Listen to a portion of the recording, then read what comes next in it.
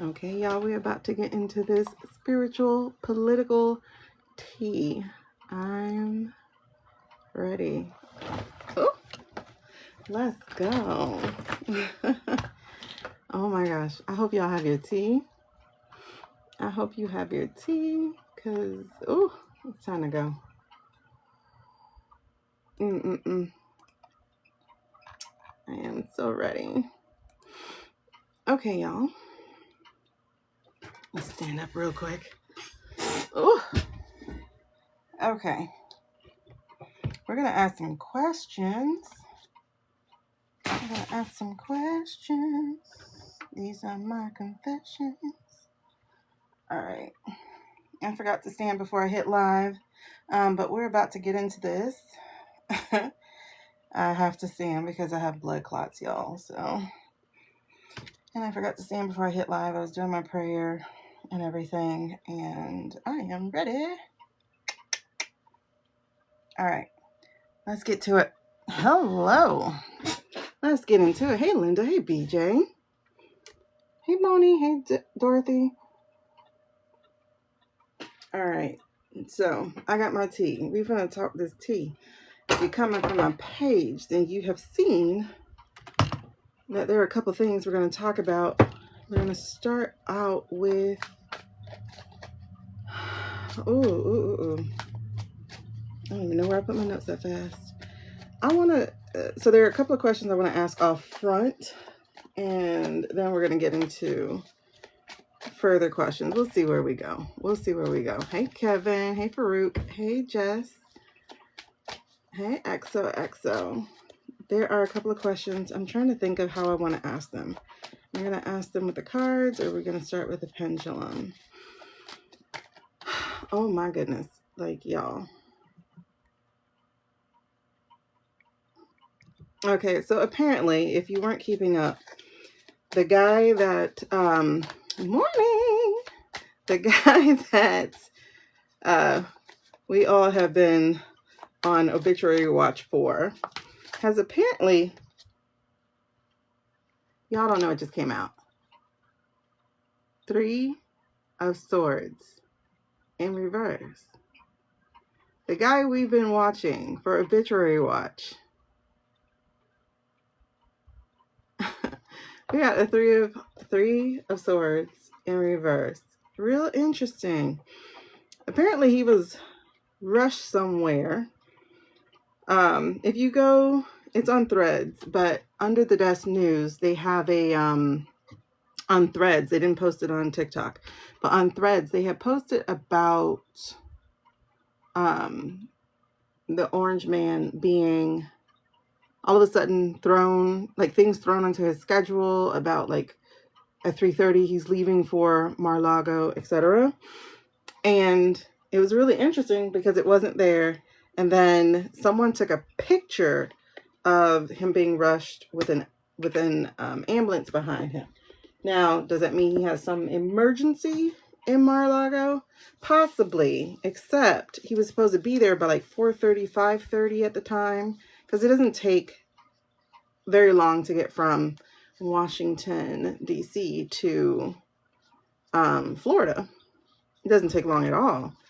But he didn't pull up, so to speak, until 8 o'clock. So, and that was very curious because the same account under the desk news, she posted about that he didn't arrive until about 8 o'clock. And also that there were jets flying overhead. And you know, the Washington has airspace locked down. So her conjecture was, did Fancy Pants have to go back to DC? So we're going to look into that. Let's poke into it a little bit.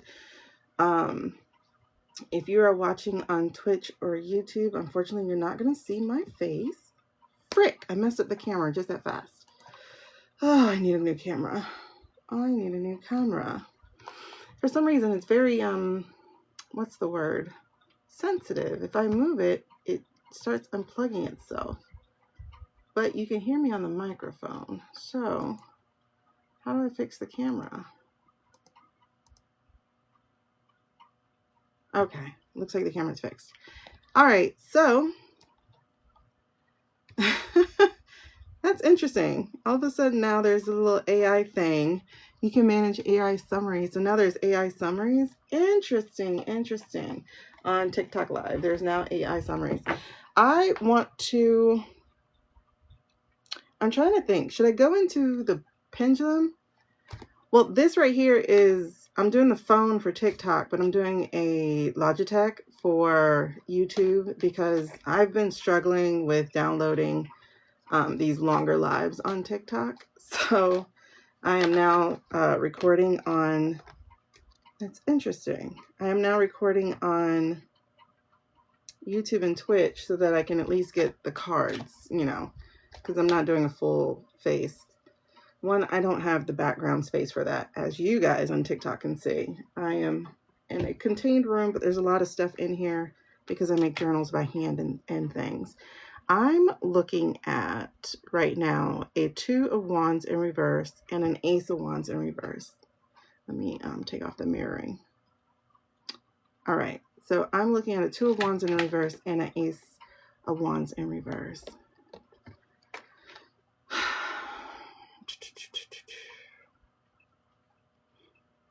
Indecision, lack of progress, failed partnerships, lack of confidence.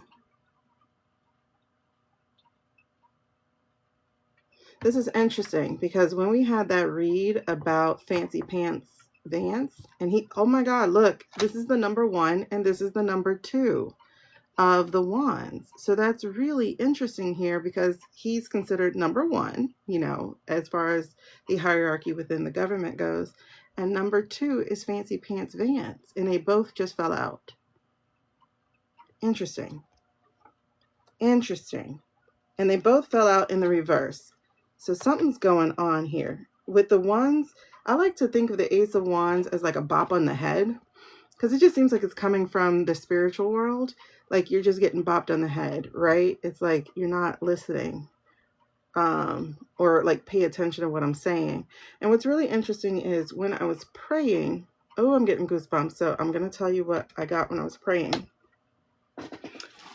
Because I asked if there was any message for the people, right?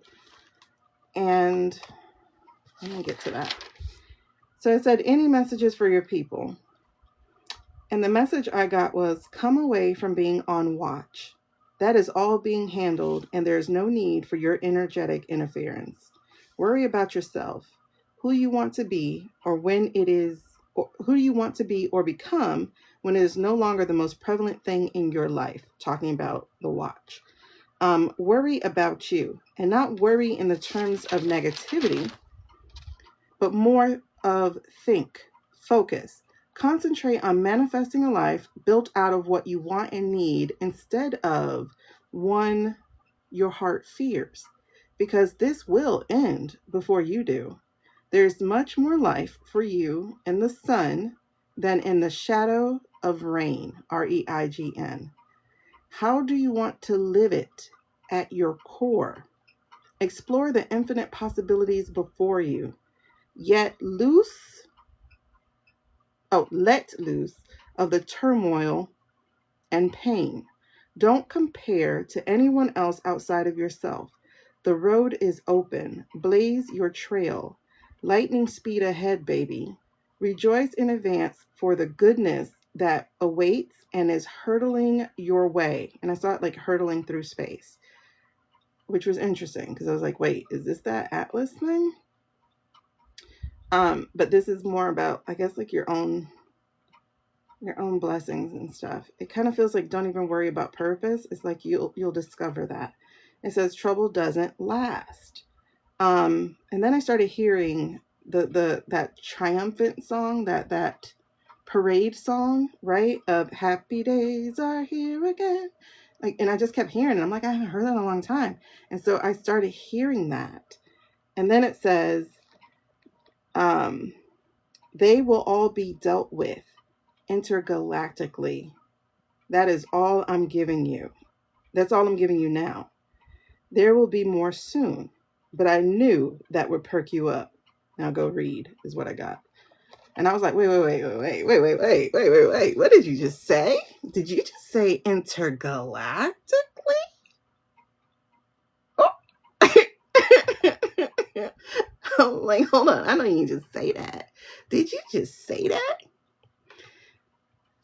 Interesting. I have an AI moderator. That's so crazy. It says lucky prize, pick a winner, pick a number.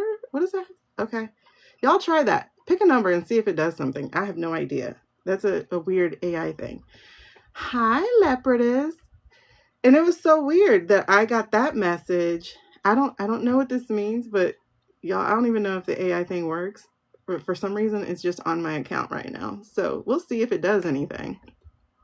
Thank you for tapping it up. We're already at 2.4K. Yes. You know, we start personal readings at 10K.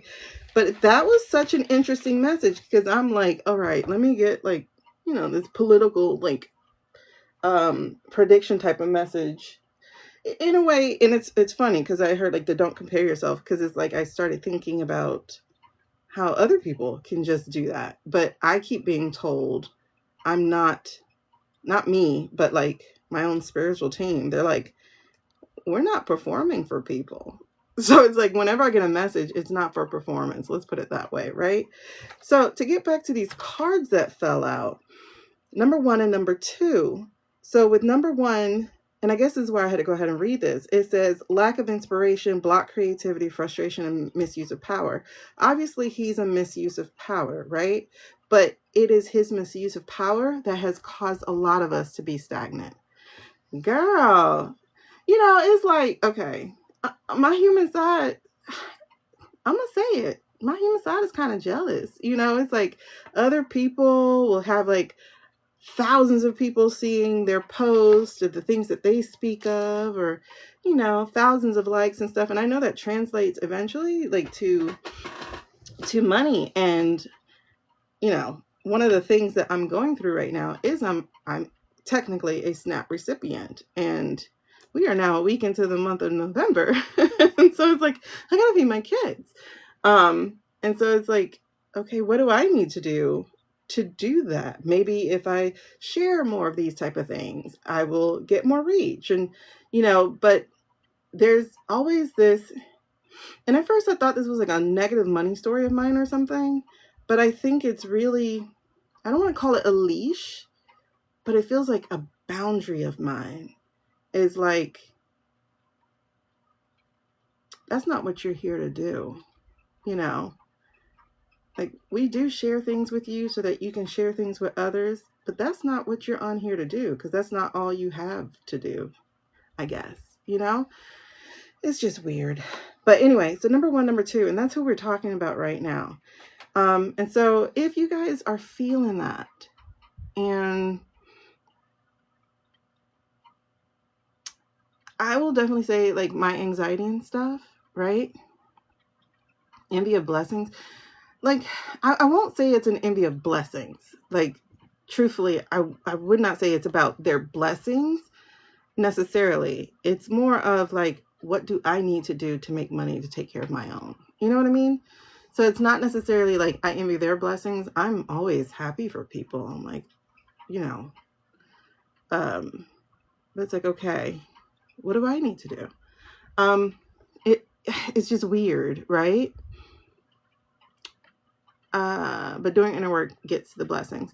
And that's the thing too, is that I hear like, just keep showing up, keep doing this. But this doesn't feel like my purpose either. A lot of times my purpose is honestly attached to the people that I get to speak to, because it's like, see, that's what you're here to do. You're here to be healing, not necessarily to be reading people's cards or anything, but to be showing people their shadows so they can deal with that shit and move on, you know, and grow and move on. Sorry, I don't know what that was that just came up. So it's hard to get past abundance isn't always the dollar. Yeah, you know, it's like right now, like it's also like keep the desperate energy out of the things that you do, because the desperate energy ends up muddying stuff or clogging stuff, right? Have to walk the fire of transformation, yes, and polish the heart ascension, absolutely. But it's more of like, I guess for me, like, this is the now. So this is not what I want to be known for, or this is not what I need to be known for, because it's really not. But it's kind of like, get this ground level stuff done so we could move you up to the next level, whatever that next level is. But I will tell you though, because I personally felt some of this myself, is this block of creativity. And the loose cannon that he is made it really hard to plan things, right? To plan for a future, to plan for, just to see far ahead, And what I will say is that part of that message is reminding you that you need to take your eyes off of him, right? And writing is something I'm supposed to be getting back to, but I've felt so clogged myself, so uninspired. Like, I don't even hear my characters, and normally my characters would be my annoying best friends who talk a lot, and now it's like, where are you guys? I want to finish your book, like that. But it's really weird. But I will say, if you have been feeling that stagnation, I honestly, a lot of us, thank you for joining, a lot of us who are of creative nature, whether it's handcrafts or arts crafts or voices or whatever that creative nature is, I feel like part of our warfare, part of our spiritual gifting, our spiritual weapons is to create, is to be immersed in our art. Thank you. Is to be immersed in our art, because not allowing our natural flow, our natural, because one of the things that I've learned is that art is channeling. Good morning. Art is absolutely about channeling. Musicians channel, singers channel, painters channel, writers channel. And so it's like receiving the messages of how you can help change the world in whatever way that could possibly be. And so if you are clogged, if you are uninspired, if you are full of anxiety and being blocked, this is your bump on the head. Do not allow this man's misuse of power, of the fear that he has stoked and has allowed the rest of them to continue to build, block you from utilizing the weapon you were given. That's the biggest part of this particular message, I think, with him. But I do feel, because 1 and 2 came out, that what they just said in that earlier message that I got of we're dealing with it, I think this was a reminder of that. We're dealing with number 1, number 2, number 3, 4, 5. We're dealing with that whole entire line. And so what I do want you guys to start noticing, because I just heard this too, is start seeing how they're dealing with it, because you're going to start to see some supernatural, intergalactic, I guess, interferences start happening. Things that just will not be making any kind of sense whatsoever is going to start countering those things that that we're seeing and that they're trying to enact. Because truth be told, they should have been a lot further than they are now. A lot further than they are now. But they have been blocked, essentially. So the number 2 of this wand here is saying indecision, lack of progress, failed partnerships, and lack of confidence. And I will tell you, we do have a lack of confidence in number 2. He's been waiting for his ship to come in for the longest time. He's a very ambitious guy. To the extent that he thinks the titles will give him value, to the extent that he thinks the title will give him acceptance. And the bottom line is, whether he ascends to number 1 or not, he will never be good enough, because he doesn't know who he is, right? And it feels like they're both going to fall and they're both going to fail in their own timing, but that timing is very fast, very close, because both of these are fire cards. Both of these are fire cards, and fire is good and bad. Controlled fire is good. uncontrollable fire is destructive. And they're both uncontrolled fires. Yes. So we've got to be doing that work. And here it's saying failed partnership. So it's like they're no Joe Biden and Barack Obama. They're no Joe Biden and Kamala Harris. They're no Al Gore and Bill Clinton. Like, there is no relationship between them. You know what I mean? And so that is a failed partnership. The other part to this is this kind of spin that's happening on that relationship front with the Viper. And it's really interesting because someone did a video, someone that I'm a mutual with on here, she did a video about the blonde widow being a witch. And it's interesting because the word I actually just heard just now, hey you, the word I just heard right now is hag. So it feels more than witch. It feels because I see those claws, those daggers.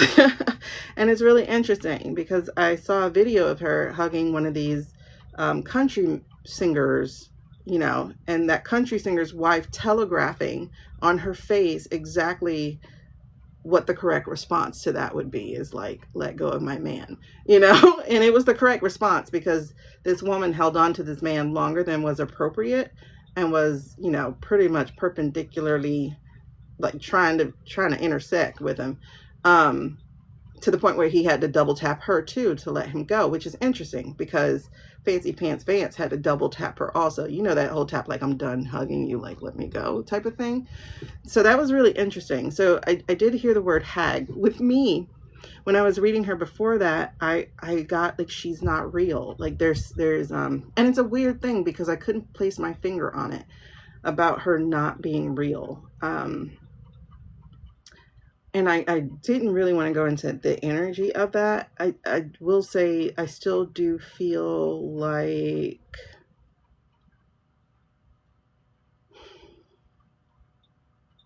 I want to say I don't feel human.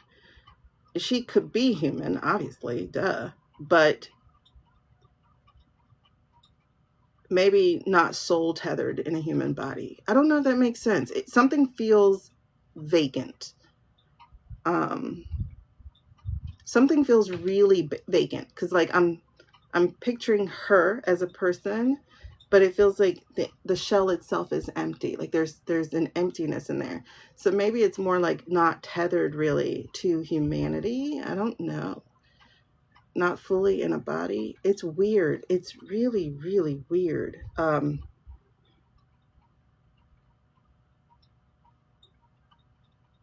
Almost as if, I don't want to say that she's a body double, but that she is a completely made up identity. I don't know if that would make sense. Like she is not who she is. You know, that feels more of what I'm saying when I'm saying she's not real. It's like she's not who she is. She's not who she has been presented to be for us. I have no idea totally what that is all about. Yeah, the divide is an illusion of red and blue. To an extent. I would definitely say to an extent, because at the end of the day, the policies are pretty divisive. The policies have been people or profit. The individual person themselves could be obviously corrupted or what have you. But I think as the unit is supposed to be, it's there really is that struggle. It really is two wings of a bird, you know, like the right has work to do, the left has work to do. And if they do it like they're supposed to, it would be a balancing act. It would be progressive. It would be something like that. But the fact that, because you do need that tension, that push-pull in a way, I guess. Well, no, you don't. You need the accord, because how does a bird fly? Yeah, both at the same time. So you need an accord, so to speak, but we're not finding an accord because of the corruption of money. which is interesting. I can't tell you if you're a chosen one, honey. I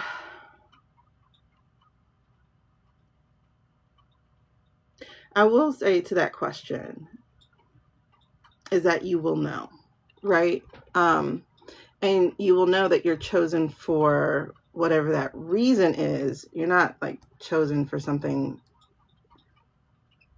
like Harry Potter. You know what I mean? Like it's not that. It is going to be a different idea of chosen, meaning that this could be your moment in whatever field or thing that you're doing, but it's not going to be I'm the chosen one. Like you're not Harry Potter. You're not Superman. You're not I mean, to be perfectly honest, that is just European fiction of being a chosen one, because there's really more of a community of people being chosen as opposed to a chosen one. Like people have their jobs of what they're supposed to be doing, and you know how the indigenous people tend to be guardians of the earth. Like that's a job, right? And that's a collective chosen. That's not an individual. There is no individual when it comes down to human beings. It's really not. Okay, so thank y'all so much for the gifts and things. I'm sorry, I totally missed them because I got locked in trying to think. Not trying to think, but trying to receive. Sounds like, yeah, I don't know if it's that she gave up in life or that, you know, I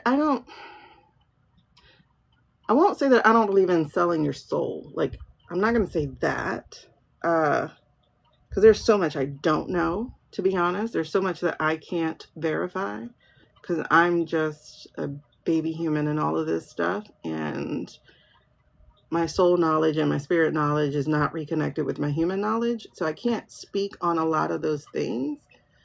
I just know that some things are, there's something like I can't put my finger on it.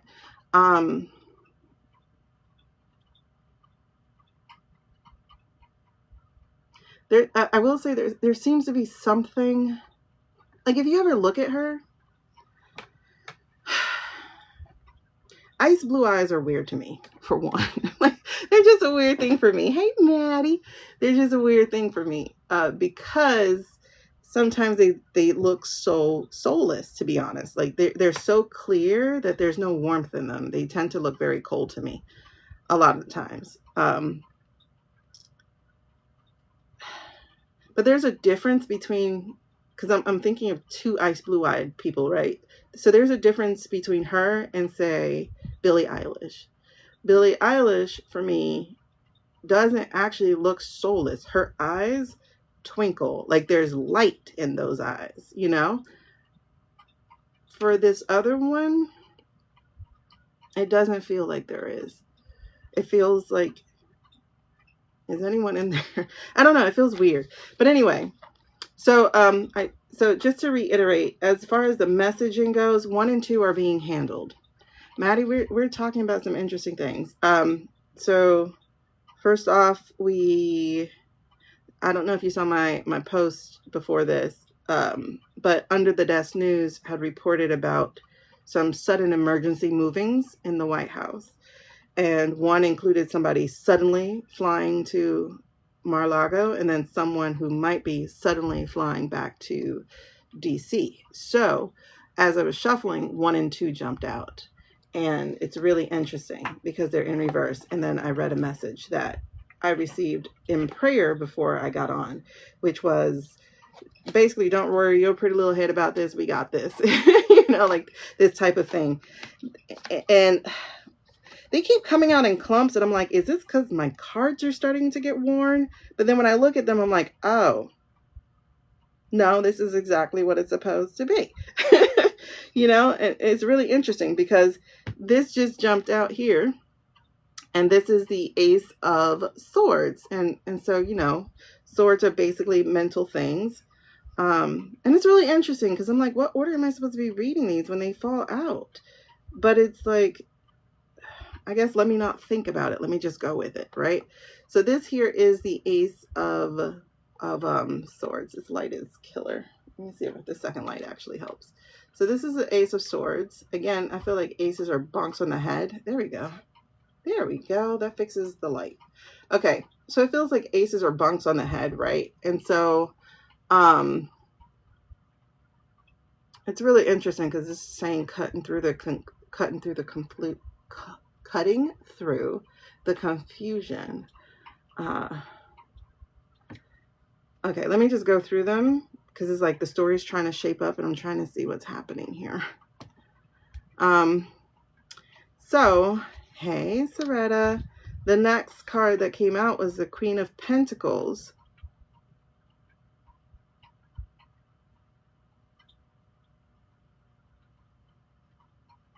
And this is really interesting because when I saw it, my mind immediately jumped to Lotus, and it's not because I was trying to. It was like, that's her.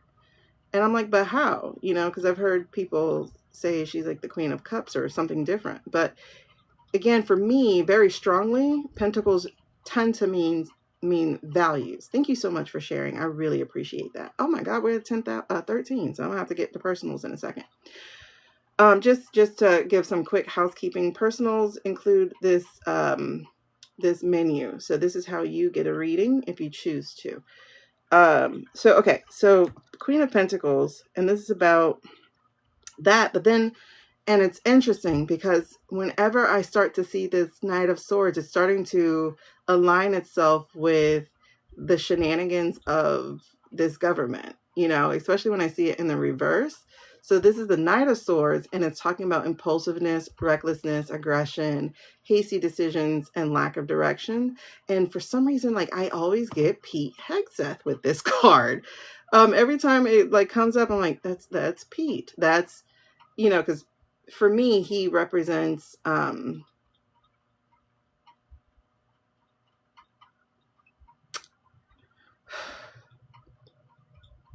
trying to think of how I can say this. Because he represents the military to me. But at the same time, when I'm saying military, I'm talking about the little boy who likes to pretend. You know, like how we're being led by these people. These people are little boys who like to pretend that they're important. They like to pretend that they have the ability to make big boy decisions, you know, but instead they make rash, childish decisions.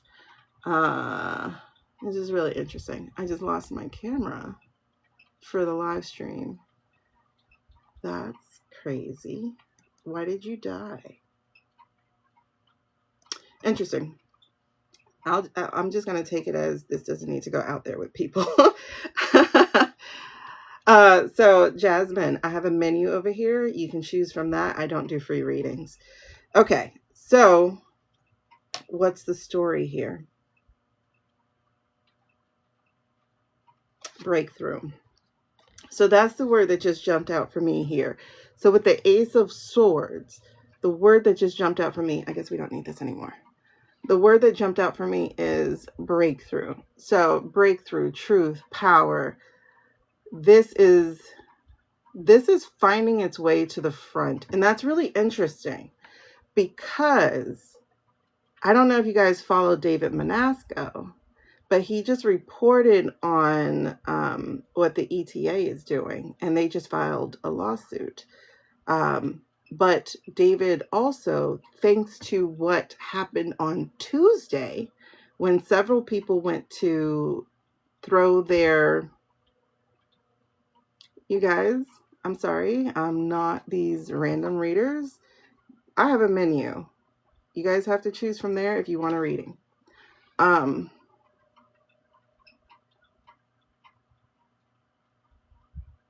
Okay, so David Manasco, because of Tuesday, when people said they went to go cast their choice, they were told that they were inactive. And so that got him digging into the rolls.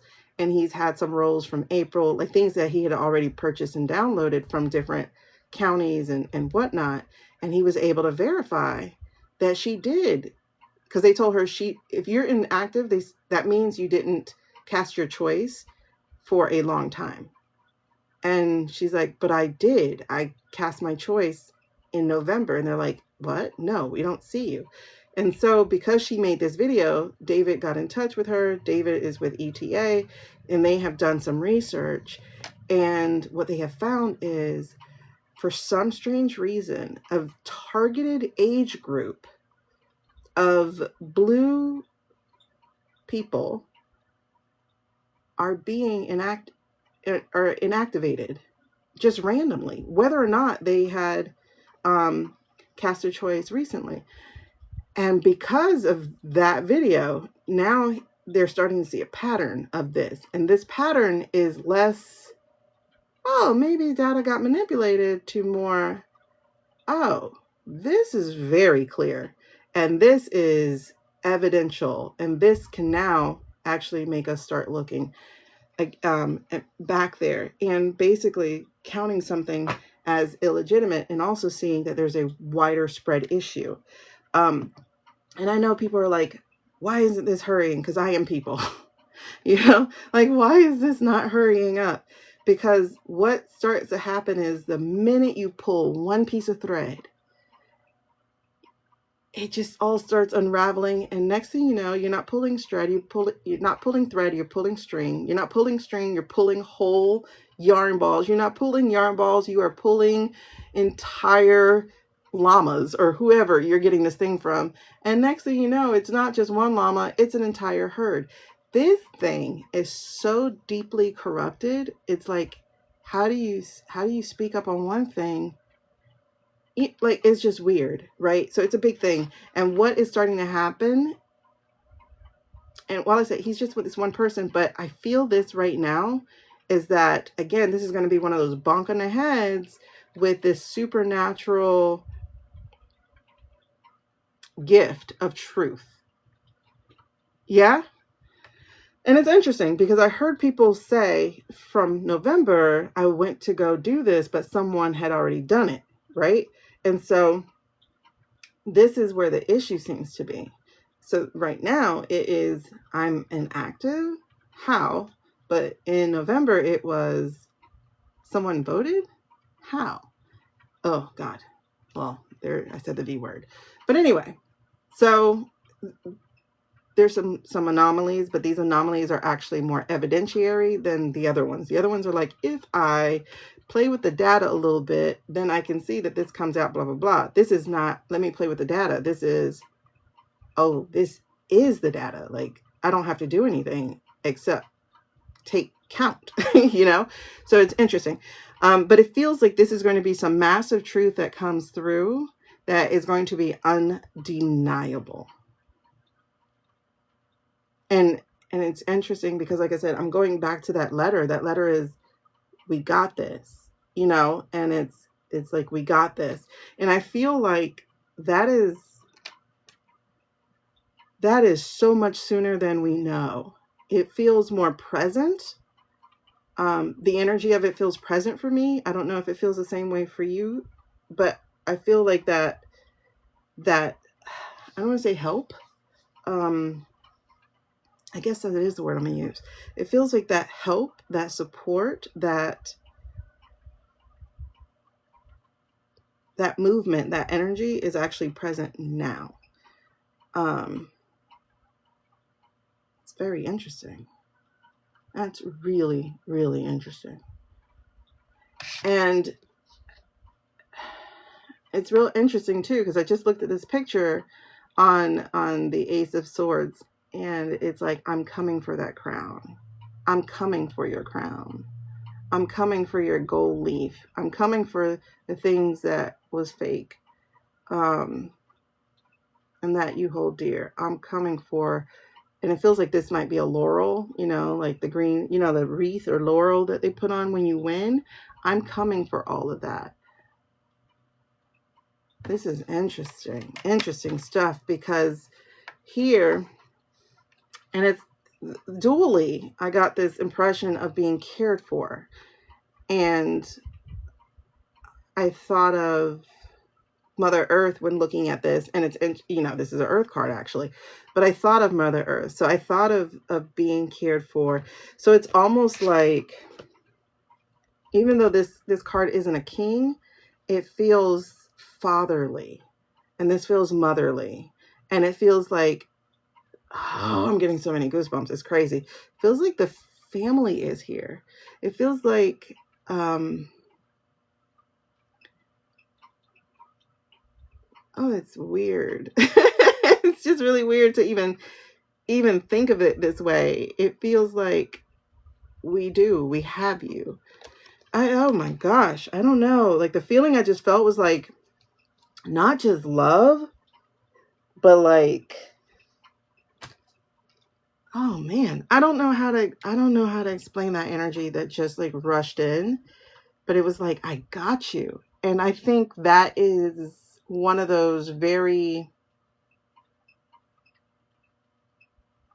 I was going to say disruptive, and it kind of is. It's almost like regulating, right?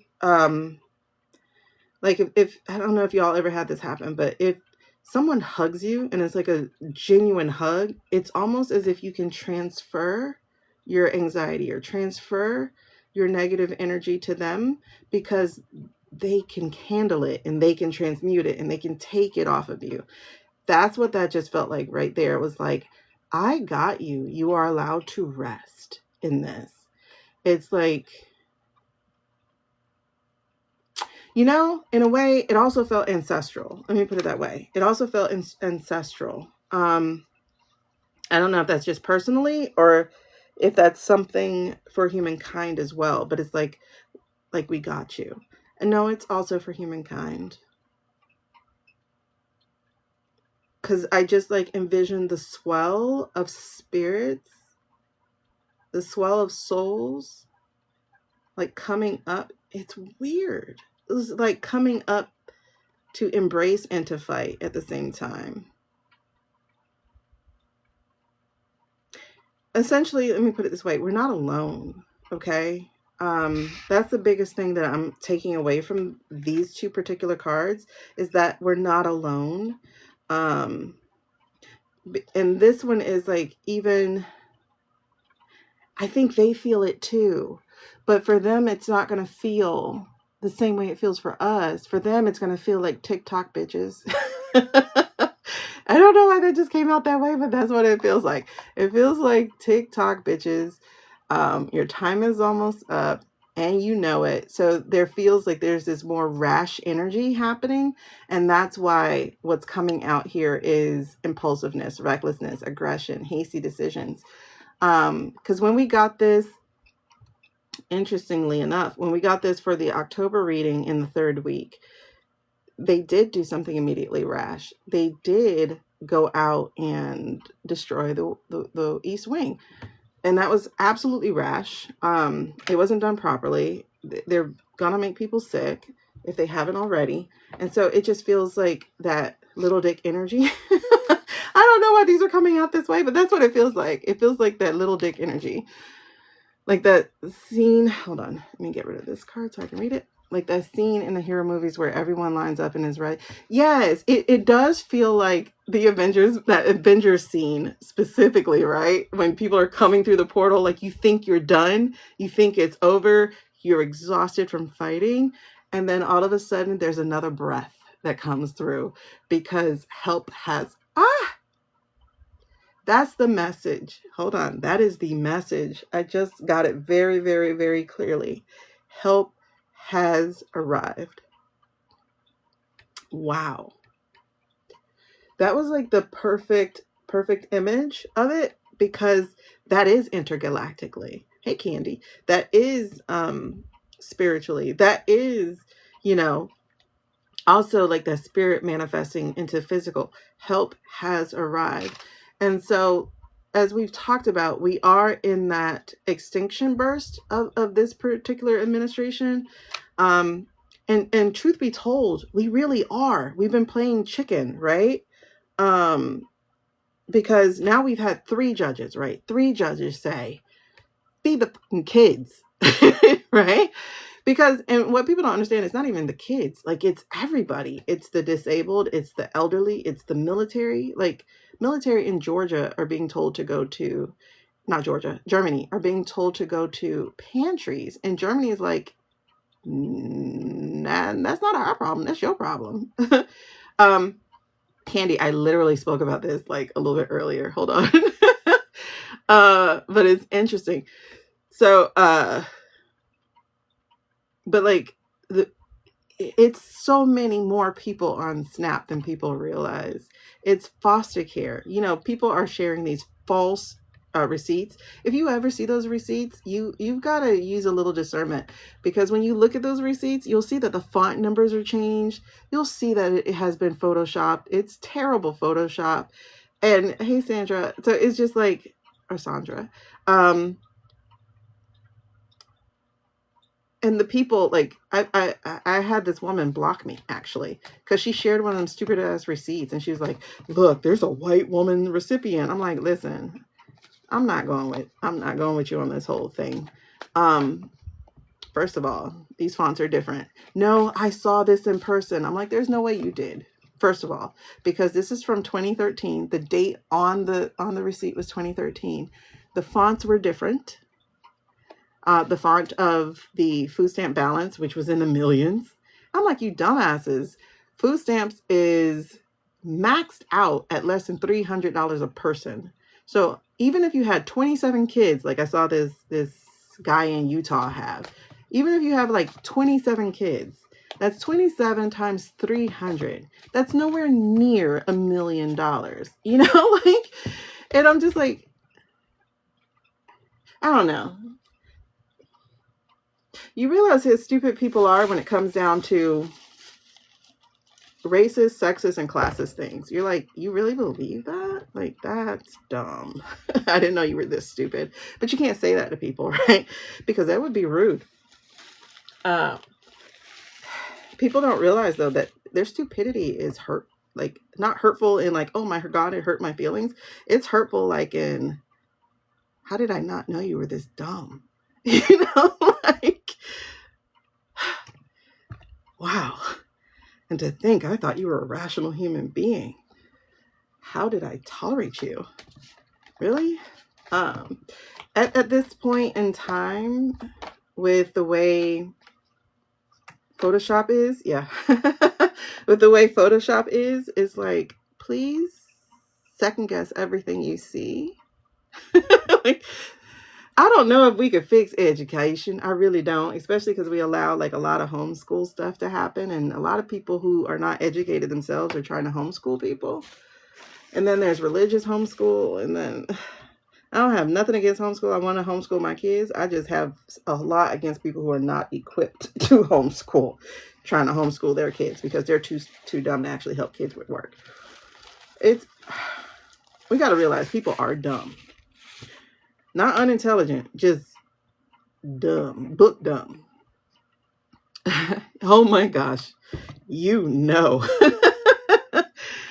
I wish we could just call people out for stupid, like, how stupid? But then it's like, you hurt my feelings. It's like your feelings need to be hurt, because how stupid are you to believe this shit?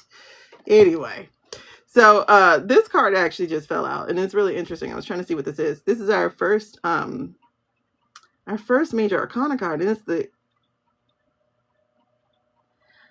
it's the Emperor card. That's your boy right there. Authority, structure, stability, and leadership.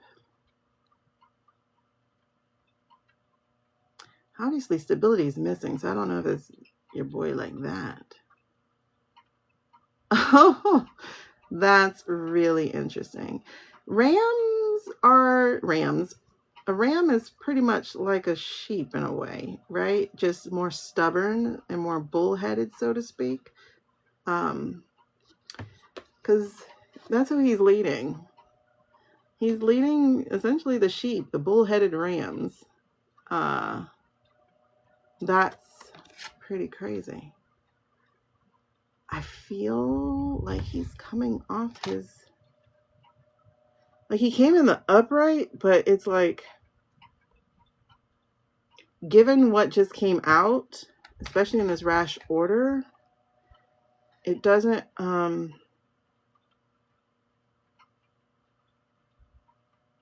it feels like he's falling, like the throne is falling. I don't know. Let's clarify that. And then we're going to get into, I feel like now we can do the pendulum talk. It's like, I feel like the pendulum and I were not talking to each other. He's like, you're not in the zone yet. So call me in a second. I'm like, okay, let me call you in a second. Can you clarify this emperor for me? I'm getting the 4. Why the 4th? Is that like 4th quarter, December 4th?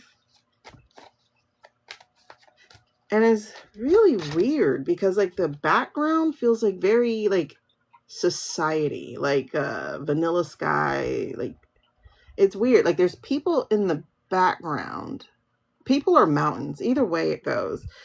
Just things that are hard to climb. December 4th is your dad's birthday. Hey AJ. Oh man, am I supposed to take these? No. Wait, yes. This one said, yes, you do. Not both of them. I had 2 in my hands. This one said, yes, you do. Interesting. Because I asked to clarify this because, like I said, even though I got in the upright, it felt like he's falling. And then this card came out, which is the 10 of Pentacles. And it feels like we're celebrating. That's an interesting, like I try to make sure that I do not read these wrong because, you know, if you've ever watched sympathetic spiritual people, you'll see the cards and you're like, how did you read that? It's like, see, he's such a strong man and he's going to be amazing. And you're just like, how did you read that out of that? Because that's where the bias comes in. So that's why I like check in like, wait, what was that? You know, because I try not to let my bias come, because if that's what it is, that's what it is. I'd rather know what's coming than to be like, let me talk this into a different way, you know? But it's really interesting because even though that came in the upright, it feels like he's falling, especially because it comes after the rash night. So it's like that impulsiveness, that recklessness basically threatens.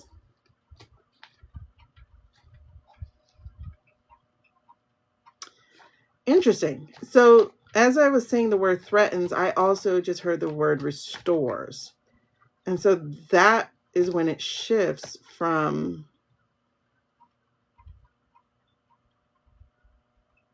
him. Okay. Okay, so that's okay. So that's why it feels like he's fallen. So it's in the upright because stability and leadership is going to be restored. And that's interesting because I said that was him, but it's not. Hold on. Sorry, I'm trying to listen.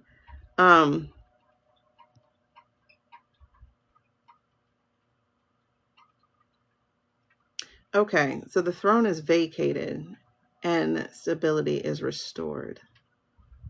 The throne is vacated and stability is restored.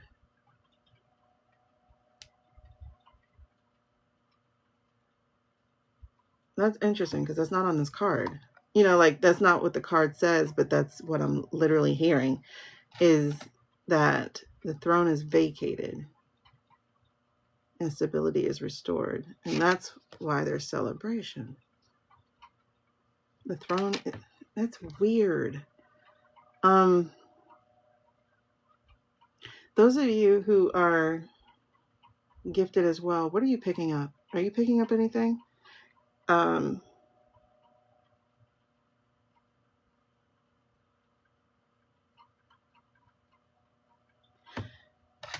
Okay. You saw some videos about Biden having some kind of reset button. I've heard about it, but I went trying to find it in the EOs and I could not find anything about it. I need to go on Libby's page because she says she has a link to it. So I do need to go check that out. Libby on on the YT.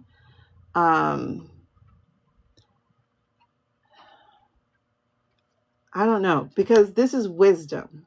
So when I said that was him, I'm like, it's not. And I'm getting goosebumps now. Okay. This is wisdom. So it's wisdom like coming back. So the throne is vacated and stability is restored because wisdom reclaims the throne. Because you see, it's the wise old, like he would not grow a beard, you know? And so it's like, it's the wisdom.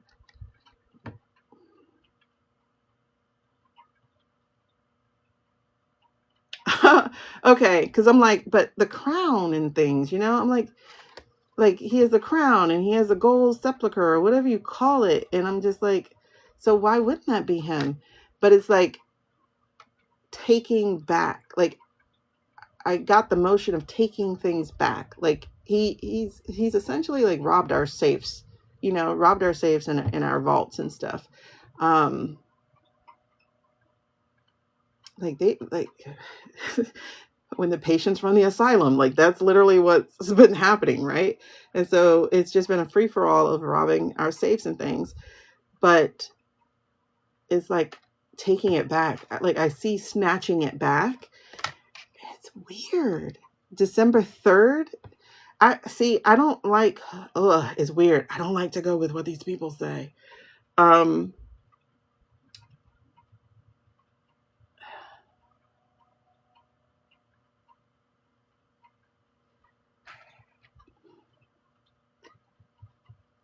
I would say like recently, I did get that he would have the heart event. You know, that just popped out and I saw that he would have the heart event. So it didn't necessarily mean, you know, we'd have the obituary, but it would mean that he'd be so incapacitated that he couldn't do it. And that's fourth quarter. So it's like December is something big.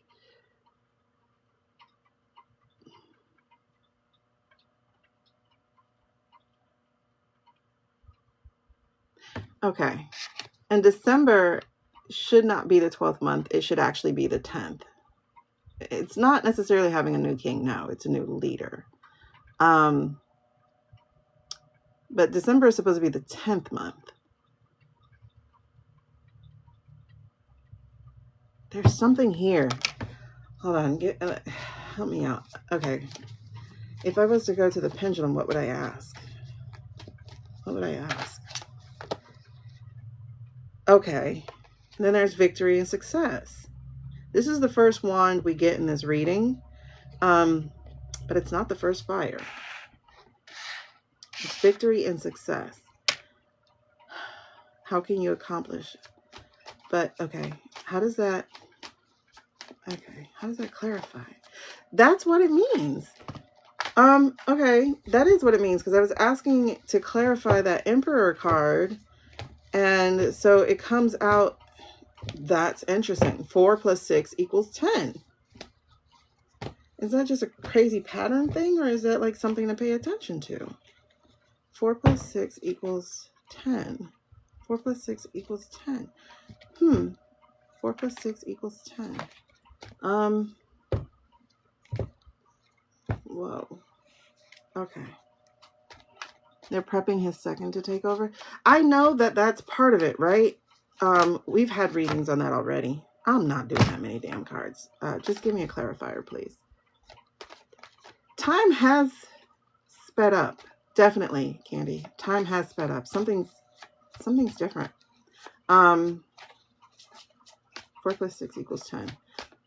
Oh, geez, I'm getting goosebumps like crazy right now. What are you saying? What are you saying? If I was to ask, what would I be asking? What would you say?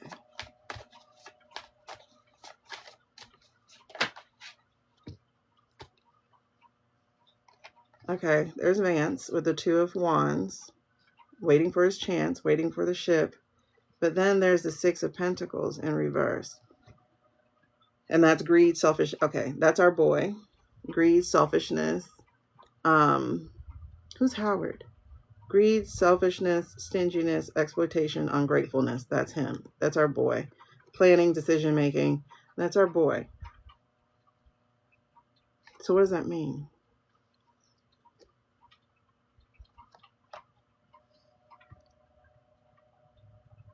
What is this reading even about? What are you telling me?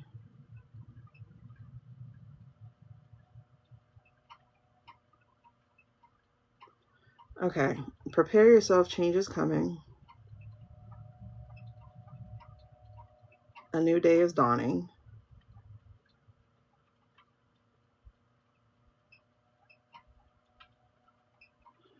Walk into it with your eyes open.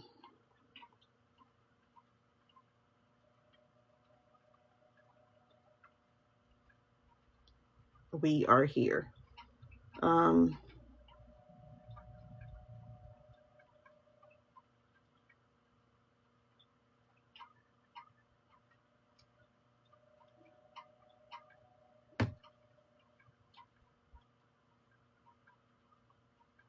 When is the new moon? Can someone tell me? When is the new moon? Does anyone know? All right, I'm going to end this stream because it's not working.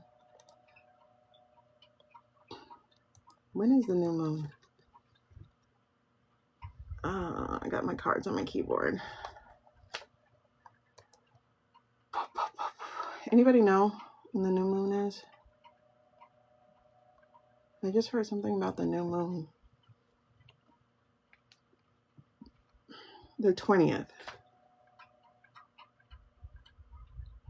What's about the new moon? Okay, the third week of November is supposed to be a big week for us. When I did my November reading, that was a huge week for us. Especially the 21st. There was something about that day that leapt out and that was huge about it.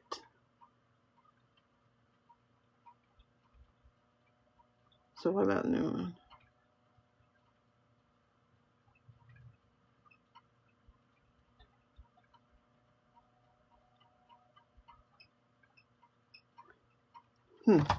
Legacy begins. Legacy begins. I don't know what that means. Legacy begins. A new day is coming. Legacy begins. Is that because of them, or is that because there's going to be an exchange? All right. Let's take to the pendulum. This has, okay, because of greed and selfishness. So what does that mean? All right. We're coming for the crown. You're supported. We're here. There is going to be that extinction burst, that rash action shown by the Knight of Swords in reverse. The Emperor will vacate his seat and there will be restoration. We're going to take back what's ours. There's going to be celebration. I get values. So there is a celebration because there is going to be some victory. Wait, what's the victory? Oh, okay, that's really interesting. So, Libby reads this. Venus is force. Okay, truth is revealed. Right. So, Farrah, that's the first card we got in this reading here. Is that there's big power, big truth coming through, breakthrough coming through. But I'm also seeing here. You said the 19th. There's something about that week. I'm getting major goosebumps right now. Like, I don't know if y'all can see them. Look how stood up that junk is on me right now. Something about that third week. That third week is a big week. Something's definitely going to be shifting around that time. I have to go back and listen to my reading again. It was a big week. But one of the ways that Libby reads this is actually as a false victory, because she says, look at the way that nobody's paying him any attention. And that could make sense there too. Because even though like I see the celebration and stuff here, it feels like that's because he's vacated the throne. And even though it says something about order being restored,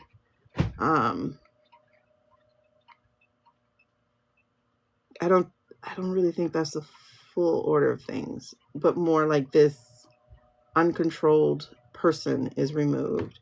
So if it is that there's a victory, it's going to be, when I asked for clarification, I got these Vance picks, these Vance cards, you know, waiting for his ship to come in, this guy, and then that is greed and manipulation stuff.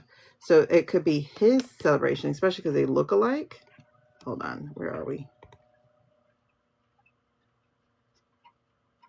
That's interesting. Yeah. Wow. Okay. So especially because they do look alike, right? So he's like, he finally gets his like the outfit's the same and everything. So it's like he finally gets his comeuppance. He gets the thing that he wanted, but nobody's really celebrating him, you know? So he's like parading and stuff. So I can see how that works, is that having this loose cannon out of the throne does make sense. And then it's this guy who steps up, and that does feel like it could be a false victory, because I'm like wondering, why did you show me Vance afterwards? And I think that's it. So let me know if that's what we're talking about. Are we talking about oh yes, that's what we're talking about, because we got mausoleum type of stuff, right? So we got somebody who's incapacitated. And there's the fourth again. I don't know what that's about, bro. There's the fourth again. We got somebody who's incapacitated, basically. It's almost like he's dead, but he's not dead. I don't get death. I get near death.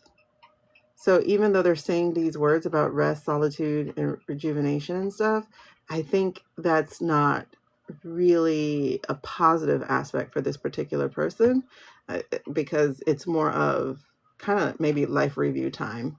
And this right here, again, is another 6. So this is the lovers.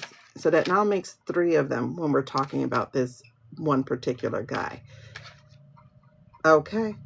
So we got the lovers here. So there's that relationship there. So this is going to be the transition. This is the transition. Okay. All right, that's what we're dealing with.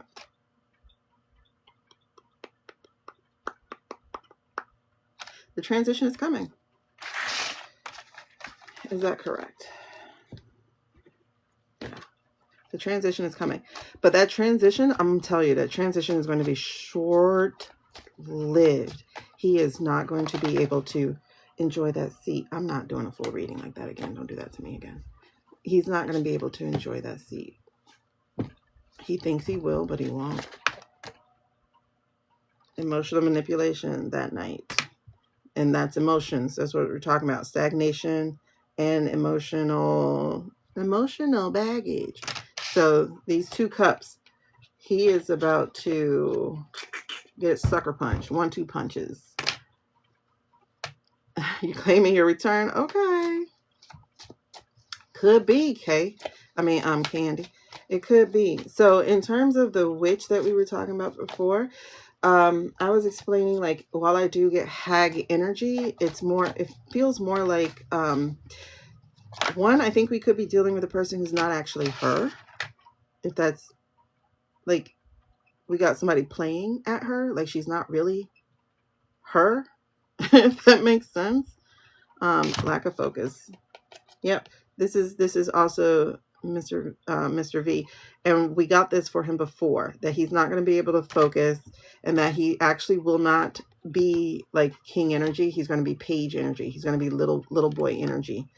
So there'll be a lack of direction, lack of focus. There'll be a lot of people trying to tell him what to do. Basically, too many cooks in the kitchen, like that type of stuff. He's not going to be able to handle it, because he's going to realize he really does have little boy energy. And nobody takes him seriously, and he will not get what he thinks he wants. Like literally nobody takes him seriously. Should we be worried about him?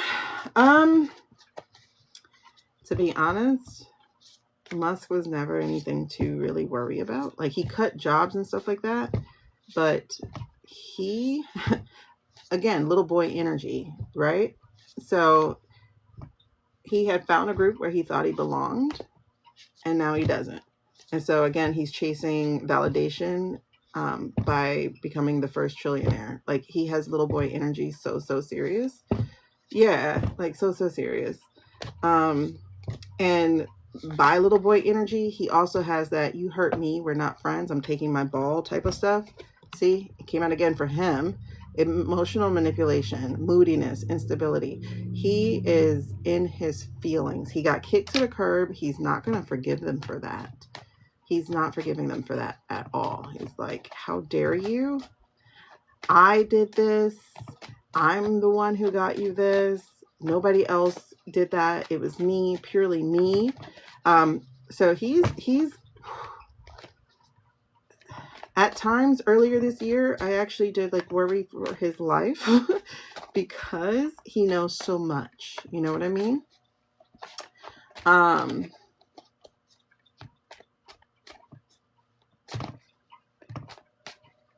It's weird because I just thought of Snowden. Is that the guy who was like on Wikipedia or something, WikiChats, WikiLeaks or something like that?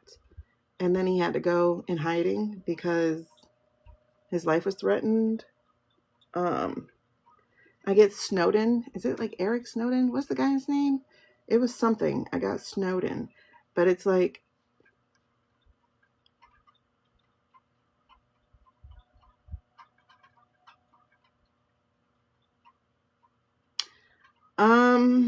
it feels like basically he created like solitary confinement for himself or something, you know?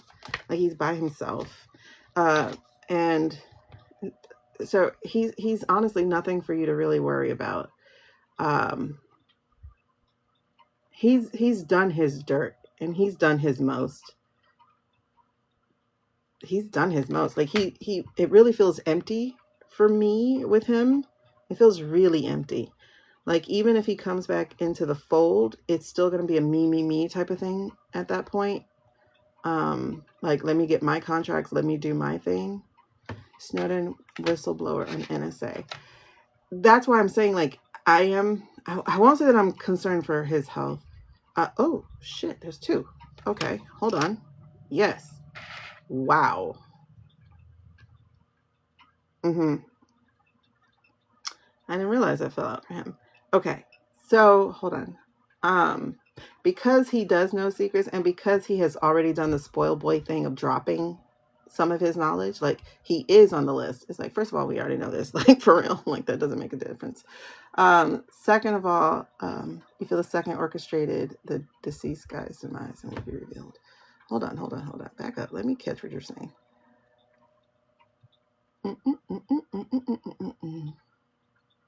Yeah, it's definitely not going to last for him. Oh, okay. Wait, when is the Rockland County thing? I know The Hague is the international court because I remember having a dream about them earlier. It's just, like I said, with the whole thread unraveling, that delayed everything because it's like, whoa, how big does this go? You know what I mean? Okay. 19th. Mercury retrograde is next week or this weekend or tomorrow. 555 is my time. Venus is facing Scorpio. Okay, I don't know too much about astrology. That seems like a whole nother world for me. No pun intended. Thank you. Listen, I'm just trying to learn tarot right now. I'm 46 years old. I'm like, I'm tired. I don't want to learn nothing new. I've been learning my whole life. But it's like, I still feel called to do some stuff in order to up level. So Maddie, yeah. Let me see what you said about Rockland County. Rockland has evidence. They do, but again, like if you look at David Manasco, I wonder if they can add that evidence to, well, no, they probably can't add it to Rockland, but I think they can definitely add it to that Pennsylvania suit that's going down. No one likes the second. Nobody, absolutely nobody likes him. He's not going to last. And in fact, I think that would make it easier for people to move on it. Because they're not as scared of him. It's interesting. So for the second is something is going to happen. Make them vacate. Something is going to happen. Yeah, and it's really interesting because I don't know if y'all remember when I got the word coalition. I think I don't know if I got it during channeling or something on here. Yeah, I did. Oh God, I'm getting goosebumps about it again. So I heard the word coalition, and I know people were talking about, what's the other circle word? They were talking about a transitional council. So people were saying council, but then I got the word coalition. And it's so interesting because I heard several people actually talk about a coalition coming together over, like, who did I watch? I watched some podcasts on,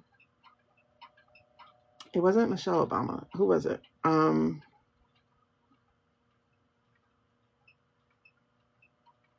I forgot who it was. And I was like, wait, somebody's saying that word again.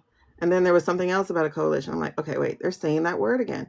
So I really do think it's a coalition that is going to come together. Let's see. Yeah, 10 second orchestrated. Oh, the coups. We're already in one. So we got to see what happens. All right. Yeah, Snowden, whistleblower on the NSA. I don't know what he said. I wasn't following the Eric Snowden thing. I just know that he went exiled and he went to Russia. I'm like, y'all stupid to be going to Russia, man. Russia will push you out a window. They are prosecuting the guy from the Philippines. And that was interesting because I read about that earlier this year when people kept saying, oh, it can't happen here. They're not going to do it. And then next thing you know, comes out this thing about the ex-president or whatever of Philippines where they caught him and they tried him. And I was like, I love when the universe is, here you go. Here's your evidence. I was like, okay, it can happen. They kicked out the rat from the royal. Oh, yep. Prince Andrew thought he was good. And guess he's not. Okay. So when we were talking about the little musky guy, so it's like he's not for you to be worried about. He is in his little boy era of throwing a tantrum. Oh, you kicked me out, you didn't want me. He's busy staking his claim on becoming the trillionaire. He's busy staking his claim on getting his contracts and getting paid from them. But also, and that was interesting because this was the card that was hiding that I didn't see. And that's a 7 cards. And so, like I said, it's like that, for me, it's staking the claim into that. But also he's been working really, really hard to be named the first trillionaire in the world because he needs to have some kind of value to him because nobody likes him either. And so then you have also with him the 7 of Pentacles in reverse. And so it's like the shit that he's been looking at for a long time, that has been working for a long time at, I do see it falling apart. And it's really interesting because they voted to give him, his trillionaire status package. And it's interesting because I'm like, can you really be a trillionaire if all your money is not real? But then again, is money real at all? By the way, if anybody ever wants a private reading during my lives, I do have a special. You'll have to go to my profile and find the link. It's a $44 special for a 30-minute live. Let's see, Elon, trillionaire. I really hope we don't call him a trillionaire. I really hope we don't. Because I need him. Y'all ever, if you've ever watched, was that a Facebook commercial? Or no, that was an insurance commercial of the guy with the dollar on a fishing well. Like, try to get it. And it's like, oh, you missed it. Like, that's what I hope it is.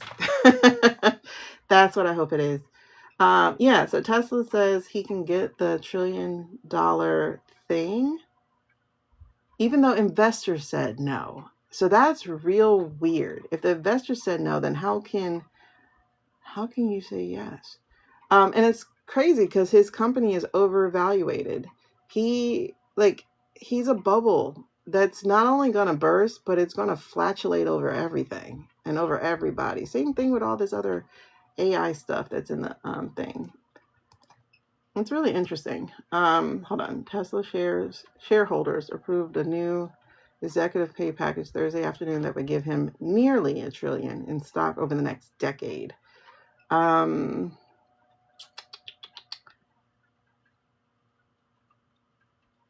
he has to meet ambitious performance targets for the struggling company. So basically, all you got to do is like actually sell your freaking Tesla back. Like, don't buy a Tesla. I don't understand why people are so hard-headed with that. Like, just because he's not in the news with a chainsaw anymore doesn't mean you go and buy his shit. This is why, though. This is why. Foolishness. Foolishness and naivety. That's the bane of America. And then, but okay, this is coming though. You know why it's not going to work? Because we are headed towards a depression. And this is what we're looking at.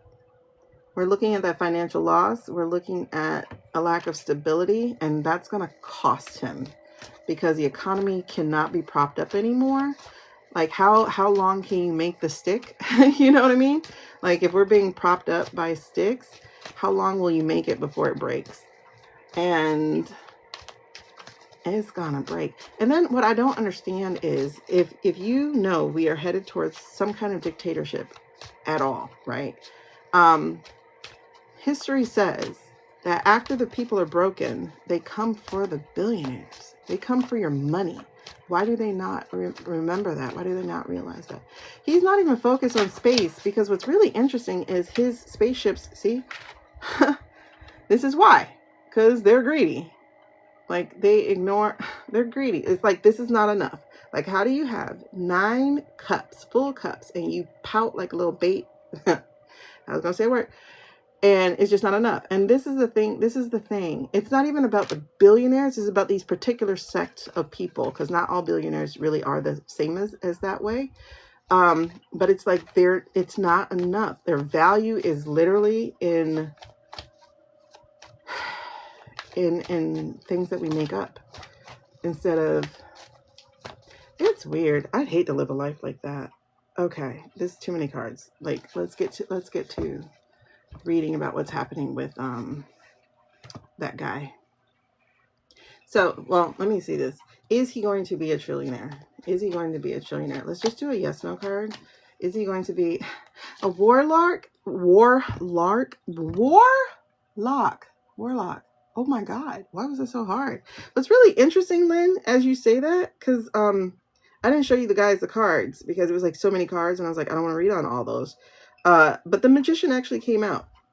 The Magician was the top card. So it's so interesting that you say that because, and that's all it is. It's a magic trick because there's no such thing as magic. Not human-wise anyway. Do you believe in magic? And I hope you do.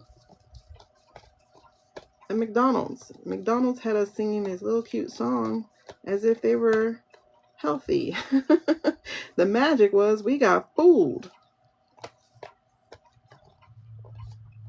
And it's so interesting. Like, this literally was the card that was up when you said that. Warthog.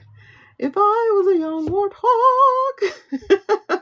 So, like, there definitely is some magic to it when people think he's intelligent when he's dumb as fuck. Like, he's actually quite dumb. What he's good at is seeing what. Okay, that feels kind of warlock energy. What I was about to say is he's good at seeing good prospects, right? And then he traps people, right? So he like talks them into thinking, oh, I have an investor. This is going to be really good. That's Tesla. Oh, I have an investor. This is going to be really good. That's SpaceX. Oh, I have an investor. This is going to be really good. That's PayPal. Oh, I have an investor. So he talks them into thinking like he's going to be this really cool investor. He tried to do it to OpenAI, and OpenAI was like, F you. But then what he ends up doing is trapping them. Because then he starts buying up their stocks to become the controlling share. And then he gets them pushed out. So no, he didn't invent Tesla. He pushed out the people who did. You know, so it's like people have to understand this man is dumb as fuck.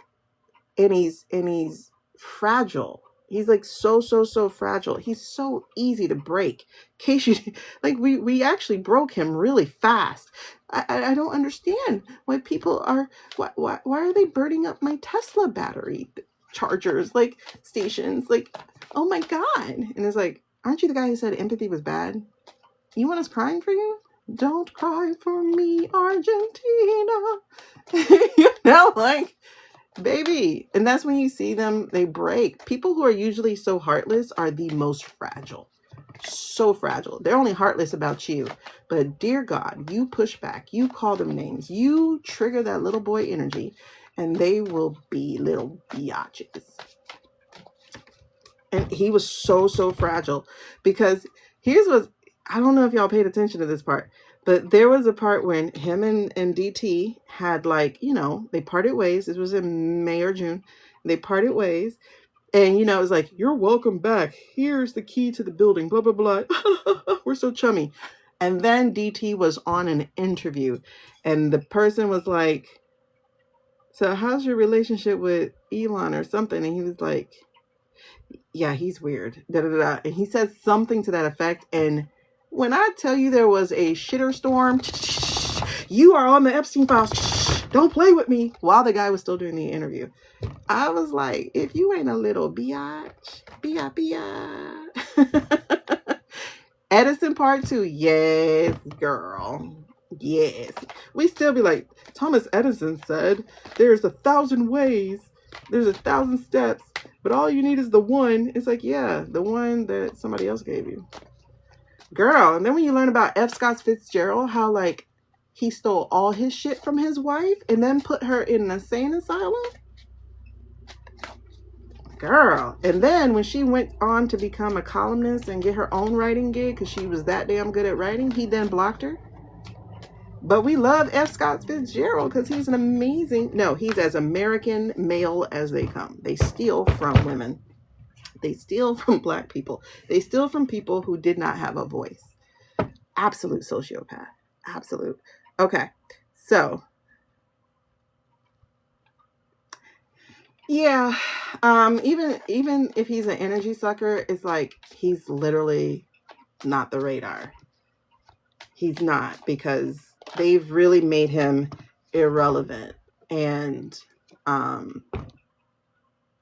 he doesn't like that. So now he's chasing that trillionaire status because he actually lost, for temporarily, he lost his richest person in the world status for like a week or something. Oh my God, he threw a fit.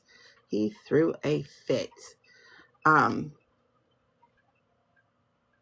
You love the TikTok shop? Oh, speaking of, let me show you guys what cards I'm using in case anybody wants training wheel cards like I use. I absolutely love these. So I'm going to add them here so you can see. So, if you look at it right now, I think they're on a sale. It says $10 with free shipping. That's a sale. So this is what I use. These training wheel cards. I like them better than anybody else's. All right. So it says he has to. Oh. So he has to increase Tesla's market cap to 8.5 trillion. So he's basically going to be calling his rich friends. I don't think he's going to get it. I don't think he's going to get to be called a trillionaire. Because we got, as I was saying, he's going to call his rich friends. We got that there's going to be partnerships he's going after, but then we got the reverse of the Queen of Wands. So he's not going to be able to make magic out of it. It's going to be a lack of leadership, lack of passion, blah, blah, blah. But then it's also here, this indecision, this inner turmoil, this stalemate. That's the word that stuck out the most. So I don't think he's going to get it. I think we're going to crash. And therefore all his shit won't be valued at anything. I mean, like, it is a terrible, terrible, terrible company as far as things go. The card could have been really, really good. Oh, so what he plans to do is 20 million Tesla vehicles. 20 million Tesla vehicles, 1 million bots, in addition to 1 million robo-taxis in commercial operation. When I tell you the world finna flip on his ass, the world is finna flip on his ass, because he finna get bopped on the head. Ace of Wands just came out, and it's like, nah, we moving on, new beginnings. See, he's gonna fail at it. So while he's going for the partnership, he's going to fail. So he's gonna get bopped on the head, child. I can't wait, even if that means we're in a depression, because we kind of are anyway. All right, so this is my depression. Yeah, you have to focus on yourself first. That's really the message of I think 2025 in the first place.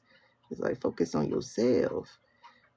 They definitely don't like to look back. And it's so funny. It's like murderers and stuff. Like when people murder people, like in a fit of rage or passion, or, you know, to get your insurance money or whatever, it's like, then they cry, I can't go to jail. Bitch, why you think about that when you were doing your shit? Like, you know, like for instance, I don't have that. Oh yeah, definitely. We're gonna get the day out in the sun. I can't wait for it. Because like, it's like, for instance, say like what they're doing right now. I was gonna use Diddy as an example, but it's like Diddy's punishment is he's actually happy. He's locked up with men. Yeah. I don't know. Like I saw a picture of him. He was so happy. I was like, why are you happy in jail? Like you're happy. And it's like a picture. No, it's just a frozen moment in time. So it doesn't actually give the thing, but the energy that came off the picture is like, I'm good. Yeah, I'm good. He's so happy. Anyway, so yeah, so anybody here who wants a reading, this is a menu and it's been there for you guys. So if you want a reading, just tap the menu and choose the type of reading that you'd like. I don't do free readings. Yep, there we go. I was waiting on it. Do. So we have being stabbed in the back. It's coming. And this is really interesting because this feels like the plan and being hard at work preparing for this. And I got goosebumps.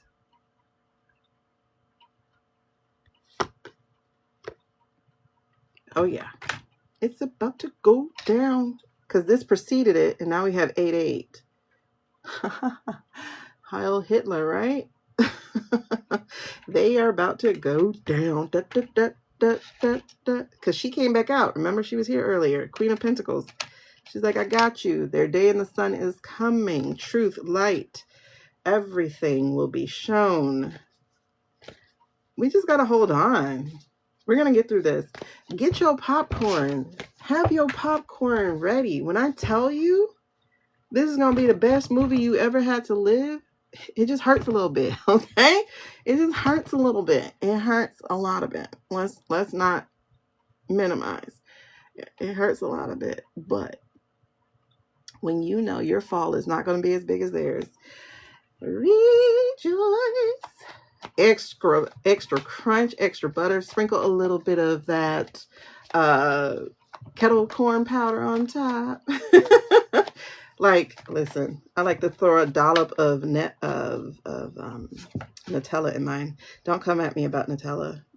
I understand. This is interesting stuff. Morality and ethics are about to show up. So the Hierophant is going down. So, I understand this is us. Every time I see this, this feels like America. Like the 9 of Wands in reverse. Like 9 of Wands, period. Is like being battle worn and being tired, but still standing. Remember that part. So, and every time I see it, I see the word giving up. And it's like, don't give up, y'all. We got this. I know we're feeling overwhelmed. Hold on. Okay. And then, and these two cards seem to always come out for America. Like, hold on to faith, just hold on a little bit longer, y'all, just a little bit longer, because we're going to enjoy this movie.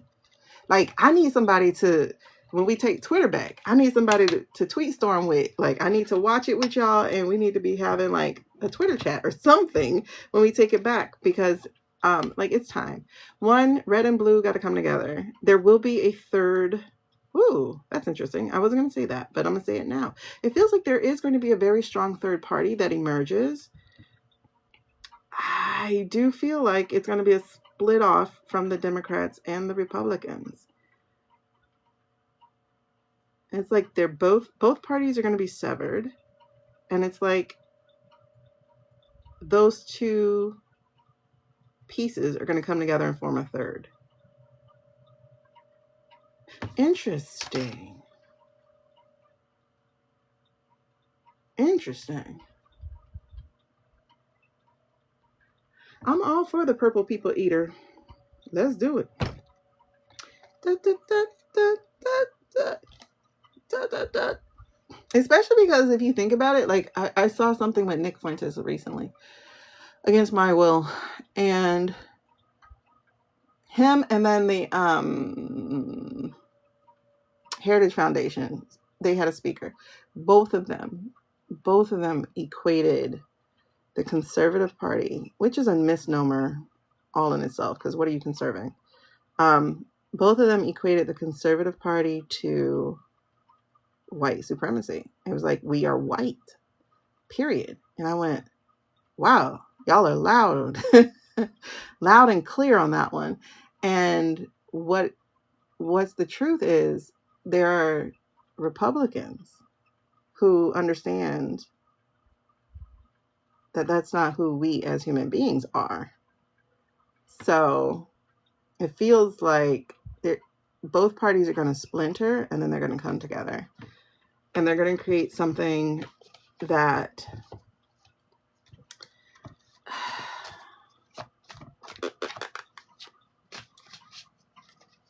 I want to say is more center. And I know people hate center, but center is literally like you got to fly straight. Otherwise, all you're going to be doing is making turns. And every right turn ends up left, and every left turn ends up right. So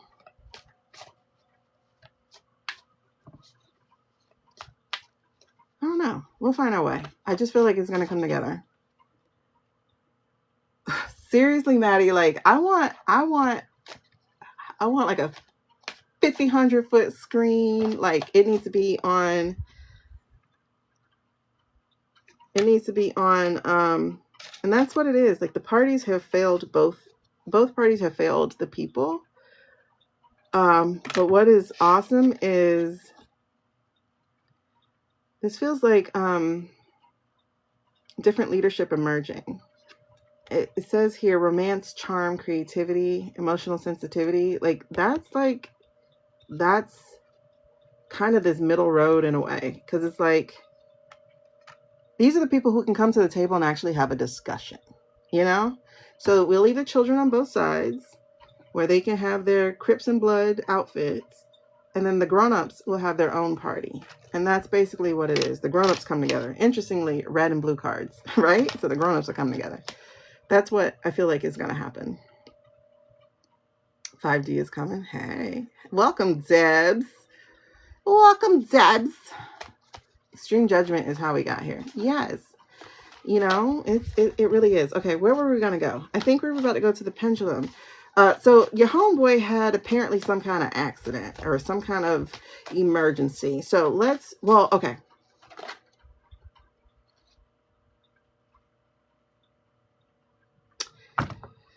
That was a two of priestess. That was the priestess, high priestess. Timing is hidden. Mystery secrets. Okay, so that's a maybe card. Because I was just going to ask. All right, that's why I got on this computer, because I was going to look up the lady. What's her name?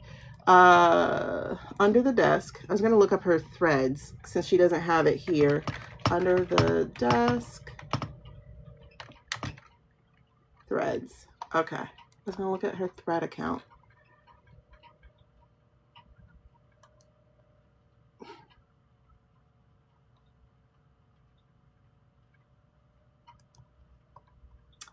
Okay.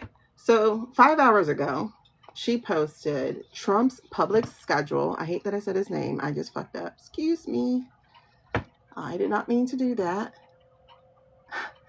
I'll just have to change my captions if I pull this out. So his public schedule was updated somewhat abruptly at 3:15 to say he'd be leaving at 3:30 for Mar-a-Lago, with an expected arrival in Palm Beach at 5:55. The video below was sent to me around 4 p.m. of a massive motorcade with ambulance ripping up toward Walter Reed. No word from Dumpy Pants from 3:30 to 6:30, and he's not seen until 8:40 when he staggers off Air Force One in Florida. What's happening here is what she wrote. How you like that? Okay. Holds on, pansies. Oh man, I gotta sign in. Anybody else hate signing in like I do? It's like I just want to see.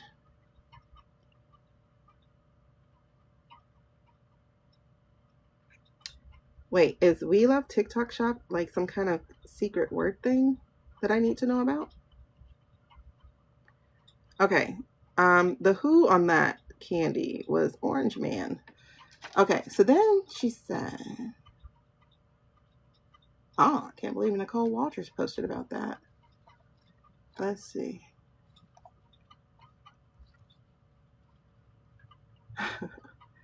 I gotta find her page again. I never want to dance again. Guilty feet have got no rhythm. Okay, so she should have. Okay, how do I get to her freaking comments? Because apparently she had an update. Let me see. Okay, so what's the update? What's the update? What's the update?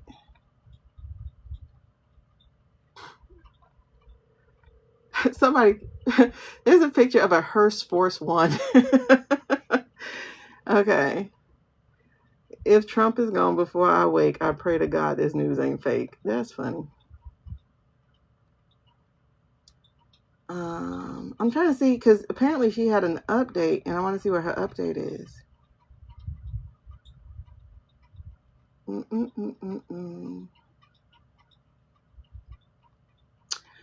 Because I saved it to my phone, and I can't access my phone. So, oh, but what I can access is... See, they're trying to say he's golfing, but every time they say he's golfing, something else is going wrong. He only golfs now when they're hiding something.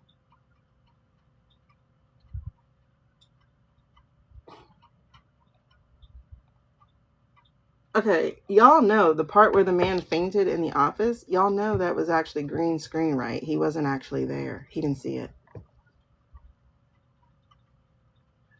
It was a green screen. If you watch him, there'll be a lot of warping around his hand and around his head. So that was green screen. And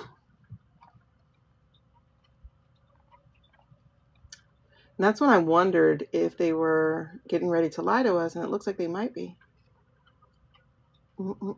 And then people are like, the ambulance always rides with the motorcade. And it's like, yeah, but does it always have lights on? Does anybody know? Oh,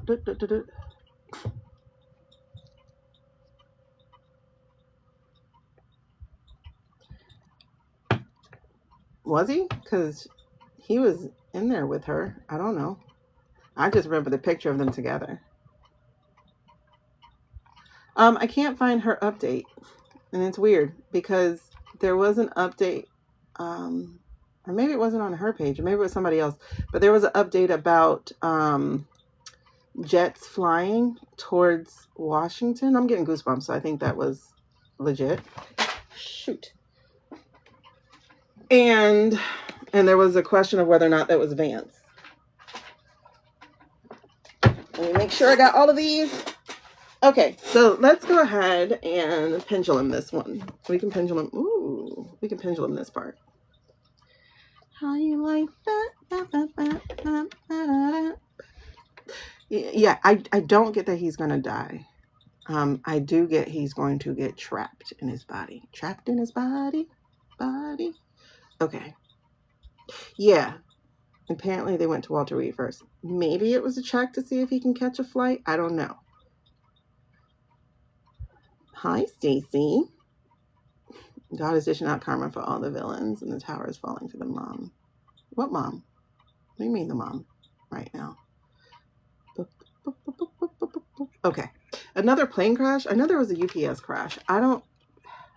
Listen, I was supposed to fly to Tennessee this Thanksgiving, and I told my fiance, like, have you been watching the planes? I see plane crash.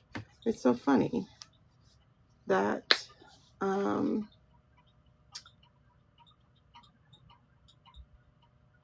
there was a UPS one, and of course it was a Boeing. It looks like a Boeing UPS plane.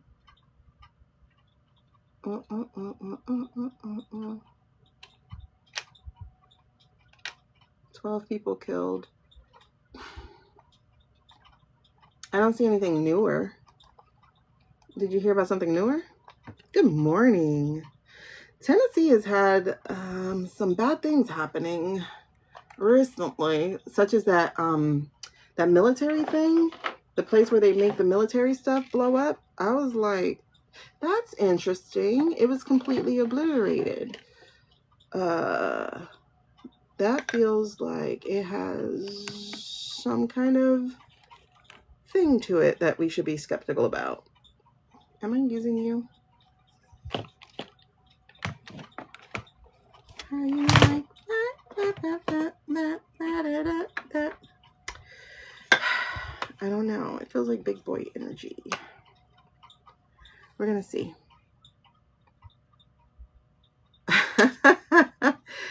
That's where my people are. That's where we're moving to, actually, which is, by the way, Tennessee, you're up. You have to vote for the person who's going to let us get to the list. If you don't, that guy will cancel out anything that happens with the list. All right, so let's see if you're going to play with us. I feel like you are, but let's see. Okay. Beep, beep, beep, beep, beep, beep, beep, beep, beep, beep, beep, beep, beep. I already said my prayer earlier of protection, and so let's see this. All right, show me a yes, please. Show me your yes, please.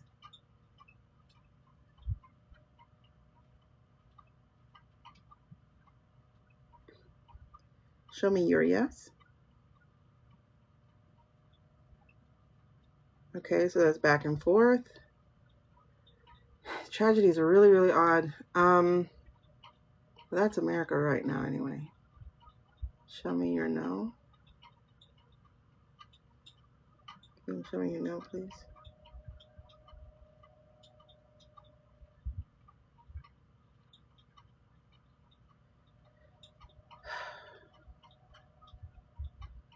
No. Can you make it clearer, please? Make it obvious. Okay, so left to right is, but make it obvious. Thank you. Left to right is no. All right, let's baseline it for a question.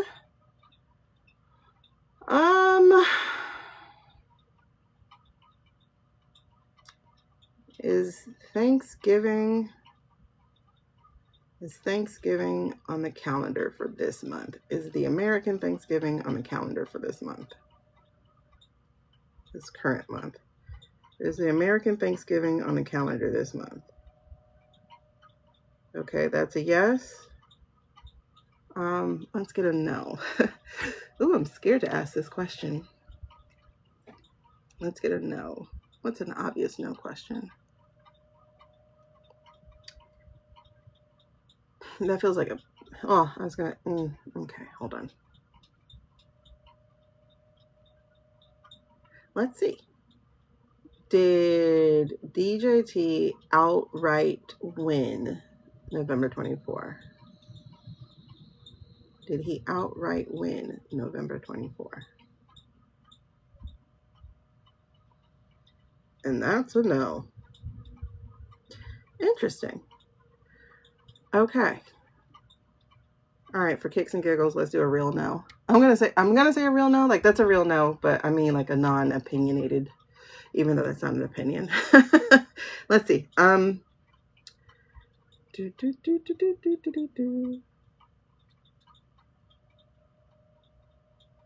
Okay. In this lifetime, am I the Queen of England? In this current lifetime, am I the Queen of England? Please be clear. Hold on, my hand twitched. The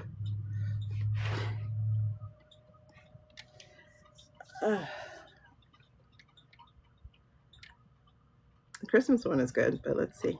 In this current lifetime, am I the Queen of England? In this current lifetime, am I the Queen of England? It's a no, but I'm waiting for it to be very, very clear. So can you be super clear about that, please? Am I the Queen of England? Okay. I mean, I don't know if I should feel insulted, but yeah, it says no. Alrighty. So let's see. By the way, quick commercial. If you would like to get a reading, over here is your menu. I do not read with the pendulum for people, so don't ask. Okay? Look, it says, yes, I don't. So I don't read with pendulum for regular readings. I just save those for pillow chats. And then on top of that, I don't do any pregnancy or medical. So please don't ask those either. So you can choose here to get a reading. A yes, no card pull is a panda. He's so cute. And then the 2 card, I don't know what it is. If you touch those things, it'll take you directly to what the gift is. Also, a quick plug, if you like a private offline reading for 30 minutes, that is on special while we're live. So if you click over here and then click that again when it pops up, and then click the thing that is written and highlighted, that should take you there to get a private reading for $44. Commercial done. I never remember to tell people. Okay, so now that we have our baseline questions, let's go ahead and ask questions. If y'all do have political questions, go ahead and put them below. Hi, thank you for the heart, Nicolo. Okay.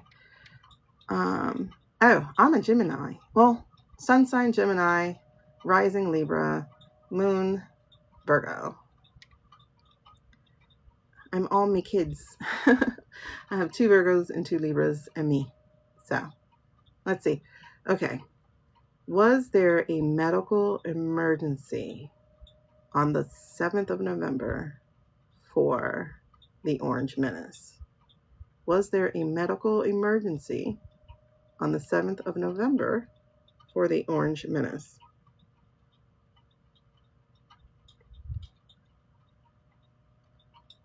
Okay, that was slanted. So let's not deal in unknowns or maybes. Let's deal with yes or no. So let me ask that again. Maybe, okay, medical emergency. Okay, was there some kind of health scare with the Orange Menace on Friday, the 7th of November?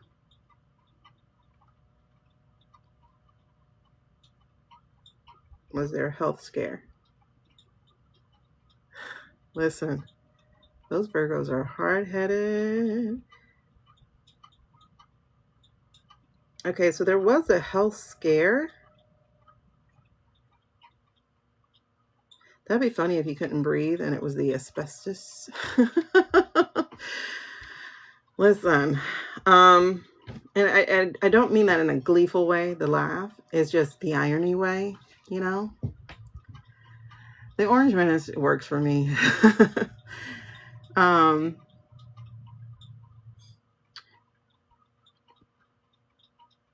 was about to say, I don't really take glee in people's pain, but at this point, I don't want to lie. I just don't want him around anymore. But anyway, okay, so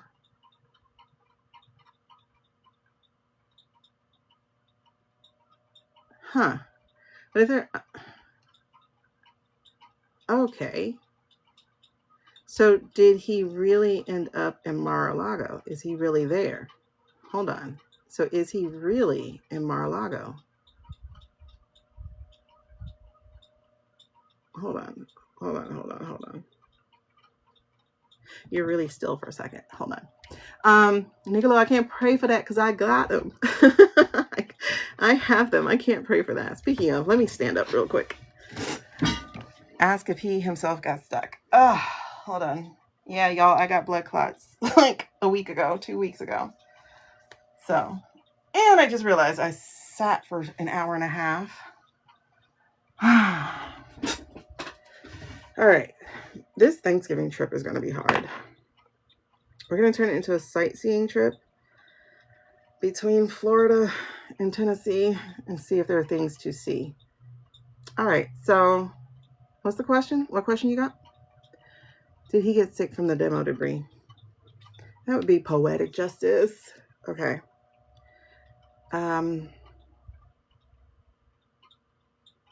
Let me finish this line though, because I'm wondering if he's actually in Mar. See, the thing is, they do so much fake shit. So how do we even know he was there? Who saw him? They say they saw him like weeble wobble when he got off the plane, but who saw him? You know what I mean? No, I can't. Not yet. Listen, Florida is the worst. I mean, I know Texas is like a 2-3 day drive, but Florida feels like it is. You got to get out of the penis of the United States, and it takes a long time. I don't know. Okay. Did he really go to Mar-a-Lago on Friday, the 7th of November? Did he really go to Mar-a-Lago on Friday the 7th? Y'all.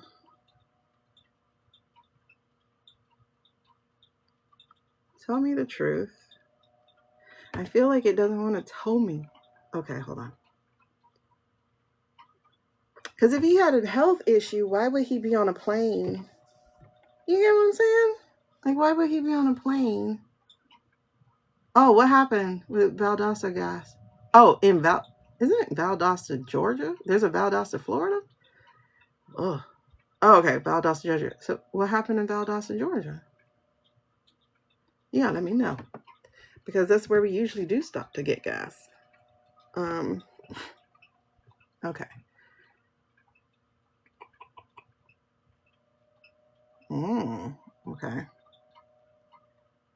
Y'all give me questions, please. I'm like, every time I get to this part, it's like my brain goes, we don't have questions. And we do. Okay. Did the Orange Menace get sick from the demolition debris? Did the Orange Menace, hold on. Did the Orange Menace get sick from demolition debris?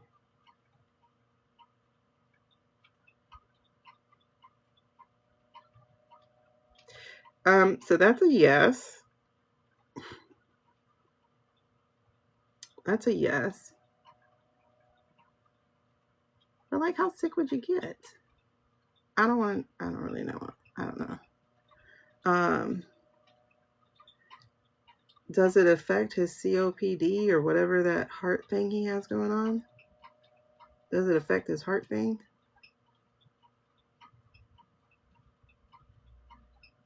Okay, that's a no. I see it going no. Can you make it clear though?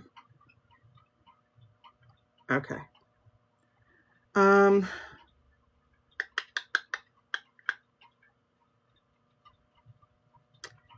Was his illness anything to do with the demolition debris? Does illness have anything to do with the demolition debris? Okay, that's a no. Okay. Yeah, but I think that's going to take some time to really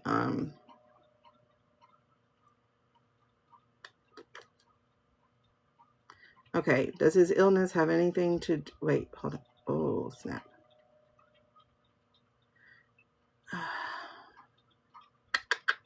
What is wrong? Okay, so...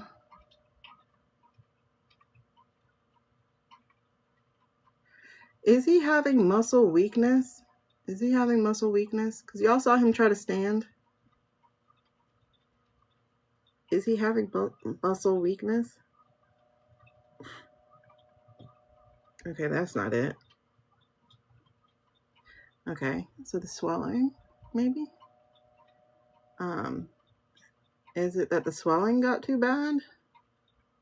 Was it that the swelling got too bad?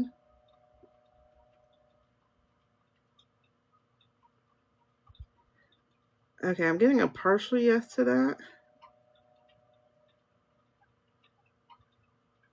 So that might be why he struggled to stand, was the tightness and the swelling from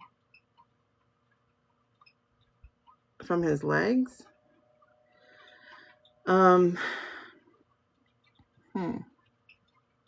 That's what it is. I was like, what is wrong with him?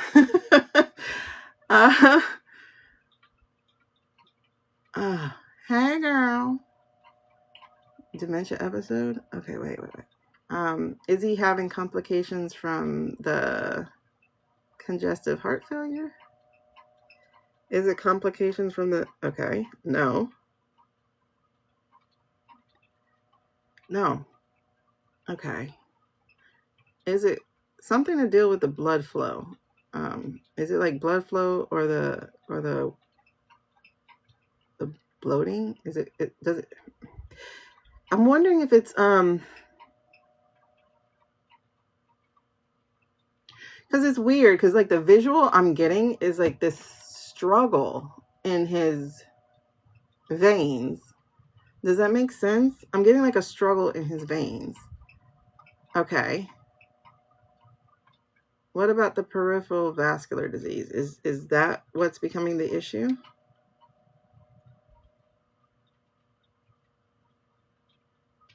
Okay, that's a partial. I'm getting goosebumps behind it, so that feels partial.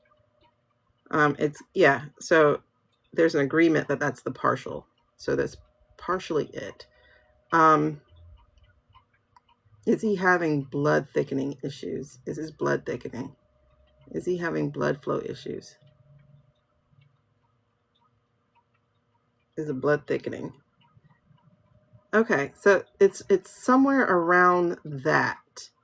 It's something to do with the vascular system. I don't think he's wheezing. What about the pulmonary? Are we also having issues with pulmonary?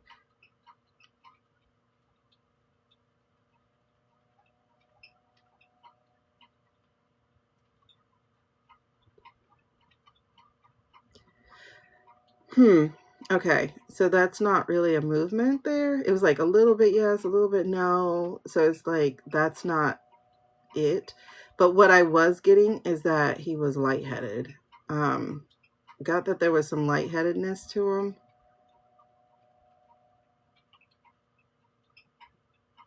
Okay. So in the video where he struggles to stand, was that also an issue of being lightheaded? Is that why he gripped onto the desk? Was it also lightheadedness? Yeah. Okay, so we're really dealing with some blood issues, some vein type of issues, something vascular. And I think that's where the event is going to come. So is he having clotting still? Because he would be on blood thinners. So are the blood thinners not working? Are the blood thinners working? Are his blood thinners working? This is interesting. I'm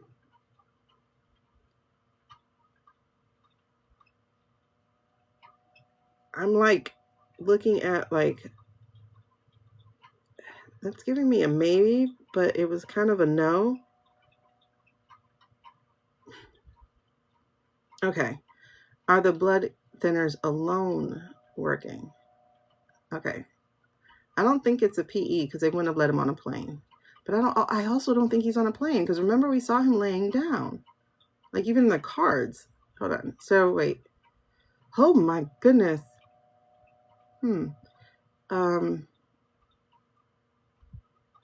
What was I just asking?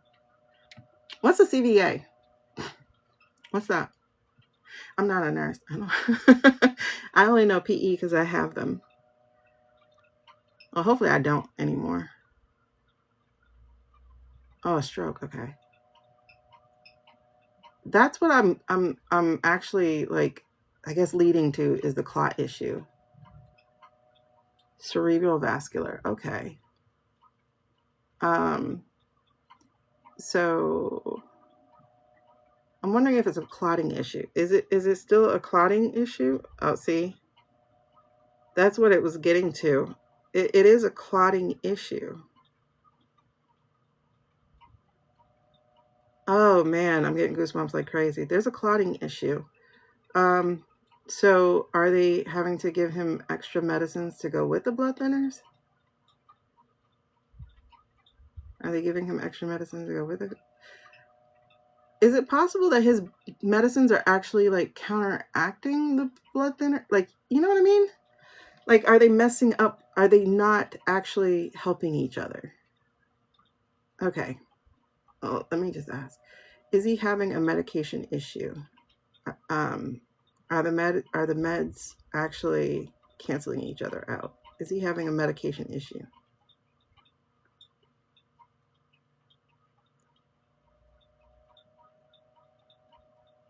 Okay, that's a little bit of the problem.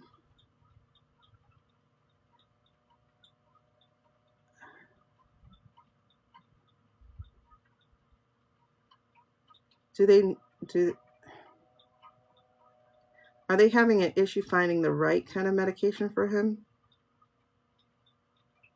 Are they having an issue with the right? Yeah, okay. So it is a medication issue. They give him Tylenol. Oh, okay. That could be it, but they could be forcing it to him, right? Um, is he not taking the medicine? Is that what's happening? Is he not taking his medicine properly? Is he not taking the medicine properly?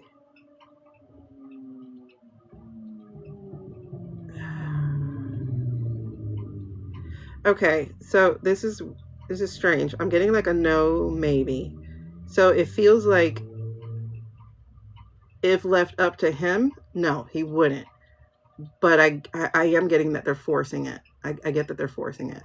Hey Ashley, we're just trying to figure out what was this medical emergency that happened yesterday.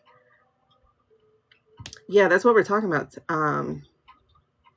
That's what we're talking about, is that medical emergency. So we get that it was a medical emergency, but my question is, and I'm not sure, and I'm not getting a full answer on it, is whether or not he actually went to Florida.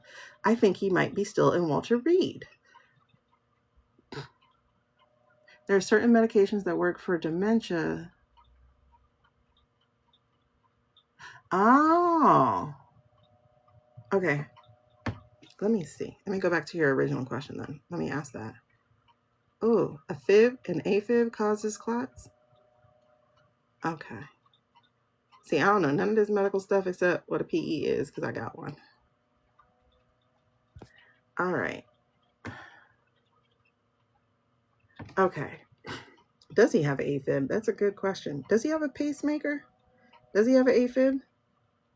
Because I know Libby, the reader I listened to on YT, I know that she hypothesized that he had got one placed in after the win.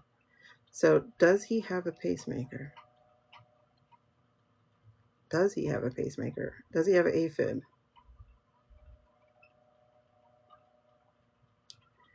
That's not a maybe type of question. That's a yes or no question. So does he have something similar to a pacemaker or an AFib? Does he have some similar like machinery that we don't know of because we're not in the military, or nor are we president people. So does he have some kind of advanced machinery that's like a pacemaker or an AFib? Does he have advanced machinery? Okay, sorry. I was getting a yes, and then I moved my hand. So again, does he have advanced machinery? Okay, that's a very clear yes again. So yeah, he has something like that. I don't know if we know of what that is yet, but he has something. I still wonder if he went, so I'm going to ask that in a second. Wondering the reason. What are we doing? Okay. So, well, let's ask, does he actually have dementia? I know they tried to say my grandmother had dementia, and at one point she was like seeing people, and like my mom, she would tell my mom like, rock the baby, and then she'll talk to dead people, wasn't there, but it turned out it was a medication issue. So they actually gave her too high of a medication, so she didn't actually have dementia. So once they adjusted her medicine, all of that went away. So let's just ask. First of all, I don't even think his daddy was his real daddy. There's that. He's the white sheep of his family because he's the whitest looking thing there to me. Blonde, everybody else is a different way. Oh my God. He don't even look like his daddy. Anyway. So does he actually have dementia? Does he for real have dementia? Does he for real have dementia? Okay, that's a yes. All right, so he does really have dementia. Okay.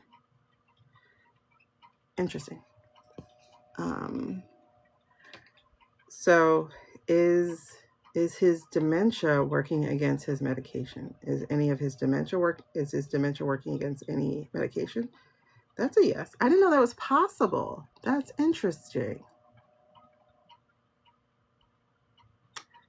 That's really interesting. I didn't know that was possible. Okay.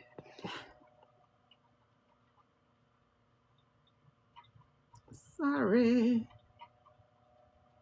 Most of the time, a lot of medications are plosives that can mess with someone's head. Okay. Some people say he had an LVAD. Oh, that little box thing they were talking about with his shirt. Oh, okay. AFib. Listen, I'm not a nurse.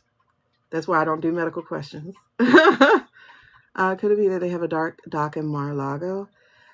I always feel like golfing is a lie. So let's see. Someone giving him placebos.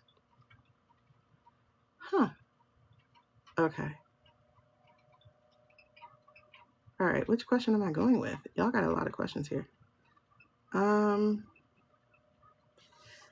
Which chair? When? And you know what's really interesting is because every picture he looks different. Like some pictures you can see he had a stroke. Some pictures you can't see he has a stroke. So they are definitely using AI and older pictures, older videos to trick us or to keep us off guard, you know, because like with 9/11, that ceremony, you see him sitting down, his face is doing the droop thing. And then all of a sudden he's standing up and he's giving a very coherent speech. I was like, that shit is AI. And it was. Because he has no compassion and no ability to give a speech for 20 minutes straight without any kind of stumbles or rambles. He would be very sick. I don't know what we're asking. What are we asking? The world's first AI president. Oh, God. Let's see. I wonder if I heard she might have had his baby. Is that possible? Okay, hold on. What are we not convinced about? Let me see. He would be very sick if he had that. So what is that thing? So that I can be clear when I ask the question. He looked like he was, okay. Yeah, we're talking about the world's first AI president. Okay, so how about this? The video where the guy passes out during this little health conference thing, where those videos splice together. Those videos actually splice together.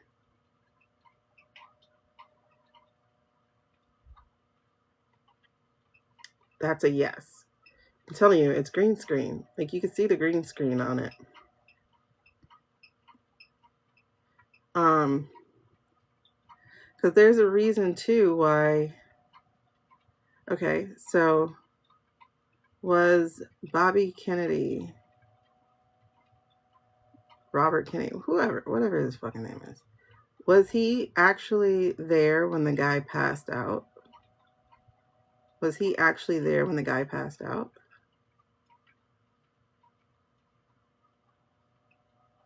That's what I thought.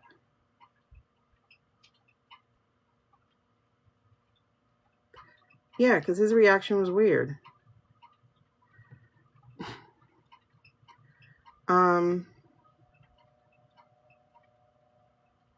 Okay, so let's be clear. Was DJT actually there when that man passed out? Was DJT there when that man passed out? No.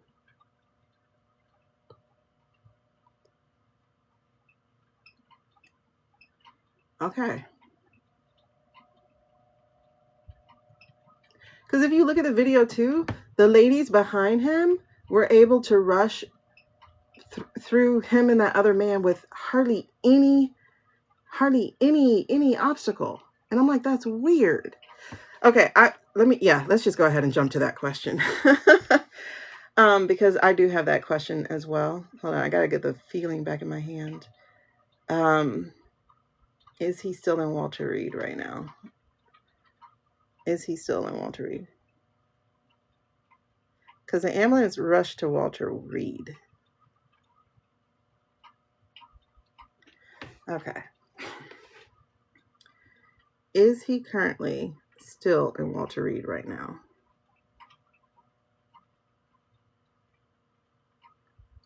Is DJT currently still in Walter Reed right now?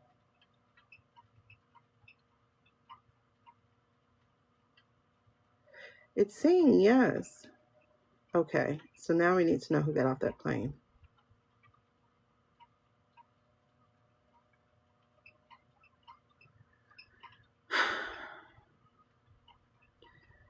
Was it, okay, is the account true that he got off the plane in Florida around 8 o'clock last night?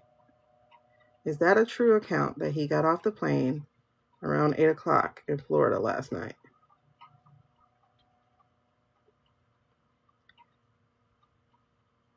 Okay, no. All right. Did anyone who looked like him in any way, shape, or form get off the plane in Florida at 8 o'clock last night? Was there anyone who looks like him that got off the plane? Looks like him from afar. It could be a mask. It could be a body double. Okay, that's a yes.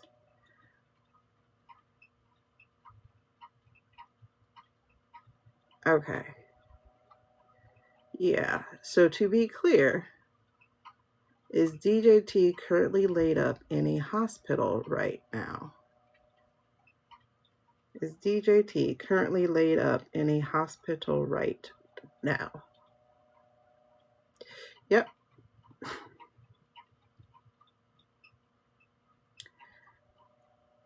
Okay, so hold on. So y'all remember how earlier we got the 4 swords for him?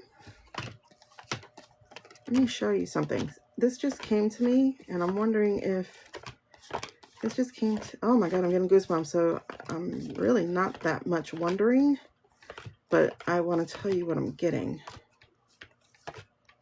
Okay, so remember we got this for him. You see that? By the way, if anybody wants a reading, there's a menu right here. You click it, I read for you. You don't click it, I don't read for you. I don't do free readings, y'all. But welcome. Okay, so remember how we got this? And I was like, that's weird. Like, because why would we say it's rest and solitude for him? Though I kind of feel like he was getting his life review almost, you know? Yeah. So this is the card we had got for him. And if you look at it, right? Let me give y'all a little bit more look. So if you look at it, this is like church glass. What do you call that, church glass? Oh my God, what's the church glass called?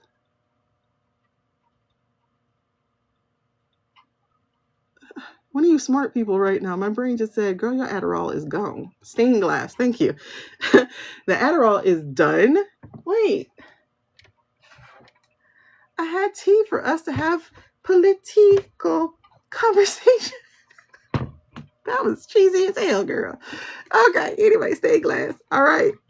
So, wait, I gotta come back. I can't. Oh, thank you. Oh my God, it's so cute. Okay, Ashley, you gotta give me a second. Let me wrap this up and then we're gonna talk about your life, child. Hold on. I gotta find my Adderall.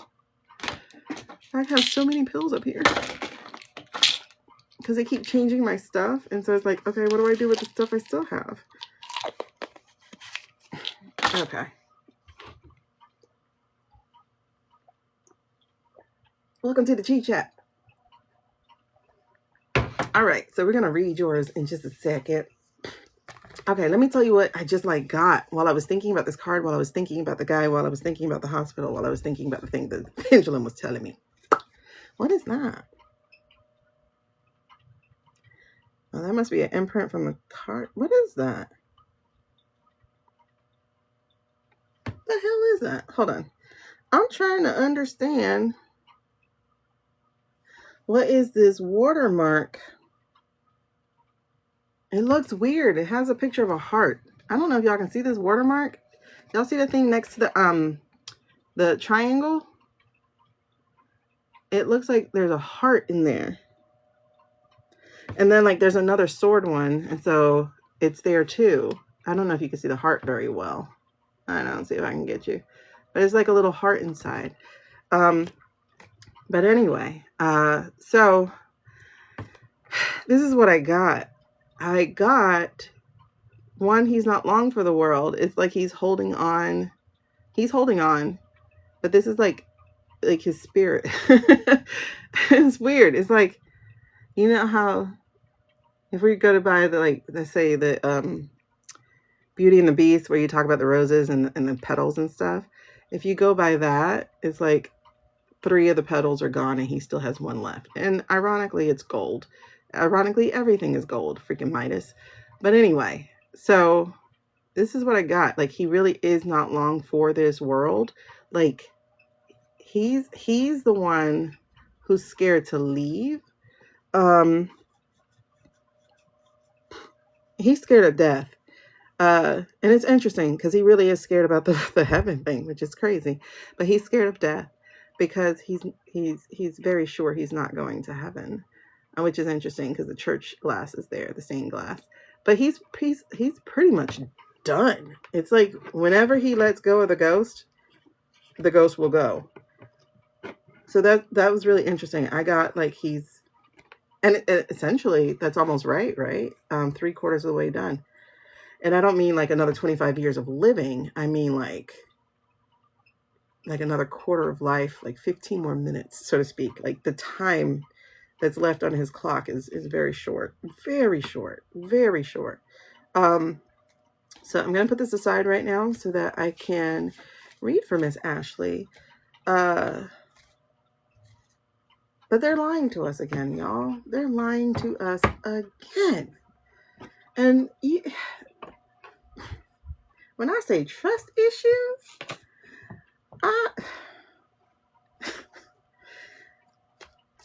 I would take George Bush back. You know, it's like that bad. I would take George Bush back over this man. Like, at least when you saw George Bush freeze when he learned about Katrina. No, when he learned about 9/11. And he's trying to read a kindergarten book to the kindergartners. And they go and they whisper and they're like, you see him just go like process real time, you know? And while he was a shitty ass president, there was at least compassion to him, you know? This man right here, this man right here, you know, to be someone born into money and still, like the other ones, you can almost understand why they're grifting. because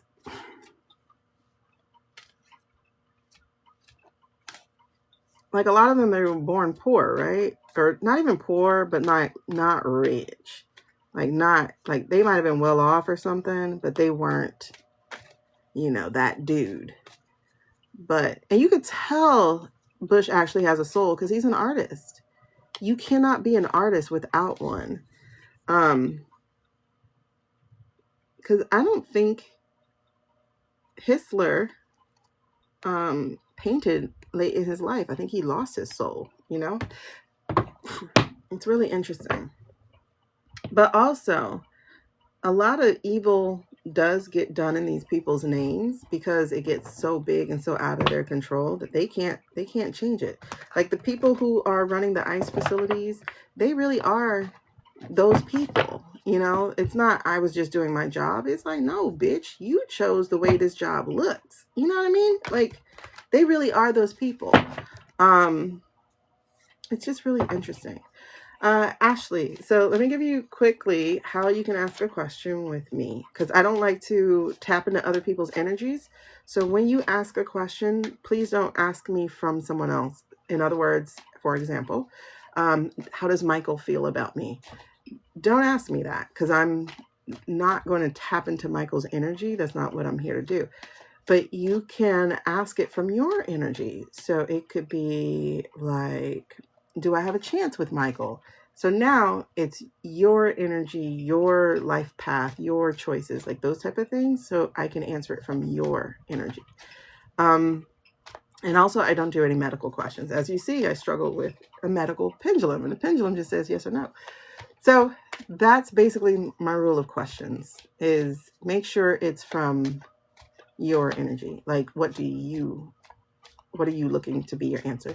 The other thing too, for anybody else who may decide to have a reading, please don't ask an answer that is going to beget another question. So I really don't like when people ask questions like, will I hear from Kim? I don't know. Will you? Okay. So what if I answer yes or no? Yes, you will hear from Kim. Doesn't that have another question? Like, the other question could be, does she forgive me? Or will we get back together? Or blah, blah, blah, blah, blah. You know what I mean? Interesting. Yeah, I would go with this. So lack of understanding. So when people ask questions, like, understand what you actually want so that we can lean into the intuition that's here. Okay.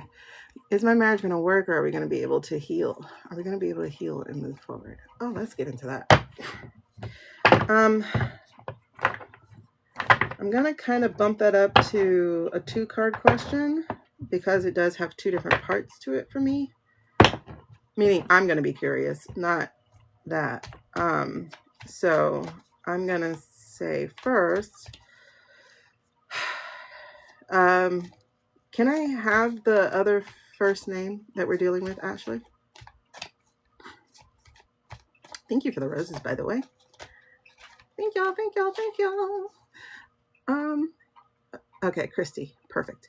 So if you are feeling entertained, I would love it, by the way, if you guys would. I already had cake. If you had some entertainment and you want to continue our reading afterwards, the pendulum reading, let me know if you want me to cook. So I want you to choose 10 let me cooks. All right, whoever wants to do this, I would appreciate it. Thank you so much, because it pays back into the energy. All right, so is Ashley's marriage with Christy going to work? You know what I'm asking. So tell me about the marriage. Fold it. Tell me about the marriage. Tell me about Ashley's. Is that it? Is that it? Okay, so which way do I take it? This way?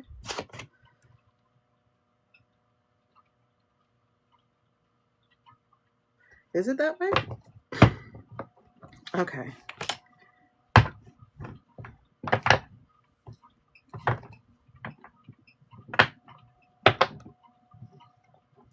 Okay. This feels like it actually does get read both ways, which is why it ended up on its side. So That's interesting. So I got the 6 of Wands for this. Now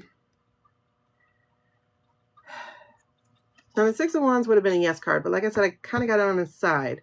So work is going to be needed, one. So that's a big part of it. Work will be needed for you to balance the scales of either upright or reversed.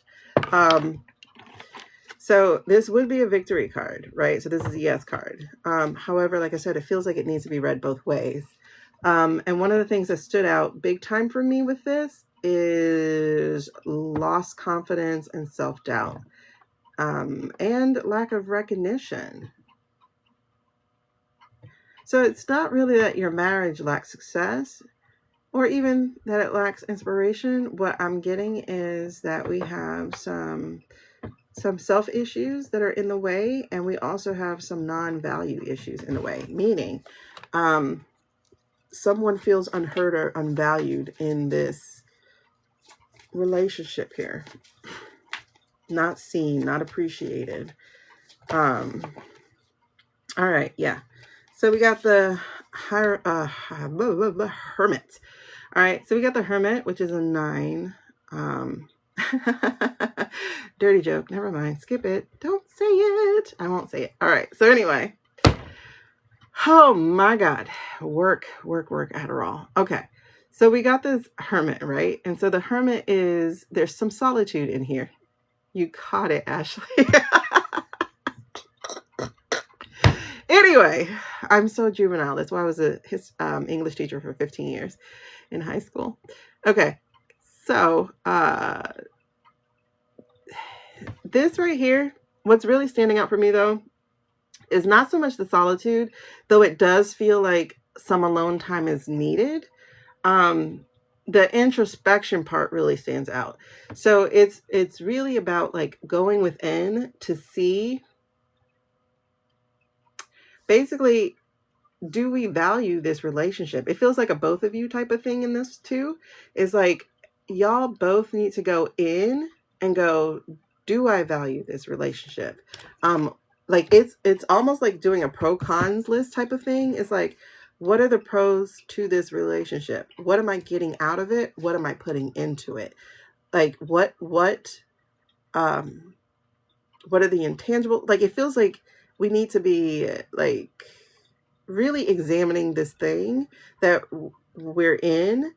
And then the cons are not so much to say is what's bad about the relationship, but it feels like what do we need to be paying attention to?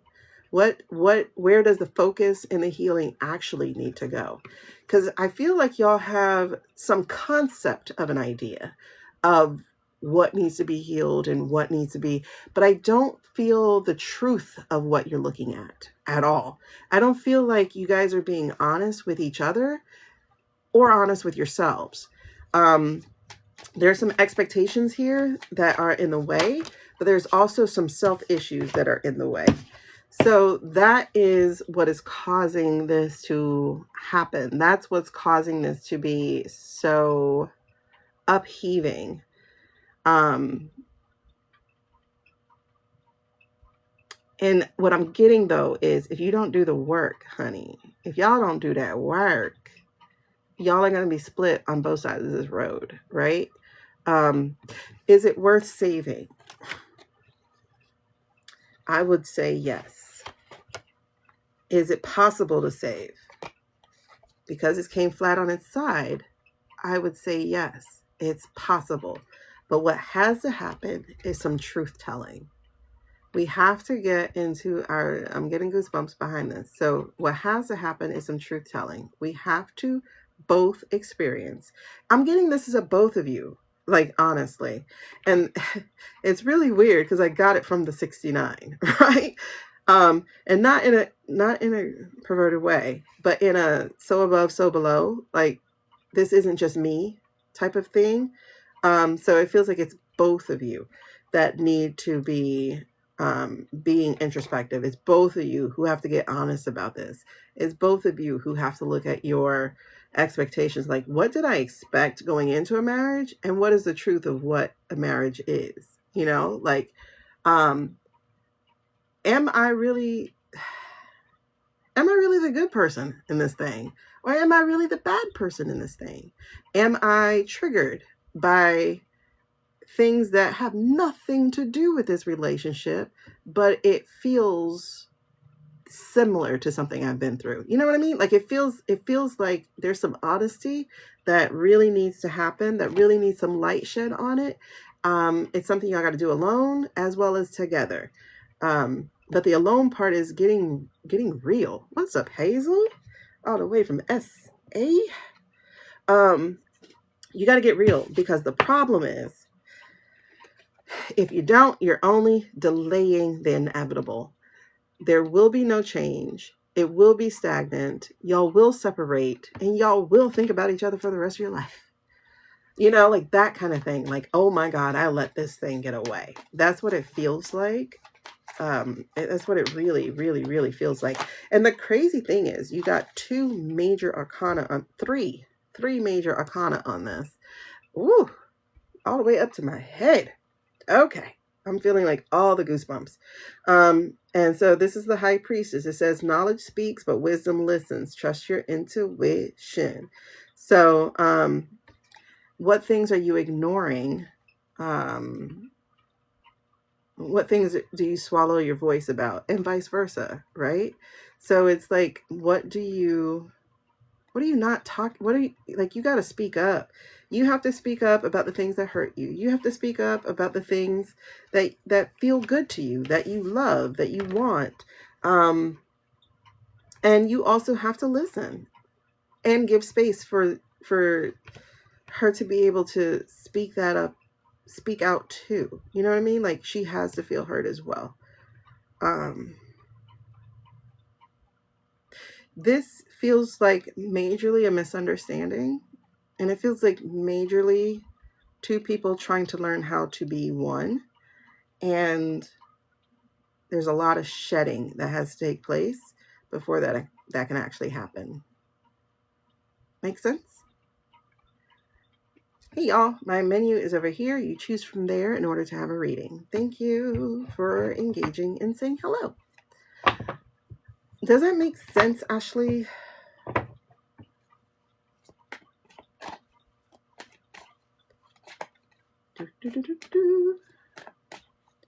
I gotta have your answer in order for me to be released from this. Yeah. So, again, that's going to be a broken relationship and disharmony if we don't deal with it. Okay? Because the opposite of this is what you can have, which will be joy, harmony, fulfillment, and a happy family life. But until you deal with that, your cups will be pouring out. They will not be receiving. They will be pouring out and giving and giving and giving. So that's basically it. Is the truth of it is, listen to yourselves and listen to each other and figure out, is this worth saving? I can't answer that for you, but I can. It's not worth breaking up if y'all are willing to do the work. It's not a bad relationship. Often I could tell you if it is, but it doesn't feel like a bad relationship. I will tell you, if y'all don't figure it out, somebody's stepping out. I know that. I can feel that. I can feel that. Someone's going to step out.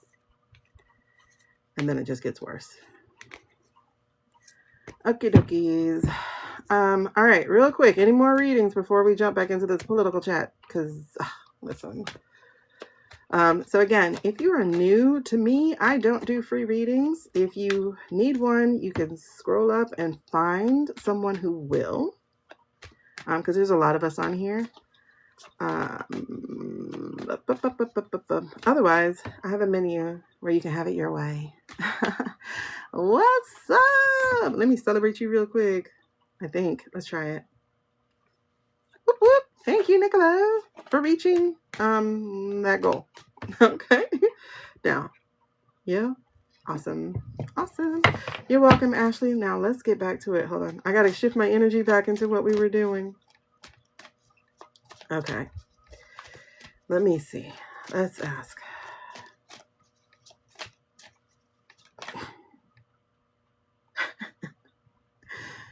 I didn't ask out loud. Yeah, I didn't ask out loud, but it came here. I was trying not to vocalize it. I was like, is he long for this world? And then I was like, I can't do that. So I'm like, is he long as a ruler? And so out came basically the ruler of the government, which is the Hierophant. And that word was maybe. Maybe. So let's get back into it.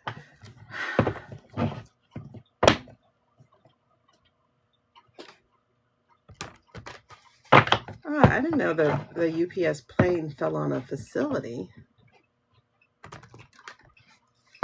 Did the plane crash into a building?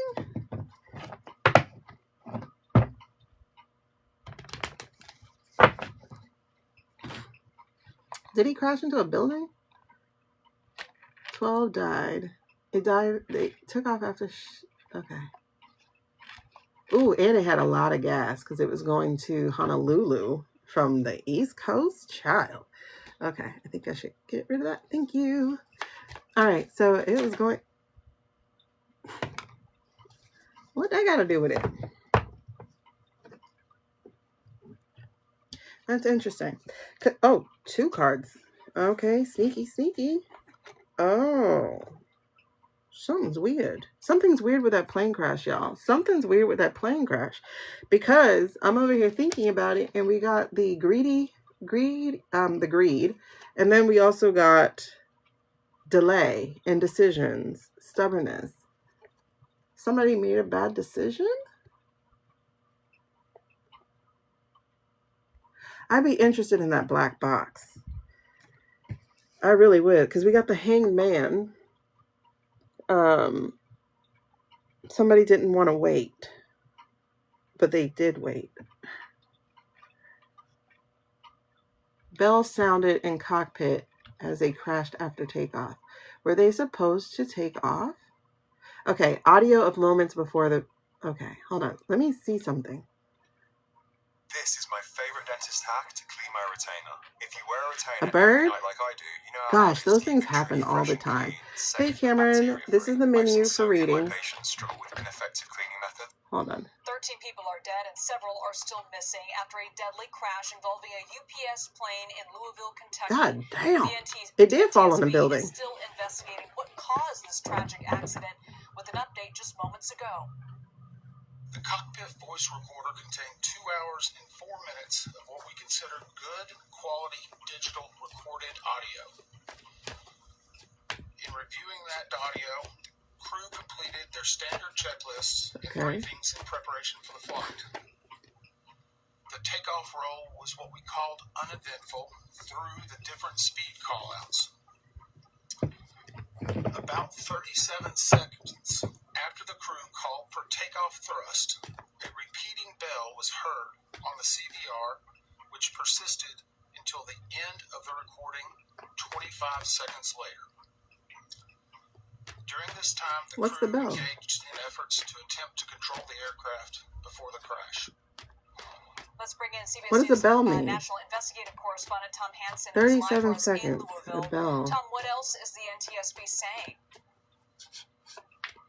Yeah, well, as you just heard there, 2 key parts of information, the audio leading up to the catastrophe, and then, of course, that timeline right there. I want to dig into that timeline first because I clarified with NTSB Chairman Todd Inman later about the 25 seconds we got 2 8s that again. pilots had in order to react to this. That's an incredibly short amount of time. I wanted to see if that 25 seconds actually was the impact or if the recording continued on after impact for some time. He said that the 25 seconds did signify the impact there. So pilots had an incredibly short amount of time. They were traveling at a high Child, we supposedly hit another boat. Speed. In addition to that, they reached about 100 feet off the ground before tragedy struck. Now, the other thing that Inman highlighted in this presser, which of course this is day 2 of the NTSB being on the ground and really digging through all of the debris and sifting through Something's not right. He highlighted the size and scale of this investigation. He said that there were at least 100 first responders who have been engaged and a total of 500 personnel total who have handled this investigation. So they are handling this with the sheer force of the multiple agencies. Okay. Federally. I was waiting to see if there was anything new. Key things that we learned in this latest presser. Beyond that, one interesting part is they are using technology in order to sift through the rubble and the debris. Okay, so really interesting. They said there was a bell that went off for 37 seconds. But what's also interesting is this is like these two cards. Oh, this is really weird. These two cards that just fell out while I was listening has fear of change, feeling stuck, unable to move forward. And then it also has delays, slow progress, lack of movement. So this is what, like the third or fourth card that says there's something about a delay or lack of movement. So I don't know if that's in the response of things or did something get stuck? Because if a bell's going off, does that mean that some machinery or something's not moving?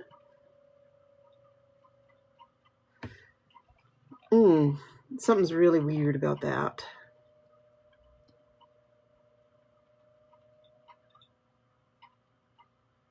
Yeah, so some people saying, if correct, that audio would imply that the crew didn't know anything was wrong.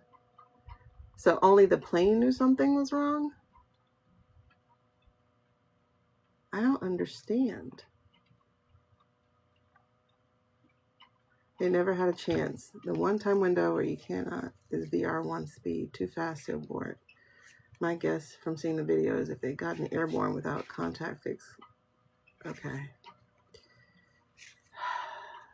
That was too much gas that they had. They had to get to Honolulu. There was way too much gas. That's why that thing was so big. But I will tell you, that bell, something about it, bro. Something about it.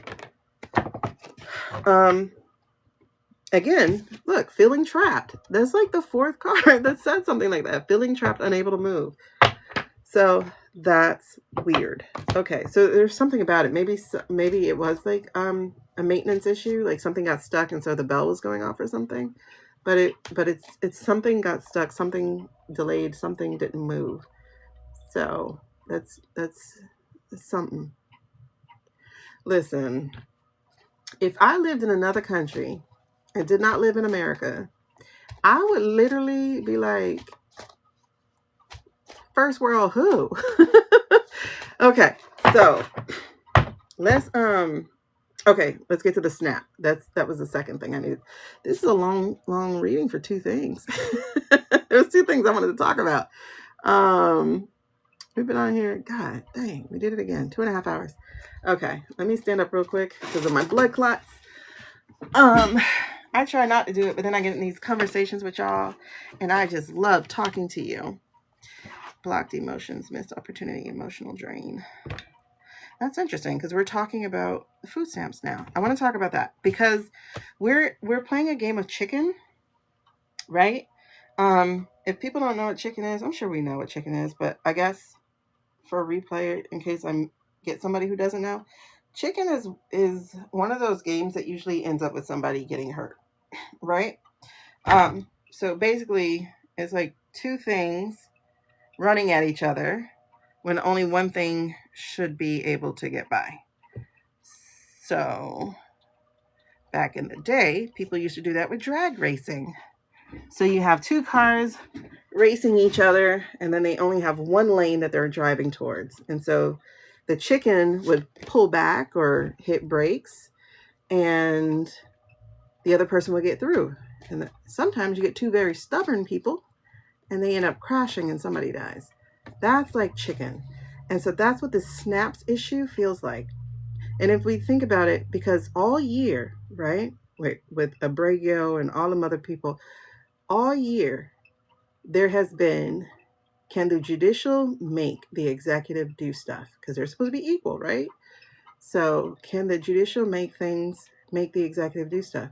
And what has been exposed is that the Constitution has not left the judicial any kind of power to actually enact what they say. Like the judicial literally has no power. If the president goes, nah, we ain't doing that, then it's like, how do we make him do it, right? So that's a huge flaw inside of this government we thought was perfect. And by perfect, you know, relatively. So, so, so this is where we are. Like, we're literally in a game of chicken. So this is the Five of Wands, and it's competition, challenge, conflict, growth, and energy. So this is one of those you can't make me type of situations that he got going on, but it's also a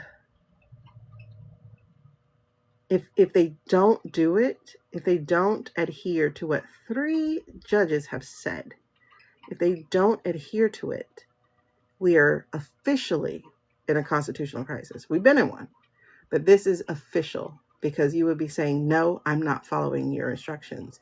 Here's the thing. If it was just the orange man, I would feel okay because he would go, you know, I have decided it is by my decree, y'all can eat this month. You know, he would do that. He would just find a way to make it about him. But it's not him. It's literally Mueller and Vogt, or whatever his name is. And those two don't have to answer to anybody. So they can still say no, and it would fall on the orange person. And then, boom, we're in a crisis. So, and if he's incapacitated, if he's really in Walter Reed, but they're going to lie to us and tell us he's in Mar-a-Lago, then what? Now, I will tell you, some of them are scared to blatantly do things on their own, such as Pete. Pete is terrified to do things without DJT's actual words. And this is something I felt, but it was something that was backed up because both Mueller's and Pete's aides were texting each other a month or 2 ago. And because these are idiots everywhere, they weren't using a protected phone. And so they were out where somebody can actually read it, right? It's not only that. Pete wants someone to tell him he's a good boy. I'm telling you, we're dealing with little boy energy. He wants someone to tell him he's a good boy. You're doing a good boy thing. Like all of them are daddy hungry, right?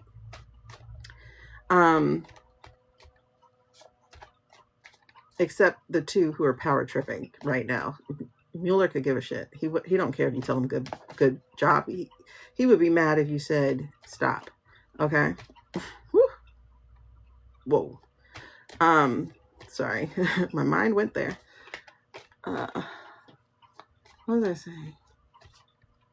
I don't know. Oh, yeah. So their 2 aides were caught, basically, texting. And there was something that... Oh, the thing about the army. Oh my God. What's the army guy called? Like one of the highest, more elite National Guard or Army somebodies, like an elite, I don't know what the name of it. Why am I even like trying to rack my brain? Pete, aide, Miller, aide, texting. Okay, well, good for you. Whereas you're not God, and me and God, we are cool. So here's what was said.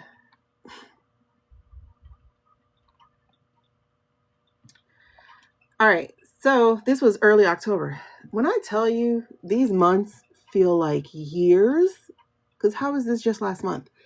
Okay, so on October 3rd, posted at 11/11, Miller's deputy was communicating with Pete's guy. And so Oh, the Army's 82nd Airborne.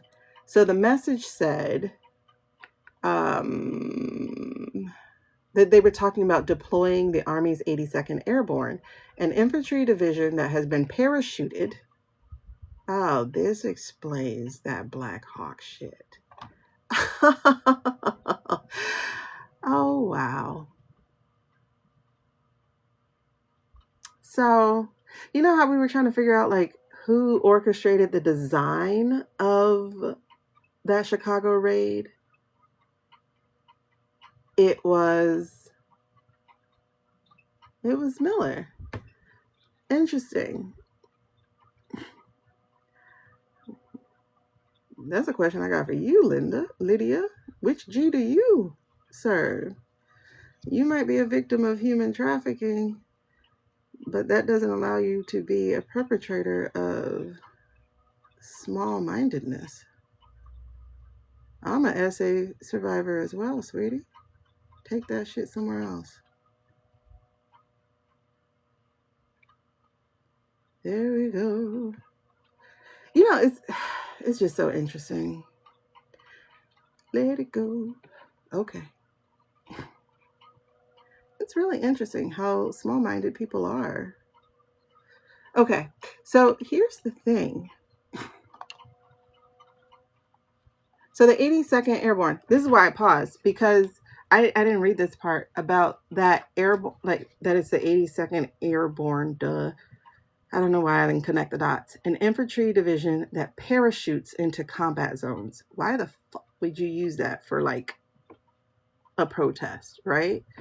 So this is what Miller was trying to get Pete to do. For real, Maddie, like, go to therapy. Go take some ayahuasca. Oh, man. I mean, Texas was doing their dirt, but I saw y'all police, like, in some of this, like Austin, I think it was, that was standing up for protesters and the immigrants. But, okay. So he wanted to use that look because they're about optics. They're about looking like bad guys. Like we were talking about earlier, is that little boy energy, like, I'm a bad guy type of thing. You know, I think at this point, I don't know. I was about to say, at this point, you need to have been either a vet or something to serve in a cabinet. You know what I mean? Like, you cannot be a non-experienced person. Granted, Pete does have the background on paper, but Miller doesn't. Okay. They should have to play chess. You should have to have a chess tournament to see who can get hired. Yeah, they're playing with the little, and that's what I'm seeing. I'm seeing like the little plastic green army people, and it's like G.I. Joe. You know, like that's what I'm seeing. And the temperament for sure. Okay, because think about it. If Pete told you no, and here's why I said that Pete is not just tell me pretty. Pete is saying, say I did a good job, Daddy, and not in a you know, whips and chains type of way, but BDSM. That's what. It says here that Hegseth wanted Trump to expressly tell him to send that troop into American City. So you have Miller's guy like trying to press Pete's guy into doing it. And Pete's guy was like, he's not going to do it. He wants to hear directly from Trump. And guess why he can't hear directly from Trump? Because Trump don't know what is going on. Y'all, it is elder abuse at this point. Yes, he's a bad man. Yes, he is just a grifter in chief. Yes, but they are also doing elder abuse because they're letting all this shit fall on him for real. So, and that's the thing. Pete was like, I want to hear from Trump. And he goes, between you and I think Pete just wants the top cover from the boss if anything goes sideways with the troops here. See, dependency. He was thinking long term. because some of them are smart enough to play a little bit through the tape of like, I can get in trouble for this. Ooh, Maddie, where's here? And then here you have the Queen of Wands. And so that's really interesting because I do feel Miller is a queen. Can't you see him in drag? I do feel like he's a queen. So, but not with the passion and warmth. I think that passion, the negative side of passion, you know, because it's a fire card. So it's that negative side of passion, that obsession. Miller is a queen, and Miller thinks he's on some freaking throne. So this makes sense. This makes sense. And then on top of that, she actually doesn't look female. She actually looks like a guy from an older days or something. So this makes sense. Interesting. Okay, but that was the point I was telling you, is that Pete's like, tell me I'm a good boy, Daddy. Oh, in your house. Maybe your stuff is waking back up after you've had a bit of a dry spiritual run there. You better pray that white light of energy, girl. White light of protection.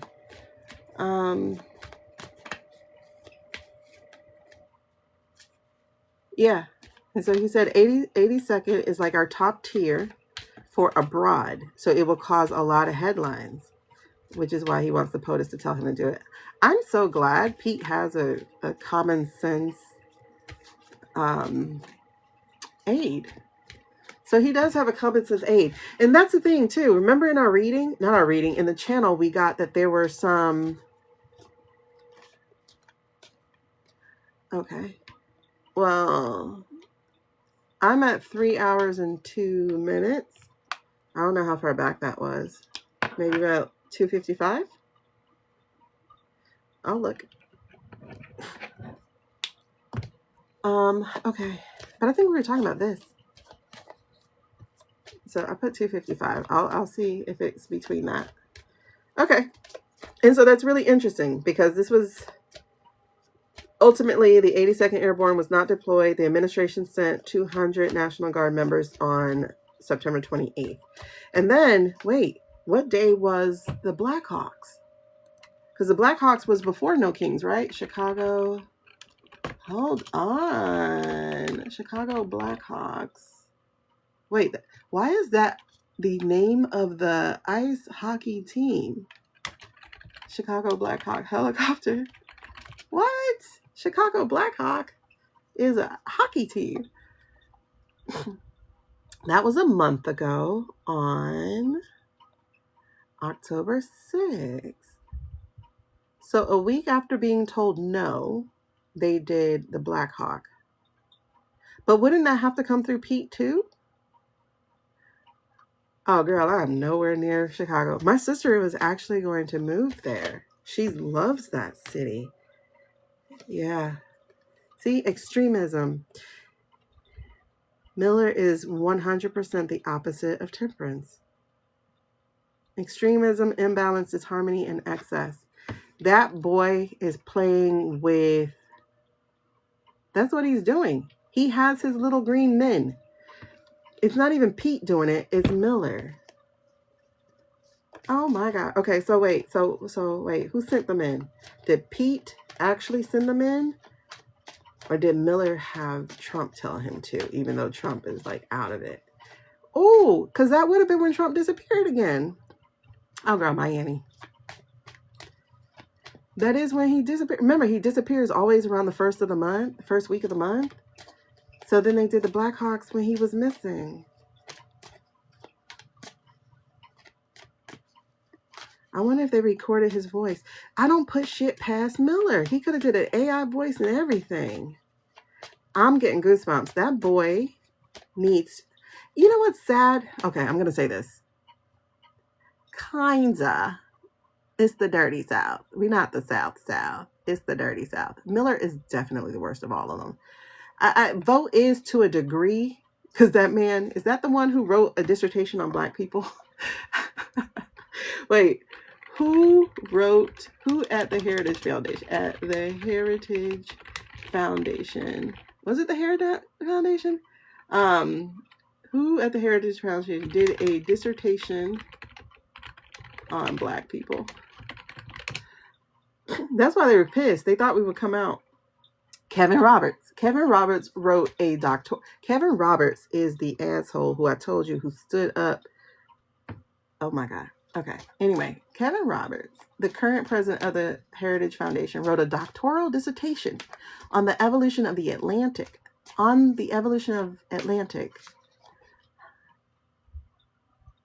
AI. Is that making sense? Kevin Roberts wrote a doctoral dissertation on the evolution of Atlantic world identities. Among enslaved people in Louisiana from 1791 to 1831. His dissertation, Slaves and Slavery in Louisiana, the Evolution of Atlantic World Identities. It examined how enslaved people of African descent, well, I like that you said it like that at least, because nobody's born a slave.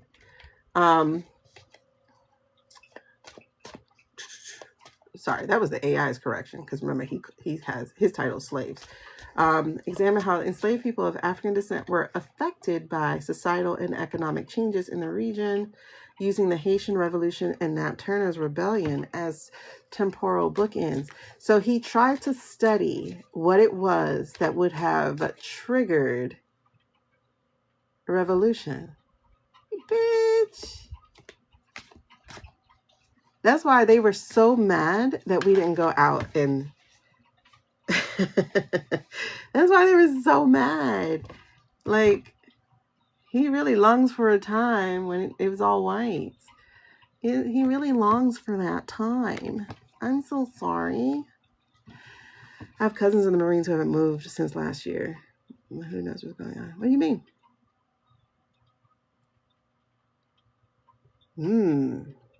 Interesting.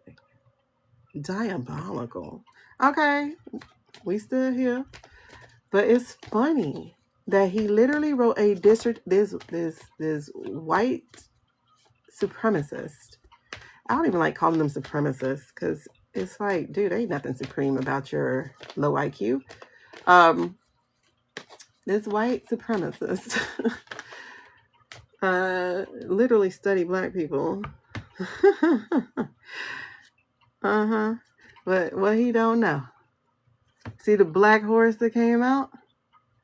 The black horse came out, the Black Knight, and the Wheel of Fortune.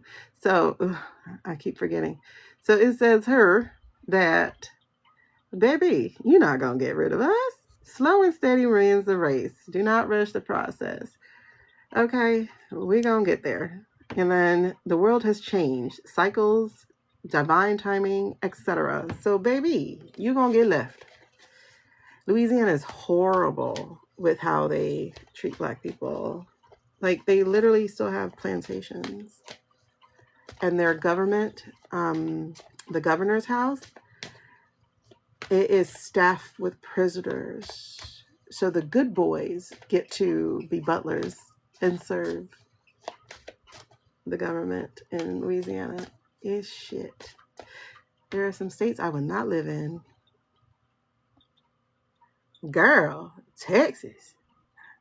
After Sandra Bland and y'all's Snowmageddon, and when y'all little energy people were racking up on y'all, letting y'all die in your house. Oh my God. I was like, Texas, off the books. Because my friend was like, come here. Teachers get paid more. No, I'm going to go to Georgia. So I went to Georgia to teach. Girl, Maddie. Listen, if you look it up, it's either Texas, Kansas, or Louisiana, where I was going to say the slaves, the prisoners go pick cotton. They pick cotton and they got overseers on horses watching them. Overseers, AKA police officers. I miss Georgia so much, and I did not expect to. But my people are from Georgia. Look. Look. This is weird. Okay, so this was hiding, and this is the moon in reverse. And what came out was confusion, fear, illusion, and deception. You know, part of the problem, and I think part of what is keeping racism going is the fear of being, you know, the great replacement theory. And I kind of get it, because I'm going to say it this way. I don't 100% mean it the way that it's going to come off. But white is a mutation, right? Because, you know, economic, climate things, whatever. Climate things, not economic. But it's a mutation. And brown is honestly the dominant, right? Brown hair, brown eyes, brown skin is the dominant. And so I don't want to 100% say the great replacement is unfounded, especially when there were reports that came out is like the majority of people by 2030 and 2050 would be of a lighter brown complexion because there's going to be all this mixture. So I kind of understand it in one way, that there is literally this fear that white people will be obsolete. I think that would take centuries to actually happen, not a couple decades, right? It would be centuries because people have to mix. Let them cook. Thank you, boo. But here's the thing is, and this feels good, no matter what they try, y'all, no matter what they try, there's a light at the end of the tunnel. And as much as they will backstab their fellow white person to hold a brown or a black person down, there's a light at the end of the tunnel. And the one who's going to be down and out is going to be a MAGA. I'm going to just call a MAGA as the thing, but there'll be another group, you know.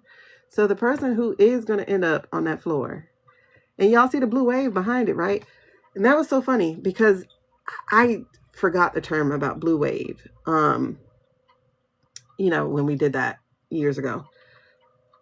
But like, I kept feeling over, and I did videos about it to talk about it, about how like everything they did, I felt like was making the water churn. And then I told them I saw like a 100-foot kind of like tsunami. And then when people said blue wave, see, I'm getting goosebumps again. I was like, oh, that's what it was about. So it was like everything they were doing was like literally a drop in the bucket of turning the tide. And almost everybody got swallowed up. The only people who really got what they wanted was Texas, because only like 18% of their people showed up to vote. But also they were voting on amendments, and amendments are written at a college level. So people didn't know what they were voting for, especially because they put tricky language in there. And that's another thing we have to change, is that ballots have to be simplified. They have to be simplified.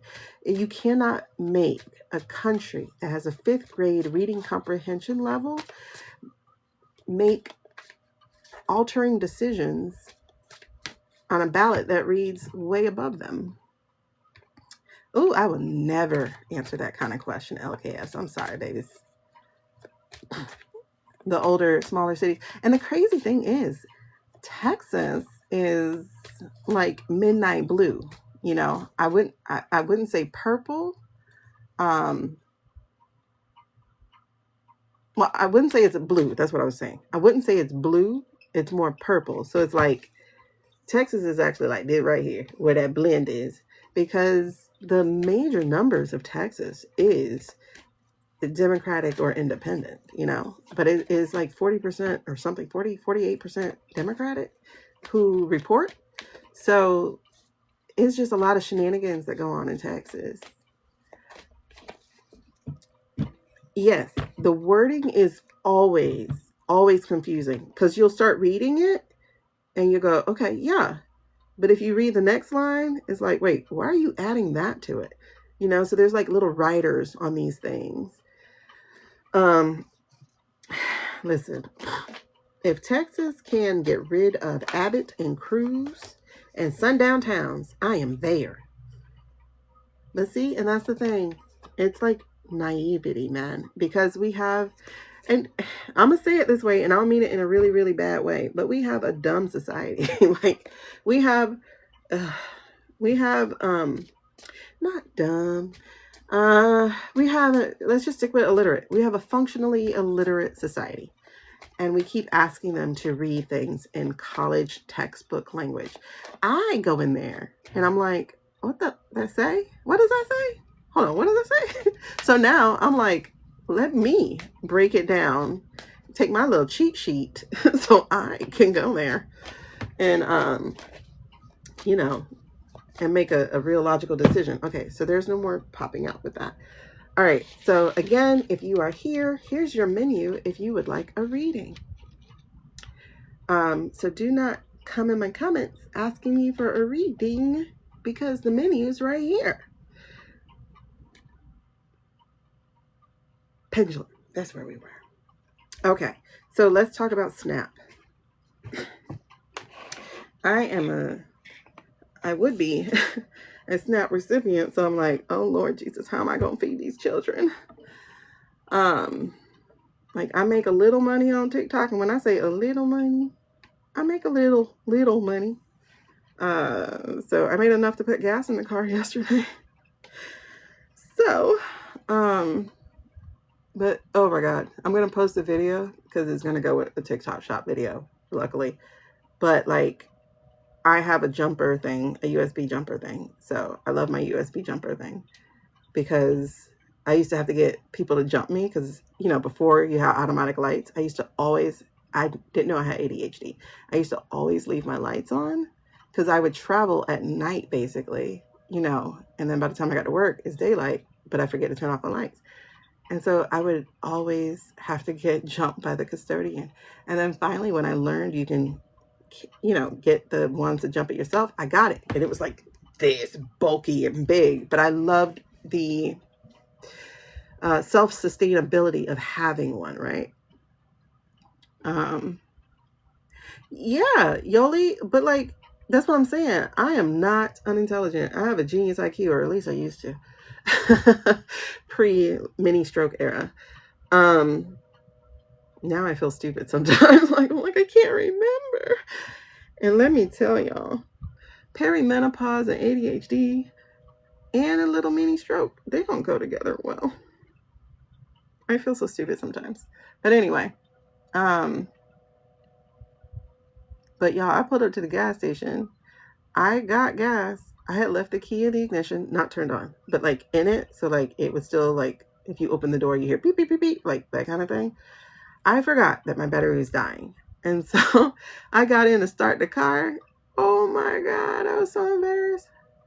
The battery died. Because it's starting to get like corrosion, but I got to change my battery, but I got to make money. So I can't do that. So I tell that story. I have to edit the video, and that's going to be my TikTok shop video for a battery jumper. Because it only took like 20 seconds, and I was able to jump my car. But it was like, I was so embarrassed doing like the walk of shame. Like, I'm sorry, go to the next pump. It was so bad. Okay.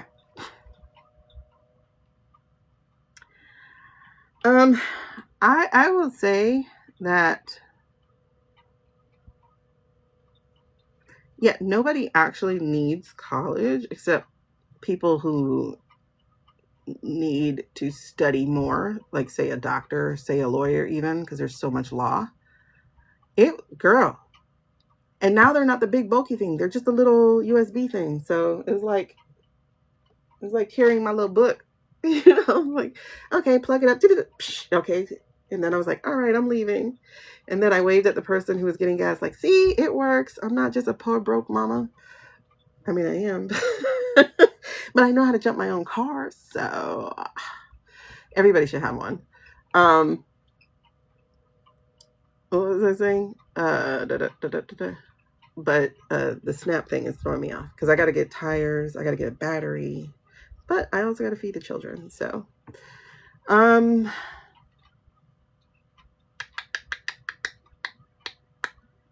what was I doing?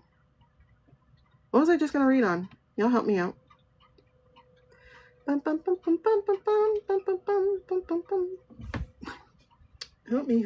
me. What was I just? Oh, SNAP. Okay. So that's what I was saying. We're playing chicken. So let's look at this. How do I want to ask it?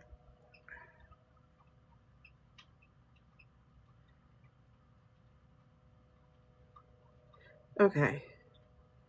Let's start here. Is the orange man incapacitated? Is the orange man currently incapacitated? That's weird. It says yes. Okay. But is he able to talk? Is he currently able to talk? Is he currently able to talk?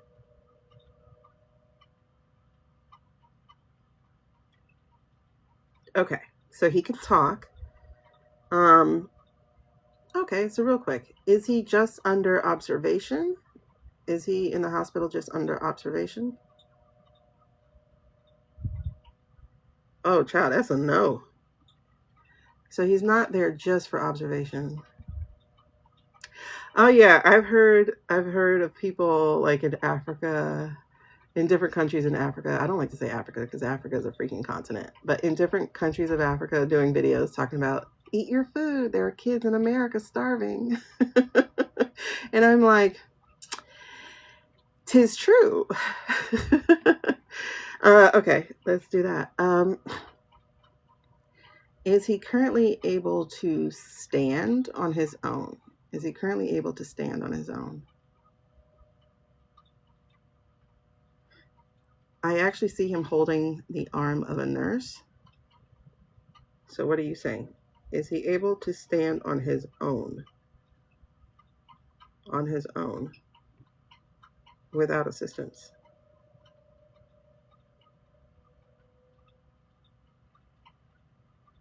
Okay, you're vibrating. Why is that? Hold on. Let me ask one more time. Is he able to stand on his own without machinery or assistance? Is he able to stand on his own without machinery or assistance? That's a no. That's a no. Because I'm telling you, when I see that video of the guy, and somebody pointed it out in one of the videos, but he was like, look at his hand, like shaky, like how long it took him to stand. And I was like, okay. And if that's a recorded video, how long ago was that recorded video? You get what I mean? Oh, would he be on dialysis? That's interesting. I never thought about his kidneys. But that would make sense if he's like retaining all this fluid and stuff. I'm just trying to get some blood back in my arm real quick. Let's do that. So we're going to do, is he on any kind of support? Can he stand?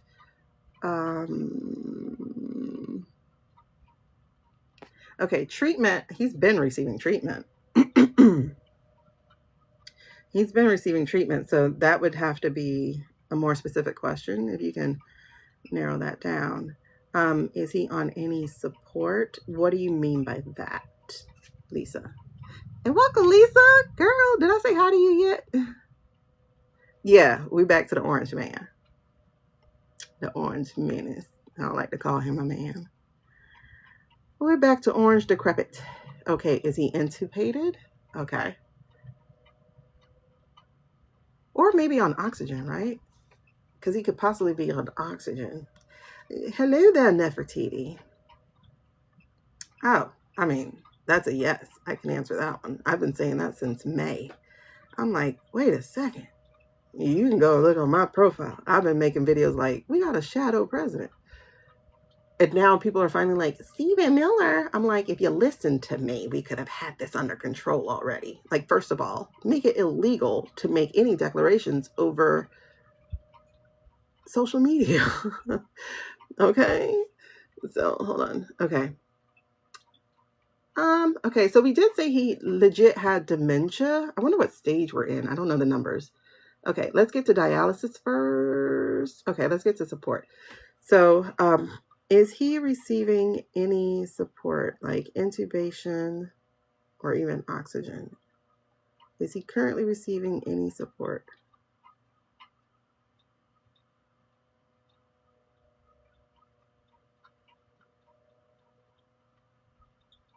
Okay, that feels like a no. Let me try that again. Okay, is he currently intubated? Is he currently intubated? Yeah, that's a no. So he's not intubated. So it's not really that. Well, let me see if he on oxygen. Is he currently receiving oxygen? Because I know they had to give me oxygen a little bit. Yeah, he's currently on oxygen. Yeah, because with my blood clot, they were saying it was making my heart work too hard, so I had to go on oxygen for a little bit. Okay, so he is receiving oxygen. Is he on dialysis of any kind? Is there only one kind?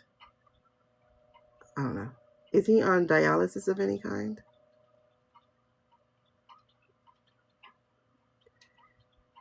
Don't go by my limited brain and knowledge of medical stuff. Is he on any kind of dialysis? Okay, that's a no. Has he received any infusions of any kind? Is he receiving infusions? That's a yes. So there's infusions. I feel like it's mainly blood issues. Like I didn't really like taste it, but I had a sense of a copper issue. So it feels like blood issues mostly. Okay, so the comprehension question. Oh, I think it is what I'm saying. Wait. So is it mostly a blood issue? Is it mostly blood issue? Like, is there something with the blood? Is it mostly blood or vascular? Yeah, that's largely the issue. It has something to do with that. If anybody's trying to get readings, this right here, welcome. This right here is where the menu is. Okay, so it's definitely something vascular. I know we talked about the thickening of his blood. I know we talked about, so what kind of dialysis is there? Hold on. You asked if there was dialysis. What answer did we get? Did we get no? What kinds of dialysis? If y'all could tap the screen, that would be great. That is the energy exchange. Or hit the share button and touch repost so that you don't spam people. Also, if you're interested in a private reading offline, go here and then go to the profile thing, and then there's a hyper thing, and you can grab one while I'm live for just $44 for a 30-minute reading. Okay, what kinds of dialysis are there? Don't you love my villain era? Okay, so there's hemodialysis. Is that the one you're talking about? Because that is our filtering. Oh no, that's an artificial kidney machine. So I don't think it's kidney. Then there's a peritoneal, which is about. Oh, that's way great. Wait, could that have something to do with the machine y'all think he has? What is renal? Okay, renal is for your adrenals, right? Oh, used in emergency situations to remove toxin from the blood. Okay, what about the peritoneal dialysis? What is that for? Done at home in a portable machine, usually performed in dialysis 3 to 4 times a week. Okay, let's check that question again. Is he under any kind of dialysis? Is he on any kind of dialysis? Like, are they doing any kind of dialysis within the last month or so? Any kind of dialysis? Any of the ones that we just read through?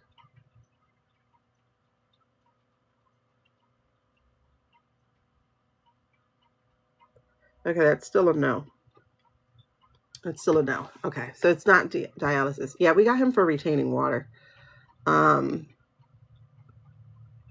that is swanging. You got me swinging. Oh, thank you, Niccolo. I'm going to do it in 1 second. What's a cardiac? Okay, wait, we got to get to comprehension. Oh, thank you. For my own sake. That's what I'm like. It's kind of weird to read on him, and I got blood clots right now. Speaking of, let me take my medicine that I keep forgetting to take. Ay, ay, ay.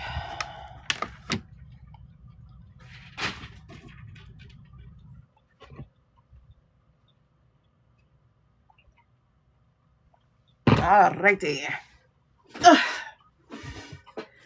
Okay, thank y'all for looking out for me. So where are we? Comprehension. Like comprehending other people speaking.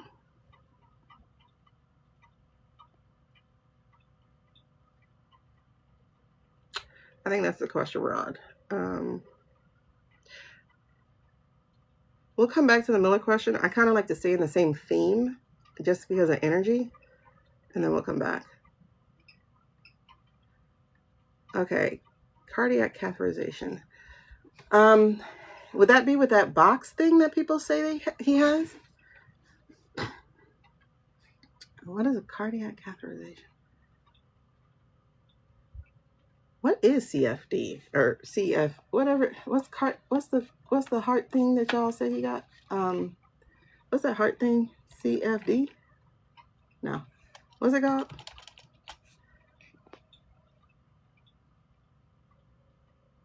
Diabetes. Huh. Would he have that? CHF. Oh, they have dialysis for that. But it's saying no kind of dialysis. But okay, so when you were asking that dialysis question, though, I was like, I know I'm getting that they're removing fluid, though. So maybe it's my limited See, that's a yes. That's my limited understanding, because I just looked up dialysis and it didn't say any of these. So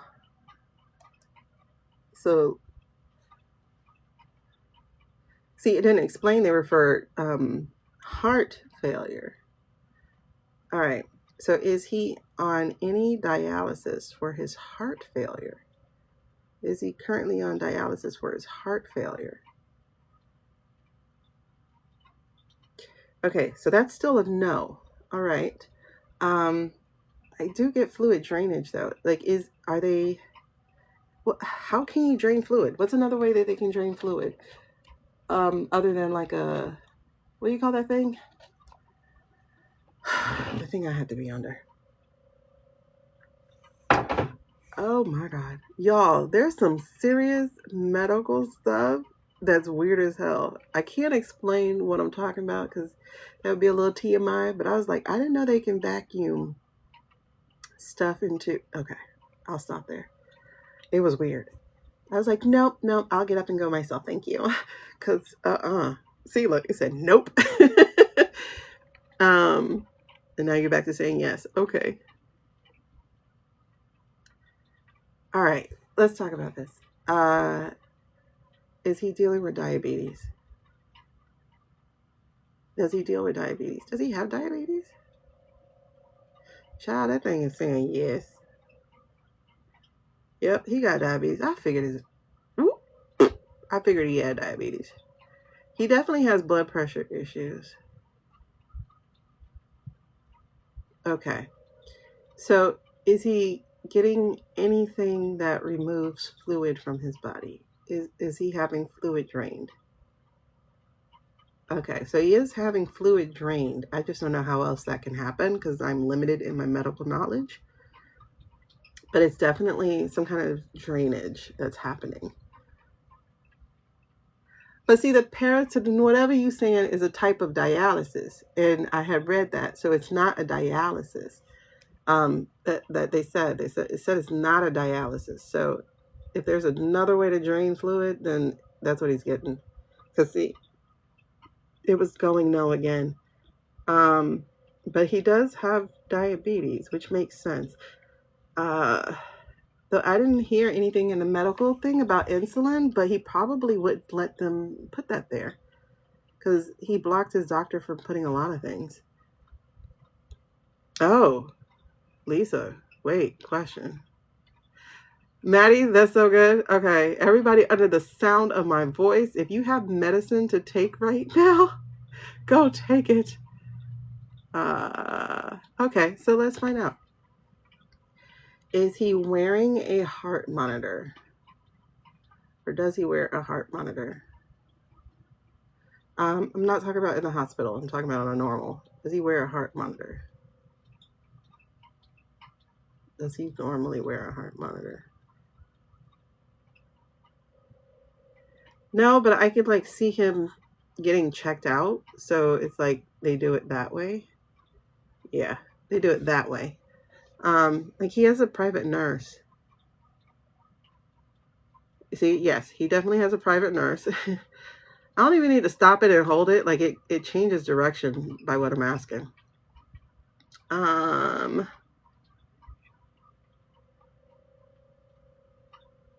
Yeah, Nicola, we talked about the vascular issues. Has he had to have a cardiac catheterization to check for his heart blockage? Has he had to have that? Okay, that's a yes, but let's check it this way. Has he had to have a cardiac catheterization to check for it? That's definitely it. Yeah. Has he had the cardiac catheterization? Yeah. His heart is an issue, but it's more the pumping. Like it's more blood than anything. Okay, so Lisa asked, did he have to be resuscitated? Did he have to have CPR? Did he have to have CPR or some kind of resuscitation? Because I'm actually seeing yes. I see a thing over his face and the little pumping thing that they do. Did he have to have CPR? Did he have to have CPR? Yep, he did. He did.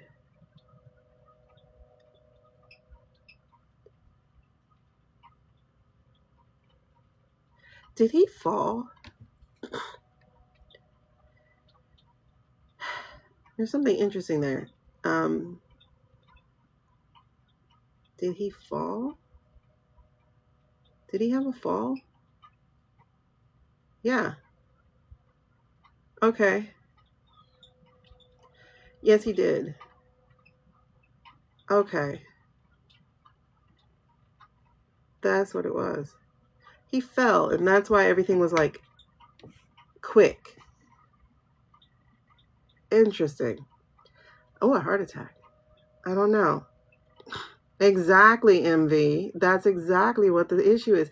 Y'all know how to say and go with him. Every accusation. Fluid around the heart. Yeah. I don't think it's unchecked. I think it's not properly managed by him. See, that's a yes. Oh, child, Lisa, I cannot say that word. Perry what? No, but I see the like thing over his face. You know, like that's how I see they did the CPR was like the thing over his face. I okay, I see that. But see his bones would be fragile. So I feel like a hesitation there. It was? Yeah. So there was a hesitation there with doing the pushing that way. Or was it dead?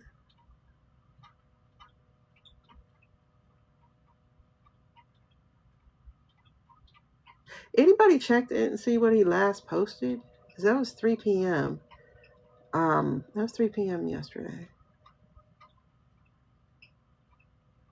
Interesting. Okay. I see they didn't want. Okay.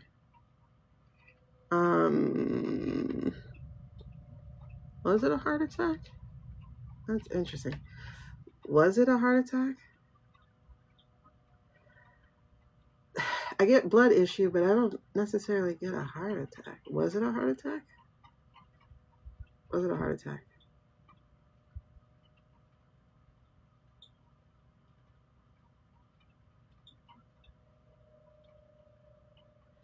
It looked like it wanted to say yes. Was it a heart attack?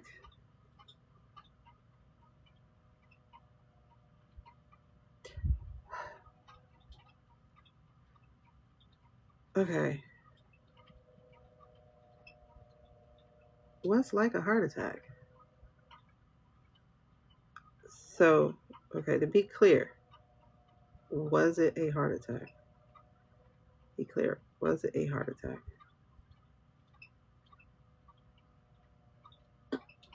And yet, not yet.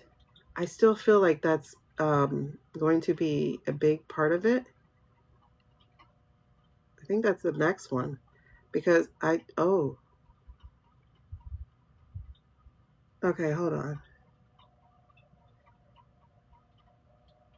Not now, but in the vision I just saw.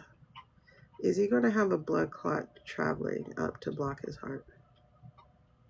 Is he going to have a blood clot travel to block his heart?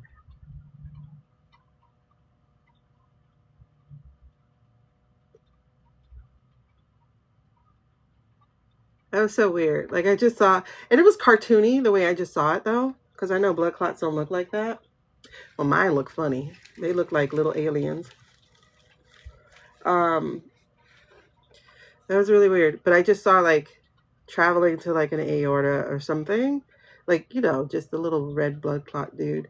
But I know they don't look like that. But I saw that happening. So I think that is what the heart event is actually going to be. Is truly a combination of things. From the thickening of his blood to the blood clot to a heart event. That's coming. That's coming, and that feels very, very soon. Is that at the beginning of December? Is that particular event at the beginning of December?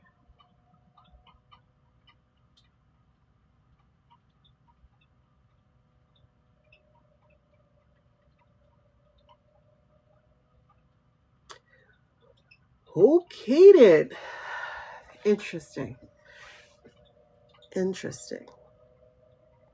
So, no, not now. Oh, is that what it's called? I'll ask that with that word. Yeah, I didn't see mouth. God, it's really weird because I felt the repulsion to it. That's why I was like, I see this. Because it was like, I'm not doing that. It was weird. Listen, if you guys want a reading, this right here is called the menu. Y'all are free to tap it and choose however you would like. So yes card, two card would be it's more than a yes. It gives you a situational reading, and then you have a 5-carder, which is more in depth. Yeah, I didn't get it mouth to mouth. Listen, Tay, like they've been doing that since, I'm telling you, I picked up on it in May, around May, and I was like, this is too coherent and this is too long. He don't write long thoughts because he can't keep one. Thank you, I appreciate it. The BF necklace is just a hello, welcome, but I appreciate that kind of gift. But the reading starts at the panda bear. Hold on. I'm sorry if that was a confusion. Aortic aneurysm. Is that what I saw? Did I see? I think so. Because, it's just like one of those video diagrams. Did I see an aortic aneurysm happening? That's a yes. That's a clear yes. So is the...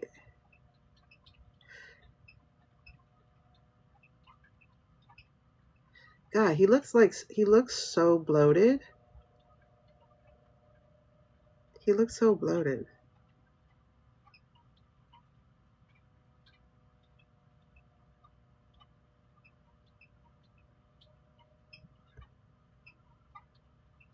So what happened then? Hold on. He fell. They went to get him looked at because Walter Reed is where they have the imaging. So they went to, okay, so far the story is correct. They went to Walter Reed to have imaging, and they did discover a problem. So what's the problem? It was the lightheadedness, so they had the imaging. Okay, so far, yes, still. And he had the fluid, so they had to drain the fluid. Okay, so far, yes, still. And they discovered the blood thickening? Is that what happened? Okay. So far, still yes. Let's ask a no, just to be clear. And then he died. Is that what happened? And then he died? You see how they just slowed down? I was like, wait. So did he die? It's like, girl, you're not gonna trick me.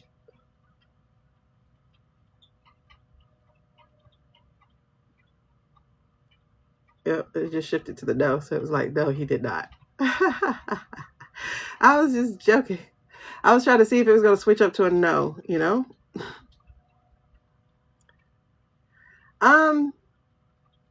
VLUDs, it means that you're getting ready to have some great change in your life. Fool is, it depends. Well, for me, I read reverse. It means that something new is getting ready to happen. And which card? The death card means basically something's got to die. And that doesn't necessarily mean like a death. It means something is no more. So stuff like that. It's really not that scary. So he did not die. Okay, so far the story I was telling was correct then, because I wanted to see if it would switch up, and it did. I had to make sure he was paying attention. You see how he was like, wait, what? Okay, so hold on.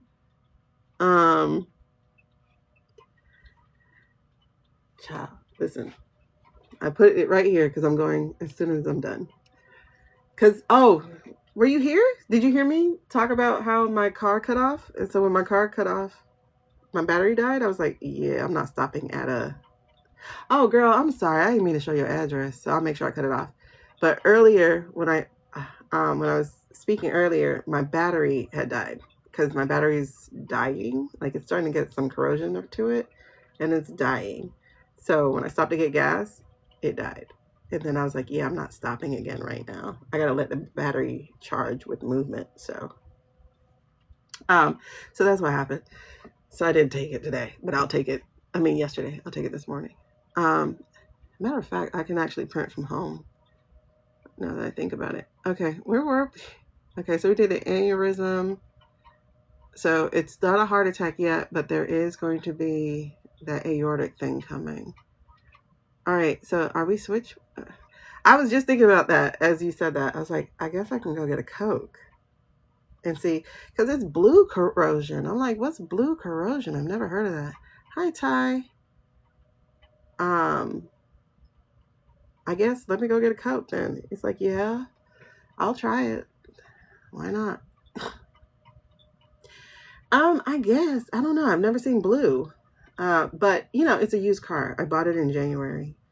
Thanks to content creation. Whoop, whoop. I was able to buy a car and it's been doing pretty good, but I haven't been able to treat her well.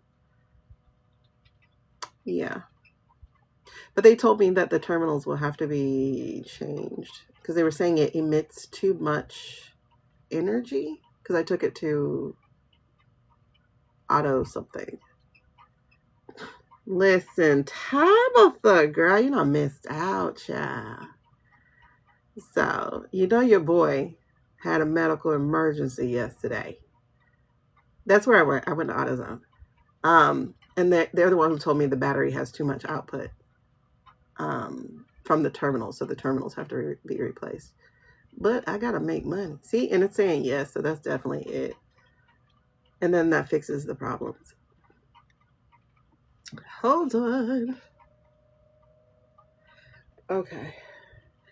Y'all give me like 1 second. I feel myself going stuffed because I'm getting a little cold. I'm going to put on a jacket too. Hold on.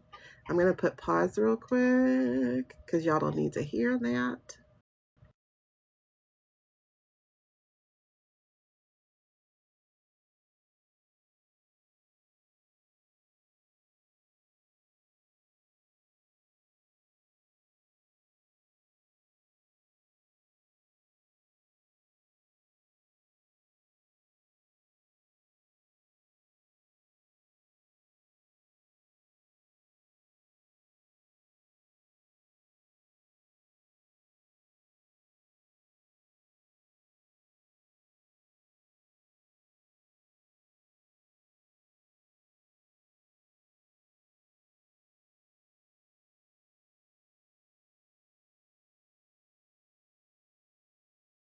All right, guess who's back? Yeah, I don't like to wear jackets with long sleeves, but these sleeves ain't doing it for me.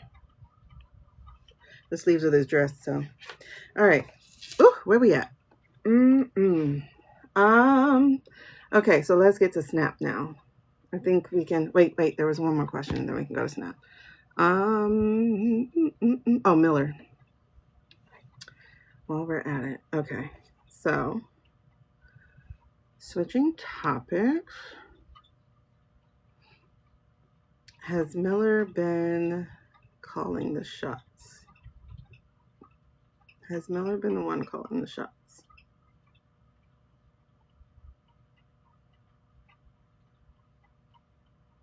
It's a clear yes. Very, very clear yes. Okay, and is he the one posting on that misnamed social media called Truth Social? Has he been the one posting? I mean, that's obvious, because if you hear him talk and then you read it, you're like, they're the same people. I told y'all, listen, I call it. I feel it, and then I'm like, I don't know why. And then I call it, and then it be true. Listen, this has been me my whole life. A lot of times I couldn't explain nothing I felt, and now I understand. But, okay, so let's get to Snap. All right. Are we at a bigger crossroads with Snap than we realize? Are we at a bigger crossroads in our society with the Snap than we realize?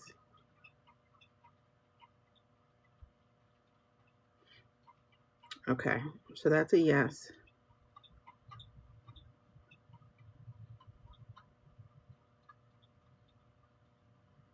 Okay.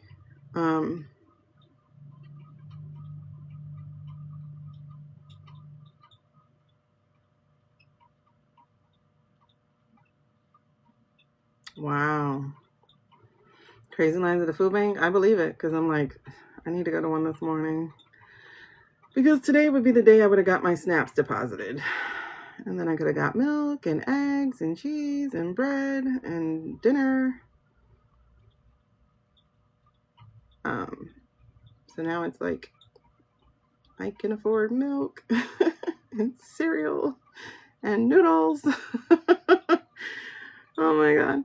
I cannot believe I'm here. Why did I survive 2024 to come to 2025? Like, it's so weird. It's like, come on, God. You made me do all that healing for this? Help me figure this out. All right. So, what's the question? Okay. Okay. So, is it bigger than we thought because this is the line of the constitutional crisis? Will this tell us whether or not we're in a constitutional crisis? For sure.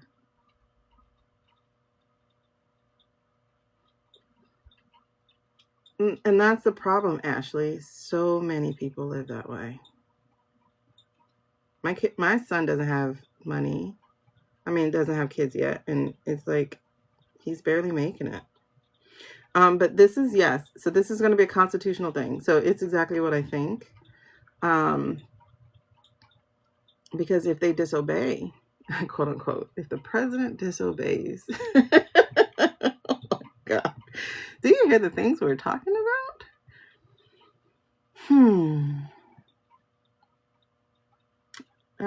Donating of your time is so valuable.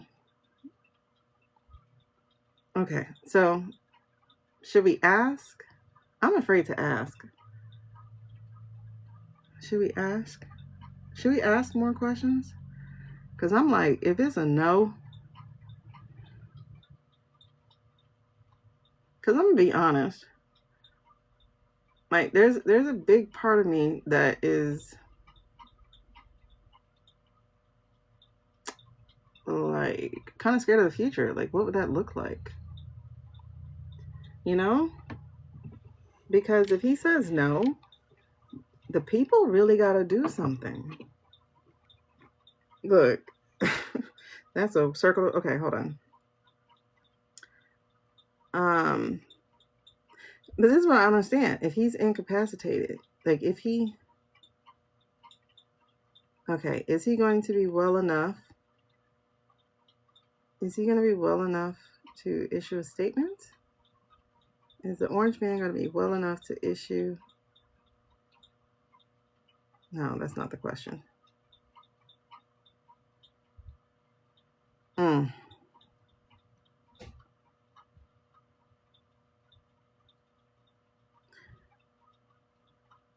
Will Stephen Miller refuse to follow the judge's orders on behalf of the president? Will Stephen Miller refuse to follow the judge's orders?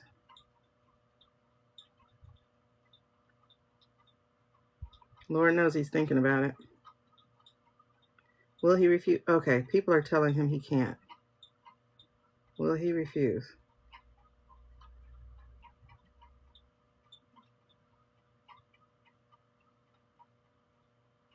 I got people stopping him. Okay, is that correct? Are people stopping him? People stopping him from being an asshole. Okay, that's a yes. What do you mean? What do you mean? What about him? Okay, that's a yes, but how do you get to his? Hold on, I want to see something.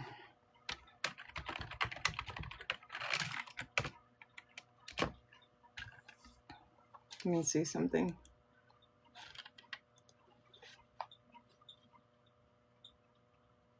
Oh, the judge used his Truth Social post.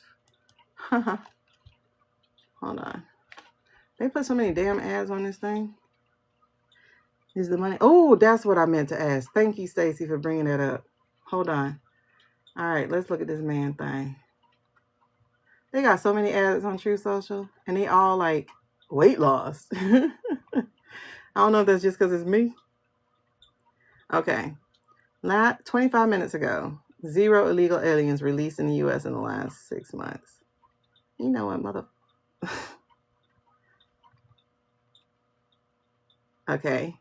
8 hours ago, J6 shocker. FBI informants warned of armed violence, Antifa presence before riot. Lawmaker reveals. This lawmaker got taken. Rep. Barry Loudermilk says he fears that the FBI withheld vital intelligence. First of all, who was president? So whose FBI was it? So this repost at 8 hours ago was big news, a rigged election. Baby. Then he shared insurance prices. Lies. These are prices with stipends that you're not giving. Vivek, that guy still exists? That's the one who was supposed to be part of Doge and got kicked out. Vivek Ramaswamy, whatever, is running for governor of Ohio. Ohio, if y'all don't fucking handle that shit. I know Vivek. Competed against him. He is something special. First of all, you didn't write this. You didn't write this. He is also a very good person who truly loves our country. As your next governor, he will fight tirelessly to grow. You ain't write this, because your ass is in the hospital. First of all. And then second of all, that is too coherent. Then you got a stupid ass shirt. Hat. Y'all, I did a search for a video yesterday and I watched the video. So I wasn't logged into any of my accounts. So it was just an unlogged YouTube video. When I tell you, I counted 6 or 7 Christy Nome videos about if you're an illegal alien, this is what's going to happen to you. Bitch, if you don't get off my TV, on my monitor. Okay.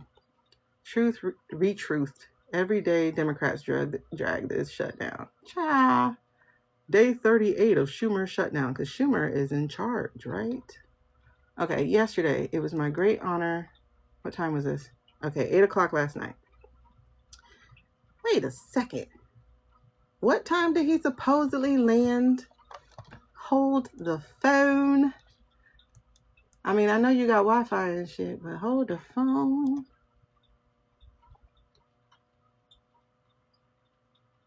What time did he supposedly land? So supposedly he landed at 8:34. Wait, 8:19 he arrived at the Palm Beach International. This truth was written at 8:11. Why are they not checking times to? And that's where Steven messed up last time too. Was he was posting when homeboy was golfing. Okay. He didn't write this. And it's funny because he's doing a summit with the Middle East. That's with Kazakhstan, Uzbekistan, Tajik, whatever stan, and the whatever republic, and Turkmenistan. What is all these names? I'm sorry, y'all, if y'all hear me. Turkmenistan. I ain't never heard of that. What is that? Where is that? What's with all the stand? What does stand mean?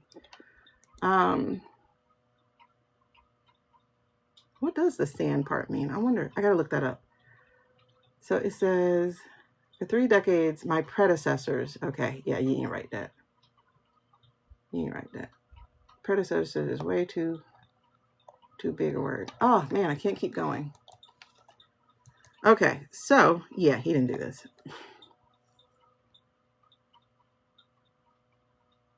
Like Ashley, like this shit. Even illegal aliens, what do they contribute? Like $100 and something billion per year. So I don't get it. It's time for Republican senators to stop playing games with the radical left Democrats. So that was 12 hours ago. That was at 8:40. Look, there's a big jump in time. Okay. So 12 hours ago, which would have been 8:45. He don't normally sleep. 8:45, 8:45, 9:45. And then that would have been 12 o'clock. He stopped posting after 12 o'clock. That man posted at 3 o'clock in the morning. So how he stopped posting at 12 o'clock? Ooh, Steven, I guess you had to get in your coffin. Let's see.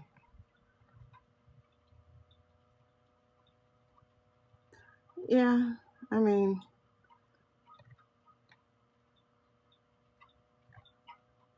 I'm trying to see, because supposedly the thing happened around 3 something. So I'm trying to see what it's a whole bunch of the failing New York Times and its third-rate reporters did something possible to make my successful meeting. This is at 6:49. He's in the air or he's in the doctor's office or whatever at this time. So that ain't him either. China very intelligently. Yeah, that ain't you, dog. Because you like to use the word smart and stuff. He's like stuck in 2nd grade. I don't know if people notice that. Like his languaging is like stuck around 2nd, 3rd grade. And so it's like, y'all have not studied this man well enough. Okay. 15 hours ago, which would have been 5 o'clock, the G20 from South Africa. 16 hours ago would have been 4 o'clock. The U.S. Senate should not leave town until they have a deal to end the Democrat shutdown. If they can't reach a deal, the Republicans should terminate the filibuster immediately and take care of our great things. So that's 4 o'clock. Cattle prices, 4 o'clock. 3 o'clock, I asked the DOJ to immediately investigate the meat packing company who's been driving up the price of beef. Okay. That's 3 o'clock. 3 o'clock, he posts about bringing the prices down. 2 o'clock is a video.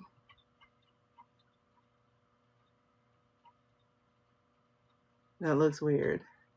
21 hours ago would have been 11 o'clock. So 11 to 2.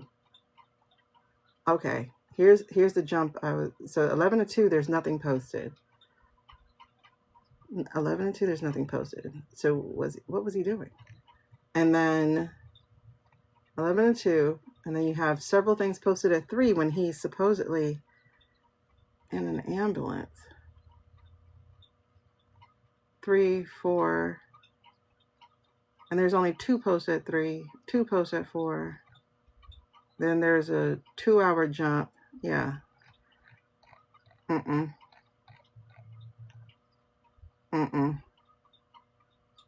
then all day has been get rid of the filibuster, get rid of the filibuster, get rid of the filibuster. So that's 4 filibuster things. And then a trade deal with all these stans over minerals, aviation, automotive parts. So they're trying to replace China with all these stans. Okay. And then he had a call between him and Nanny Boo Boo. And Kazakhstan. What are the Abraham Accords?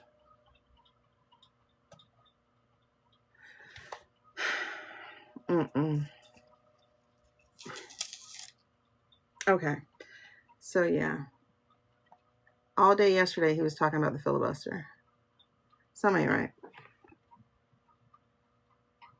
Oh, what day he put up the packing thing? Because there's only one packing post, and you think he would have drove that in. What did I tell you?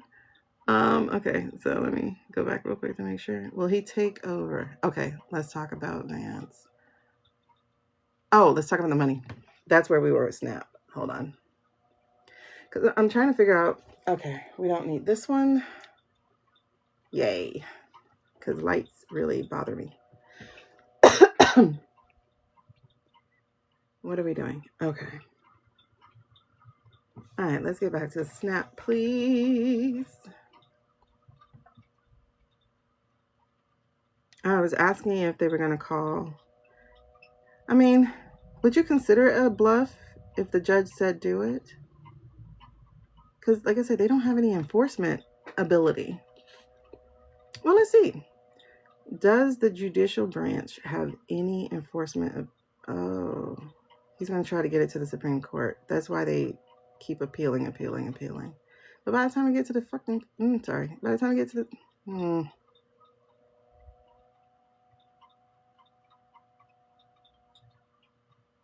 Let me ask this.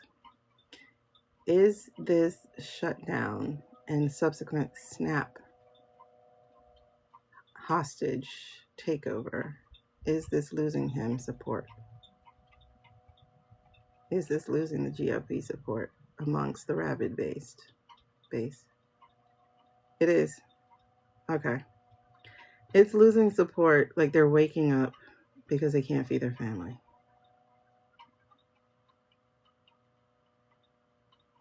If it ends now, would they go back to supporting him? If it ends now, would they go back to supporting him? Some will. Would a good majority go back to supporting him? Yeah, the majority will, but he will have lost people. Okay. Ooh, sorry, I just saw Fancy Pants and Blonde Widow. Let me go back. Hold on. Ooh, okay, we'll bring that question back. What was I asking? Okay, so he lost people. Is the money still in the contingency fund? Is the money for SNAP? Oh, there we go. Goosebumps. Is the money for SNAP still in the contingency fund? Is the money for SNAP still in the contingency fund?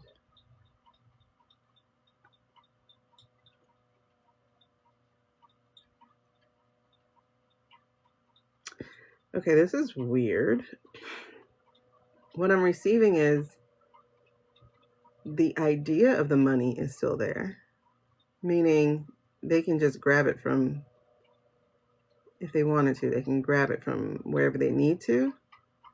But as far as like in a bank account, because I don't know how the money works with the government. Would it actually sit in a bank account to be dispersed?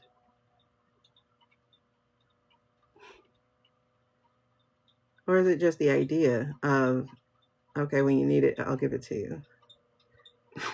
How is that contingency fund supposed to work? Does anybody know that? Does anybody know that? Maybe they'll cash in their bitcoins. Does anyone? Oh, I like my own thing. Did he spend it already? You think it's true? Abraham Accords are the diplomatic agreements between Israel. Oh, some more bullshit. Got it. Good morning, Amy. Is that true? Advanced product on the meat packing. I'm gonna check that out. They can't take themselves to his level of hope. We're too dumb to notice. Yes.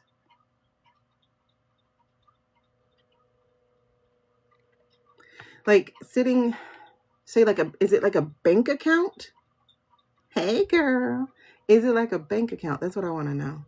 By the way, anybody watching, this is the menu for getting a reading. Otherwise, if you'd like to have a private one, I do have a live only special, which you can find by going over here and following the yellow brick road, basically.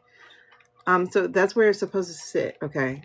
So the money for SNAP contingency fund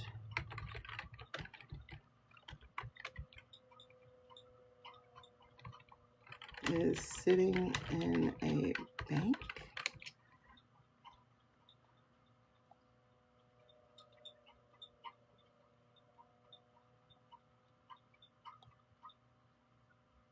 Okay. So the money for the Fed thing is part of a special reserve account. Okay, so is it sitting in the special reserve account? Like, is it just a idea? Like, you know, like there's supposed to be 5 million in here or a billion, or is it like literally billions?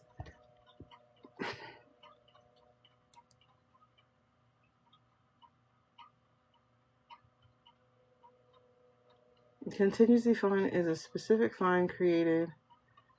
The reserve had a balance. Okay, so there was a balance.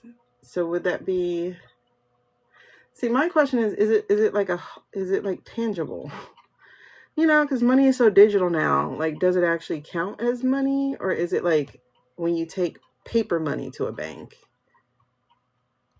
You know what I'm asking? Well, the contingency is for the shutdown, so that's why whatever they're saying is stupid as hell. Is what do you call it? Not hard copy money. Is tangible money? I think that's what I'm asking. Is it tangible money for SNAP? Is it tangible? That's my question. Like, is it like I can put my hands on it, or is it just digital?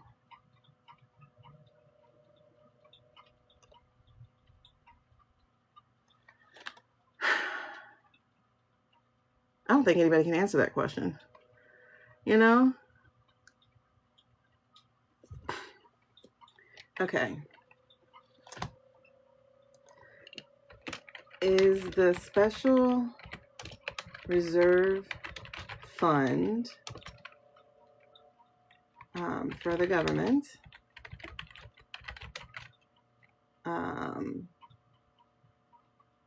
tangible assets or digital ones? I don't know if it makes sense what I'm asking. I want to know if they can get their hands on it. You know what I mean? It says consists of entirely. No, that's the. No. The government's special reserve fund, more formally referred to as the strategic Bitcoin reserve. Wait, the fuck? Is that what he did?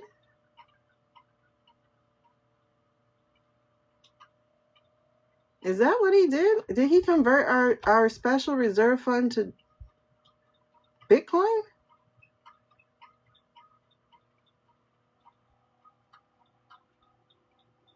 It says historically, traditional government reserve assets, such as those in the U.S.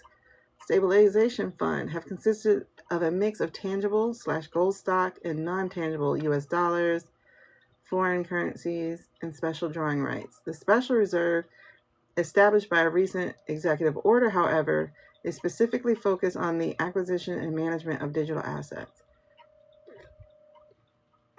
Interesting. It sounds like it's supposed to be real money. Like, is it supposed to be? I don't know if they count digital as liquid. It's supposed to be. They count dollars as non-tangible. Liquid assets.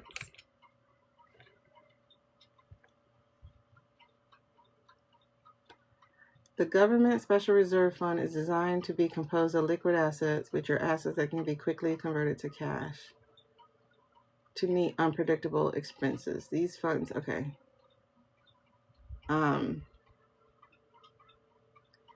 So is it possible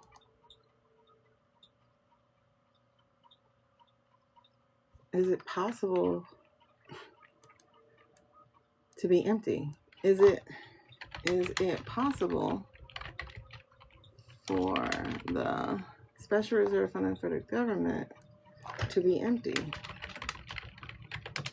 Or do we just make money? It says it can.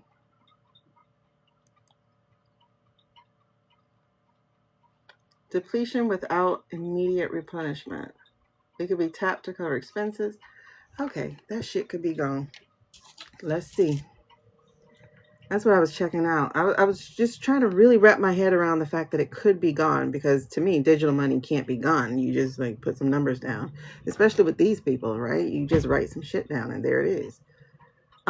So like I just really had to wrap my mind around the fact that it can be gone, and I had to prove to myself how that's possible. So, okay. Like the way my mind works, I gotta get it or I can't get it. You know what I mean? Okay.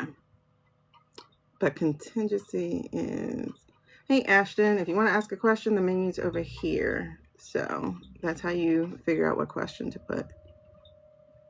I don't know about that being kept in the treasury, because we have done what you're not supposed to do in business. We have mixed money. We have mixed money. That's wild. That's so fucking wild. Okay, so let's check it out. Let's see. Let's ask that question now. Is the money gone?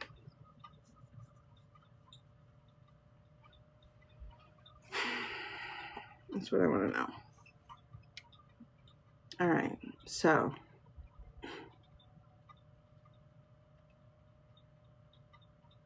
because, okay, I'll give you my other thought. If there's supposed to be more money in there, let's say the 23 billion, then who cares if you spent the 6 billion it should still be in there. You know what I mean? Like it should still be, there should still be 17 billion, you know, that you should be able to grab. You get what I'm saying? Like if it's all one fund, you know, or is it a fund with several little accounts to the fund? I don't know money like that, but from what I know of them is they dirty. This is going to be a hell of a thing for a CPA or whoever to fix. Unless it's all gone. Yeah. Hold on. I gotta put that thing back up so I can read our comments because it's white on white.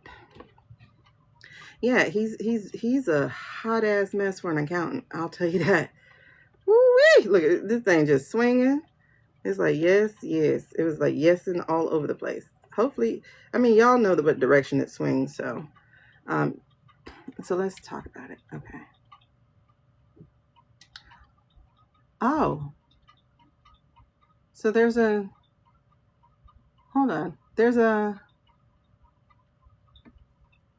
article here. Sorry, it says politics drained the strategic petroleum reserve. Oh, okay, never mind. That's a petroleum reserve, the one that Biden actually filled up. This dumbass man. Like sometimes y'all make me mad. I'll be like, how did you do this? How did you watch this man for 9 years and go, that's my guy?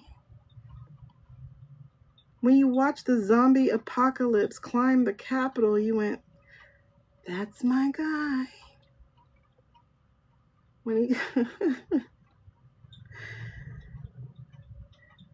I refuse to think it's just racism. It's got to be the Kool-Aid. It's got to be the Kool-Aid because I don't get it. So it should be a small, a sub account, basically. Okay. All right. So is the SNAP contingency fund depleted? Is the SNAP contingency fund actually depleted? That's a yes. Oh, that's upsetting. That's upsetting. But here's the thing, though. Is the reserve depleted? I think the reserve is depleted. I did. Yes, I did. I think the reserve is depleted because, okay, is that how they paid for Argentina? No. Okay, because here's what it says. It says an important distinction: overall government funds versus reserve funds. It is crucial to distinguish between the overall government's ability to pay its bills and a specific reserve funds balance. The U.S. government can't run out of money in a traditional sense because it can print money or tax, but it can run out of specific reserve funds. For example, the SPR's balance can be drawn down, but the U.S. government still has other ways to fund its operations. That's what I was thinking. Similarly, the Agriculture Department's contingency fund was meant to cover shortfalls in the SNAP program, not to pay for benefits when the program is not funded at all due to a shutdown. That's not it, though. That's paid for, though. I don't like how you just did that, Google. You are not to be trusted. All right, let's get here.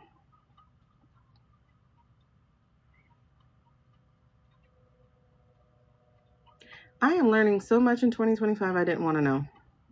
I did not want to know. Tariffs aren't dragging our funds as in the government's. It's dragging our funds as in the people. Shit. Like, listen, I had to buy new windshield wipers. That junk cost me $80. $80. Because I couldn't wait for Amazon because I needed them right then because it was raining. But also, they didn't cost that much in the store back then, like before this year. So I didn't think about it. That shit cost me $80. I was pissed off because I just got paid from TikTok. And it took almost my whole thing. All right. So anyway, I was glad to have it, but whatever. Everything. Okay. So what were we asking? All right. So is the special reserve fund totally depleted? Is the special reserve fund totally depleted? Is the special reserve funds totally... Y'all, that's what happened. It's the reserve. The reserve is gone. The reserve is gone.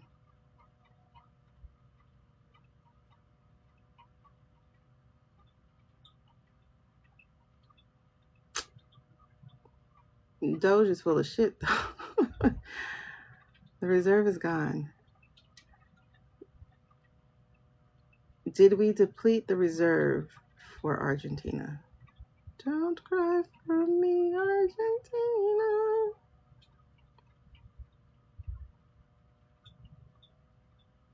No. No. Was that fund depleted? Was that fund depleted earlier this year? Was that fund depleted earlier this year? Hey, Julie.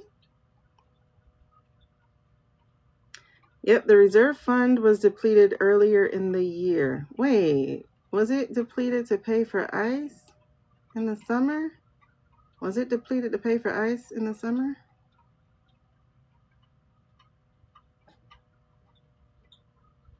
No. Yeah, it was depleted earlier this year. How much was in it? You said 23? Thank you, love. How much was in the special reserve fund? I'm sorry. I'm so... Just when you think they're in a new low. How much? 23 billion. Okay. It's 23 billion. How much has Doge cost us?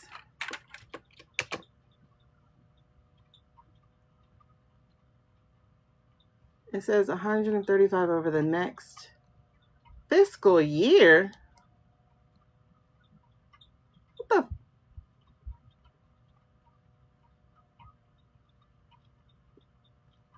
Wow. Wow.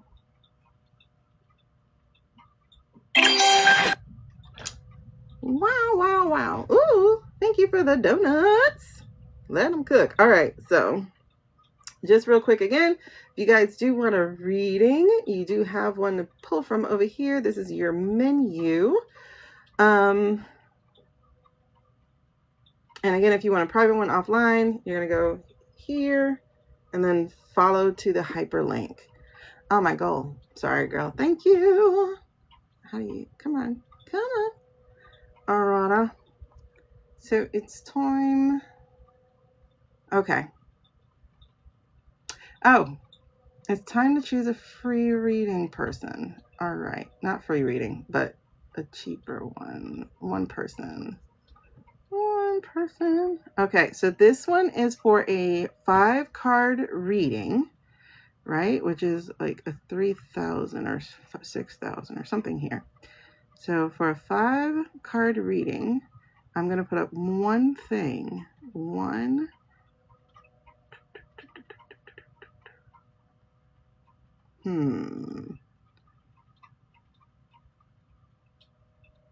Okay. So, I'm trying to remember. All right. So, it'll be one. One only. So, the first person who grabs this gets to have the 5-card reading.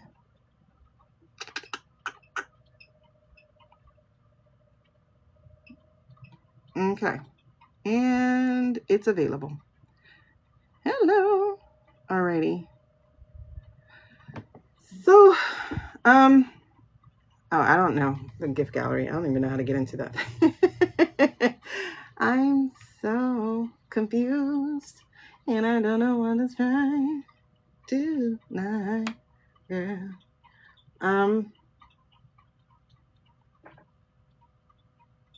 Okay, so the SNAP benefits. Okay, so what are they going to do?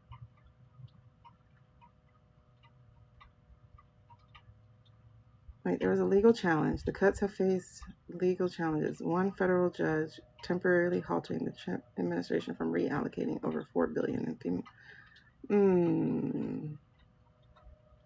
Okay. I wonder if they paid for the alligator alley through that too, because it was 600. Alrighty. Okay, so one person has the opportunity to get that full reading with that one awesome gift there. Okay, I think we're done with this. Was there any other question before we finish with the pendulum and we go back to the readings? I can't. Oh, you can't figure it out? Can't figure out what? Can't you just tap it? I don't know. I'm not good with the whole gift thing. I think you can just tap it, right? Can't you just, I don't know. I think you can.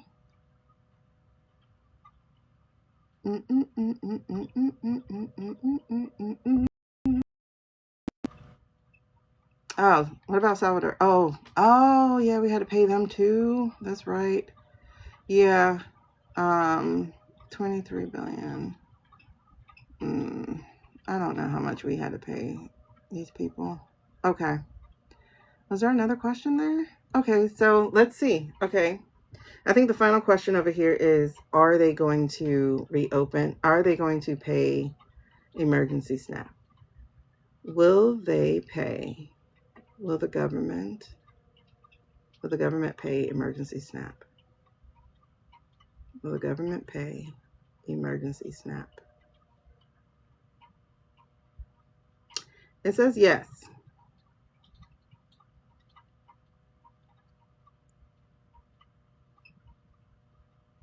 Okay. Will they pay emergency SNAP in full? Will they pay emergency SNAP in full?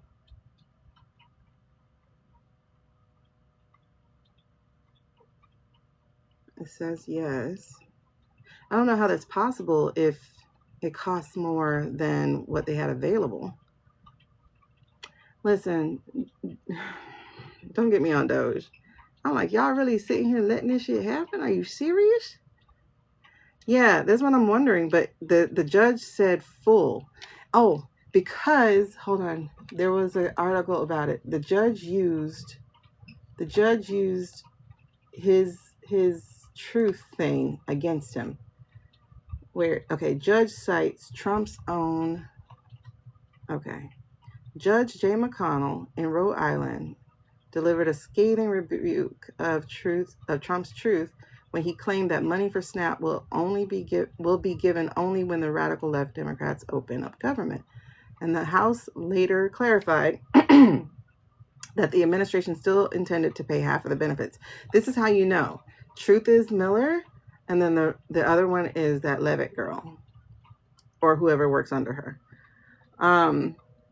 Connell said that his post was essentially an admission of his intent to defy his prior order. So his order last week required them to obey the law and use the contingency funds. So then he said they openly admitted they were withholding the funds for political reasons. And even last week, Mike Johnson, gotta talk about him, admitted that feeding the hungry would mess up his political game because it would deviate from the goal of reopening the entire government. So McConnell said that if the government wavered, people will go hungry, food pantries will be burdened, and suffering will occur. It is likely SNAP recipients are hungry as we sit here. No lie told. Hold on. What is that? Trump officials admit math error and plan to gut SNAP funding. Okay, I'll get into that later. I ain't got time for that. So that's why they said it has to be. Is WIC funded by the SNAP funding, or is that completely different? Because that milk is too expensive. I wonder, will they pay in November? That's what. Well, it has to, unless he's going to cross this line, and that's where I might ask this question. Let me see. But it's still, that's what I was saying. It's not enough to give people full, because full, I think, exceeded. Oh, why, thank you. Who got it? All right, Miss Solo. We're going to get your reading in 1 second. Let me finish up the SNAP part, and then we get right to it. Okay, thank you, girl. I need your first name, by the way. It's gorgeous. That's why I was like, "Ooh, I have to choose that one." It was gorgeous. Thank you, thank you. All right, let's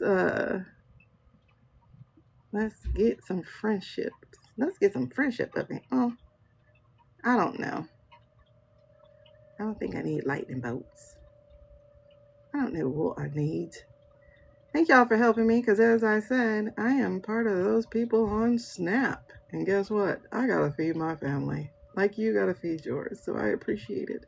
Thank you for spending your pennies with me. It is so, so, so appreciated. Trust me, every penny counts. Alrighty. Because I have to go get milk and eggs. Yay. Okay, so I didn't know that. I didn't know that Wick was part of Snap. I thought it was separate. But I'm trying to like close windows because my computer just froze. I was trying to close the windows. Alrighty, cool. Is it Leia or Leah? 1 or 2? Leia or Leah? And then you can drop your question as well so that I know. It's part of the program. Okay. So let's ask those questions and then we're wrapping up. All right.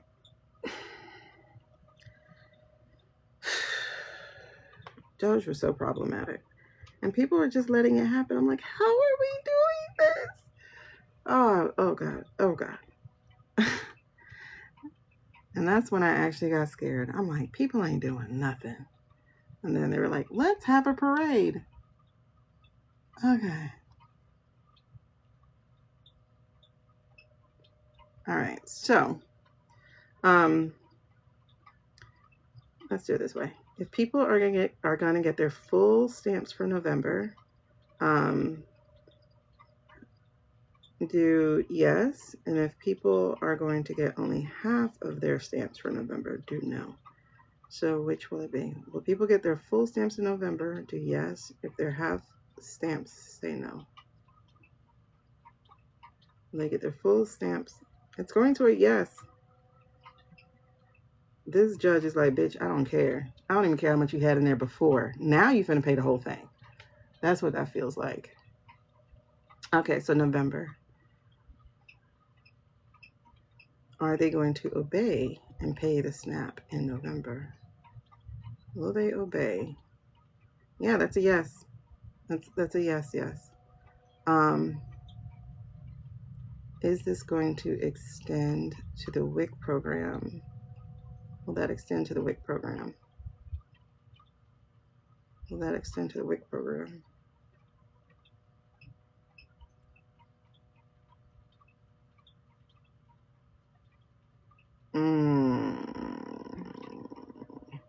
I know you lying. That's a no. Hold on. Will the WIC program also be funded this month? Will the WIC program also be funded this month? I know you lying. That's 2 no's. Oh my goodness. If people on SNAP got to use that SNAP for milk, that's going to be horrible. And WIC sometimes is for people who can't even get SNAP.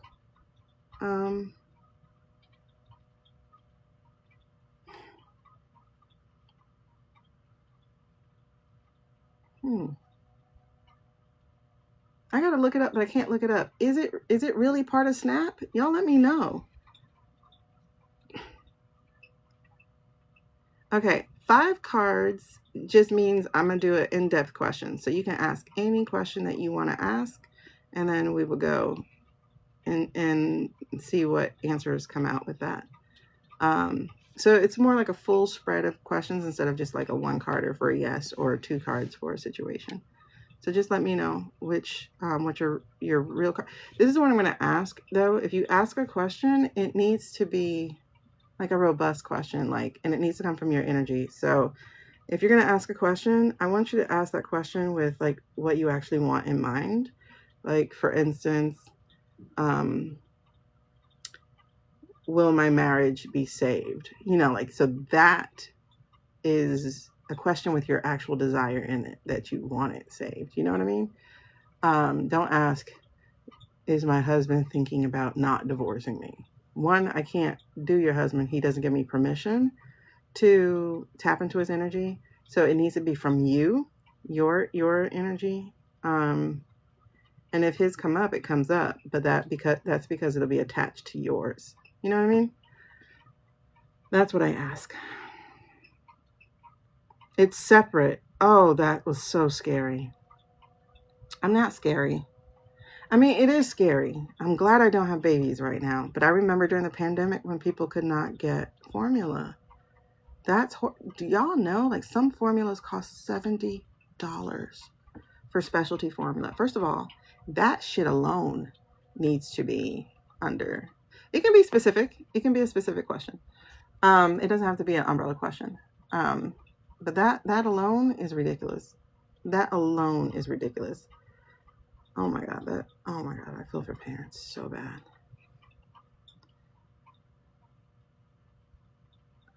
Because it's one thing to not be able to feed your children, right? Like, you can scrounge up, say, $2 and go buy. I was going to say go buy a pack of noodles, but they don't cost $2 anymore. Everything is up.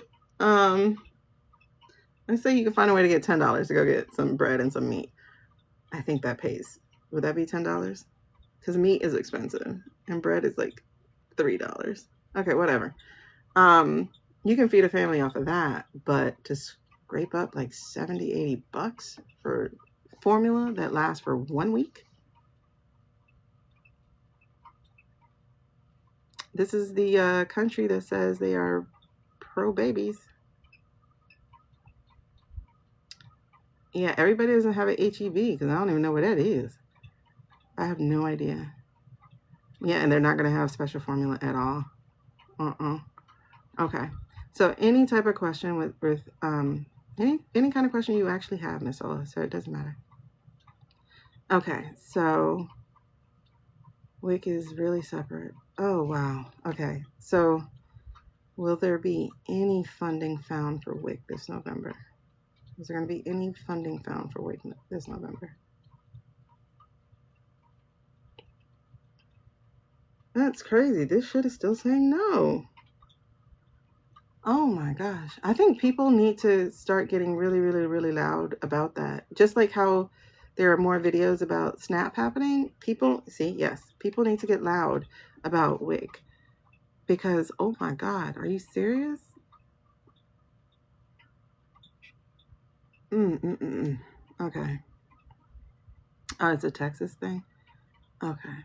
Man, that feels very hurtful. Very hurtful. Okay, I forgot what you said. Was it 1 or 2? Leah or Leah? Oh, Leah. Okay, got it. So we asked that. Okay. I don't see funding for WIC until people talk about it, I guess. Well, let's see. Would that change anything? And then we're going to... I think so. That's what I'm saying, Amy. I think so. I think people don't realize, because I didn't. Okay. If people spotlight WIC, will that help get funding for it? Oh yeah, hands down. So that's gotta be, oh my God, that's horrible. That needs to start going around like ASAP so that it is done. All right, we're gonna pause for a second okay, so Leah, if you've sent your question already and I don't see it, I'm gonna ask you to send it to me on the computer. I mean, in my inbox. Oh Lord. If you can send it in my inbox, that would be freaking-tastic. Close the program. Okay, do not close that program because I'm scanning something. Because I don't see your question.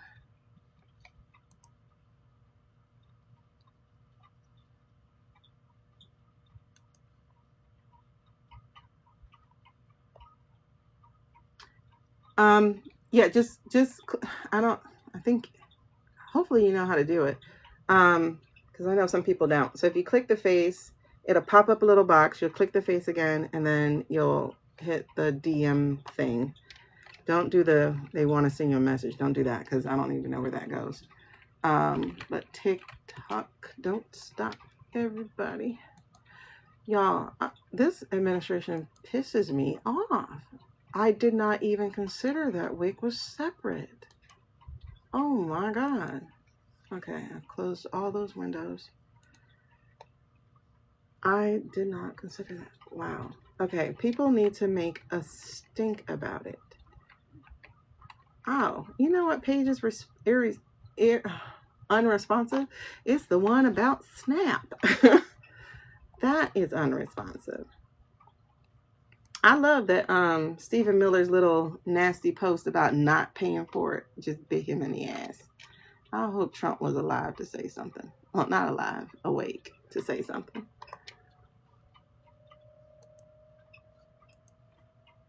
And I hope they take his abilities away. That's enough, Stephen. You've done enough damage, sir. Deport, deport, deport. It reminds me of some... Oh! It reminds me of Superman. You know that Lex Luthor or whoever that was? I didn't see the new one. But I saw a clip where they had, you know, the guy got strong and he was fighting Superman and he was saying something about... Oh my God, I forgot the thing. It's a gamer spam thing. And so he was just saying the same thing over and over and over again. That's what that reminds me. Now I gotta log in to TikTok too? Dang. Hold on. Let me log in to TikTok so I can see if you sent me a message. If not, I may have to send you one. TikTok, don't stop. Now I got that stuck in my head. Let me find you. So no. Can I send you a message? Okay. You followed me, so we should be able to send messages. Okay, mark viewer. Let me mark you so I can prioritize you. Got it. Okay.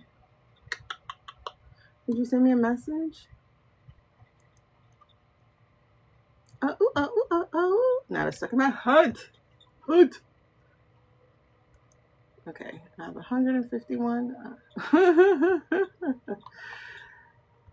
It's summer vacation. The school comes around just to end it.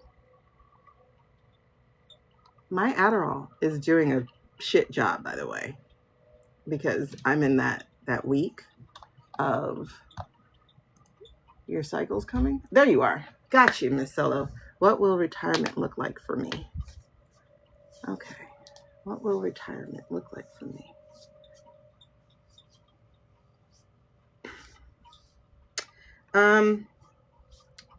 So talk to me. Is this like overall, or is this a specific area of life? Are we talking financially? Are we talking about socially, like that kind of stuff? Are we talking the whole thing? We're talking about the whole shebang? Oh, you're a teacher. I'm an ex-teacher. I quit in 2020 when they were trying to send all them kids back to school. And I had already had COVID for 4 weeks. And I was like, nah, I'm not doing that. Little did I know, I would never find another job. I will never be hired for 5 years. Okay. To work in a new state. Okay. I'm going to bring out the girls real quick, and then we're going to go to the tarot. I want to see something about...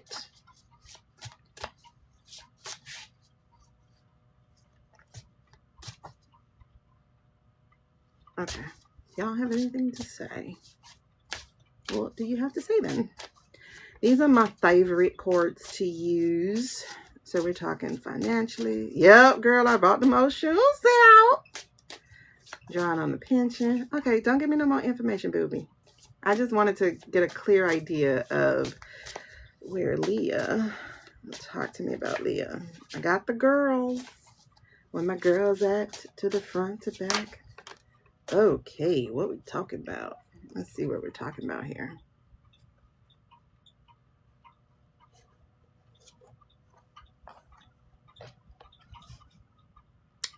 Ooh.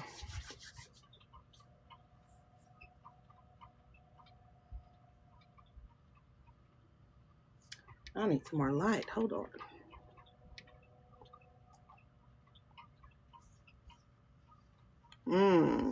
Okay. I was trying to get a card. Ah! Who? Okay, who is that? Okay. I'm gonna get you, girl. Hold on. Okay, so I was trying to get a card, and 4 of these baby girls said, I gotta talk to you about her right quick. I'm like, okay. So, ooh, child.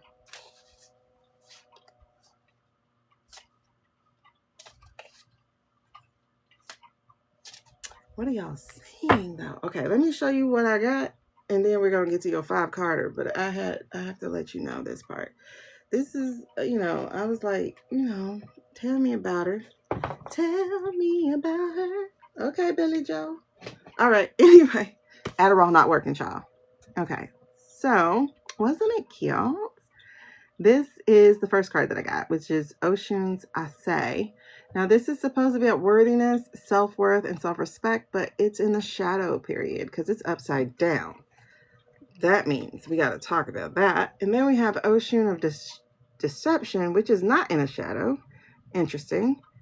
And it says dishonesty, masking, and self-delusion. There's a lot of self stuff here, girl. And then we got, oh man, Oshun of Perpetual Beauty.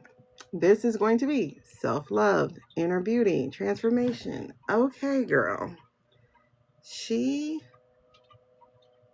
wants you to heal. And that's really interesting.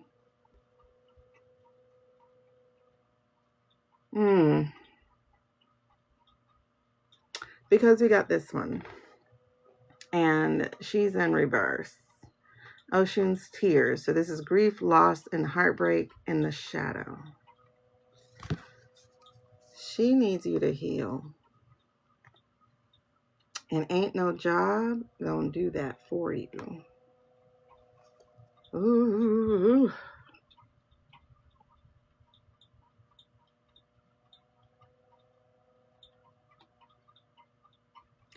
Baby girl, what I'm picking up is like, you don't even know who you are. You know you're a teacher, right? You know that. But you don't know who you are besides that. That's interesting. Because you got some self-delusion and some masking going on. It feels like some check boxing.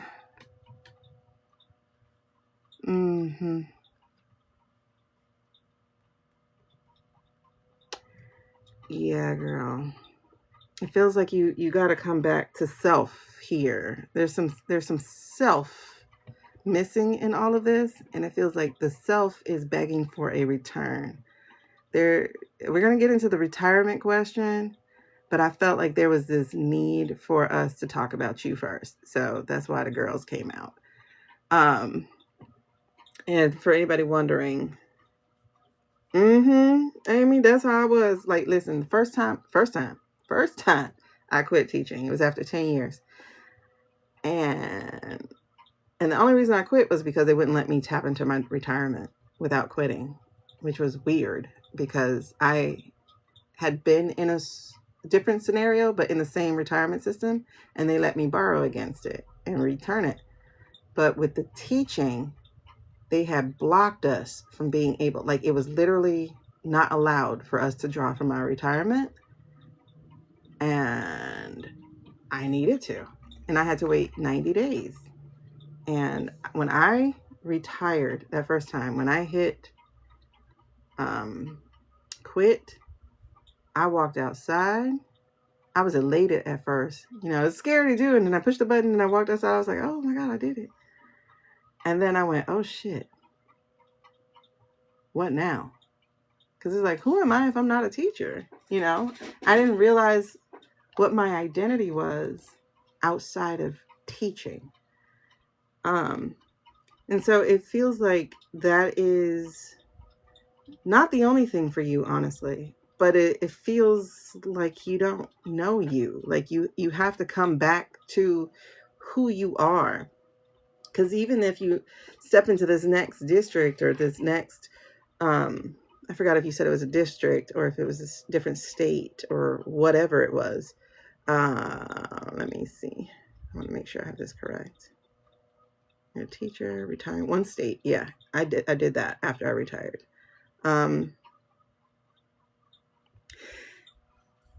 This is the time for you to, this is what you're being asked to do, actually.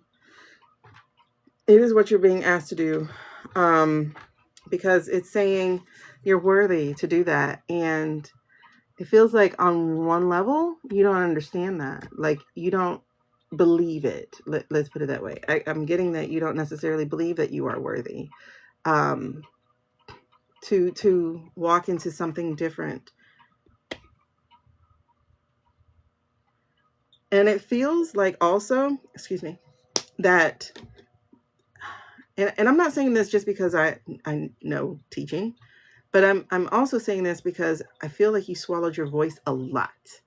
Not just in teaching, but also in life, because this is the only card that came out upright. This is the only card that came out upright. And it is the card of masking, of self-delusion, of making yourself small, of trying to fit in areas and spaces so that you would be accepted, you would be valued. This feels like a way of you boxing yourself in and trapping yourself in your comfortability, like in your performance for value. Like, it's weird. I hear like dance monkey dance, like that type of thing. It's like, what do you want me to do so that you will see that I'm valuable?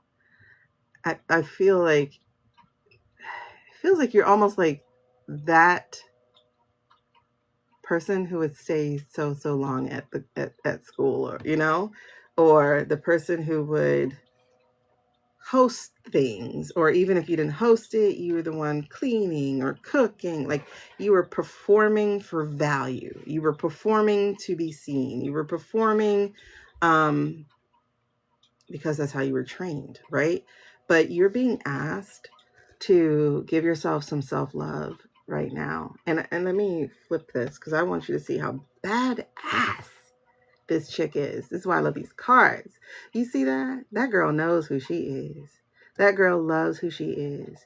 But let me tell you something. She had to transform into who she is. She wasn't just it, right? Like, even her hair is green. Even like, she wears flowers as her outfit. She had to return to who she was naturally, who she really was, like what her purpose literally. Oh, let me change that, because I was going to say what her purpose was. But the thing is, especially with teachers, is your purpose changes, your purpose grows. And you have to grow with it, right? And so it's like next level, next stage. So one thing you could be doing is, okay, the smaller version of what you can do next is going to administration in the next district, right? That's the smaller version of who you can be in this next phase, is, becoming an administrator or some sort, or like trying to run one, right? Help run a school or something. However, the bigger level of it is even being a consultant, right? So what holes there are in education. What holes are being created by this administration and education. You could, consultant jumped up.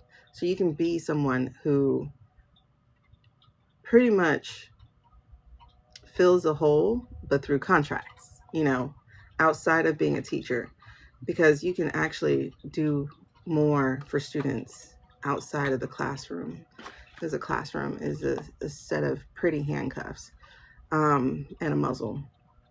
So you have that kind of opportunity where you can do something adjacent to the classroom. So that's something.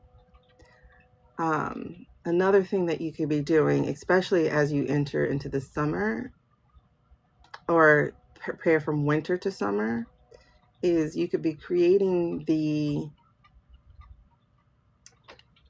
curriculum for teachers so they can buy it, like off of Teacher Pay Teachers or off of all these other platforms. So this is like where you could be taking the things that work really well in your classroom and then essentially gifting another teacher like how to do this, you know?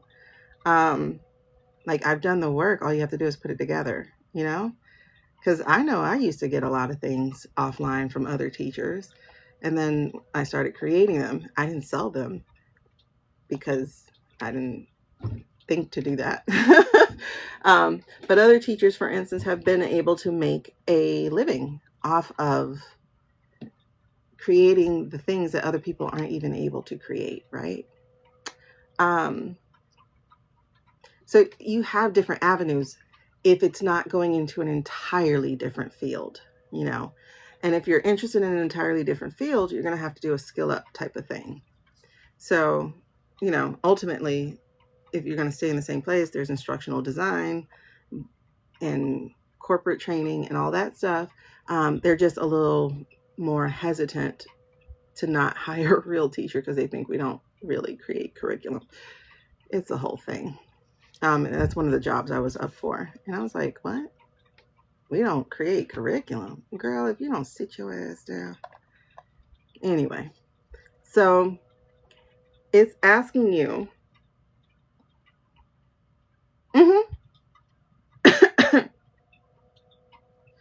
Yeah. Those are other options. But that's what I'm really suggesting that you do is consider other options. Not just consider them, but work towards them so that it's building now. And when that leap time comes, you're prepared for it. You're making the relationships. And you're, you know, I'm sorry, hold on. Oh God, there we go. So you can be like a vendor for districts. So for instance, when I moved back to Miami, I haven't followed up with it yet because I haven't finished my website, but you could, but I've talked to different people and I know they do want it, but you can create a program to take to the schools, to teach, to be a vendor for the schools. So you have these different ways that you could be doing. But what I would say here is there's a huge focus on your own healing, okay? Because this right here is a biggie. It ends the message. Like this is the message that jumped out that says, girl, you need to be working on your self-worth. You need to be dropping the mess. And you need to be working on your own transformation built from love and your own inner gifts and beauty. So this is you. Like you got to be out there healing. And that is literally when you go on Thanksgiving break, that entire time is the break. There is no picking up anything. There is no grading anything. If it doesn't get done, it just doesn't get done before the break. It'll get done after the break. Like it's literally my time is my time, period.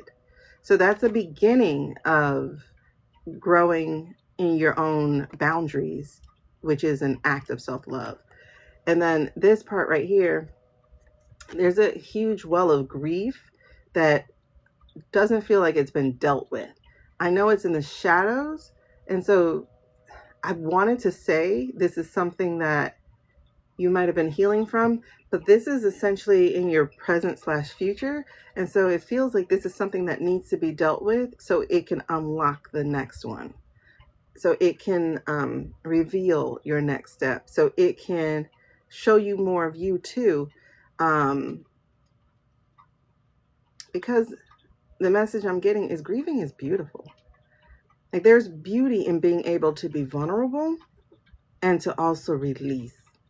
And that needs to happen without you criticizing yourself. Okay, Amy, like, but that's what it feels like. It feels like let yourself go. Oh my God, I was really finna hit the soul glow on you. Just let yourself. Sorry, if it wasn't for the coughing, I could have handled the note. But this is really saying, don't miss this part. Don't miss the part of healing, because it's going to drown you, and it's going to feel like there's something always on your back, and this something is just waiting for you to die. This is literally a buzzard, and so it wants to pick apart your life. It wants to, you know, and so there's no running away from this grief. You got to deal with it, because that's weird. Cause no eating here tonight. Ooh, ooh, ooh, eating here tonight. You on a diet. I don't know. That's Moana. But wait. Nope. That's Nemo. But it feels like you got to deprive the negativity of your joy. You got to deprive the negativity of I want to say your future, but it's your present. Thank you, Sam. Welcome to the fam. Ooh. And this is really interesting.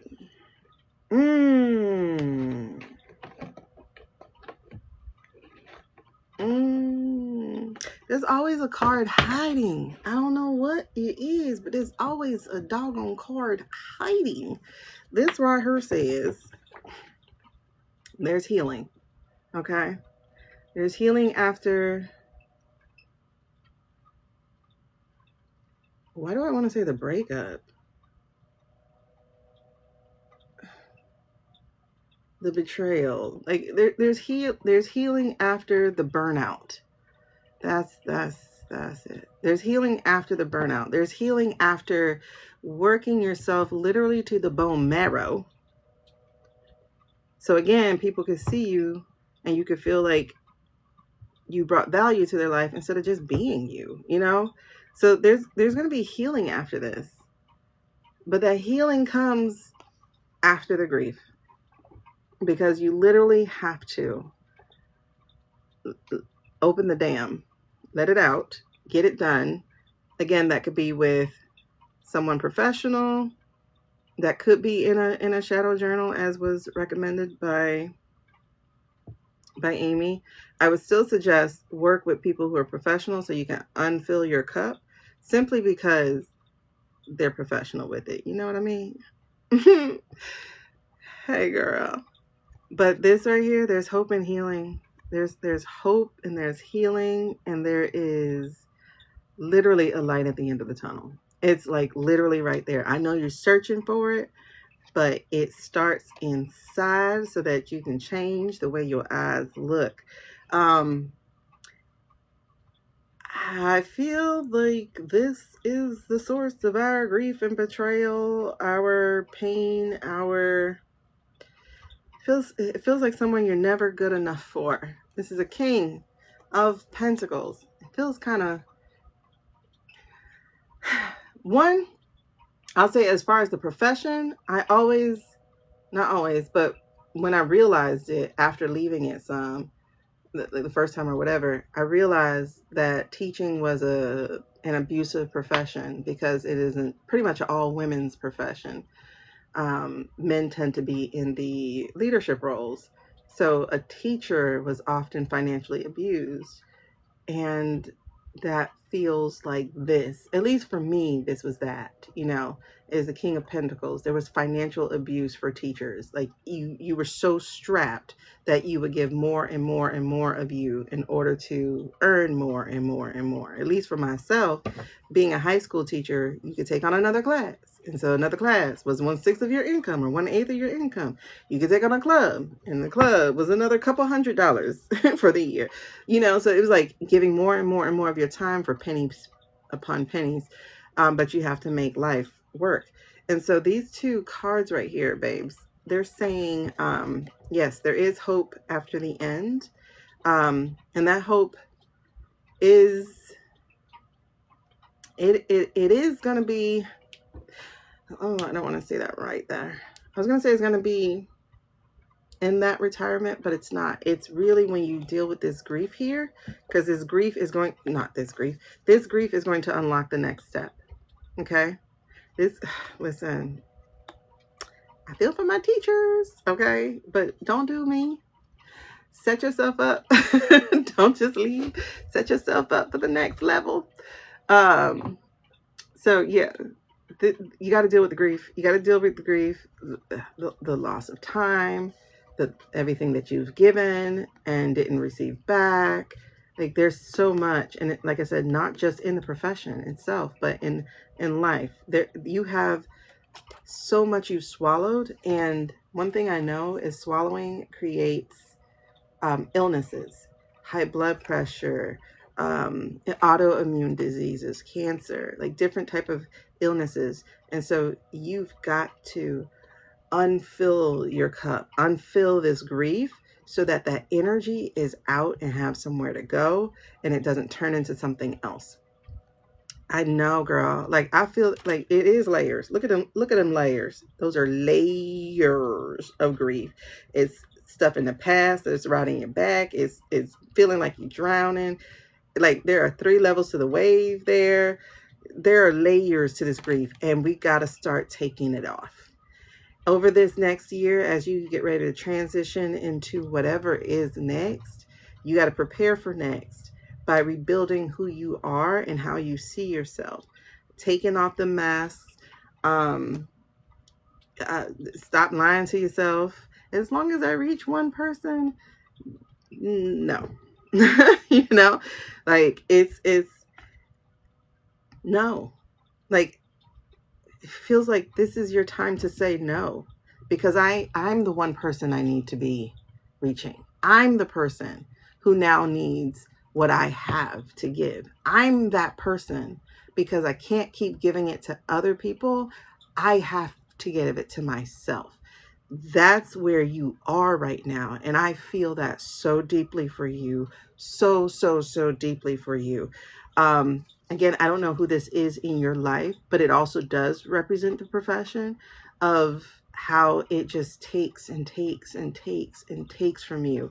But there is hope. Like there really, truly is hope for you. And it is waiting for you. The end of the tunnel is there. Girl, it's going to be beautiful. Oh, let's talk about this real quick. Okay.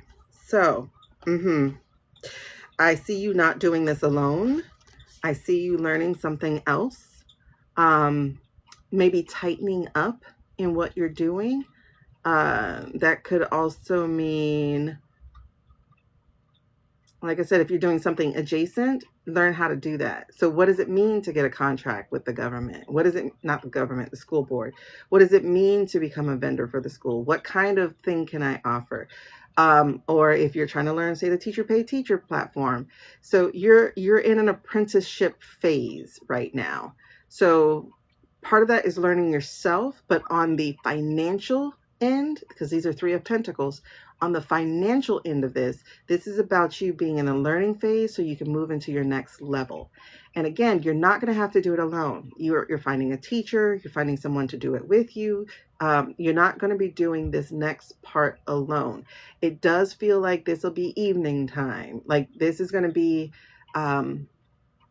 the other half of your day, so to speak, because this is with the goal in mind that when that transition happens, it is on my own time, my own, oh my God, you have so much recovery and hope here. It's beautiful.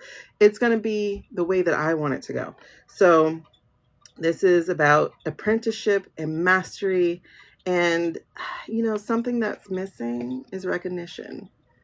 A lot of teachers don't get recognized. Yeah, you get that week or whatever, but the recognition, like, and almost in one way, whether it's financial recognition or just the shout outs, and not necessarily from students, but from the people that you work for or work with or those things, like this is so needed. And it's like being devalued is what also depletes you really, really, really fast. So you're going to get yourself in a space where you're learning and people are going to see you learning, and it is okay for you to do that. Like it really is. I'm sure you see there's a whole bunch of teacher content creators too. And that's a thing of like sharing stories or sharing lessons or things of that nature. Like there are different avenues for how you can do this. Especially to start building a community and to start building a relationship with your local community or beyond into the next state that you're looking to go into.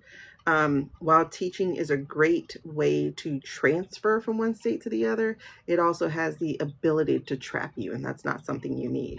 But let me tell you this, girl. Let me smack that lip with that one. Okay, pop that tongue. This is also saying, once again, recovery, hope, reach out for help, acceptance, and relief. So again, don't do this alone. You don't have to do this alone. You could be looking for grants. You can be looking for something. Oh, see, you earned a state award. Okay, good, good, good. All right. Perfect. So that recognition is like so needed, right? But the recovery is here. And this is even in your, I'm so glad so many of you are getting, what do they call it? The nuggets or whatever it's called. I forgot. When it's not expressly for you, but it's still for you. But stop thinking you gotta care. Stop thinking you gotta do it by yourself. You ain't gotta do it by yourself. There is no doing it by yourself. There's reaching out, but there's also having hope again. And hope is this very powerful tool that people don't use, but is truly, truly, wow, that's crazy. I was ELA also, girl. When I tell you, they wouldn't say anything about us. It was always math and science. I was like, don't you think we teaching them kids how to read? Oh, no recognition, none. But that time is coming to an end, though.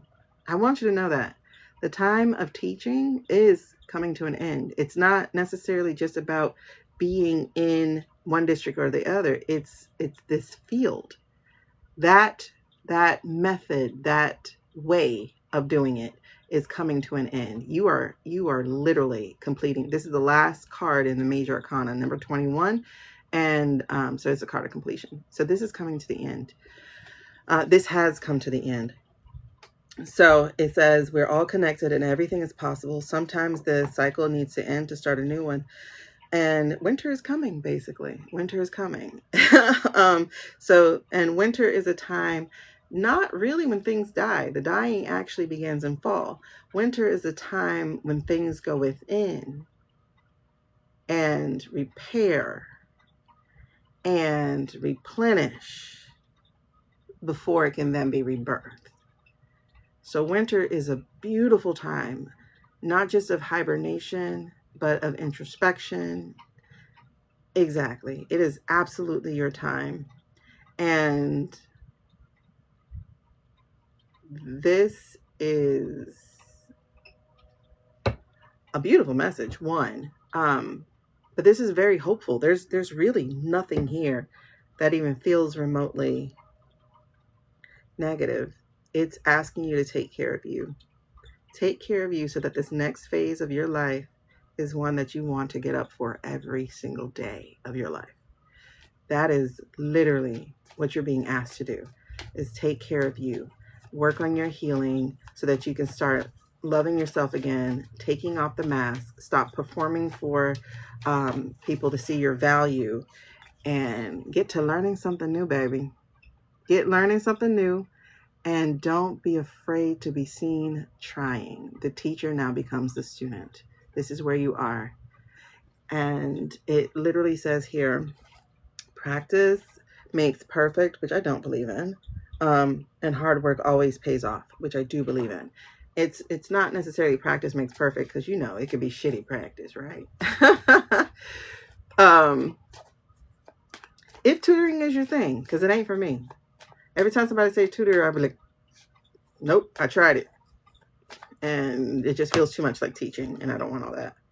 See? Anxiety. That's what it gave me. I don't want nothing to do with teaching. You know, a few years ago, somebody recommended that I go overseas, and I thought about it, and I was like, but that's still teaching. And in fact, that's with more arrogant people, because she was teaching in Dubai or the UAE. And I was like, hell no. I'm working with kids whose parents are lawyers and doctors and radio broadcasters, and they get on my damn nerves, because People think they're better than me because I'm a teacher, but I'm more educated than you, baby. And if I wanted to be you, I could have. I could have. All right. So, and in fact, you can almost ask anybody, who's a teacher that changed your life? I cannot ask you who's a radio professional who changed my life. You know what I mean? Okay. All right. So I'm going to tell you, Leah, don't get locked into something about giving. Please understand, your cup has to be replenished too. So even if you end up into doing a nonprofit, make sure it's still a profitable one. Make sure you are still on the payroll as the administrator of your nonprofit. When I learned that nonprofits can be profitable, when I learned that the freaking NFL was a nonprofit, I was like, bitch, why we be going broke trying to take care of everybody? Y'all got to remember, money ain't the mission, but money funds the mission. Okay, money ain't the mission, but money funds the mission. So we got to go make the funds to fund the funds, the funds. Okay, so let's not be scared of money. Let's not be scared to charge, and understand when you charging somebody, you're doing that so that you can give free, or like I said, it's when I told this one woman I was doing a mediumship reading for, and it was weird because apparently I also do Akashic readings. And so I saw her doing something different, well, similar but different. And I was like, girl, I see you with clients that pay you like $25,000 for a week's retreat. And she was like, what? I was like, yes. And you can use that so that you can go host those women retreats those women events for shelters and stuff. She's like, how did you know that I wanted to do that? I was like, because it's in you. Like it's whatever that is, it's there. Like, I can't say it's in your chart. I don't know if I read charts like necessarily. It's just I could see it.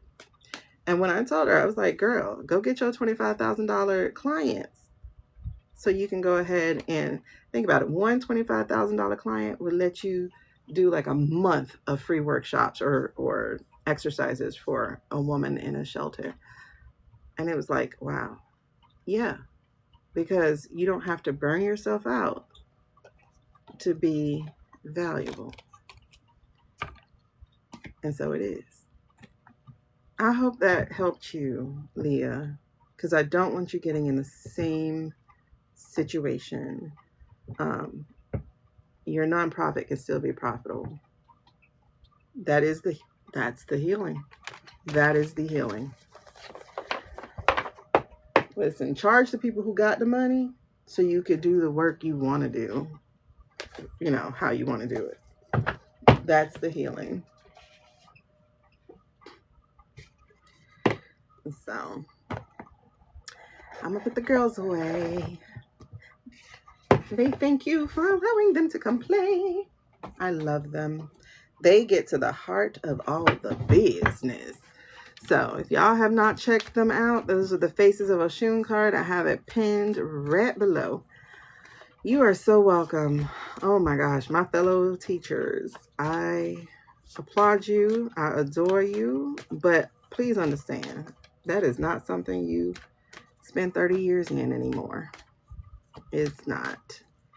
Unless you're trying to get to that pension. I have a friend who's doing that, and she is burning the hell out of herself trying to get to 30. Are you kidding me? I'd rather be able to travel the world with the 10. Yeah. Just do better than me. Prepare now. Yes, the artwork on those are so good. I fell in love with them. That's why they only come out when I do those paid readings, because listen, this right here, look how worn these are, but I love them too. They're my training wheels.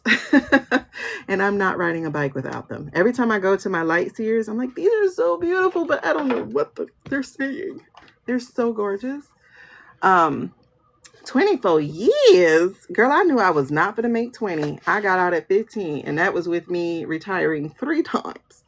I retired in 15, I retired in 18, and 2020 was like, I'm going to let my certificate lapse so that I don't go back, because I knew I was going to go back.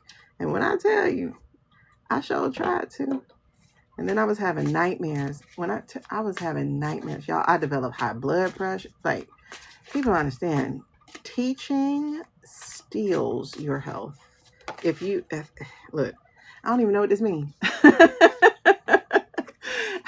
Well, kind of do, because this is the wheel. So that's cycles, but it's in the shadow. So I don't know what that means. See, that's why I like my wheel. I like my training wheels. But look how gorgeous it is. See the look. It's like in the right way. It's like her essence, her light, and her shadows. And it's like balancing on time or something. And then feeling lucky because she got the dice around it. But upside down, I don't know what that means. I think it means the opposite. I don't know. Woo, child. How long it took you to get off the couch, late bloomer? Oh my goodness. When I tell you those Christmas breaks used to go so fast. Oh, look at all these teachers. When I tell you, that first week would just be,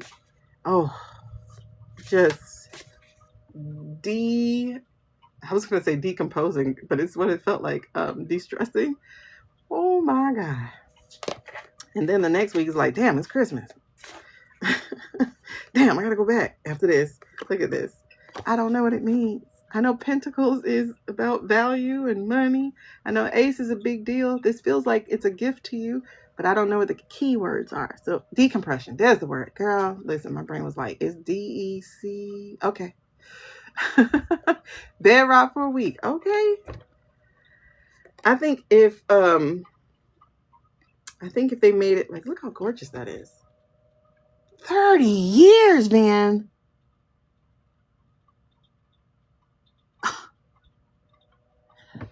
And it's crazy because, like, when you do the math, that means you're like in your early 50s. So it's like life is still lifing, but it's like, but are you still lifing? You know what I mean? Like, and you know, one of the things I did not realize, oh my gosh, 62 ain't nothing, girl. There's so much life left. But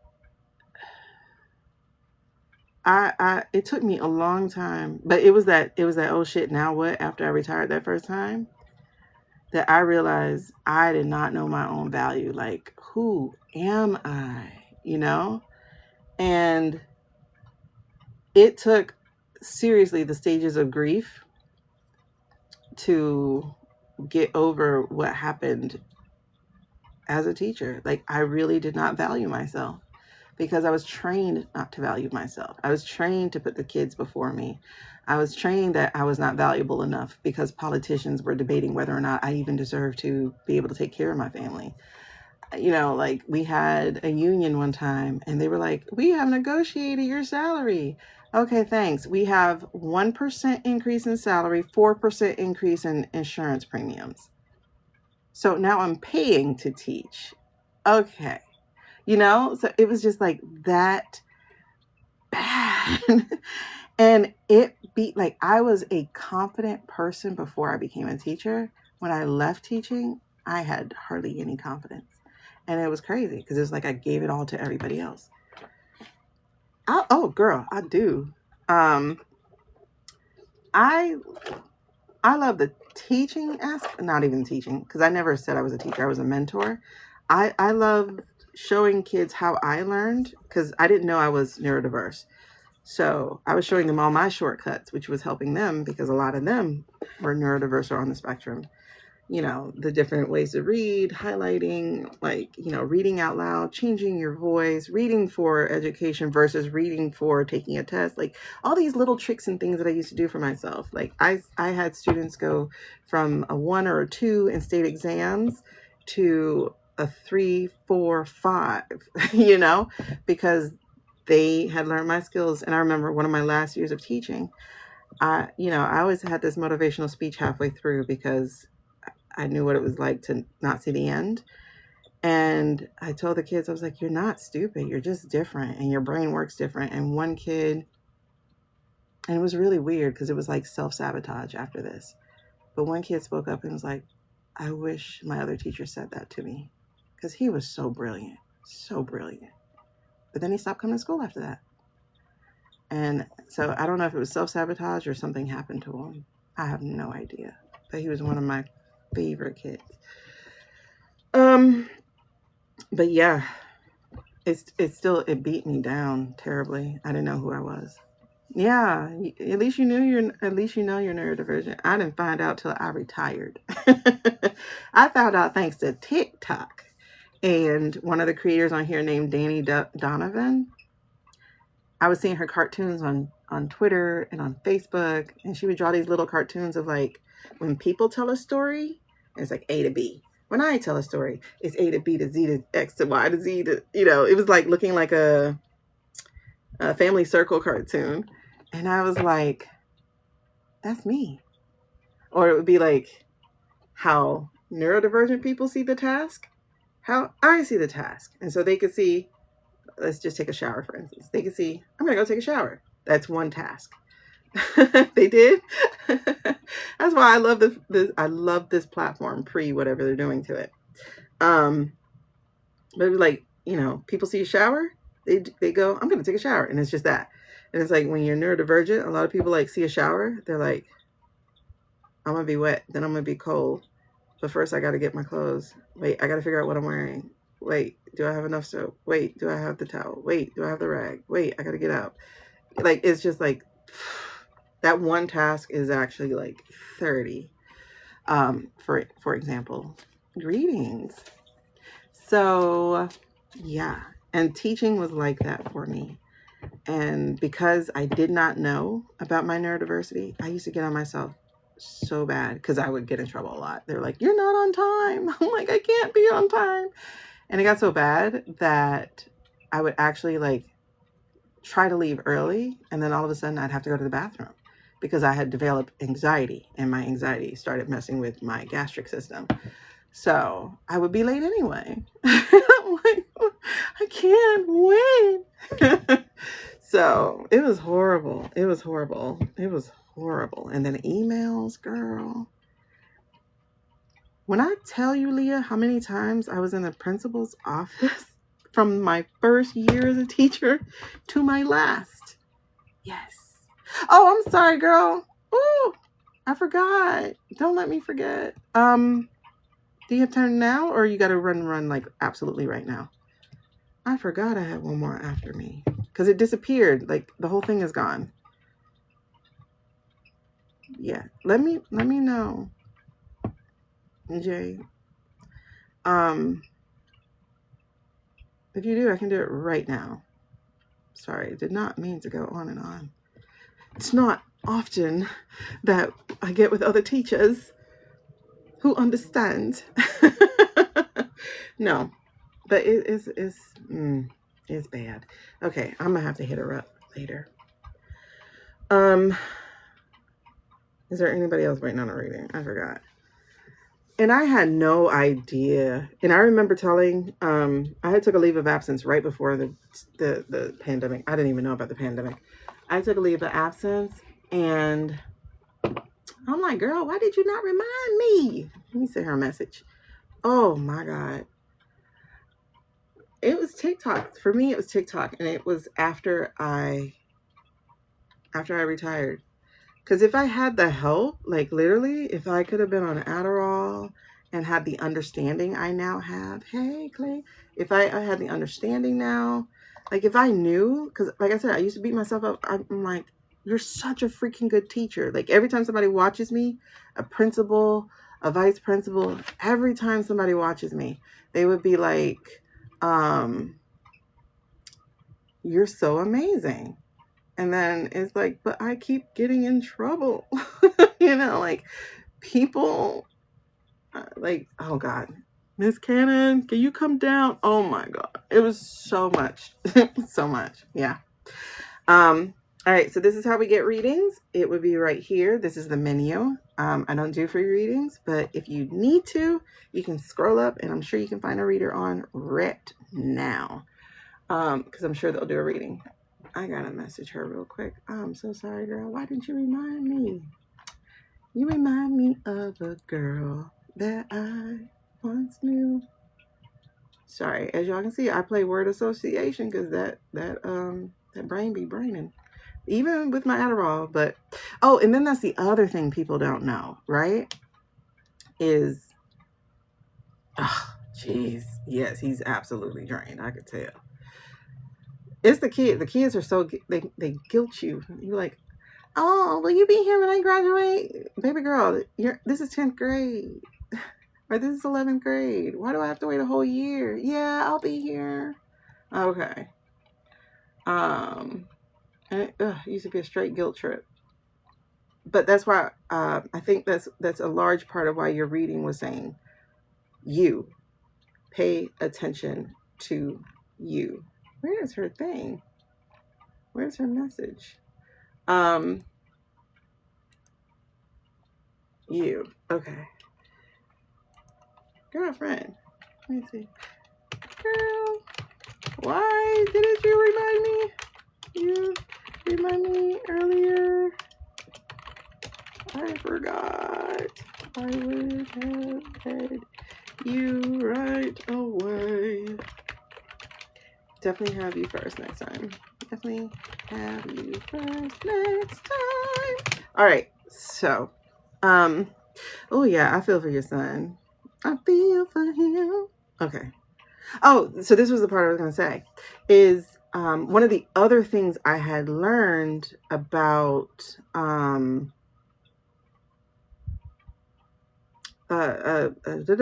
is it? ADHD. Because when I got my Adderall, the first time I took it, I took a nap. When I tell you that nap was so hard. Oh, yes. Yes. We could definitely talk about that. Neurodivergent veteran teachers. First of all, I love the way that you said veteran. I love the way you said veteran. When I took my Adderall, the sleep I slept was amazing. And I panicked because I was like, okay, so I must not have ADHD because people use Adderall as a party drug. You know, they'd be like, woo, you know, whatever. I Googled it and it said something to the degree of, if you are sleep deprived, your brain is finally getting the message. So it's like, you know how when you be like, and yes, I lost all ability to speak grammatically correctly. So let's skip all that, okay? I'm like, I used to be an ELA teacher. Anyway, so it's like, once all that went, I went, oh yeah, I'm never going back. The stimulant nap is your first clue. So for anybody on here who might be undiagnosed, the stimulant nap is the first clue. If a coffee puts you down, if an energy drink puts you down, that's your first clue, right? Oh my God. And I cried the first time the music stopped. Oh my God. And it's funny because the music doesn't stop when I drink stimulants, you know, like Coke or whatever. First of all, Coke used to make me crash. Anything with sugar made me crash. And I'm like, I thought sugar makes you hyperactive. Nope. My people will always know, oh, it kicked in, huh? Like if I had a sandwich, they're like, oh, the bread got to you. Because I learned that the carbs turn to sugar. And I was like, oh, that's why. So I also learned that carbs give you fog brain. So I can't do carbs in the morning. I can only do like fruits or smoothies or something in the morning if I need to use my brain. Whew, child.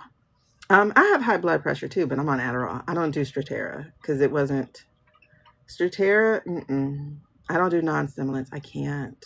I had to do a whole workup. I you know, they did a whole workup at the cardiologist to make sure I could take it. And you know, I'm like, listen, if I lose a year of my life, but I get back 50 years of my life, I'm gonna take the 50 years, meaning 50 years of being able to operate, you know.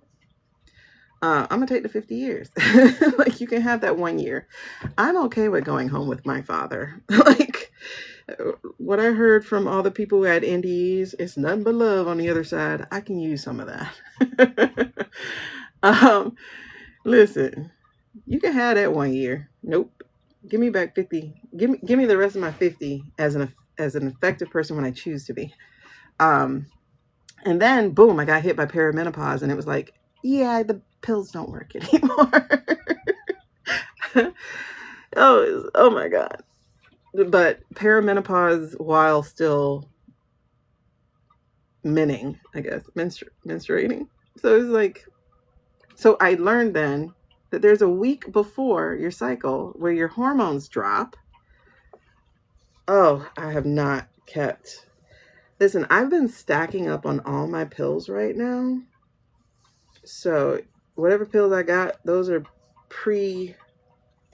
what's his face? Because my doctor, luckily, he gives me 2 tablets to take a day. So I only take 1 a day. And the week before my cycle, I just don't take any, except like right now. I don't take any really, because what's the point?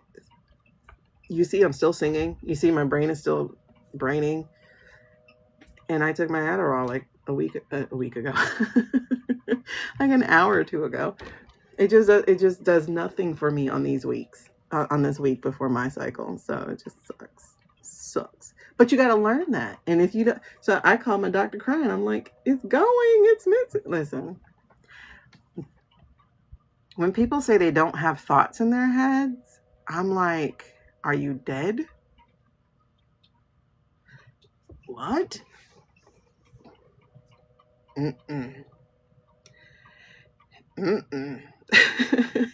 People say they don't dream. I'm like, are you dead? It's like my brain don't know how to shut up. My brain be like, okay, oh girl, we so tired, we going to bed. Time to watch an IMAX movie. Oh, when I tell you sound, lights, colors, boom, run. I'm like, bruh, are you serious? I have long-term memory. I don't have short-term memory. I will tell you all about the past. And then you'd be like, what you ate for breakfast? Wait, did I eat breakfast? Oh my gosh. Listen, late bloomer. When I learned, okay, I was so upset of the way we were taught. I was taught that women stop menstruating when they turn 40. At least in my child brain, I heard that somewhere and I held on to it.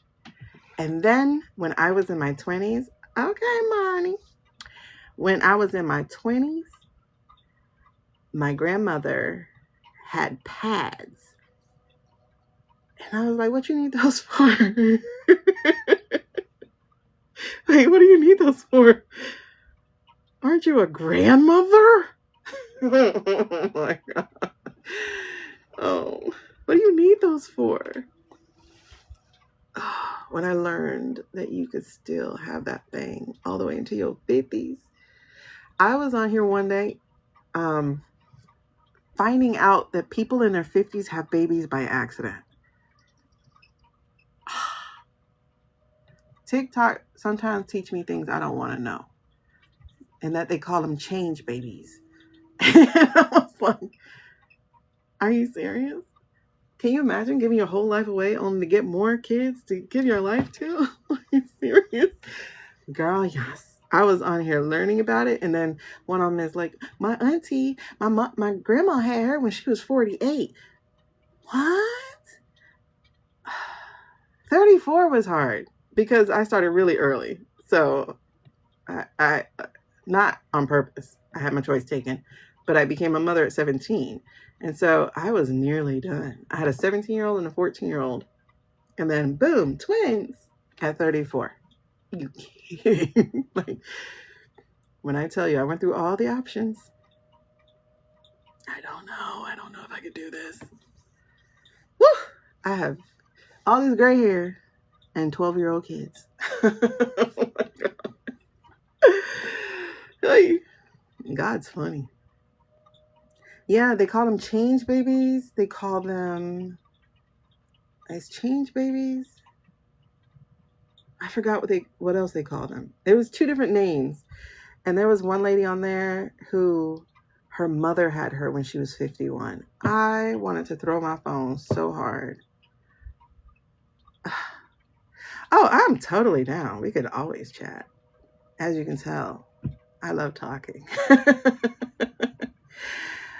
Girl, listen, during all the debacle of the beginning of this, I ended up on tarot YouTube, and that is how I was finding some sanity. I'm like, what else y'all got from what else is happening? Please tell me this man is out. Please tell me he's over. But and there were just some people that I just didn't trust. But then it was like, wait, I think I could do that. And the next thing you know, and this is why I'm saying it's like really opening, because last year was like a year of through the fire type of healing.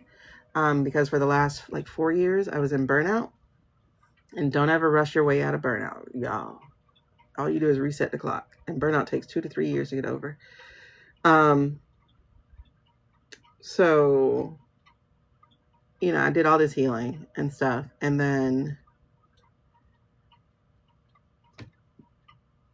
I took my business coach and my former business coach.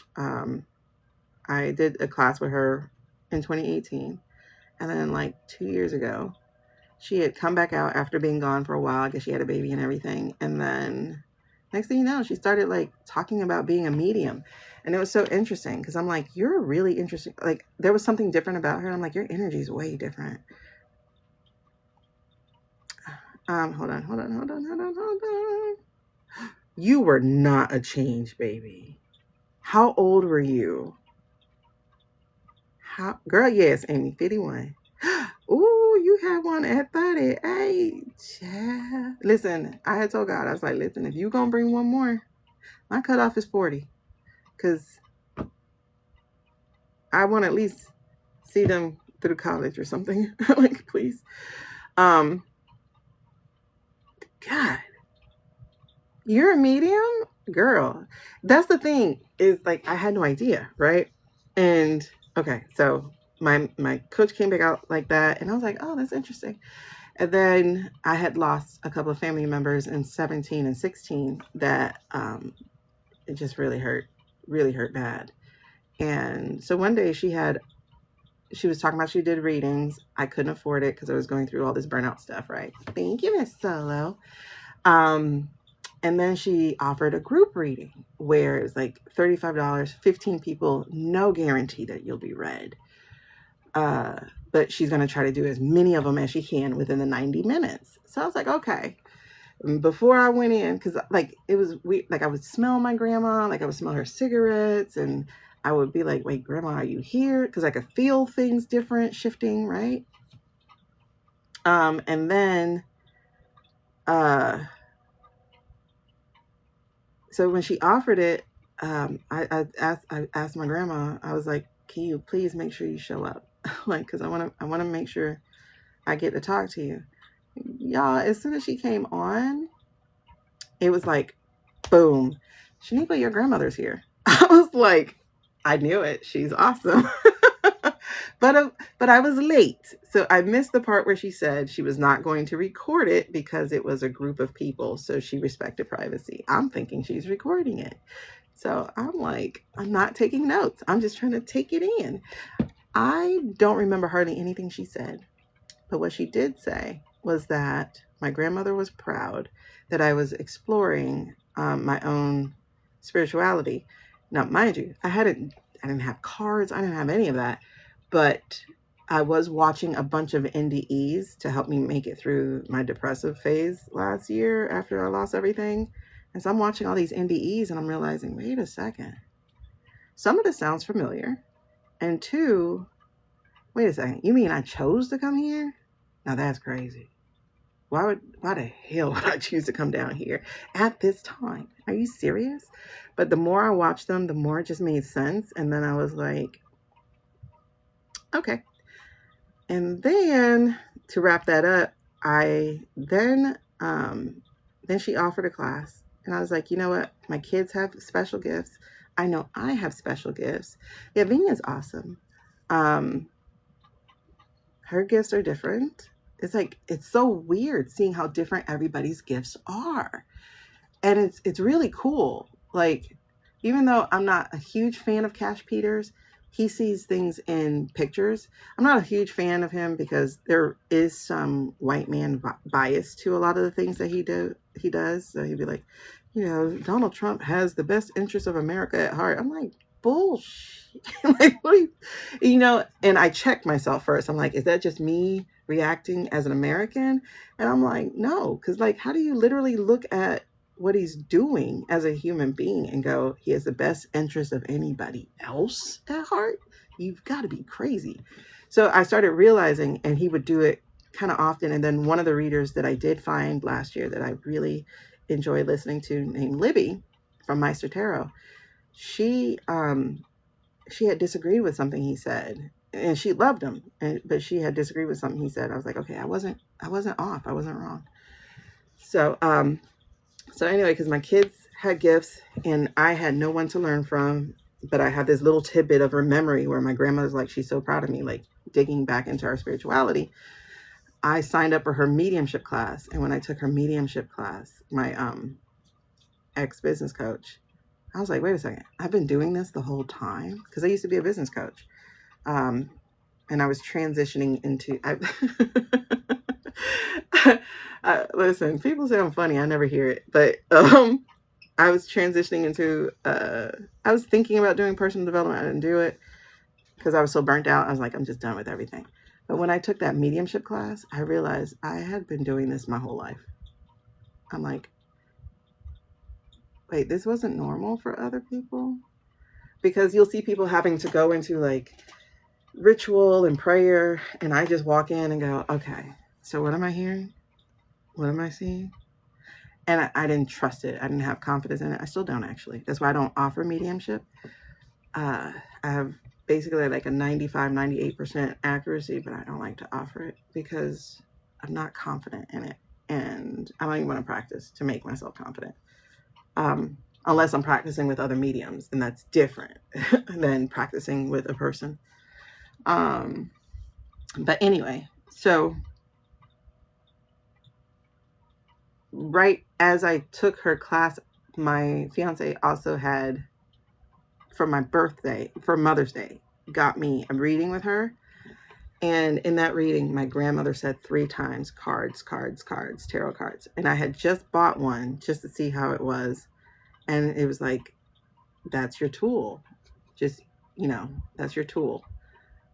And so next thing you know, I got addicted. I have 3 decks of tarot cards. I only use one. And I have some oracle cards because they just really help. So that's how it all happened. Okay, hold on. Y'all were talking. Oh my God, 38. Oh, sorry. Change, baby. 51. Yeah, wait, did you ever say what age you were born to your mother?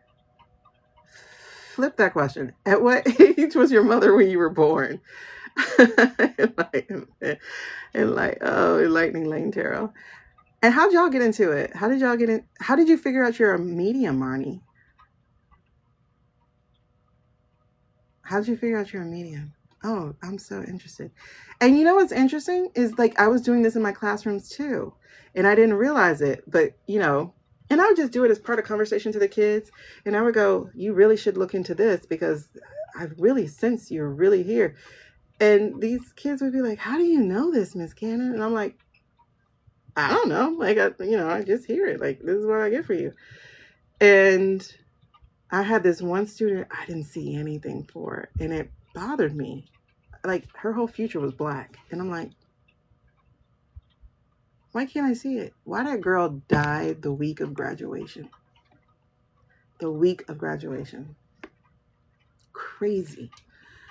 And she was the only one in the car accident to die because somebody ran the stop sign and she was in the back seat and she somehow was still the only one to die. And I went, that's why I couldn't read her.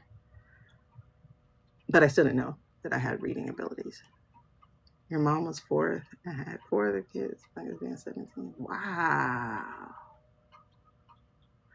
Yeah, your mom was 40. My first kid, I was 17 when I had my twins. And what's crazy is he's the age I was when I had him.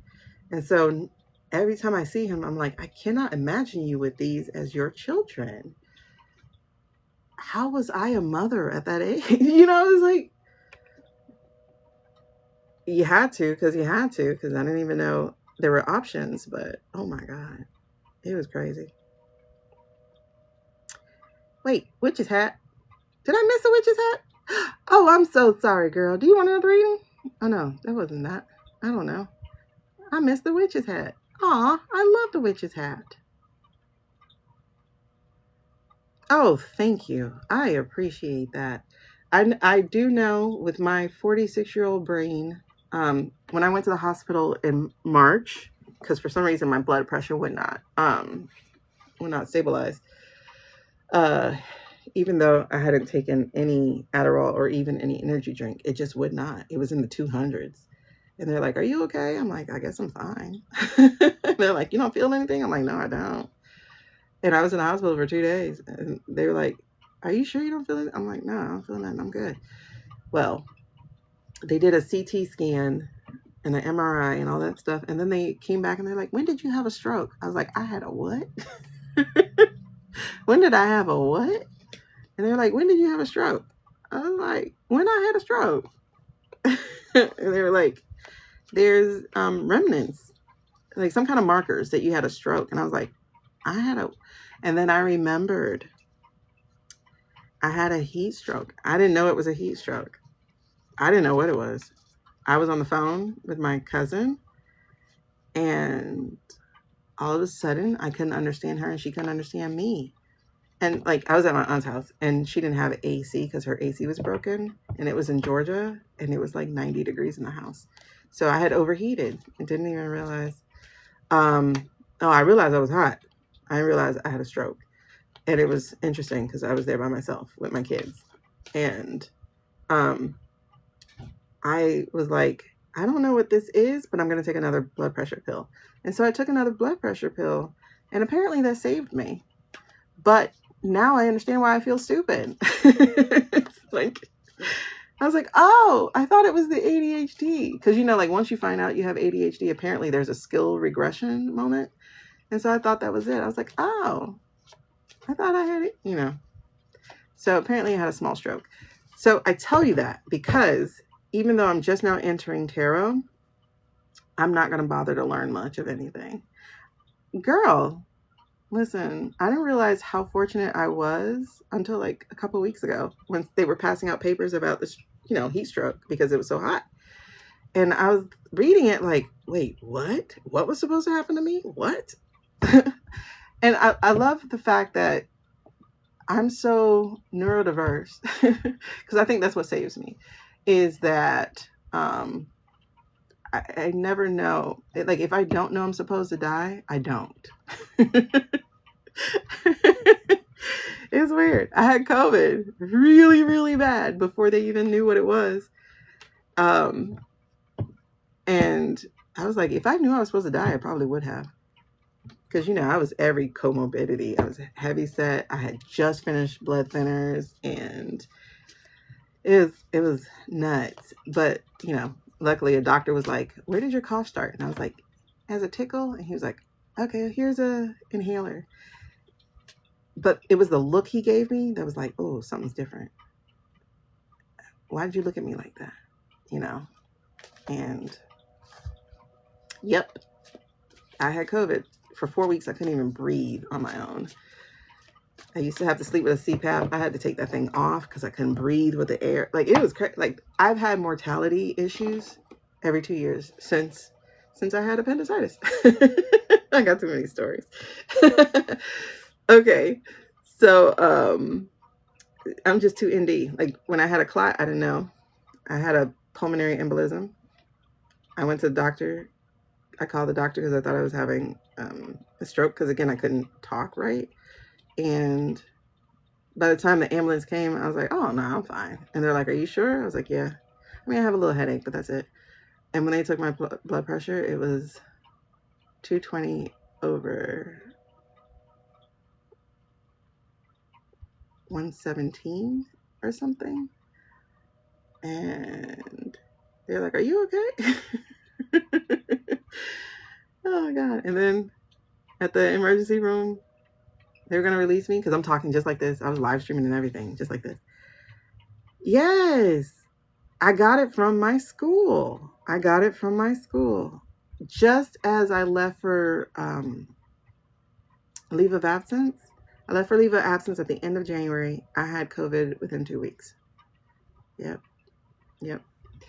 And my son brought it home from school too. So I guess it like really did it because then I had COVID. Oh, my nervous system. Oh my God. I've been sick ever since I started teaching. The first time I got the flu. And it's weird. Okay. This is weird because I just thought about it. Because I first started teaching. It was like, I think it was still winter or no. This is my first year teaching on my own. The half year I did as a basically a live-in sub, I guess, but I was still a teacher. I remember reaching for the door to open and go through because it was that first year, 2005. This is the first year I ever got sick. And I was sick with the flu. And the flu that could kill you, by the way. But I didn't know I was supposed to die. And I'm reaching for the door. And I had this Sherlock Holmes movie moment. If y'all remember the one with Robert Downey Jr.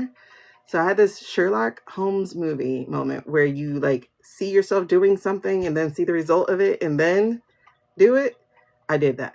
So I reached for the door and I was like, I'm about to get sick.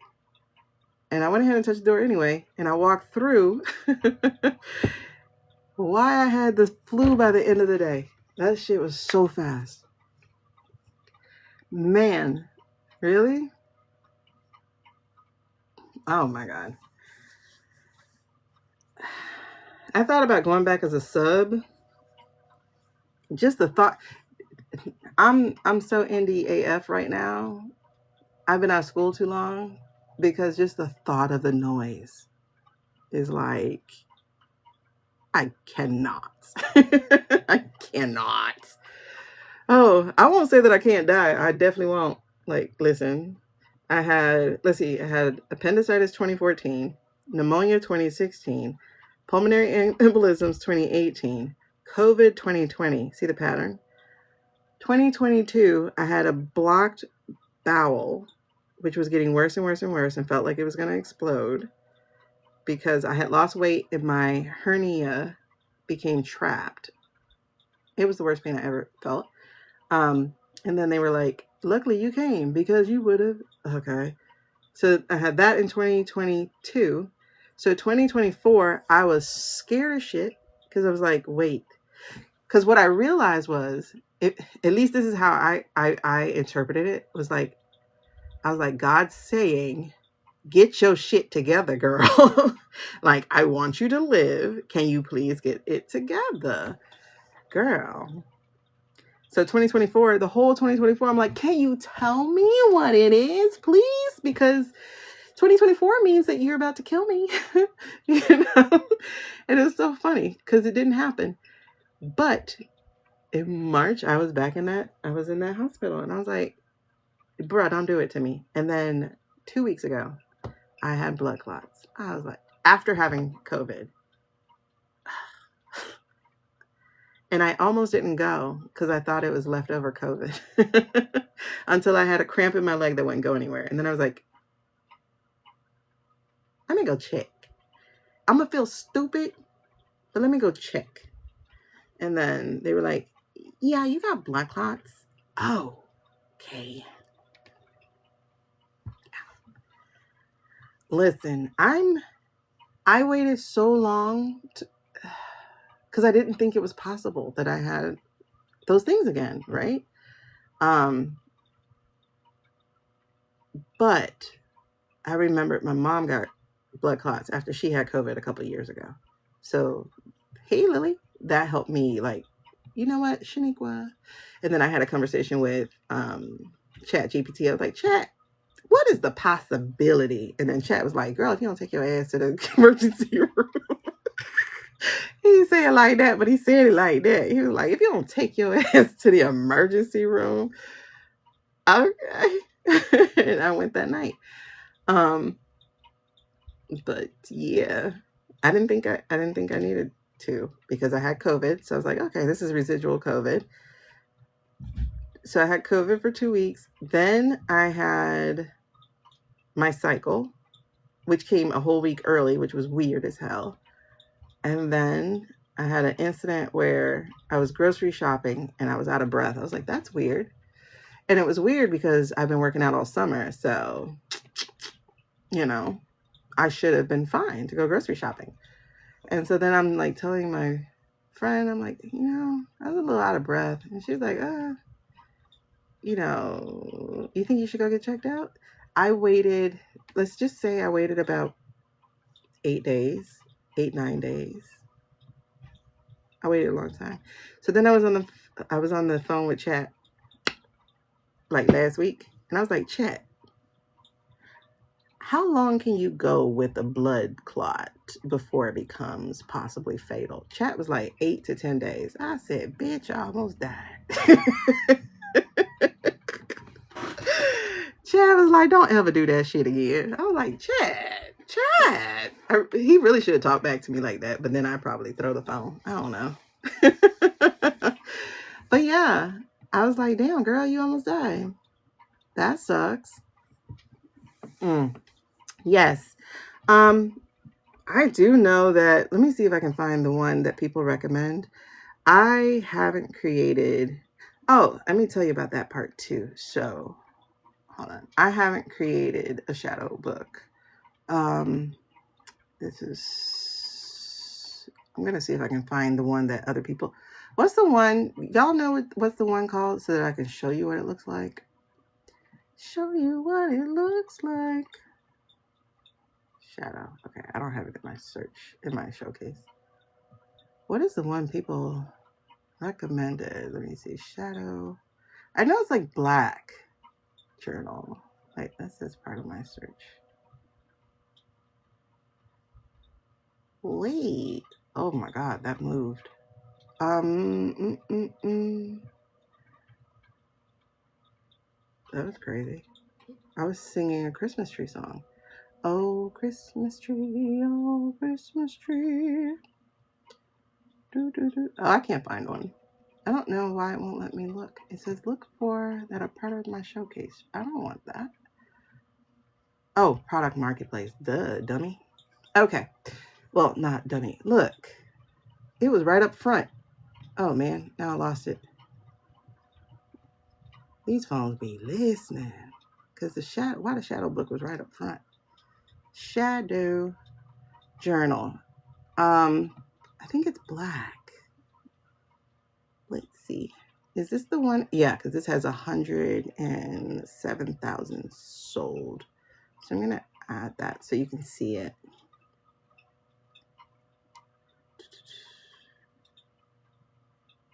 Is this the same book? No. And you know, it was like a big trend. Was it last year or was it the year before? See, I hate when people steal people's work. Like, there's so many people selling her book now. Like, when you get that stuff printed in China, they turn around and put it on their TikToks. Ain't that interesting? And I hate that. Okay, so let me see if I can find it. I just want to show you the one that people have specifically purchased. Oh, I think I already added it. Look inside the shopping cart and see if you see it.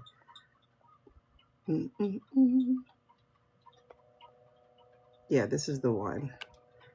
The Shadow Work Journal. It has 107,000 sold, and apparently people love it.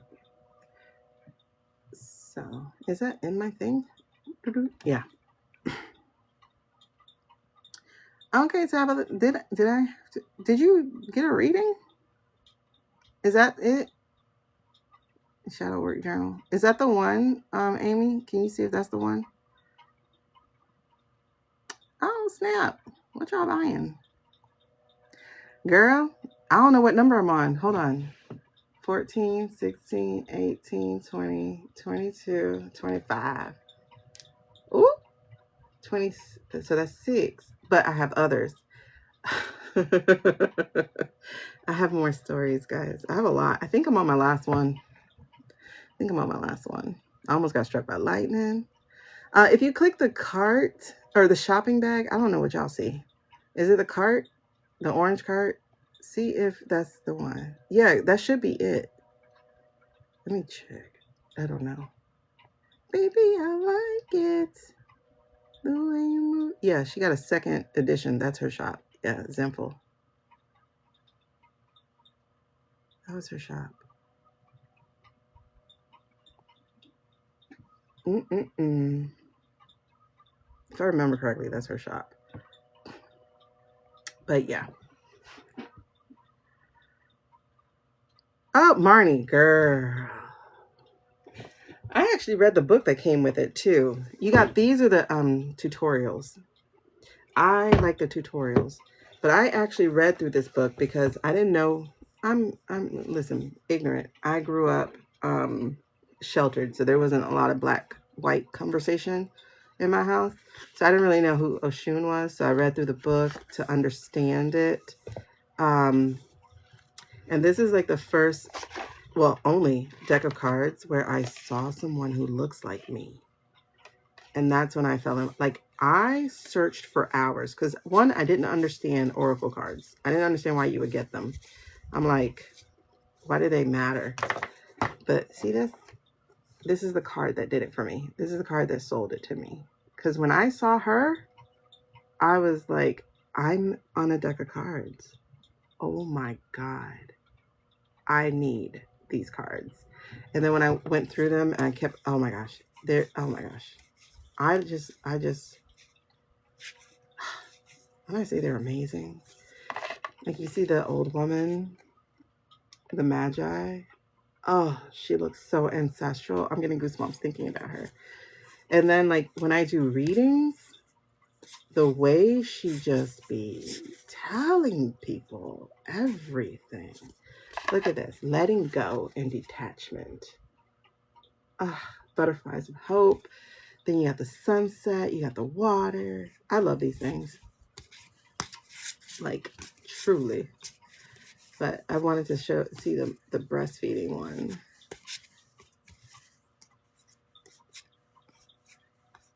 And then, obviously, I read the cards, the words on the bottom.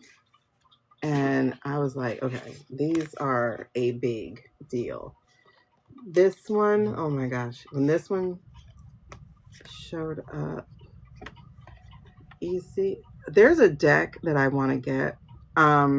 It's in my showcase. I didn't put it in my shopping cart.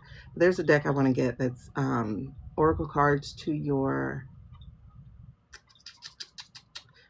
it was like to your inner child or something.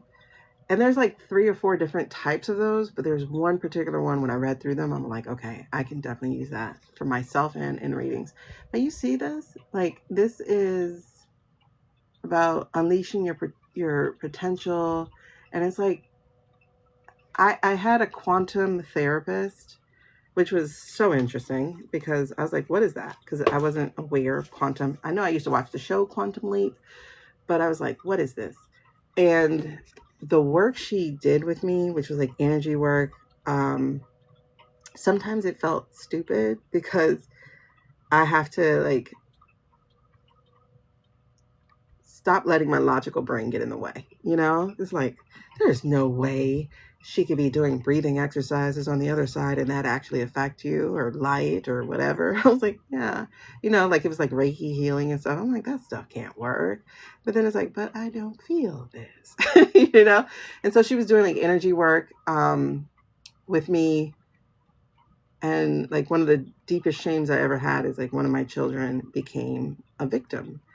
And I couldn't protect them because I was having dreams. I just couldn't understand my dreams. So I didn't know that's what was going on. I thought it was the other kid, not him. And so it was horrible. It was horrible. And I carried guilt about that. And it was like, she was like, why do you have guilt about it? I'm like, I was supposed to protect them. And who told you were supposed to do that? I was like, I did. And she's like, and can you forgive yourself for not doing it? You know, like she was going through all these different things. And then it was also like, why are you angry? I'm like, I'm angry because like he ain't doing shit, basically. Whereas I was a victim, ended up with a kid, Still had to graduate from high school, get my butt into college, graduate college. Like, I did stuff despite it, you know? So there was some anger there. It's like, stop playing victim and stuff. And it was just weird. But like the way she was working it out was like, can you give this back to them? Like, why do you carry this anger? Is this anger from you or is it anger from them? And, you know, it was just like, if you ever get like a quantum therapist, it's like amazing. And anyway, so when I saw this card, it was like that inner child thing. Like, inner child is like for real. Because there's like one thing that I worked on her with, and she was like, can you embrace her? Can you like understand or like forgive or just love her? Because she was working with what she knew, you know what I mean? So like, say like the 16-year-old who ended up, I don't even know what a quantum therapist, I can't tell you what it is, but I can tell you there's someone on here with quantum therapists as like their thing, quantum leap therapist or something. Her name is Erin. That's who I worked with. It was amazing. Girl, inner child work is crazy. And then it's like you carry more than one inner child, right? So I have the younger me who was abandoned, you know, had abandonment issues. I wasn't abandoned, but there was an incident that made me feel abandoned. Oh, I got to catch up with what you're saying. One sec. So like, I would say my mom's undiagnosed. So if you guys, you know, it's weird because it's like when you get diagnosed and you start recognizing it, you're just like, oh, wow.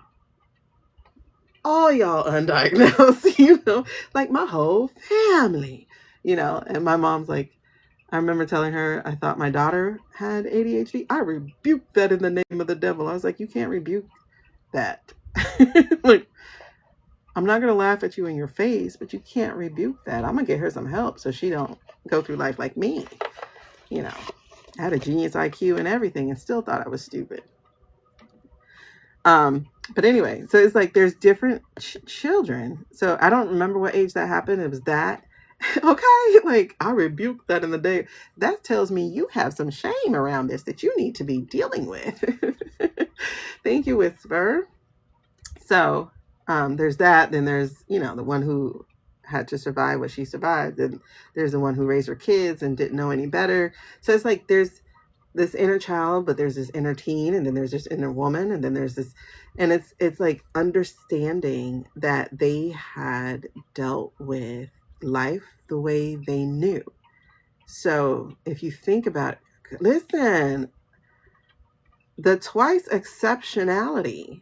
And when I start learning that basically all gifted kids are somewhere on the spectrum of neurodiversity, it's like, oh. And then I learned all artists. And people will say that's not true. But the fact of the matter is, it's called neurodiversity. So it's divergent brains. No artist exists without divergent brains. None. You know what I mean? So it's like, honestly, like, is neurotypical even the majority? I don't think so. If anything, it would be like half and half, probably. Though I think it leans more to the divergent side. And then they want to blame trauma, and then they want to blame birth. It's literally evolution. It's literally evolution, you know? And then people who have abilities, they are neurodiverse. Because it's divergent thinking, you know, it's divergent brains. So, yeah, like, listen, when I looked at my second son, the one who's given me every headache in the book, I remember looking in his eyes and I was like, you have been here before. Like, there was so much old soul in his eyes that it scared me. But also, I had a lot of special, freaky, spiritual stuff that happened to me while I was pregnant with him. It was crazy. Patriarchy raises up neurotypic. Yeah, you know, like that whole... And it's funny because I'm the neurodivergent that's late for everything. And at this point, I'm just like, I'll get there. Party has started. But then there's the one who is so anxious that they're over on time. I did that one time before. I was so early for a doctor's appointment. Well, 2 times before. I was so early for a doctor's appointment that I couldn't even just stay in the parking lot. When I say early, I got there at 8 and I think my appointment was like at 4. So early. So, I was like, you know what? I'm going to go home because I got to use the bathroom anyway. So I thought I'd be able to use the bathroom there. So I drove all the way home. And then I was late to my doctor's appointment. And then the same thing with the mediumship reading, my first one, where I got there and I missed what she said about no recording. I was actually 3 hours early because I didn't know we were on different time zones. So I got there 3 hours early. Then she sent me an email like, hey, what are you doing in the room? I was like, because we have a meeting. And she's like, no, it's on Pacific time. I was like, okay. And then I was 5 minutes late. So I missed that. Otherwise, I would have recorded it my damn self. Oh, child, that's hard. That is hard. You're in Texas? Where are you? Oh my God. Girl, late. Like, listen, I don't even call it late. I just call it divine.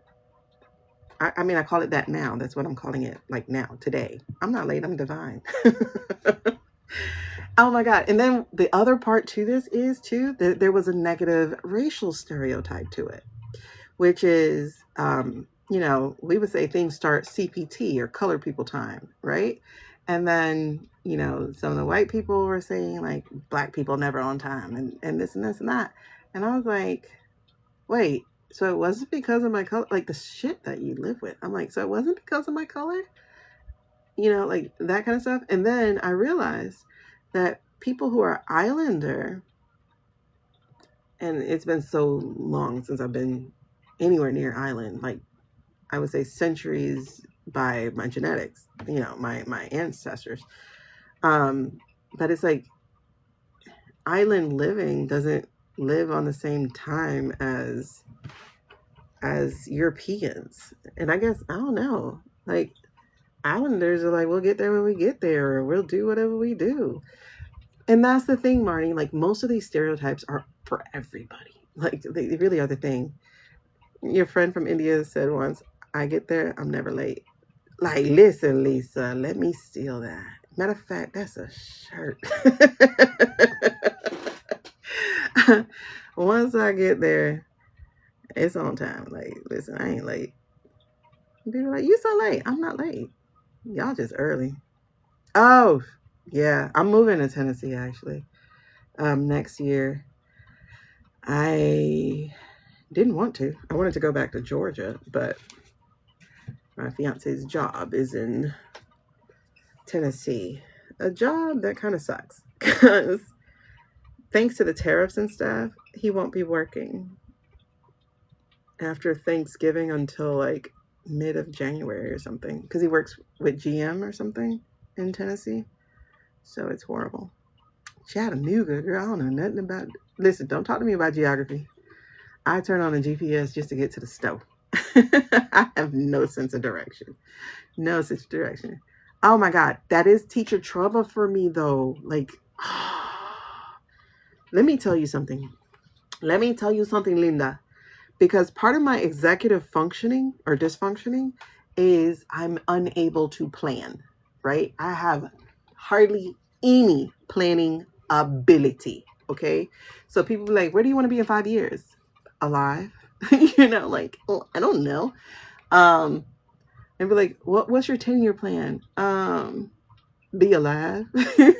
Hopefully travel the world. I have grand ideas of what I want to do, not granular ideas of what I want to do, and, or what do you want to eat for dinner? Like meal planning. What the hell is that? By the time that meal comes, I no longer want that. Like, what are you talking about? I'm not feeling that. And so end of the story is, 15 years teaching, I've only written 2 lesson plans. I started pulling the same tricks I pulled in elementary school when they would be like, where's your homework? I'm like, it's in here somewhere. I started doing it would be like, where's your lesson plan book? I don't know. It's in here somewhere. And oh my gosh, I am not the clean person. I am very disorganized. If y'all see my desk, I'm not dirty. I'm disorganized. Like, I can't do dirt. Like that. Ugh, I can't. I get the heebies from dirt. Plus, I'm allergic to dust. So I'm not that way. But I am so disorganized. You know, the one that can be like, where's the paper clip? Okay, it is in the second cabinet in the back under the blue paper. Like, I'm that kind of person. Girl, listen. I can't. But you know, there's that saying: if you fail to plan, then you plan to fail. And I'm like, that's not true. I can't do anything without pressure. And that's why my adrenals are, girl, oh God, I wish I knew this stuff when I was a teacher. I probably might be, I don't know, a teacher still, because I teach intuitively. Like, I'll go in there knowing, okay, we got to read this story. First of all, I haven't read this story. So my first period is always my guinea pig, right? I think we are. I'm a Gemini, so I'm naturally a twin with everybody.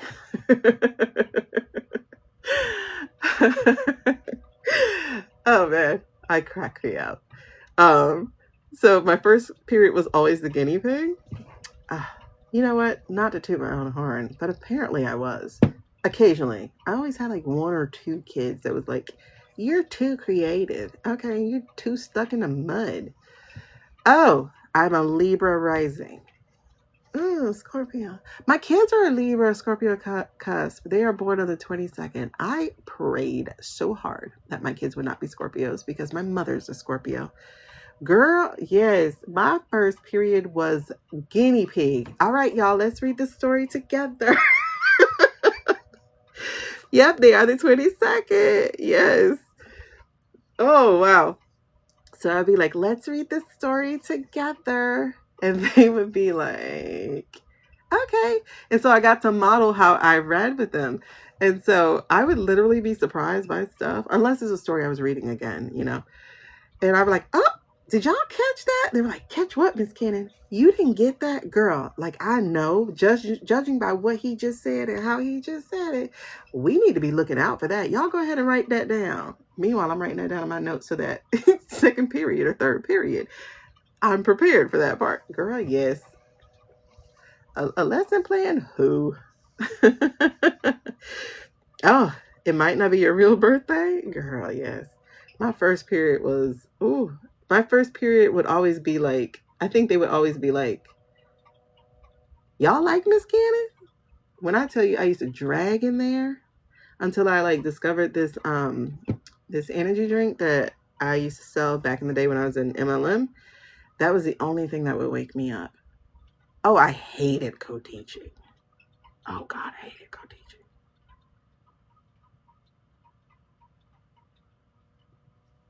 Hated it. 2 snaps and a twist and no, hated it. Come at the pace that I'm coming, please. Girl, listen, that first period, I was dragging there. All right, y'all. These are literally the energy packets. Okay, y'all. Today we're going to read, but you got to give me 10 minutes here. So I'm going to just take the attendance. And then within 10 minutes, it's like, all right, what are we doing? Oh, they'll be like, Miss Cannon, did you have your juice today? No, not yet. Can you drink your juice, please? Okay, hold on. It was horrible. And I hate traffic, so traffic would be horrible. Full body chills. What's going on? Talk to me, Amy. Talk to me, Amy. Oh my God. But when I tell you, the after lunch kids would be so overstimulating. Yeah. Okay, let me back up. Back it up. Back it up. Okay. Where am I? Shopping bag. Okay, we talked about that. Scroll out, scroll back in. I hope I get the book. She works with you. Who works with you? Hold on, I missed something. Solar plexus? Is that the name? Wait. Did I not get the book? Hold on. Whatever is on the page. Hold on.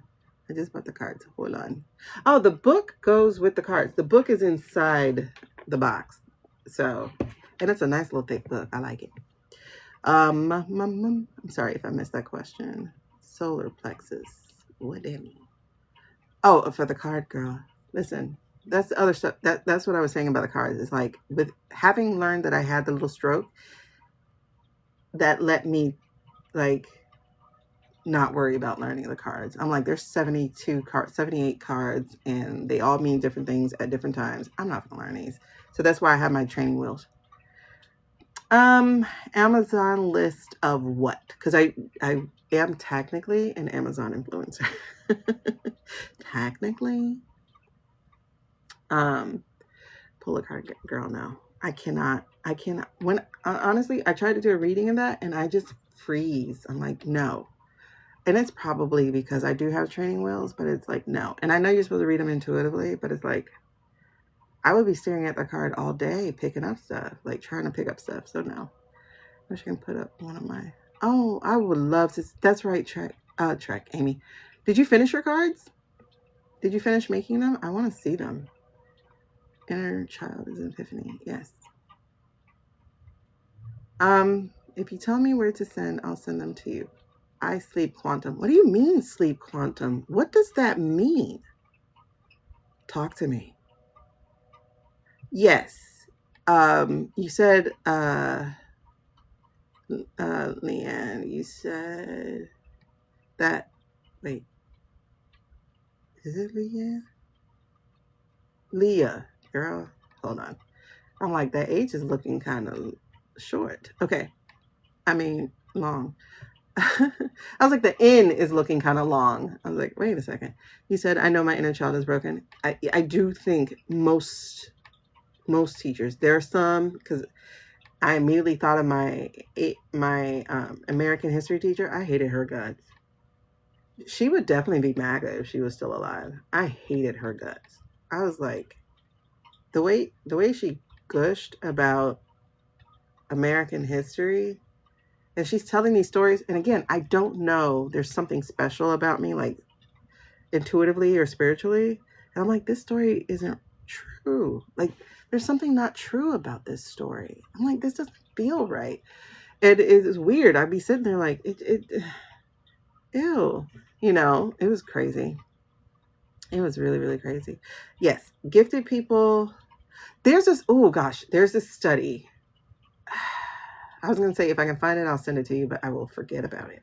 But there's this study where this woman looked specifically at girls who were gifted, and to see if they were later diagnosed as either autistic or ADHD. It might have been about gifted to autistic, but it was something of that nature. That study was so good.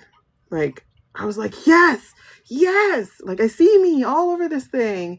I'm talking about, like, I was so freaking gifted. I tested #1 in the entire state, without trying. I got scholarships from the SAT and ACT without trying. Like, other people are panicking and studying, and I'm the nerd who's like, ooh, let's test ourselves. It's weird. And I would be like, okay, what'd I get on the test? Like, that was me. And other people like, test anxiety. I was like, for what? Don't you know this stuff? You studied. I didn't. I helped you study. So therefore, I learned because I helped you study. So, I don't know. It's brains. Yeah. The study was so good. And it was like how we burn out, how we overperform, how we like check all the boxes. I know my box checkers when I see them, because it's like, oh yeah, girl, you went, you got the degree, you got the job. Some of you got the marriage. Some of you had the kids. Some of you gave up your entire life. Basically, you gave up your dreams. You didn't pursue anything. And then now you're 40 talking about this, or now you're 50 talking about this. It's like, you're a box checker, aren't you? Because we had to be everything our parents were not, or even better than our parents, whatever that meant.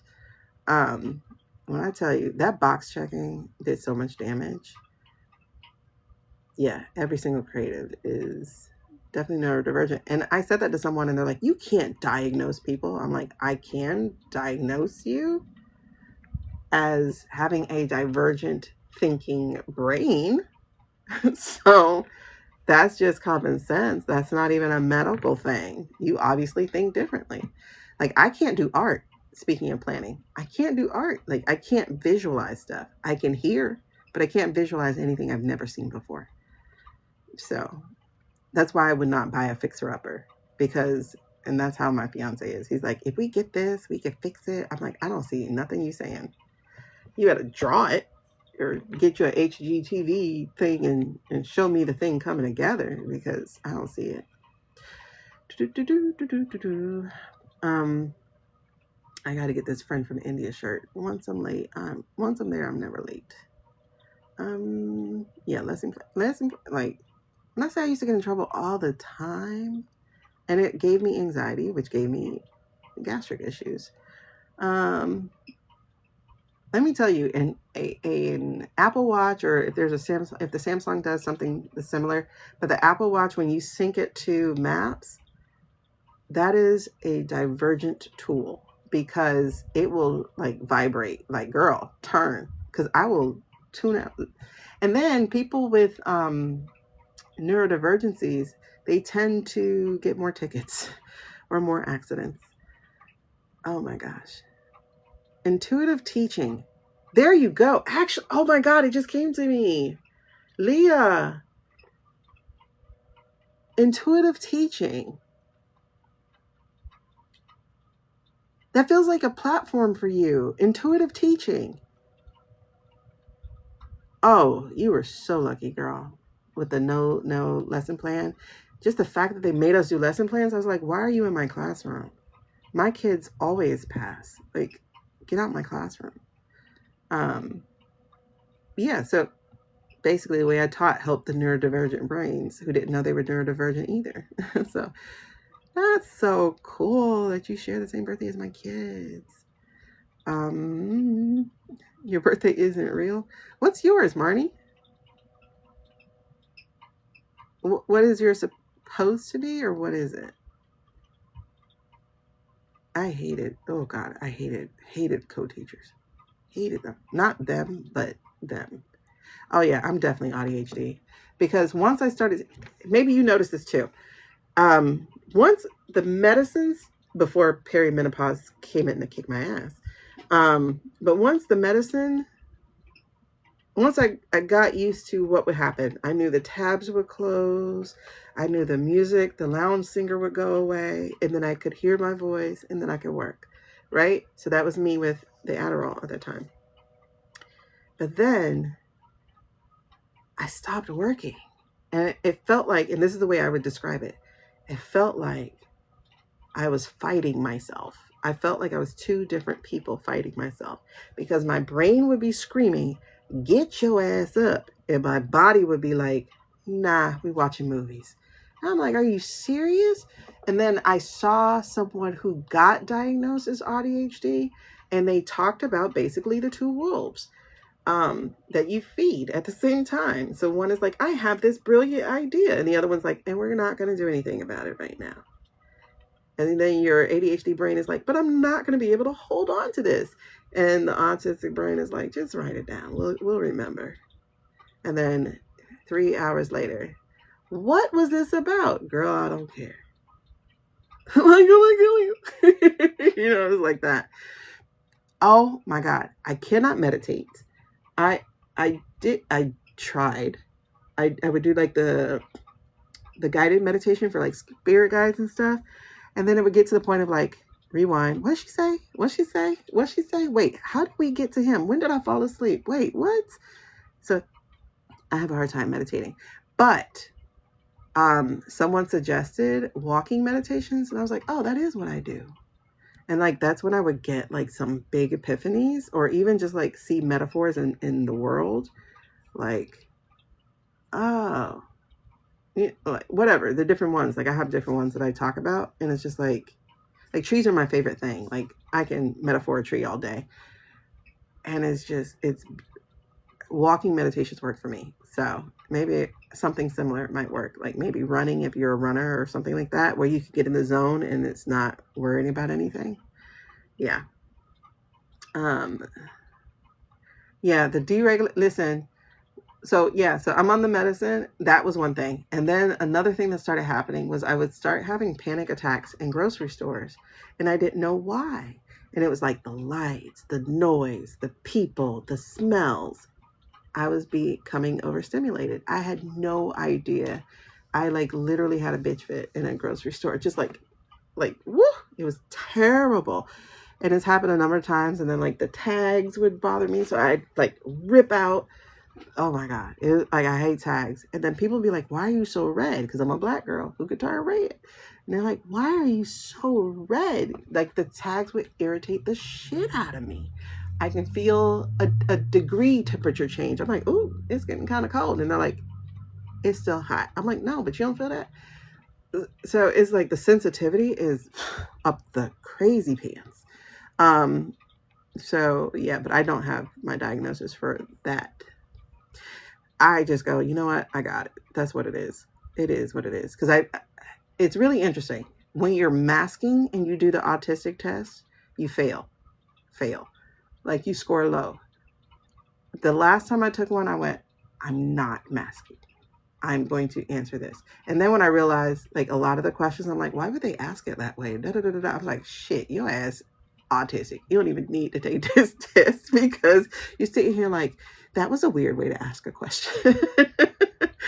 Oh my God. Because then I saw like a video or TikTok or something about people saying when you take the autistic test and you start debating about how they ask the questions on the autistic test. I was like, I'm there. So I just own it. Oh my God, I would love theater. Oh my God. You know what's a weird epiphany I just had? I know I'm like so far back in the conversation right now. But I'm trying to catch up. I realized because I've always been told that I'm a brilliant natural actor. I don't mean this in a conceited way because I have been self-conscious about it forever. And I hate audition because I hate being judged. And, you know, my thing is like, just put me on set. I'll kill it. Which is true. But still, it's like, they don't know that, you know, but it's like, listen, can you just put me on set? But anyway, I realized, or maybe something made me question because I'm such a chameleon, thanks to the ADHD stuff. I was like, wait a second. Am I really acting or am I masking? Am I really acting? Because I acted my whole life. Like even in my normal life, people know who I was. So it's like, am I really acting or masking?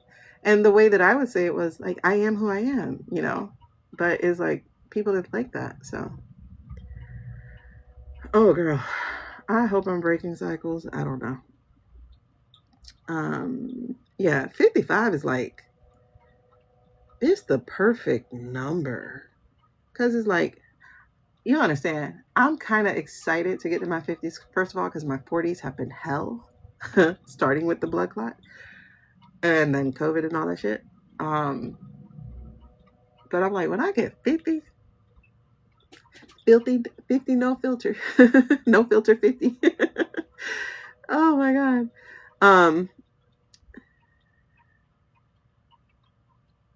Oh man, I miss what we were talking about. Something's my clairvoyance hearing.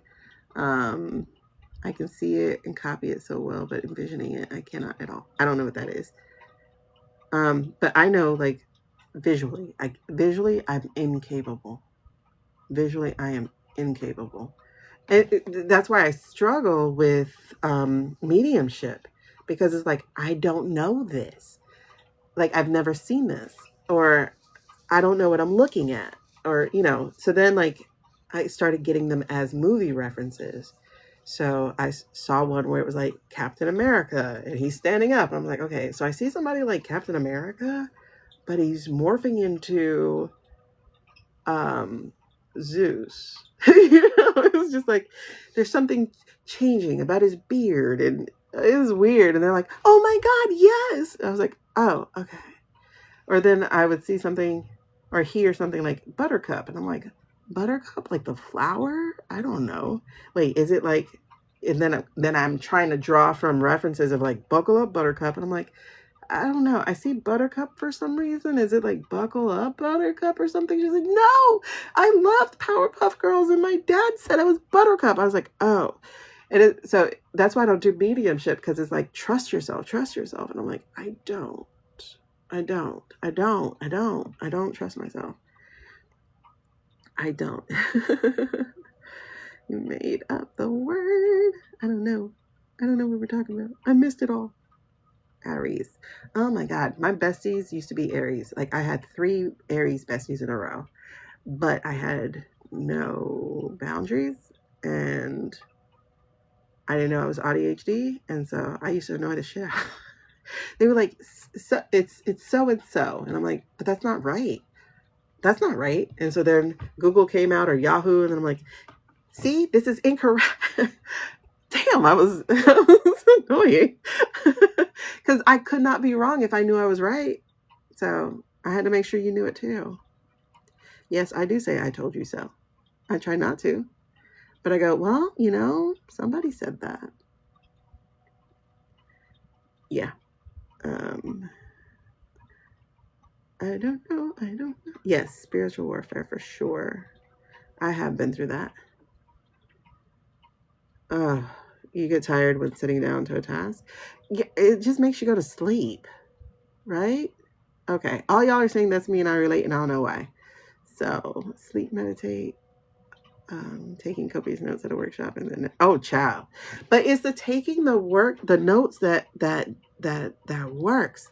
Like, I take so many notes, and I never look at them again. But I got what I needed when I needed it. And it's always awesome though when you go back in your books and be like, oh wow, I did a good job.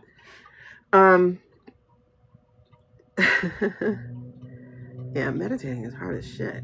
Thank you, Marnie. Actually, like my medium coach said something very similar. She said, because she's very focused on mediumship.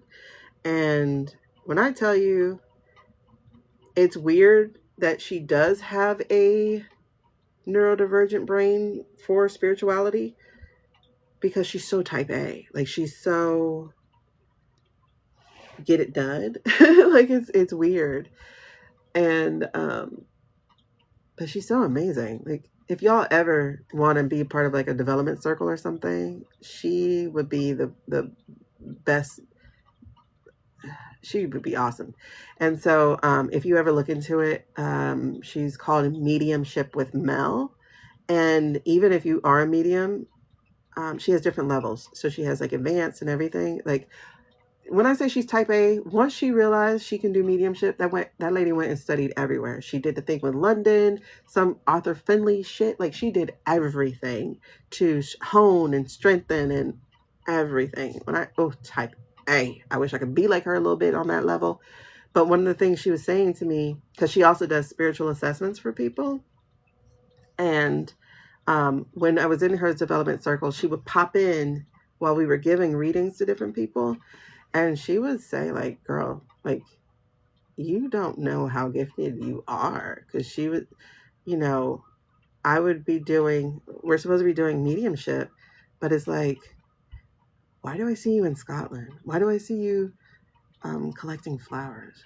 Wait, these aren't flowers. These are for herbs. Wait, I see you doing this.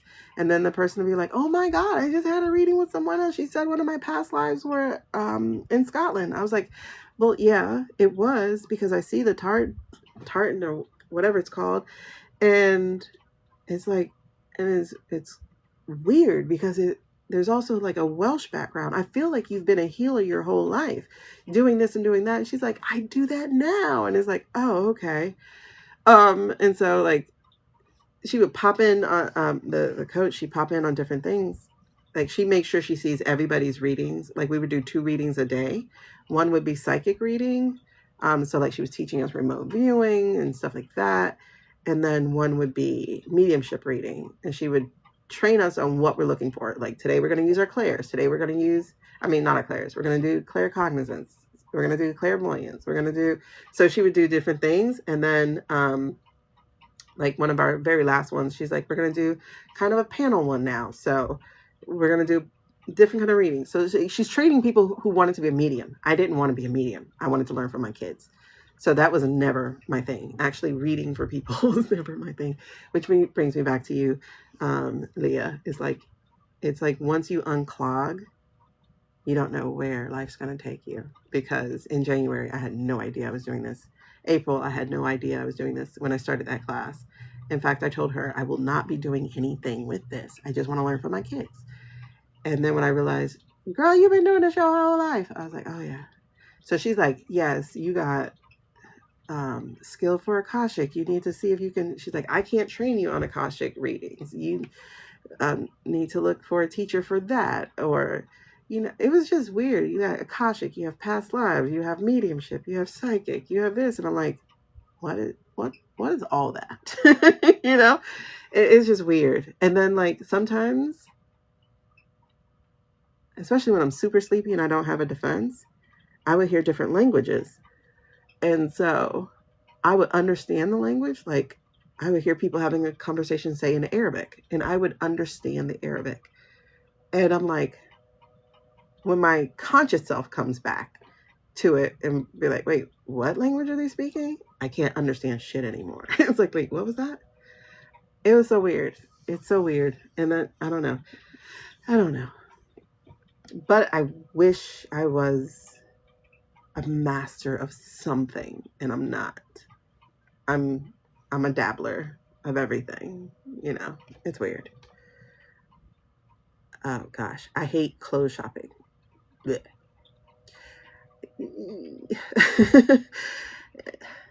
You know, it's like you go to a grocery store, I walk every aisle.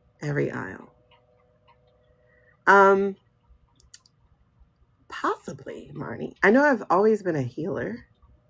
Like that's always been one of my cores is healing and communication. I do know, and I know people say this all the time, but I like know this because it was such a visceral memory. I know that I had been royalty at one point because I remember I was cleaning my room one time, and I hate cleaning.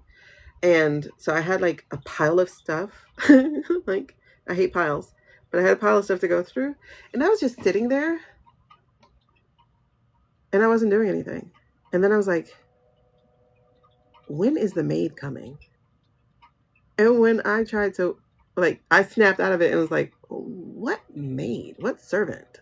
That's what I said, servant. I said, when is the servant coming? Wait, what servant? But the memory, the core memory, the absolute character of that person was so DNA me. I was like, wait a second, did I shift? Like, I didn't even have a language for this. It was like, because this was so long ago, it was like over 20 years ago. I was like, what happened? What just happened? You know, it was so weird. It was so weird. Like, I knew I was there. And then I saw a vision of me going from village to village or hut to hut or something. And it didn't necessarily feel like it was on, I don't know where it was, but I was basically kind of a future teller then too. Not a future teller, like, I don't know, a healer or something. And I wasn't asleep. I was awake and I could see it happening. And like it was playing as a tape in front of my eyes. And I was like, what the hell am I watching? It was so weird, but I loved it. Because it was like, okay, I've been here before. And in fact, I'm like trying to bargain with God for this to be my last life. So it's like, what do you want me to do? I'm 46. When am I going to figure it out? Because I want to make sure I do it all. Because I'm not coming back. Like, ain't no way in hell I'm coming back to this place. Nope. How many times do I have to come down here? Okay. Where are we? Yeah, I don't know how to mask anymore. And then, you know, people used to always say stuff was on my face anyway. Amy, I will look. You can email it to me. It's my name, ShaneequaCannon@gmail.com, or you can send it to leanintothespirit.com@gmail.com. Yes. So Leah, I did mask so hard. This is pre-diagnosis. This is when I had the blood clot. and I realized how close I came to dying without even living. And I remember having an existential crisis. I'm talking about boohoo everything. And I was like, I don't know who I am. I don't even know what my voice is. I don't know what I sound like. You know, like I had coaches and stuff, and I can tell you what they said. They were like, best friend, and this, like, I knew their catchphrase. I knew what they liked. And I'm like, but what do I like? I don't know any of that. So yeah, oh girl, when I tell you that mask was so hard to get rid of, I'm actually currently working on a journal for ADHD people, or like late diagnosed people, and it's called All My Masks Are Broken. Because like once they break, you can't get them back. You don't even know how to put them back on anymore. It's like, this is stupid. Like I tried to get a job because I had to like try to bring in income. And this, I was like, I need a no-brainer job. I don't even want to think because teaching has killed me. This was like in 2022. So this was like 2 years later or 3 years later, because it was 23 actually. And I took that job. When I tell you I was physically hurting in that job, like when I say it was painful to be that bored, I would have to sit, because they wouldn't let you do whatever you wanted to do. So I basically had to sit there and pretend and look busy, even though the shit was easy and over. Like, I answer a phone. I check the email. Is that 8 hours worth of work? No, it's not. And as soon as I would get in the car, I would basically like break. Like my whole body would just be like from being ramrod still. And I'm like, I can't. And also, again, I wasn't aware of my spirituality. I was picking up on his spirit. I'm like, something is agitating me about this man. And I thought it was just, I hated going to work. Like I didn't like being on somebody else's schedule, basically, because I had been an entrepreneur for a while. And it was just like, something's agitating me about my spirit. I don't think this is just, I don't like work. And I talked to my friend. I'm like, I don't know. Something's agitating me about him. Girl, correct. I lasted 2 months. 2 months. 2 months. That's it. 2 months. Yeah. Oh my God. Yeah. That's why I think what Amy said to you, Leah, about burying yourself so deep that it's hard to find yourself. I think that's why I was drawn to the Faces of Oshun cards, because you saw that's all it was saying. It was like self, deal with your grief. So it was like you needed to do that before you even really think about what retirement has to give you. So I would definitely be focusing on that kind of stuff. Thank you, Marnie. Super fans. Okay, super fans always get a reading every time I come on. So we'll give you one in a second. Hold on. Wait, do I owe somebody else a reading? Oh my God, I forgot. I think that's me for sure. I can't even dream for my feet. Yeah, I just know I want to be a writer. And I do write, but I hear the voices. So people are like, oh my God, you're such a good writer. I'm like, I'm literally just a secretary. They're talking. I'm writing it down, and I want to actually be a director. That's one of the things I really want to do. It was on my vision board, everything. I want to own my own studio. I want to direct movies, and I want to put them out there. So basically, I just want to be a filmmaker, and a producer, and do all the things. And I don't think I can be a director, because you got to see, you got to visualize. And people are like, what do you see when you write? I don't see, I hear. I only hear. All right, thank you, Miss Solo. Okay, remember, whenever y'all come on, that's a reading. You do get a reading, but like I took a class with a director, and he's like, what kind of color do you want? What kind of tint do you want? Like, do you want a yellow grade or a blue grade? Do you want this or do you want that? And I'm just like, I don't know. I don't know. I don't know. And then when we shot one of my shorts, it was like, okay, what did you see for her? I'm like, I don't. I just have a vibe. It's terrible. I can't see. Like, I literally, like, my mom helped me rearrange this room because I had to move back home with her. And she really stopped. Now, mind you, she's known me 46 years of my life. She really stopped and went, you have no vision. Oh my God. I was like, yeah, that's why I told you I can't see. I can't see. Y'all are like, oh, over here we could do this. I can't see. You gotta show it to me. Like, all I know is I want a grotto because I saw one at Howard Hughes Hefner's house. I want a grotto. I know I want that. I want wildlife and trees. Yes, mediumship with Mel. Oh my God. If you have anyone that you love and you lost, that's the person to talk to. I think her readings are $250 though, but that $250 worth it. It really worth it. That's why I won't drop my prices because I know I'm worth it too. Maybe it's Maybelline. Okay. Yeah. So the vision board thing though, I go by feels. Well, actually, I have a process that I teach people how to do. And then I go by feels, and that's how I create it. Like, what's speaking to me? What is the metaphor behind it? I'm so blah. Oh, thank you, Marty. You'll find yourself. Like, it's gonna happen, Leah. I think, like, it's not so much as you go looking for yourself. It's like really, because that's not gonna work. It's not gonna work. To go looking for yourself, it's not gonna work. You're gonna accidentally. Oh, let me tell you what I got. This is gonna stick with you. But first, ladies, let me hit pause real quick because I feel myself getting stuffed. Hold on, and then I'm gonna stand up while I'm doing this. So give me a second.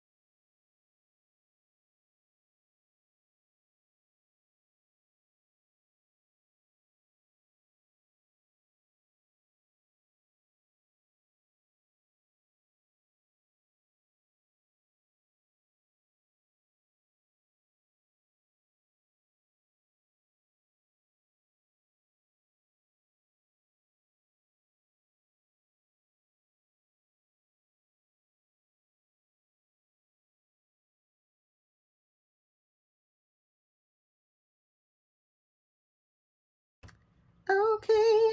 All right. I forgot what I was saying. You need mediumship to understand yourself. It will help you. When I tell you let me tell you what I got. Okay.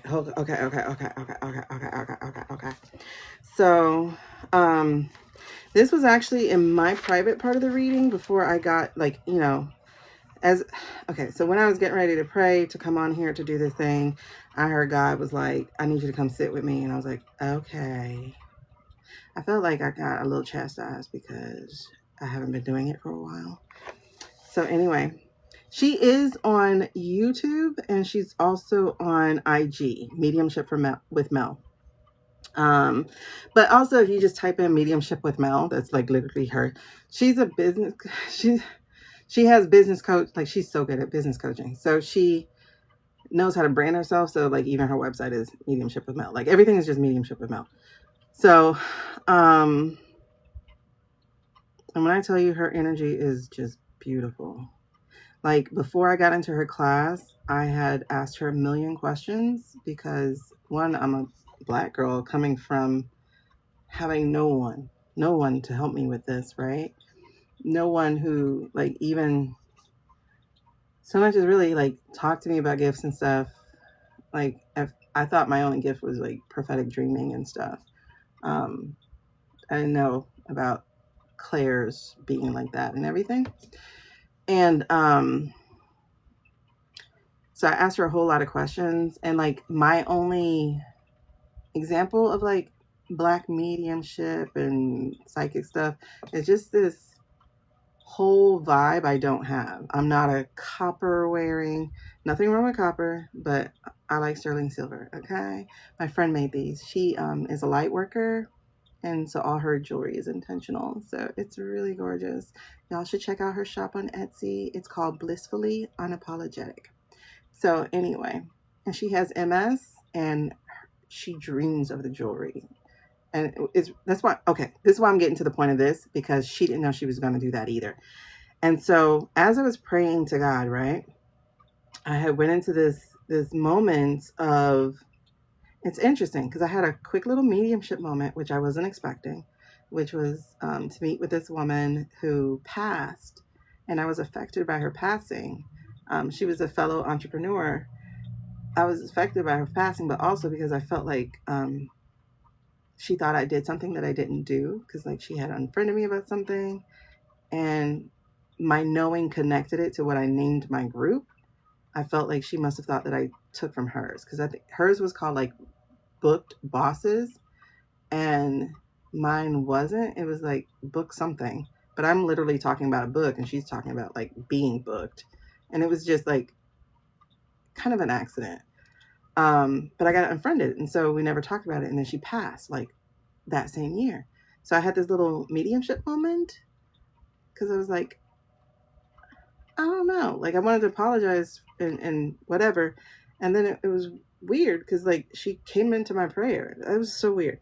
But anyway, the thing that came out that I want to give to you also, Leah, is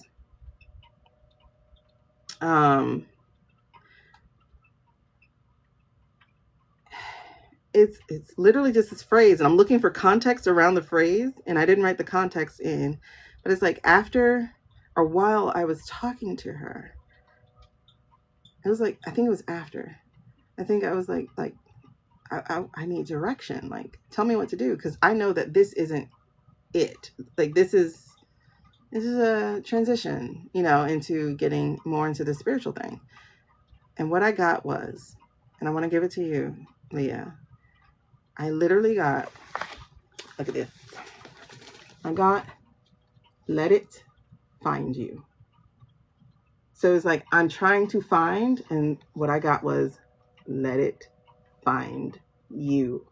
And that's what ended up happening with these cards and coming on to TikTok. Like, I've been trying to do TikTok for the last, like, 3 years or something, and it just wasn't working or whatever. And then I never, even when I got the ability to go live in November, I had no idea what to go live about, So, and then finally I got these cards, and I was like, maybe I can try doing it. But then I started comparing myself to people, on here.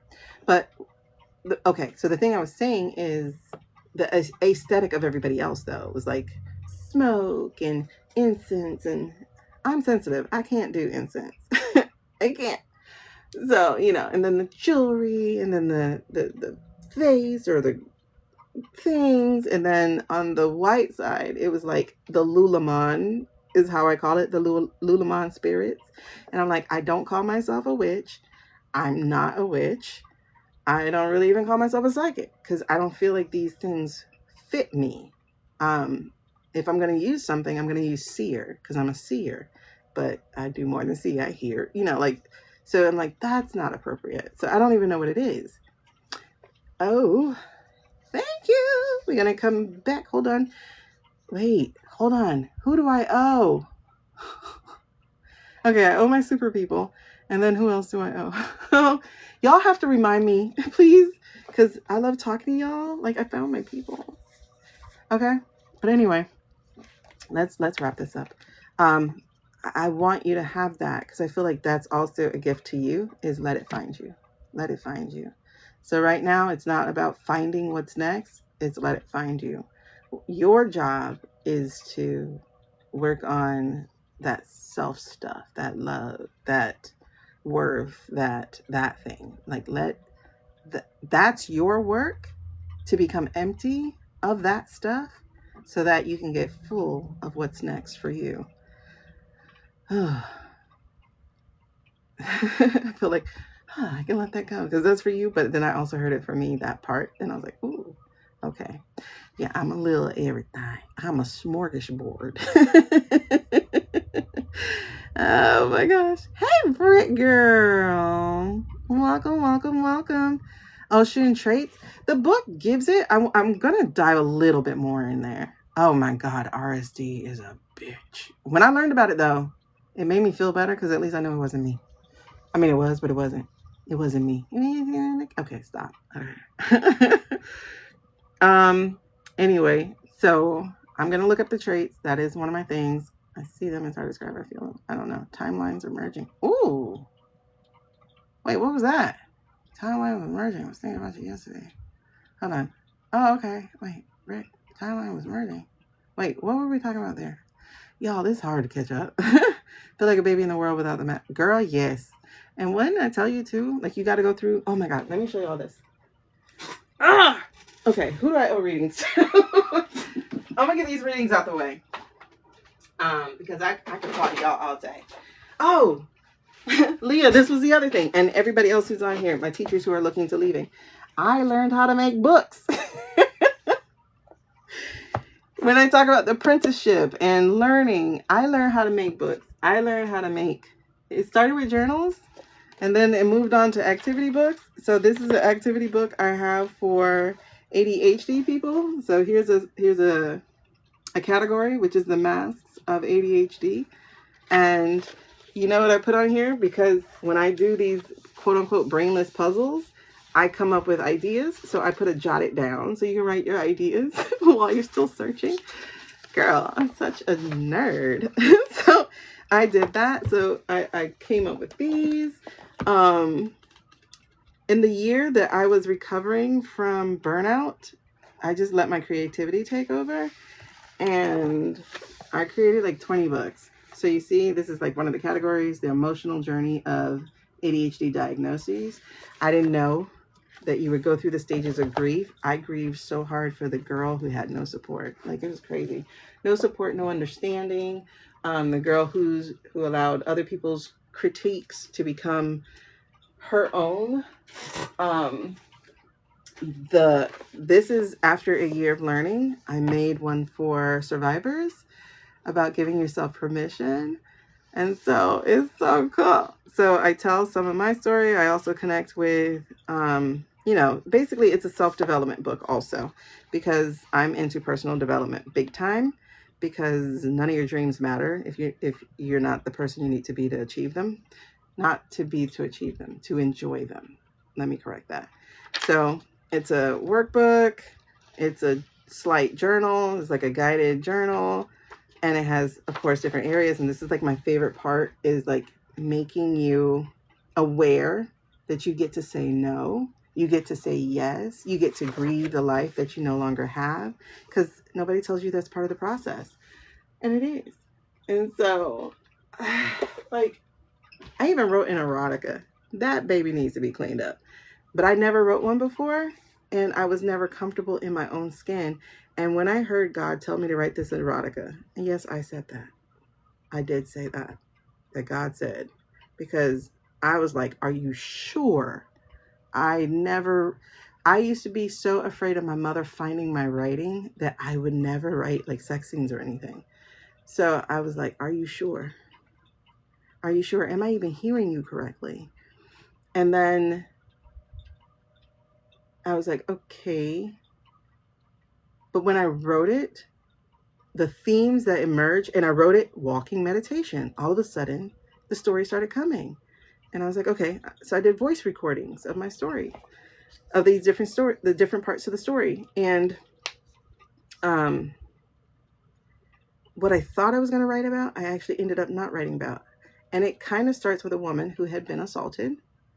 It's a psychological erotica. That's the way I term it. But it takes the shame of my story, where I became very promiscuous, as like a way of having power over my own body. So I took that and I gave it to her.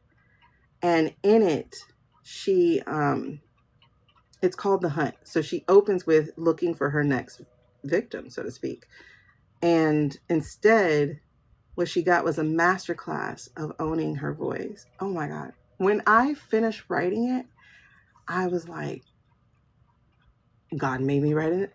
He made me write an erotica, because it asked the question I could never answer, which was, what do you want?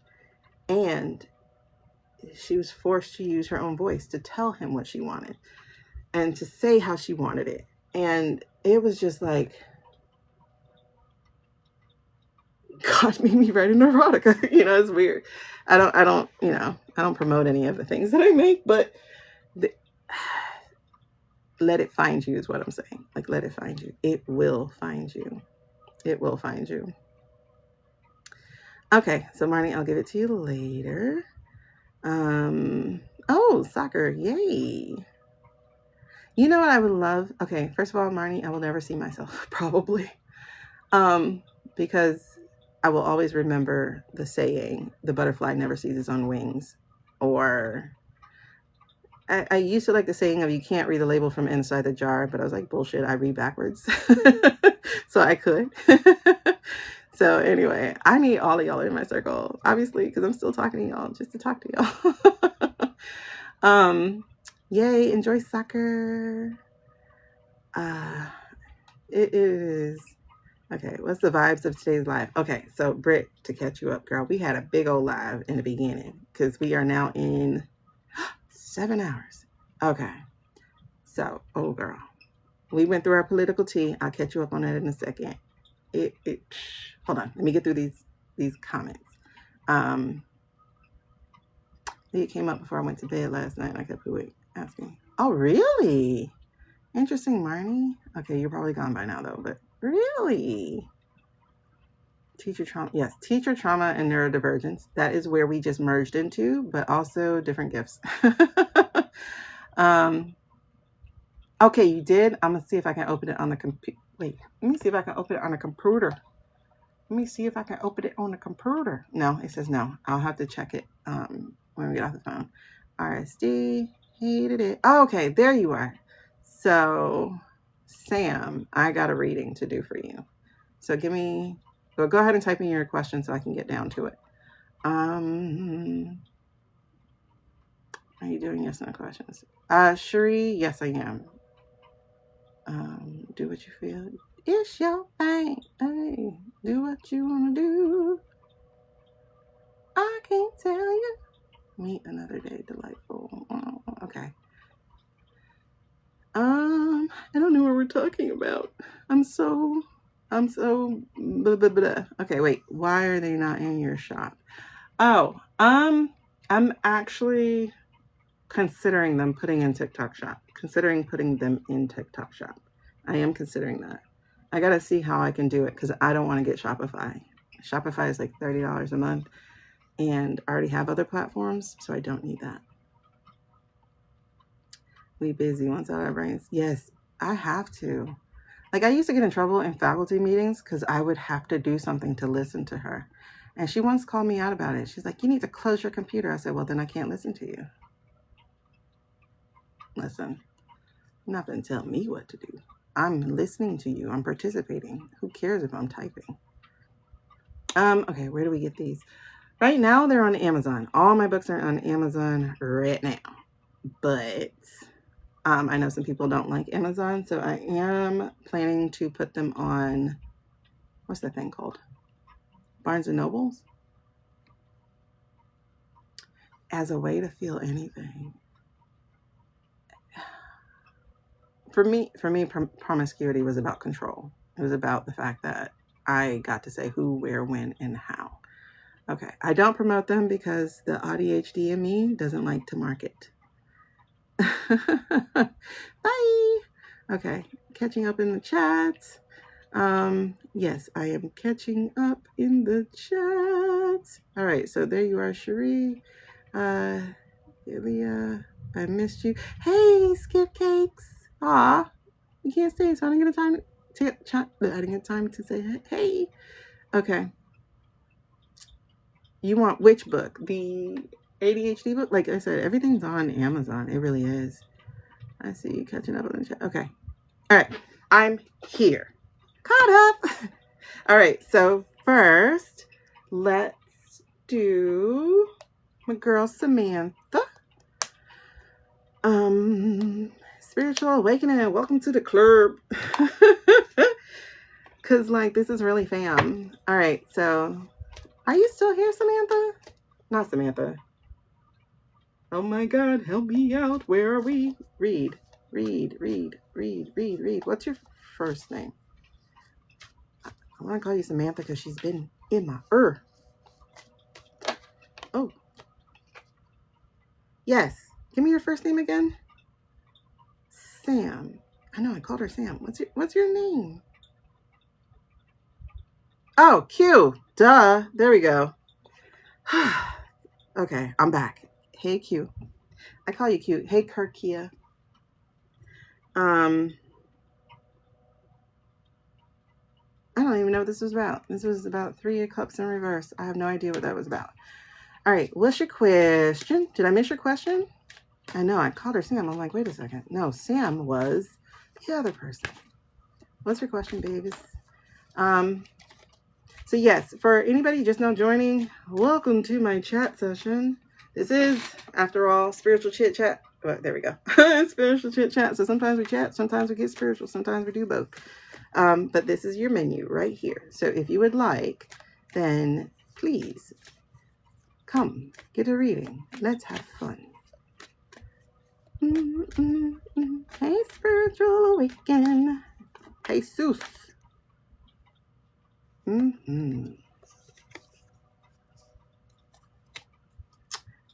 I love this panda. I swear, every time I see it. Hey, Shaneequa.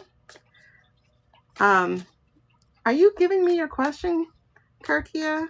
If not, if you are, I may not be seeing it. Can you send it to the chat, to my DMs if I'm not getting your question?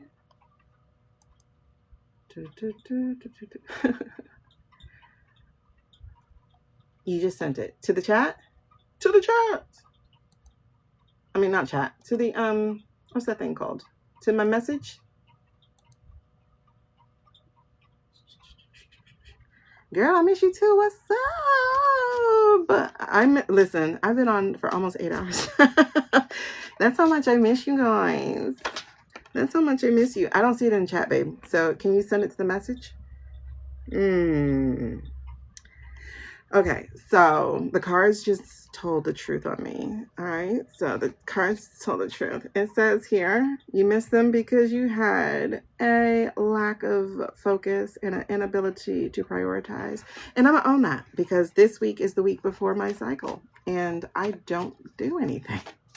I have intentions to, but my hormones disappear and my dopamine goes, bye-bye, see you next week. So it's not that I didn't try. I sat here for hours all week. And then was like, you know what? It's too late. I'll do it later. And later never comes. Let me see if I got it in the chat. In the message. Q. There you are. Am I on track? Oh, really? Scotland? What was I hearing? I just missed something. I had something and then I missed it. Oh, baby girl, I am an old soul. That's why the old man used to hit on me all the time. Oh, I missed it. Okay, so that makes sense. It feels like you have some work to do before that actually happens. Okay, yeah. This is for your patience, honey. I'm gonna give you some more than just that one question. That one card about it. Because, girl, you have patience. I totally forgot. Y'all gotta remind me. You remind me of it. Stop. Okay. Will Kirkia.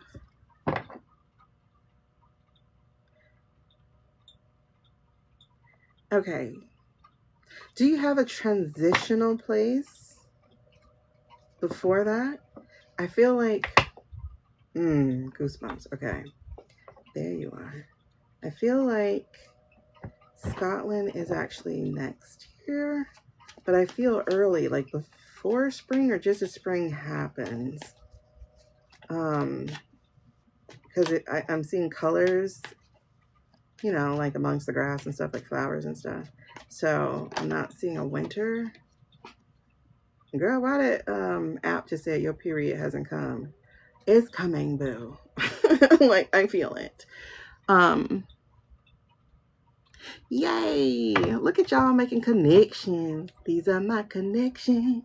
Okay, you got 2 10s, so it really is.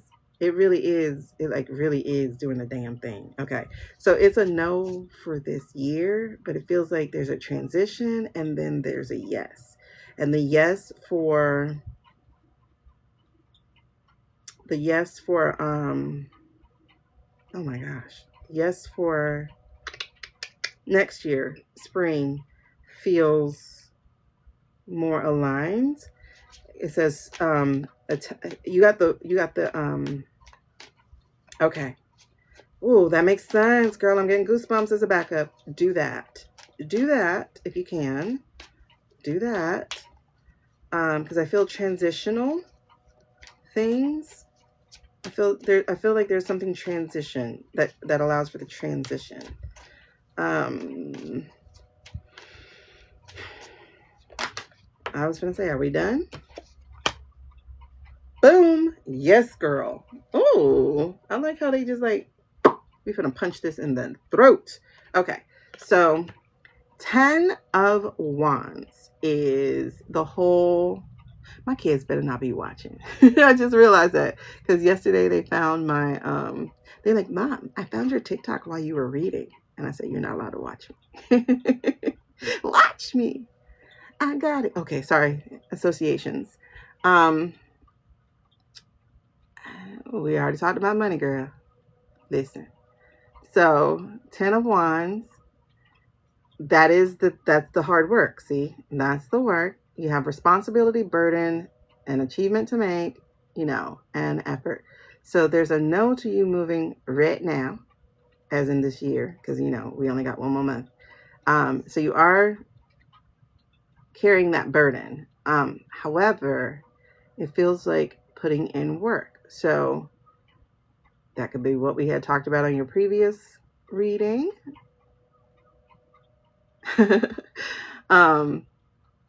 And by that is. So it's about putting in that work. It's about laying down the seeds in the foundation, because the 10, this is major arcana. So this is Wheel of Fortune. That means there's a cycle, a change, a fate, a destiny, a divine timing. And that's the yes card. So the yes card came out when I said this feels more like spring, and that it was a clarifying yes for me. And spring is also a change, right? Change from winter into birth to life. And that's almost actually symbolic for what's happening, is like there's going to be this whole different blossoming, this renewal thing that's going to be happening. So I do actually do see that for you. I see spring because it's like budding, like I see trees or things budding, as opposed to summer being full out that way. So I'm not sure. I'm still more on the spring part. Again, timing is a thing, you know, because it says here no timing indicated. However, the vision I have with it is a timing. Okay, you're having deja vu, babes. All right, so there is a timing. The timing element I'm getting is that it's going to be spring. It's going to be renewal. It's going to be metaphorically renewal, but it's also when it feels like you're going to make that shift over to there. And I mean, body-wise, it's better. I would never move somewhere in the winter, like never. Okay, and so then you got the 7 of chariot, 7, which is a chariot. And so the words that are here is go time. So there will be forward movement. There is going to be direction to you, but it is, again, going to require you to have that willpower and that control. So I would definitely focus on the thing that gets to elevate your income. And we talked about those things already that you could be working on. I think, let me add here something that I'm receiving for you too, is to trust yourself. Okay. You need to trust yourself. Trust that this is like, trust the process, like trust this thing. The other thing too to this is, and it's really cool how these two are tied. Because if you look at the wheel, you see there's a Sphinx right there at the top of it. And so then there is the Sphinx right here for the chariot. So these two are absolutely tied together in you achieving this next level of your thing. And these two are tied together because they're both fire and fire. And so this is you getting a handle, a control on it. And like I said, it feels like a burden. It feels like heavy work, but it's not going to be in the long run. This is just the seeds you put in the front and to enjoy it in the back. Okay. So this is basically seeding time, because the harvest is coming. Whew. I want to read this to you because it sounds really important for you. It says, you may feel weighed down, but remember that you have the power to lighten your load. Okay. So you may feel weighed down over here, sorry, but you have the power to lighten your load. And again, I told you you do. And again, for everything, there is a season and a time for every matter under heaven. So that's definitely that springtime that I feel coming. And then a journey of 1,000 miles. I think you got this card when we did your reading. A journey of 1,000 miles begin with a single step. You have, once again, you have the power within you to move forward. Oops. Hold on, let's unlock this. So again, you have the power to move forward. So everything's within you, babes. That's good. I hope that makes sense for you. It should make sense for you. It really, really should. Okay. Are we all good? Perfect. You're welcome. All right. So I want to make sure I'm doing who I'm supposed to do. After, you can try co-hosting with someone else. I would love to. I would love to have spiritual talk if people would like to come on and do that. Okay, so that was you. Who else? Someone did before, Shuri, I think.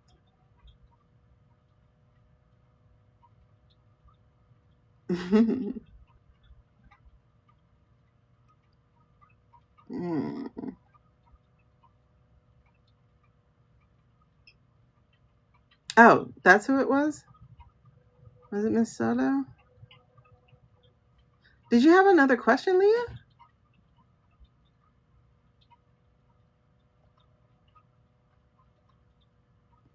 Like, it's hard to see these things, so I was just like, what? Okay. Okay, no? All right.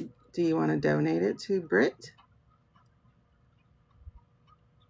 Yeah, I remember Marnie saying that. I hope I remember that. You know what? Let me make this a thing. Aw, thank you, babes. Okay. All right, so Britt will do a donation, but I'm going to do Sherry first. Sherry. Wait, is it Sherry or is it Cherie? Have I been saying it wrong this whole time? Marnie. Okay, Marnie. Who else did I owe a reading to? Marnie and, Taylor. Marnie and Taylor. And again, any of my super fans, oh, that sounds so weird to say. You guys get a reading every time we go live, okay? Tenfold, you be thinking about a question. Good. I can ask about finances and my dad's estate. Okay, cool. Because you're also a super fan, so that's fine.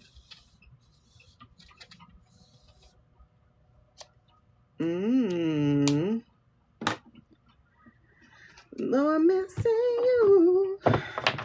Really? Don't do that.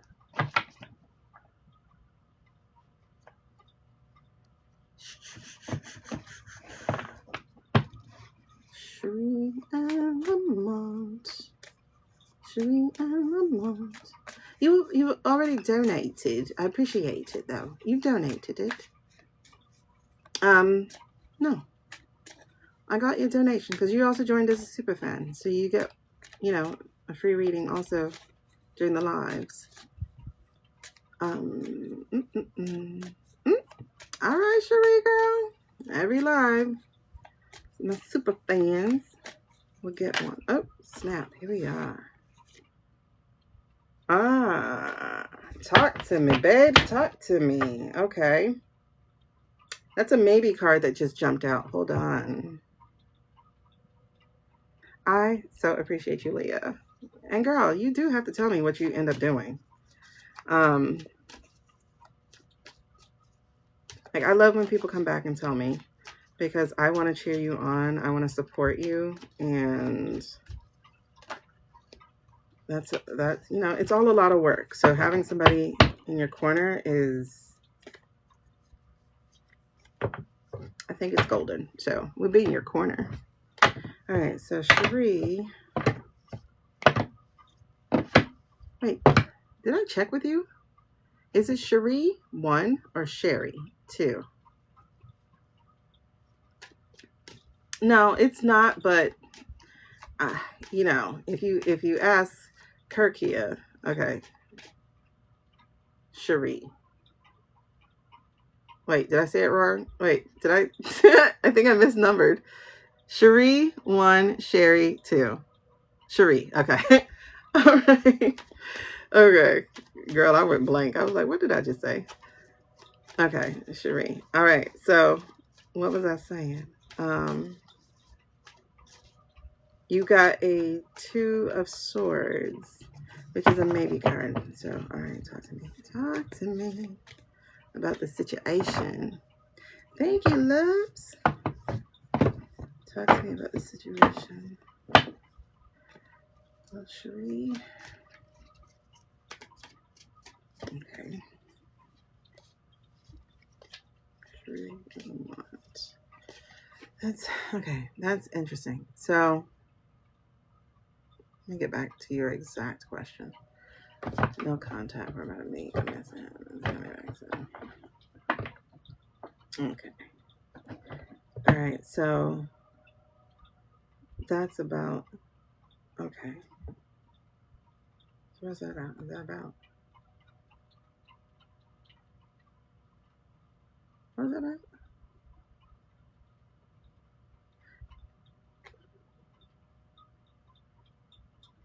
Oh, weird. It's funny. It's like I touch the card and I hear situations will arise. What is that song? I'm gonna do that about it. Situations. I know it's Usher. Will arise in our lives. Okay, you don't have to call. Oh, okay. You know how I'm Bumblebee over here. I get music. Okay. Situations will arise in our lives, but you got to be smart about it. Celebration with the guys I sacrificed because I knew you could not sleep without her. Meanwhile, I loved you. You're my girl. You see, I thought the world of you, but you were so steady. You don't have to call. You'll be all right tonight. Fine tuning, I should be more smart about it. She'll cherish me, but I need to friends now. It's the end. Interesting. So why is that?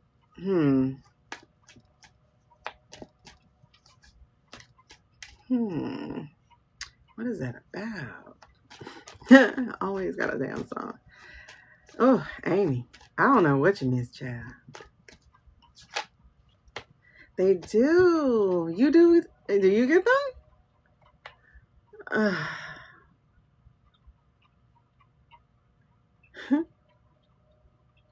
Girl, there's some issue here that okay. What is that? What is that? This is kind of interesting. Okay, so hold on. I'm having a chappy moment. So it's like, where is it? Where is it? And I gotta make sure I don't put on the one that turns my lips white, because I looked at my replay one time and I was like, girl, what the happened to you? What happened to you? Okay, I don't know. Oh, duh. Okay. Woo, there we go. Feel human. Okay, let me get this to y'all. Yeah, okay. You don't have to call, girl. It's okay. I'm gonna be all right. Okay. It's weird because I'm hearing it from the male's perspective to the girl perspective. I mean, the male's perspective talking to the girl, but it feels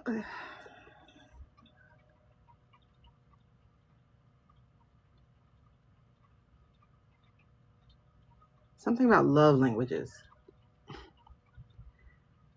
Yeah. Hi, Vaughn.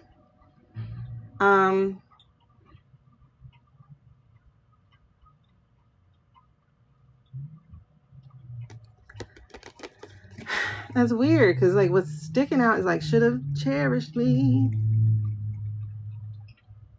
Listening to friends now it's at the end, but it's weird. Okay, let me tell you. So, so there's a two of swords here, and the swords. The biggest word that jumped out to me, honestly, was choices. So,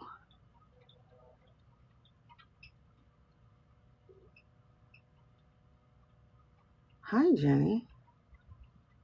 Okay, choices was the biggest thing that stood out to me. Choices. Did somebody come back in his life? Because the second card, what stood out to me here is loneliness.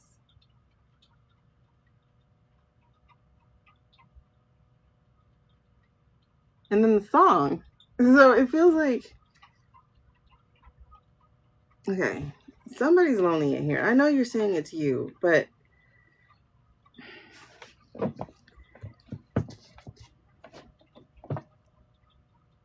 one of the other things I got was like, do you know their love language? You know, like, are you loving in, and I know loving is a big old word, but it's like, are you loving in their love language? Like, do you know that? So there's that one thing too, but then it's like choices. And I'm like, okay, whose choice? Is it her choice? Is it his choice? Is somebody back in the picture? Balance the heart and the head. Make the best decision. Okay, let me tap into her. All right.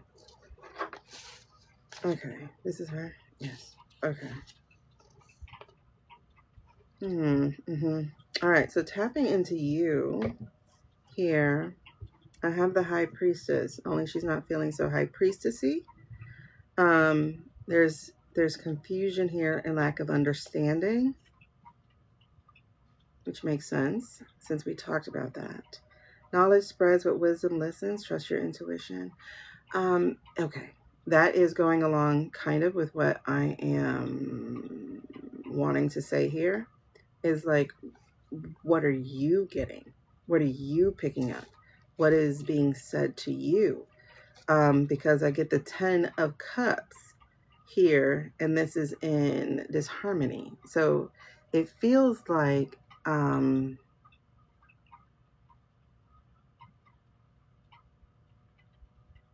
I mean, this feels on the nose what I'm about to say, but like you obviously feel the strain. You feel that you're not in harmony anymore.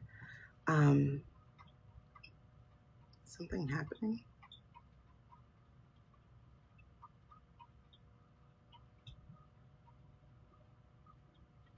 Okay, talk to me about this no contact thing. Was that on purpose, or is it that? Because it's weird. Like, I'm hearing you don't have to call, so I'm assuming you've called to check up on them, right? Okay. I'm gonna assume you called to check up on them.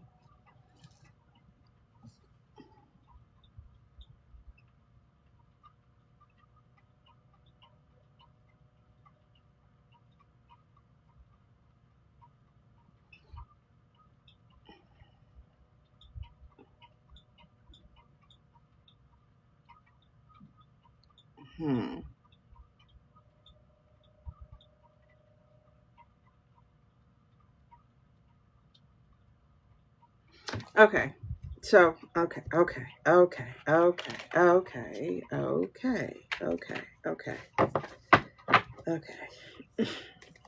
That's interesting. I'm getting, I'm going to say it this way. I don't mean it the way you might take it. I'm getting a mental issue with perspective.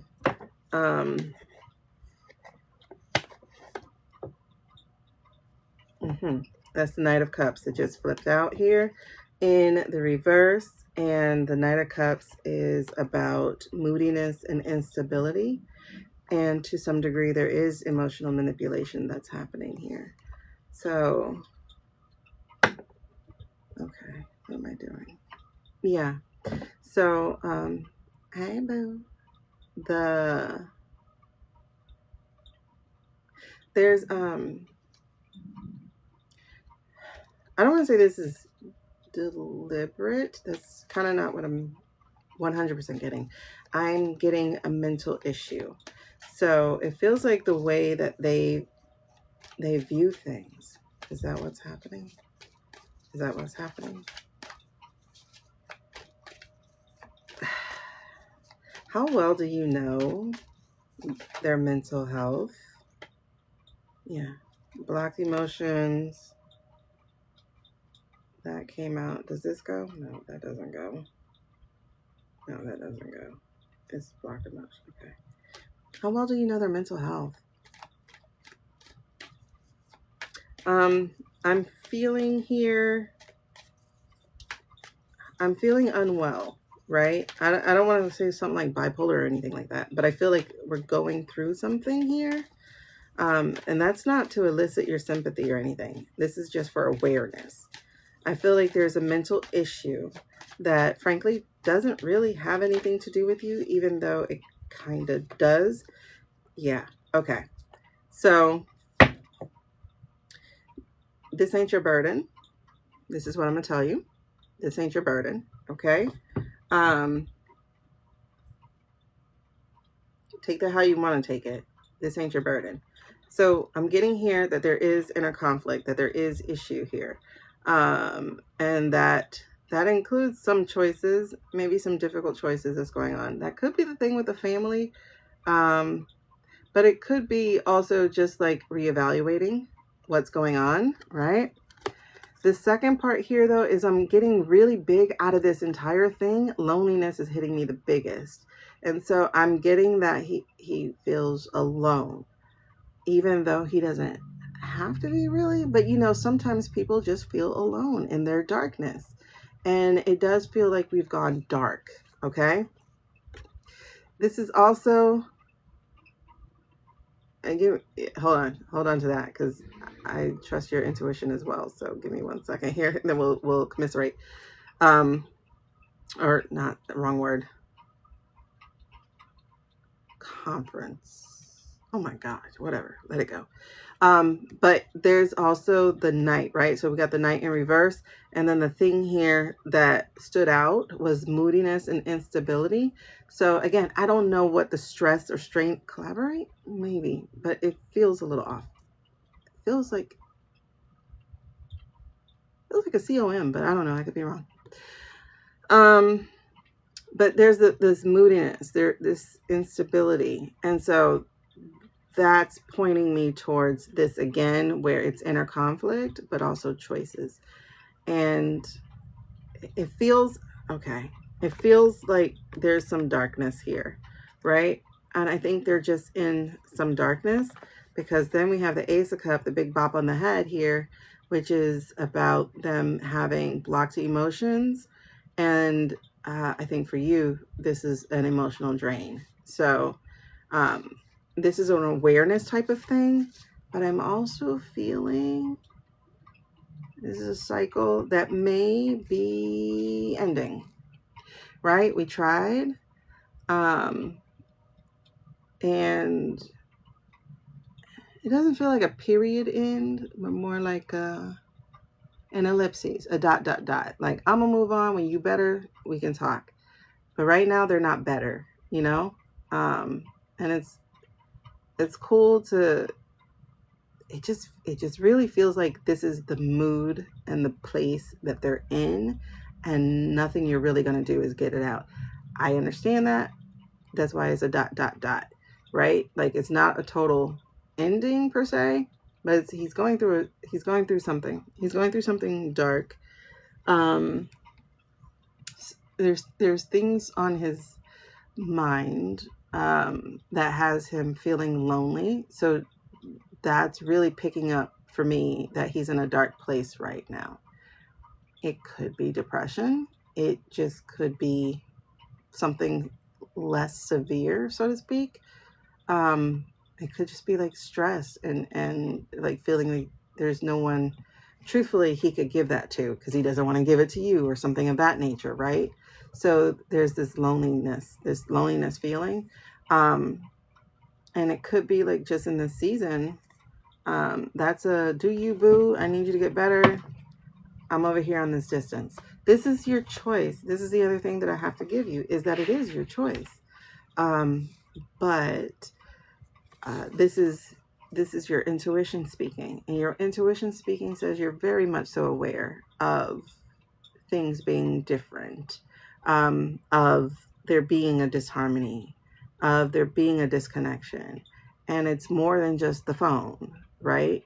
So I'm really strongly suggesting that you listen to your intuition right now, that you I know you have like this confusion, but I will say, on one hand, the confusion is, I'm gonna put it this way. I don't mean it in such a strong way as I'm gonna say it, but the confusion is willful, meaning you do have a choice. And so on one level, yeah, I don't understand what's going on. I don't understand why things have changed. But also is the understanding things have changed right now.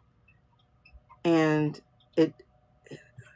I really do feel it in ellipses. I feel like this is a season right now. This is a season. And this is some kind of change that's happening. So this is your choice. Your choice is to continue to let this lead for you, because this is a major arcana. So this is like a big dog talking to you. It's like, listen, what you're feeling is absolutely valid. You are feeling what you're feeling, but I also need you to trust what you're hearing and those type of things. And this is a big dog that says dot, dot, dot. Okay. This is saying right now we're in a season where this might not be favorable for you. Your choice, of course, but this is a big dot, dot, dot. And in fact, for this one to be the only major arcana to come out, and 10s are usually completion cards, this is a dot, dot, dot, dot, dot, dot, dot. Not a period, but a dot, dot, dot. It feels like now is not the time. And that is, again, a choice of yours. And I want to emphasize that, because that is being emphasized to me, is that this is still a choice. do you choose you or do you choose him? Because this is still a choice. This is still a choice.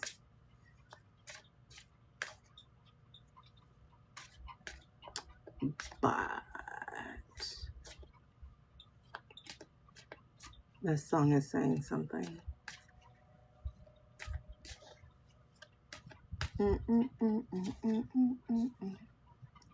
It's like he's feeling alone, but he doesn't need to. It's weird. I'm not saying it won't work. I'm saying this is a season where he doesn't, what I'm gathering from, it feels cloudy, right? So what I'm gathering is whatever that was that he had to rush home for, it was a trigger. It was a trigger. And that trigger is, it set him back. And either it's a secret, like a family secret or something. Yeah, it's a funk. He's in a funk. That's the best, like it's a cloud. Like that's the best way I can think of it, is it feels funky. Like he feels like he's in a funk. That's definitely the best way to say it. Oh, then makes sense. So that does make sense. So he feels alone. He feels like he can't talk to you about it. Got it. That makes sense. Yep. So, like I said, it's a moment. It's a moment. Yep. Funk. Whoop. Okay. It's a moment. Oop. 2. Oh, okay. It's a moment. Let him have that moment. You want to be in it? You get to be in it. Let him have that moment. Because what comes out here is the Knight of Swords, which is ambition. Oop, wrong.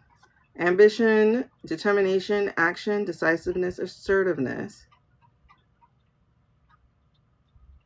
Oh, emphasis on assertiveness.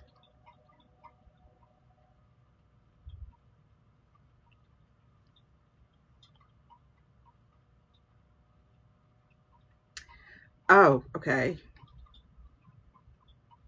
It's like a, hey, let me know when you're ready to talk. Like that kind of thing, or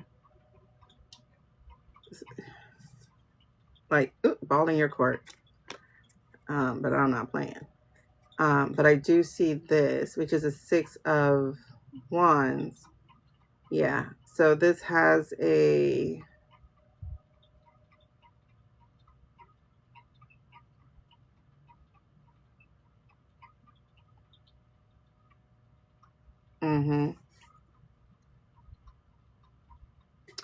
yep, exactly. You don't want to set that. Yeah. And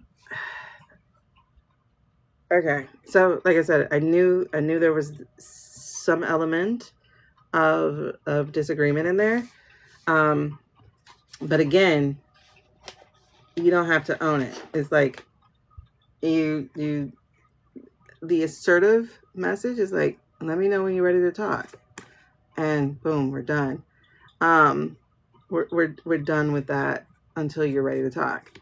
And then I also see, like I said, it says here recognition and the victory, but again, the recognition shows up too.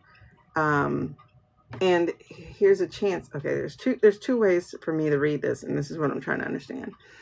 I know, like, one of the readers I pay attention to, Libby, she reads this as a false victory because these people in the background are not paying attention to this guy as he's parading.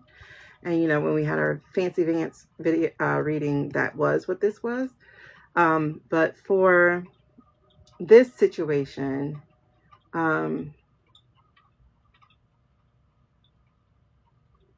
it kind of feels like that a little bit too, of like, all right, so we do get over this hurdle, this hump, but then there'll be a next one until we learn how to actually communicate, you know.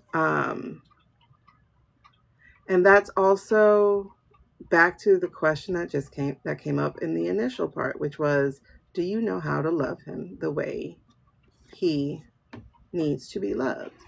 You know, And that's not to put it all on you, but I'm just saying, like, do y'all know each other's love languages? You know what I mean? And while love languages feels like some kind of quiche, like gimmicky type of thing, it really honestly is a thing. You don't love people how you want to be loved. You love your people how they want to be loved. Like, you know, I don't like people touching me. So if you're a touchy-feely person and you think touching me is going to tell me you love me, you're wrong. I don't like it. Yeah. Well, I mean, that's what I said until you get to the next one. So that's why it's a victory, false victory. Like, y'all will get over this hump, this hurdle, but you have to be prepared for the next one by actually learning how to communicate. Period. Point blank. Otherwise, this is an opportunity for you to pick up on the fact that there's no maturity within the relationship. I won't say it's totally that person. However, we did get the rash night, that we got it in the upright. So I definitely want to say here that there's a lot of work. And a lot of that work is yours.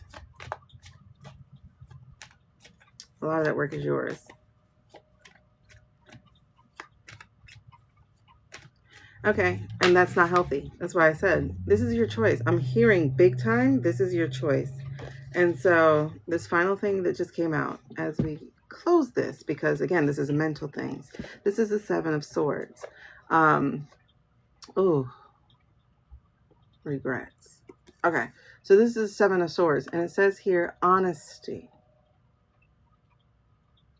Big one. Facing consequences, big one. Coming clean, big one. Playing fair, big one. And releasing guilt, because there's some emotional manipulation in this, and you're accepting it.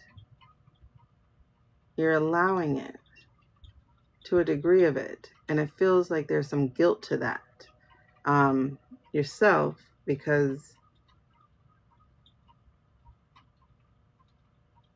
like, really, you just said everything that you did to this.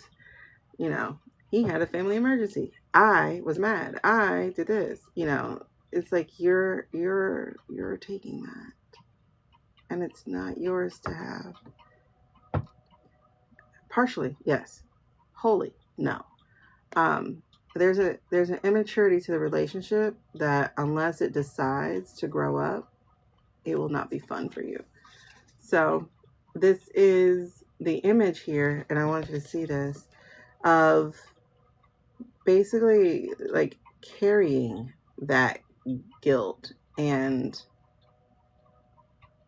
it feels like also being tied to what was, and that what was is those 2 swords that are left. Like, so it's like the us that's left in the back, as you're walking around with this stuff that cuts you, because you're not even holding it properly, so you're going to get cut.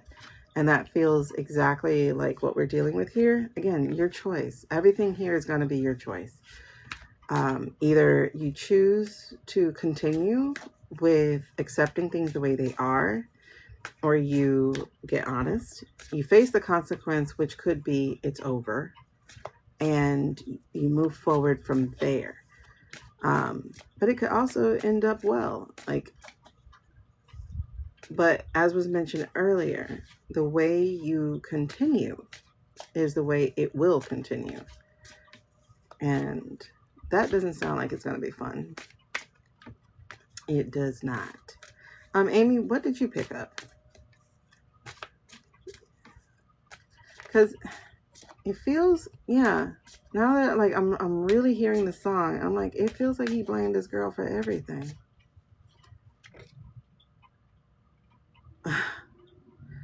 Yeah, it feels like he's gonna blame this girl for everything. Like, situations will arise in our lives, but you got to be smart about it. Celebrations with the guys I sacrificed because I knew you couldn't sleep without it. Meanwhile, I loved you. You were my girl. You see, I thought the world of you, but you were steady leaving, baby. You don't have to call. It's okay. I'm gonna be all right tonight. Aw, girl, your face is saying why? Tears in eyes. Should have been more smart about it. Should have cherished me. Listening to friends, now it's the end. And again, no story can end without it. Damn right. I loved you. You were my girl. You see, I thought the world of you. You were steady leaving. And then it says at the end, gonna boogie tonight because I'm honestly too young of a guy to stay home waiting for love. So tonight I'm gonna do what a single man does. Disconnect. Oh, child. I don't think he did though. Were you here earlier? Long live today for sure. Were you here earlier when we got the 4 of Swords for him? I feel like for the most part his soul is gone, but there's like one that he's like holding on to, the one that he's laying on. So it says here, just to wrap this up, this is not going to be money. This is going to be your values. And for what I'm getting is, you got to work on that. You got to work on your values. You have to work on your own. What areas do I need to focus on to reach my goals? Like, you have to work on you. Like, what do you value? I mean, you can pull him in if you want to, but he can pull you down if he wants to. You know? Yeah, it really sounds like disconnect. Over and over again, disconnect, disconnect. It's like twice. And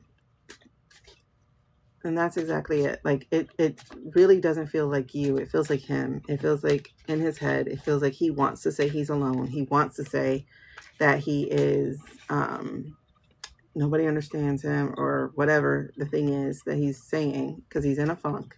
But it's new beginnings time. It's new beginnings time. Either you're going to be assertive about where we are in this relationship or whatnot, or you're going to make a choice of listening to yourself, like actually listening to yourself. Actually listening. I like the drop call thing. That's what it feels like. Don't be the one left holding the line, basically, because you can do new beginnings if you choose to. Again, everything feels like a choice for you. Everything feels like a choice. And it's like your spirit team is trying to show it to you. Like, what do you want? Think about that. Like, really, what do you actually want? Do you want to keep doing this? Do you want to do this over and over again? Do you want to stand up for yourself and be assertive, but also find out what it is that he wants? Or do you want to release this? Do you want to release the anxiety? Exactly. So this is your choice. And your choice is you stand up, you stand out by walking out, or you stand by. These are your choices. But if you want this release of anxiety, it's going to have to be one of those first 2 choices, and his response is going to determine which one it would be. Yeah, you got to have that real connection. Like, girl, ain't no investment. The investment is on you. Like, listen. This is literally a psychological phenomenon, and it's why women get stuck where they are with less than they deserve. Nah, like, you gotta listen to these ladies here, because this is, I think, what you're being shown.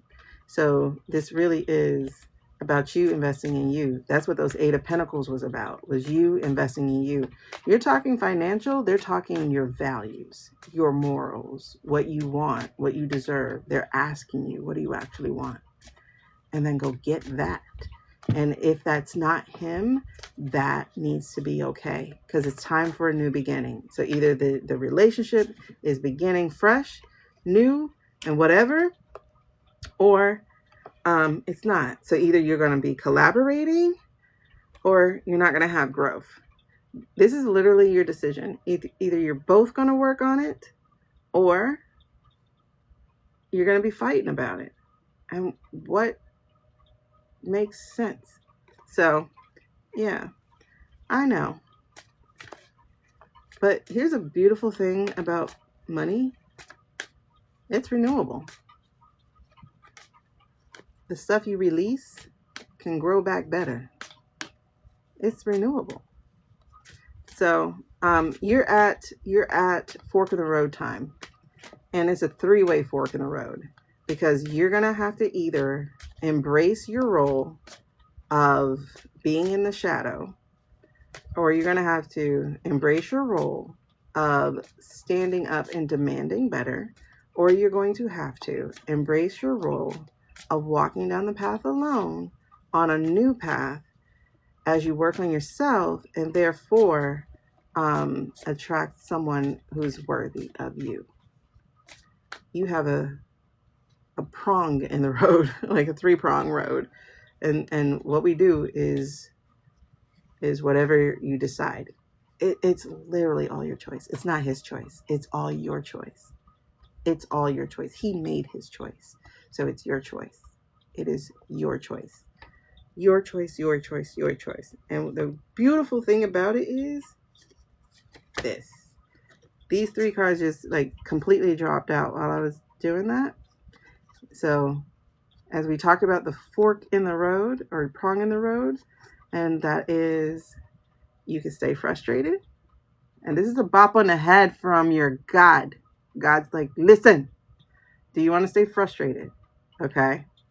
Do you want to stay in this place of being misused? Or do you want to have a new beginning, right? Or do you want to get down the other path of loving yourself, so that that light is attracted to the one who will love you too? This is the prong in the road. And this one depends too much on him if it's going to happen. And a fish in a cup is kind of silly to be waiting on. So, and you see it says there, love or an apology is on the horizon.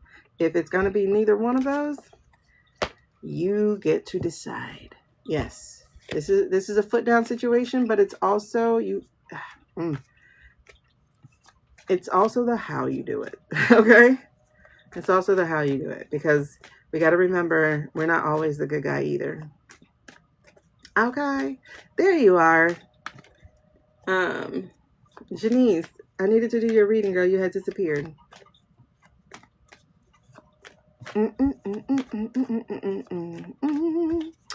But I'm gonna do Brit, and then, okay, I did, but I'm about to do it again. Thank you. So I'm gonna do Brit, and then I'm gonna do you. Okay, so Cherie girl, excuse me. Cherie girl,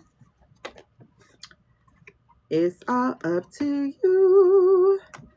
Don't be stuck with that nostalgia. Don't be stuck. Don't be stuck. Don't be stuck. Okay? Don't allow yourself to get stuck. All right? Thinking about the good old days, or, again, the investment. It says the best way to predict your future is to create it. Love and reconciliation is on the horizon. Will it be that with him, or is it going to be that with you? Woo, girl. I don't envy you. You got all these choices. You got 3 choices. 3 choices. And 2 of them depend on him. On his response. 1 of them is up to you. Totally. Okay. Okay. If you feel it's right, though. Yeah. It's like the choice thing. So, Brit girl, what's your question? Let me stop shuffling. Every day I'm shuffling. Okay. Oh my goodness. I have that full feeling, so I know today is the day that I've been dreading. Oh, feeling bloated. Oh, today is the day I've been dreading. You know, it's my first month back on blood thinner, so I'm dreading today. Okay. Will you have a healthy relationship with your dad?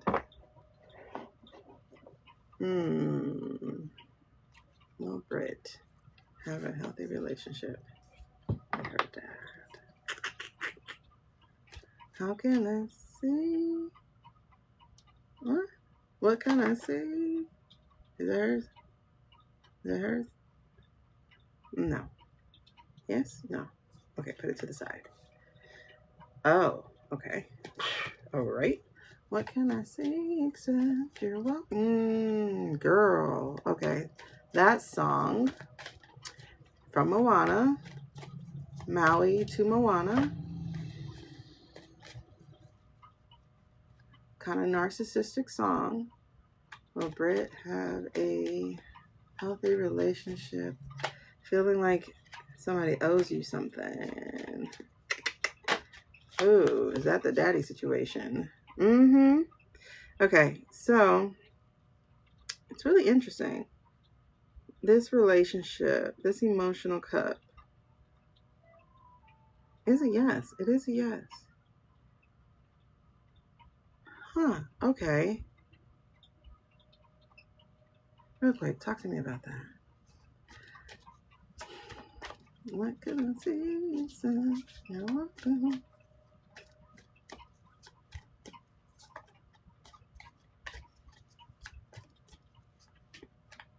What are we talking about? Okay.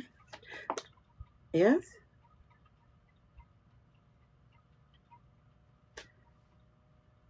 Oh, okay. Interesting. You got the 15 Major Arcana card in the reverse. That card.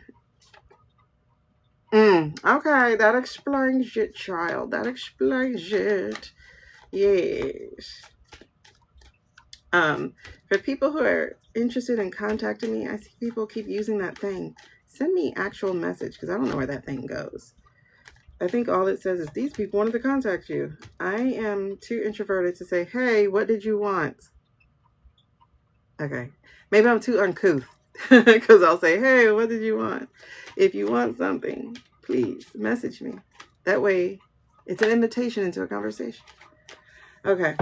I don't feel that. I don't feel that. Are we done? Yes. Okay. Okay. So this is really interesting. This guy jumped out and I didn't really understand why. And I was trying to see if I could feel something about it, but I guess this was feeling more strongly like him in a way. Whew. So this card is a devil card, right? And so this card is a 15 in reverse. So it's not a bad card. It's saying there's freedom, there's release, there's overcoming addictions, there's breaking free from limitations. The overcoming addiction part stands out strongly to me. And I don't necessarily know if the addiction we're talking about is substance or if it's the addiction to, again, like the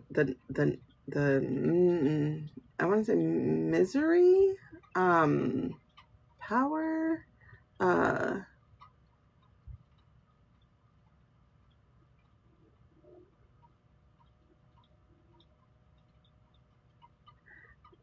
power dynamic in a way. It's like, I am the dad, you are the child. So it feels like there's some of that, but yeah, that's what I'm saying. Like there's this like misery thing, but it feels like this is happening. That this is where we're going. Like he's interesting.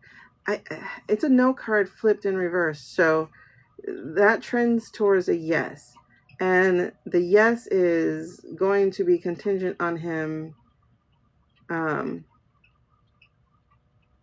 being able to show this. Being able to show, yeah, the power dynamic. So being able to show that he's releasing from that.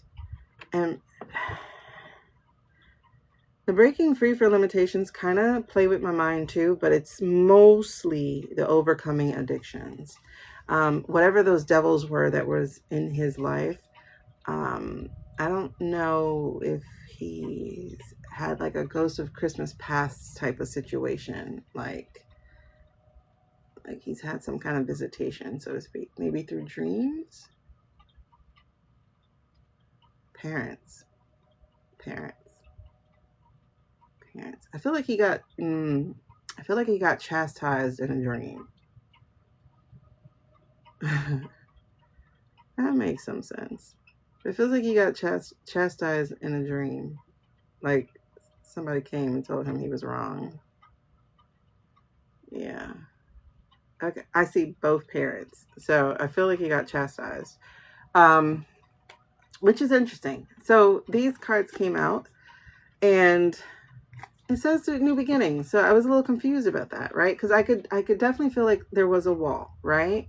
But right now the wall is pride, because it's how do I reach out to her? So there's that part of the wall, because I feel like he's gotten chastised by his parents. I feel like he had a dream of them. I especially feel mom being like stronger in her approach. This is weird. This is so weird. But it's like I said, it feels like a ghost of Christmas past type of thing. It's so weird. And it's like I see, you know how like Ebenezer Scrooge or something was like scared in the bed and the ghosts were at the thing or whatever. I don't know. It's really weird. I feel like he's gotten a visit. And okay, that makes sense. His mom and him always. Yeah, because like dad's present, but the strength is coming from mom. So I think he strongly got like, what are you doing? You know? Dad, I feel tension between him and dad, to be honest. And some of that may have carried over again through him, not dad, because dad's spirit side, so he doesn't have that. But with him, I get tension. So dad wasn't as strong, but he did bring up like, you're messing up kind of deal, right? He's like, you reach out to her, you're messing up. Whereas mom is like, that is my granddaughter. Like, you know, it's weird. It's weird because I've never seen that before. A dream within a thing, whatever. But that's what I'm getting, is like he got Christmas past. Like he got visited. So there's something happening here where there's starting to be some overcoming, some breaking free of the mental addiction in a way, you know? But what stands in the way here is pride. So will he reach out to you? I'm not 100% sure that's going to happen. But what I do see, yeah, I did, Lisa, thank you. I just did before I read, Britt. But what I do see here is that there is an opportunity coming for new beginnings, because the cup is going to unclog. It's like there's going to be a gift here. This feels like a gift of another chance, another opportunity. So it's going to be unexpected. It's really going to be unexpected. I think you're going to end up having more patience with him, because you do understand there's demons. I do also see assertiveness with you as well.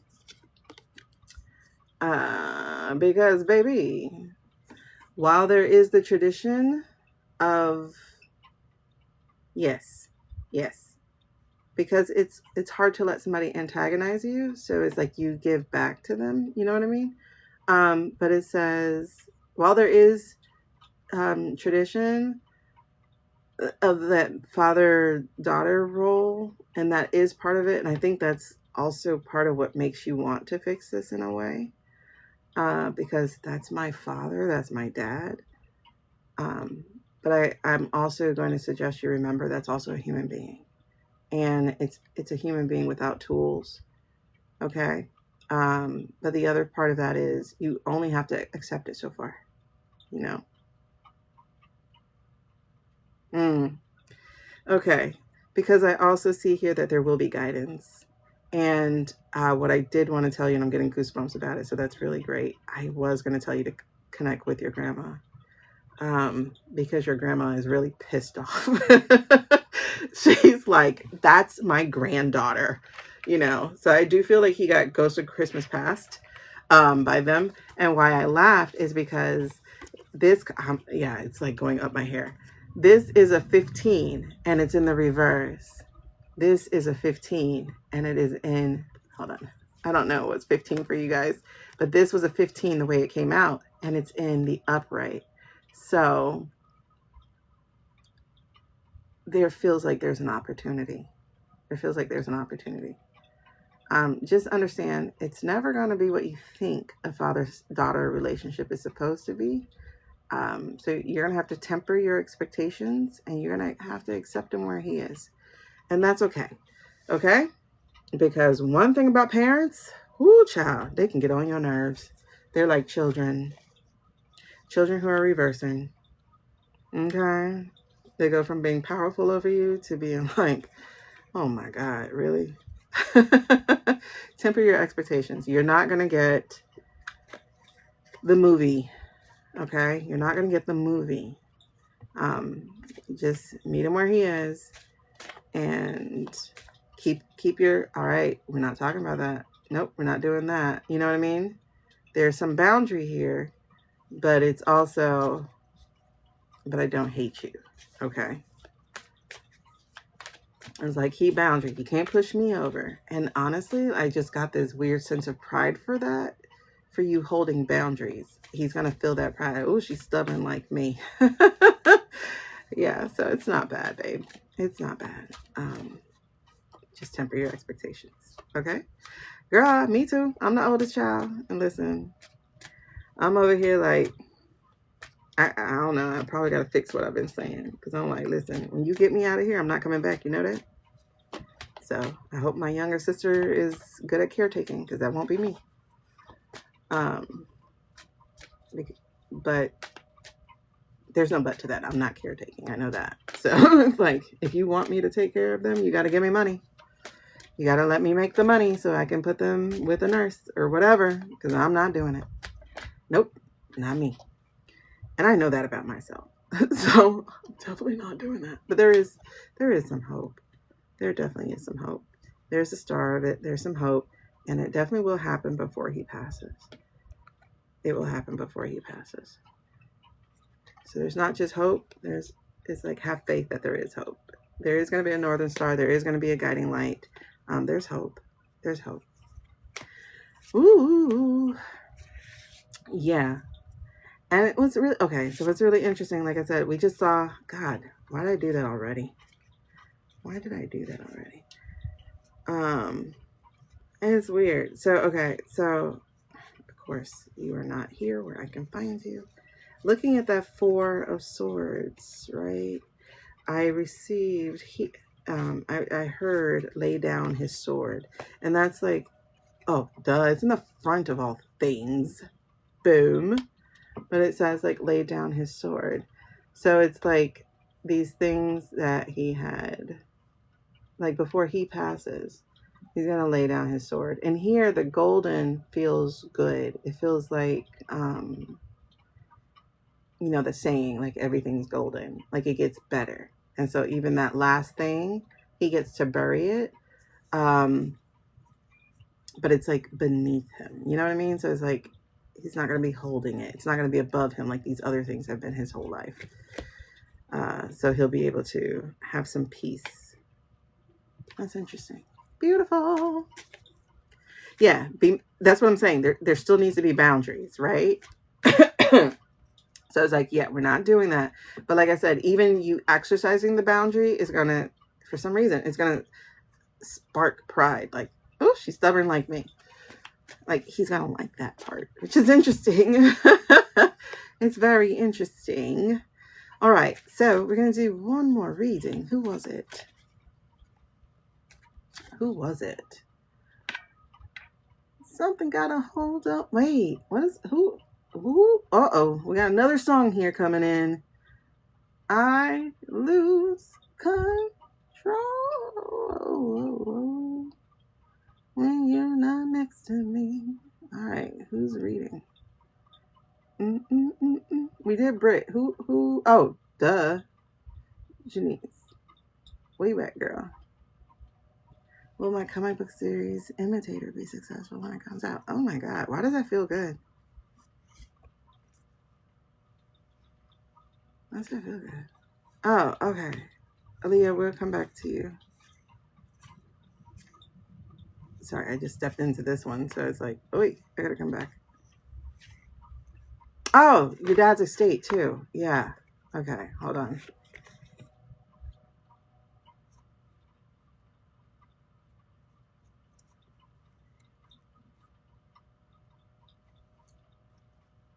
What is that about? Who is that for? That Teddy Swim song. I lose control when you're not next to me. Let me look at these lyrics. Oh.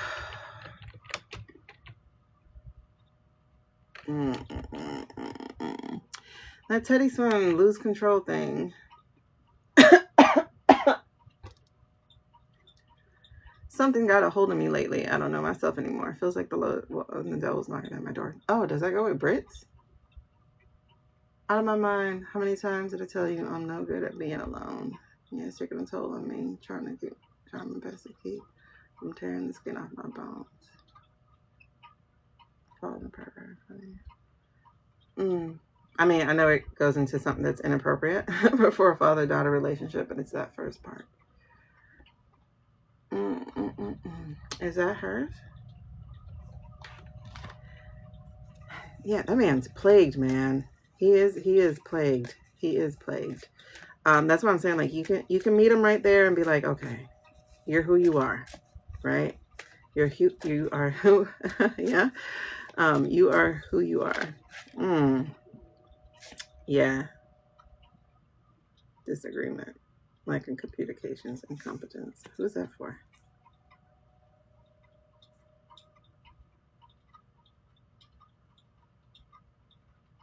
I don't know.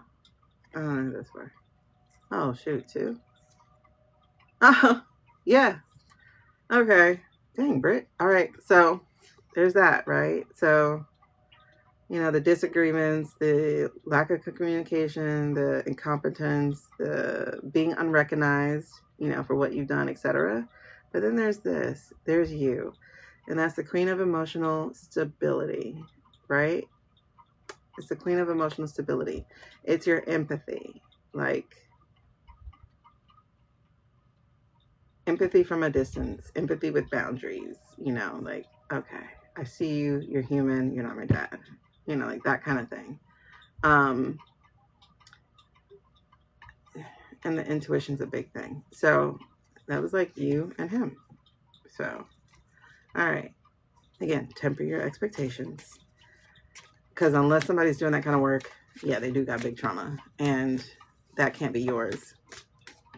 All right. I like that. That sounds like such a meme. Is my groove. Okay. So, hold on. Let's, hold on. I'm sorry. Let me walk backwards because that one just took me off my track. They have more stuff to say. So let's look at Leah, and then I'm gonna walk backwards. So, what's the question about the estate? I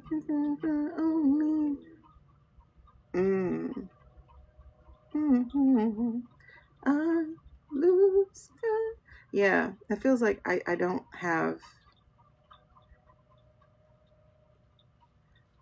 I did. I have 4 more minutes.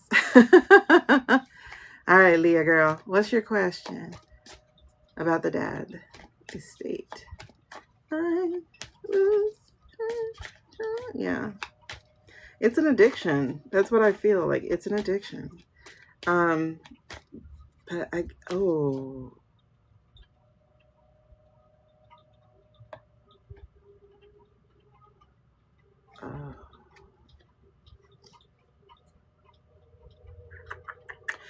okay.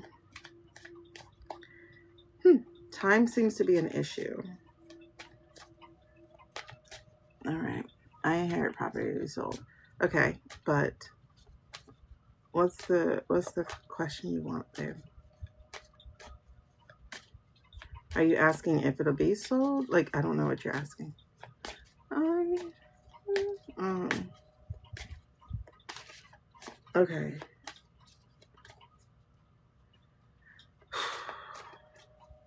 Okay. I don't know. Is this your grandma or something? I get it. I get it. I get it. Just make the effort when it happens, Brittany. That's all I can say, babe. Just make the effort when it happens. How do you see that going down? Okay, the card. So, oh, interesting. I got the Empire. I got the Emperor, which is a 4, and the Sun, which is a 19. The Sun, the words I'm getting here are lack of energy, negativity, but it's the setbacks and delays that is throwing itself at me. You see? So I'm seeing setbacks, I'm seeing delays. I don't think things are going to run as fast as you might want them to. As far as like the Emperor, what is this? What is this? Order and simplification, the first steps towards the mastery of a subject, lead everyone by example. What is that though? It says authority, structure, stability, leadership. What does that mean? Okay. Oh, how can you assert your authority in a positive way?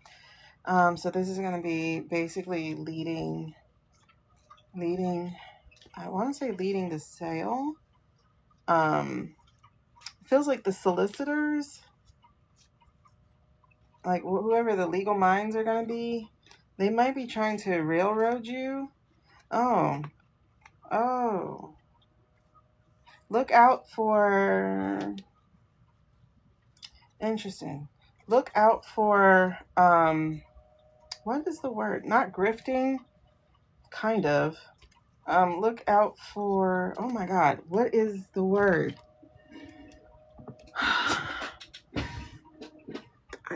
I get lies. I get underselling. I get,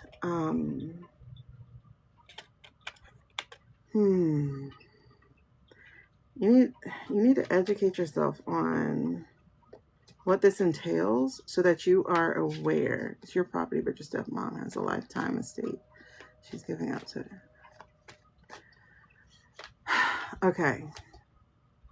Okay, it makes sense. Okay, because I'm like, I don't know. I'm like, I'm seeing things. I'm seeing shortchanging and okay, and setbacks and delays. It feels very deliberate. So I'm getting out of this too is to educate yourself, so that you can assert yourself, so that you can come with authority. So it's like don't play with me. You know what I mean?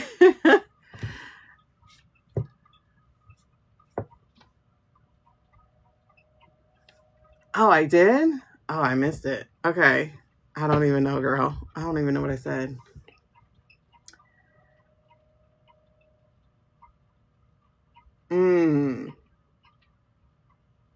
Yeah. So yeah, it's definitely about being aware so you don't get played. Is like a big part of that. And these are 2 major arcana, so they are saying like listen up. And somebody is going to feel like they know better, they know more than you, so what they say should be going, and it's like baby, I'm the one who has the authority here, actually. Ooh, another one.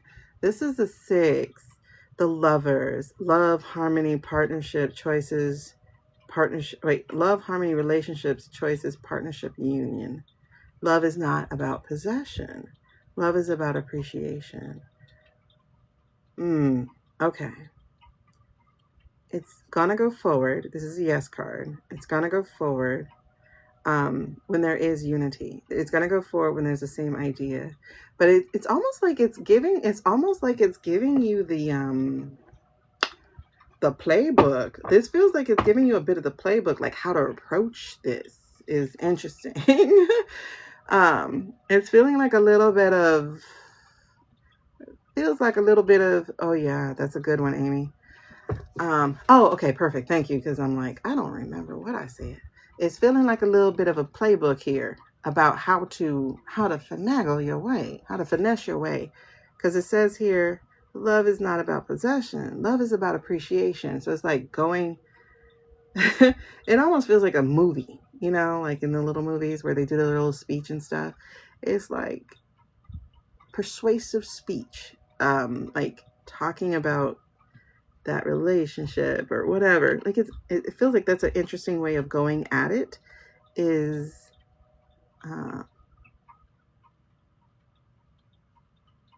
like in that, not romantic, what's the word, and it's not smarmy, it has a more benevolent thing to it, but it is like sweet talking. That's what it kind of feels like. It feels like a sweet talk is like the way to get it out there. It's like, yeah, you can't railroad me. Yes, there are these and that, but it's also, okay, but there's some sweet talking here. That's what it has to be like, you know, this is a partnership. This is like, we're working together. Think of like the memory or whatever it is, right? This is why he got it. You know, like whatever the aim is that you guys are actually going for, whether it's selling or you know, you're getting, I don't know how you guys do things. I don't know property that well, but it feels like this is how you do it.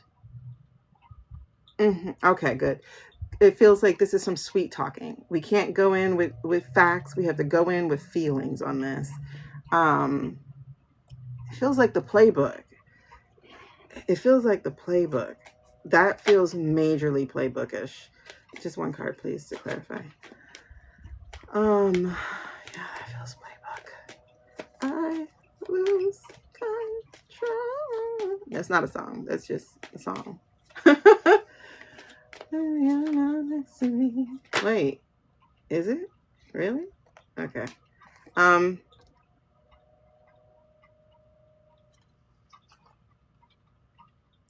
Okay, so again, there's a love thing. And I know in Lenormand or Lenormand, whatever, the fish is actually about money. So having the money in a cup is like, you know, it's in your hand kind of thing. And a page is a messenger. So I could feel where that goes with this message of sweet talk and whatnot, you know. There is this part though, and this is a part for concern. So this could be the hiccup, and that's the Temperance card. And that is because I feel like there's greed that's going to come in here, but the greed is going to be who's in their ear. It says extremism, imbalance, disharmony, and excess. I think the lawyers are the issue. Lawyers, sellers, real estate people. Outsiders are going to be the issue. There's going to be whispering. There's going to be like, you can get so much more because they're looking at commission. You know what I mean? So that feels like the issue here. So it's going to be, the sweet talk has to be as strong as well. Like the sweet talk on your end has to be as strong as well. Yeah. So as far as like the thing with the Pop's property is, and that's real interesting because I just heard an apology for not having it all wrapped up tighter. Ooh. And I did feel a swell of sadness just now about it because it's like, I didn't want this to happen. I didn't want this to happen. I didn't think it was going to go like this. Well,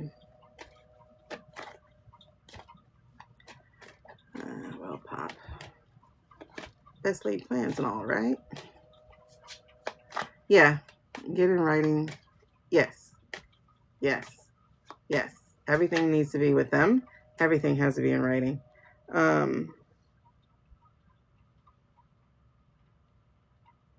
What is that? Embrace your adventurous spirit and explore new possibilities. No, what is that? What does that have to do with anything?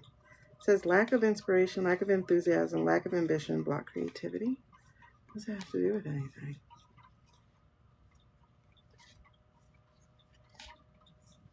All right, so we're gonna wrap this up after the last reading. But what is this? What is this? Okay, can you clarify that, please? That's interesting, but I'd like you to clarify. Whoop! Don't do all that now. Come on, what is that? Okay, here we go. She stands out. You gotta keep this on your head. Keep your head on it. Yeah, I see keeping something. I do, honestly. I really, really do see keeping something because that would make Dad happy. That would make Dad happy. So okay. So this came out first, and in a way, it feels like the greed is not actually coming out of her. She doesn't seem to have the ambition for it, really.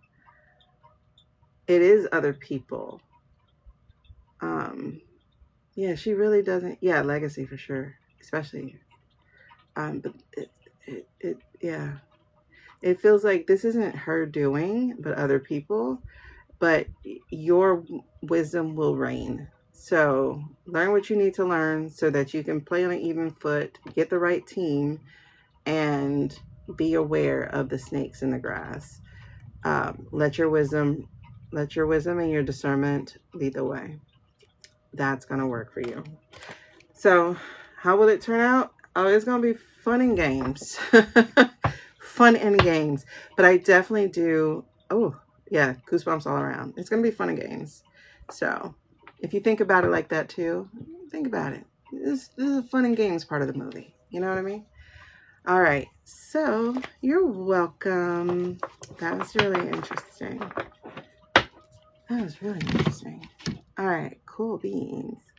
So, who did we get back to? I'm sorry. I went backwards. Are we on? Was it? No, I did Q. Who was it? Oh, sorry, Janice.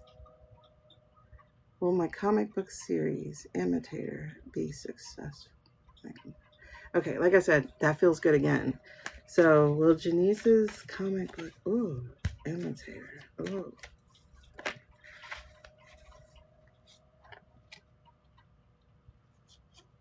Girl. This is interesting. These two cards pop their ass out. And I do mean it that way, for real. Because you got a 0 and a 1. You got the beginning of the Arcana, which is the Fool. And I love it for you because this is a new beginnings card, sweetie. Like, okay. That makes sense so much, Leah, because now I understand why he's like, I'm sorry. I didn't think it was going to go like this. So, okay, that makes so much sense. All right, cool. Janice, are you here? Ooh, I don't want you to miss your reading. I know you've been popping in and out. Are you here? Okay, perfect. So, again, it is showing new beginnings. And it's showing that this is a good road. Don't pay attention to the hardships that may happen. Mark it like a fool. I'm getting like literally mark it like a fool, like talk about it all the time. I don't give a shit if you're annoying people. What is that? Oh, that's a tear. I'm like, why am I feeling something on my face? Okay. I don't give a shit if you annoy people. Like literally that's how I'm hearing it. It's like mark it like a fool. You know what I mean? Like it says the journey of 1,000 miles begins with one step, but you must take the leap into the unknown. So like talk about it all the time. Seriously, best. And then this one popped right out. The first of like the big daddy of the emotion cards, the Ace of Cups. And so it is saying again, new beginnings. So check it out. So new beginnings, right? New beginnings. Spiritual awakening, optimism, love, emotional clarity, blah, blah, blah, blah. So keep your head on straight, keep your heart on straight, keep your passion on straight. This is going to work for you. And I want you to, what's really interesting is when I was reading it, I was seeing the images actually move. So the great thing about AI now, especially like if you use, say, like TikTok stories or something, you could take one of those images and make it into an animated image, like a 5-second animated image, 2-second, whatever those animated images are. And like essentially create this marketing for it. Which is really interesting. Like I saw the images move as soon as I was reading that. So I was like, oh, that feels good. So this is a gift. This is a gift of, it feels like, I want to say purpose. I do. Oh, goosebumps. Yes. So agreed. So this is a gift of purpose. So it's like, it really is that first step. It really is a go for it. Things are flowing. Your cup is overflowing in abundance. There's a dove putting, I don't know what that is. I guess a Eucharist thing. I don't know. I'm not Catholic. It's putting it into the cup. And so again, that feels like, I don't want to say sacrifice. What does it feel like? That there's peace to that, but it's also that the Eucharist feels like, oh God. Okay. So that is the blood of my blood, flesh of my flesh, whatever it is. I forget how it goes. But it's like a commitment, like there's like a commitment there or something. And then the other thing I see again with the overflowing again is like this benevolent hand that's like, yes, do this. And oh, what was I gonna say? Oh, and the cup has a W for winner, winner, chicken dinner. And water is like purely spiritual for me anyway. So there's like a spiritual awakening. So there's going to be things that you learn on this trip, this valley that you may enter, but the valley is going to be short. Because the valley is you essentially walking alone in this right now as you get this out, and like it's mark it like a fool. That's what I got, like right off the bat. Mark it like a fool, like talk about it all the time, because algorithms be algorithming and most people don't see it anyway. So mark it like a fool, do different things about it. Oh, like I've seen some really cool marketing from writers where they would like do Polaroids of their characters and like basically kind of do like dating profiles or stuff like that. So that would be an interesting thing to do. Or even if you did it like a reality show where there is, you know, that behind the scenes camera take. I get that, Telly. Can you hold on, please? Just 1 second, 1 second. Let me wrap this up because I'm trying to make sure we're clear. Okay. So does that make sense for you, Janice? I love that. And I kind of saw, like I said, I saw motion. So I'm not sure if that's animation, like cartoon, or just the advertising thing. But I saw motion. I can't tell you what that means. It may really do end up being something more than that. That's why this feels like the first big step of the path, like putting you on the path of purpose. That's interesting. I like that. It feels good. It feels good. All right. Perfecto. Okay. What's your name, Telly Willy? Is it Will? What's your actual first name? So I can tap in. I'm glad that helps you, love. Chantel. Okay, so let me get your question.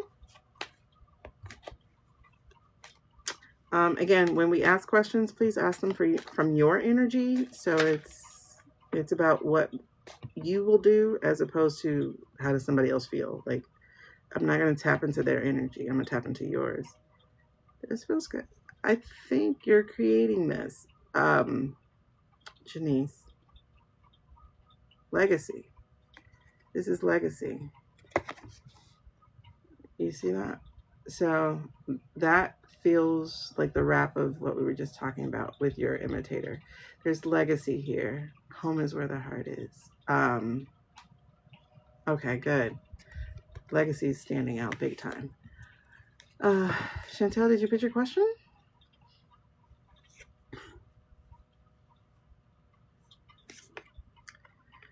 The panda is a yes no card, so that tends to be like whatever you want as a yes no question.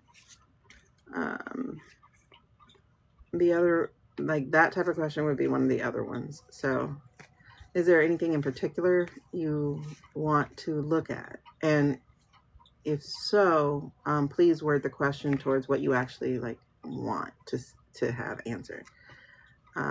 Okay, so that's going to be not the type of question. Because you're asking, okay, let me explain this, because that's going to be one of those questions that lead to more questions. So I want you to ask basically like your ultimate question here. Is it like, will me and Rashonda reconnect? Is that really what you want to know? Or is it like, will me and Rashonda, oh God, okay, I am getting tired because I just flipped everything. Will me and Sharonda form a stronger relationship? You get what I'm saying? So it's like, what do you actually want out of it other than will we reconnect? Because reconnection is as simple as walking by each other on a sidewalk. So ask a more energy type of question. I lose control.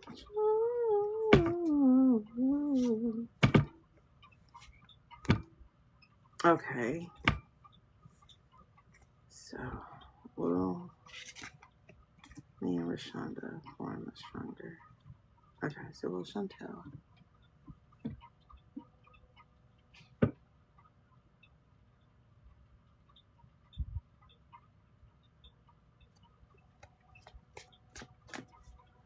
Okay, will Chantel and Rashonda. Okay, will Chantel and Rashonda form a stronger relationship? Okay, talk to me about it. Interesting. Okay, so that's a yes card.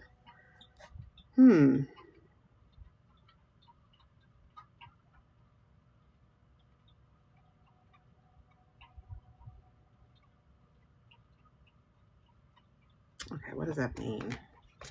Give me something about that. All right, so I got the 4 of Pentacles, just to let you know what that is. And there's a saying on here where it says, don't hold on too tightly, but remember, savings are more important too. Which is interesting because I'm looking at it differently, because we're talking about values here as opposed to money. So Pentacles, like I said, can represent money, but here I'm hearing more values. What does that mean? Oh, hell no. No. One card clarifier, please. Not gonna do a longer reading. I'm tired. Okay. Financial stability. Well, explain that to me though. What does that mean?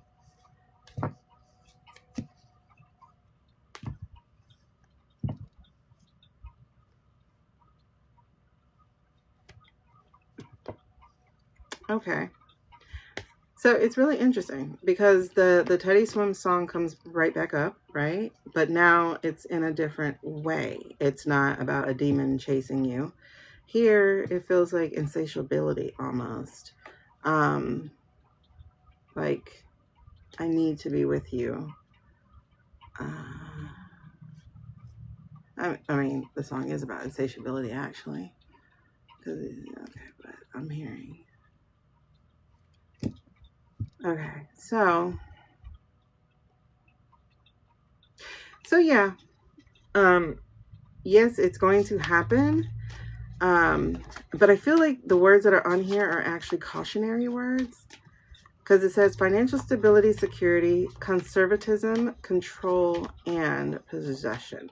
The control and possession feels like warnings, as opposed to, okay.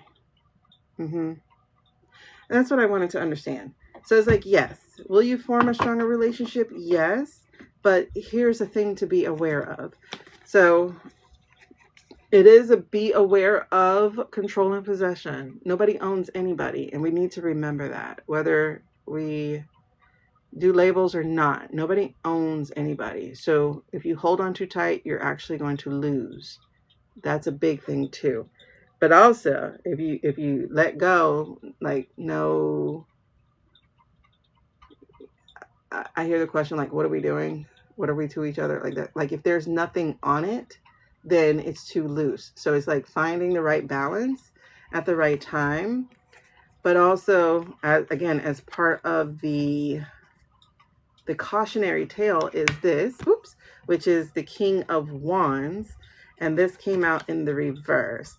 And so the reverse here says, lack of vision, lack of leadership, overbearing arrogance, and impulsiveness. The two words, again, that stand out and they go along with the control and possession. The two words, why is this? Oh, okay. I was going to say, why is it backwards? But it's not. The two words that go along with that control and possession that's standing out for me is that overbearing. That overbearing was really huge, as well as the arrogance. And so it's like, just be cautionary within that relationship. To not cross those lines, right? Don't be too loosey-goosey, but also don't be too tight with it. You know, remember, each of you are human beings. So each of you have will, you know? Does that make sense?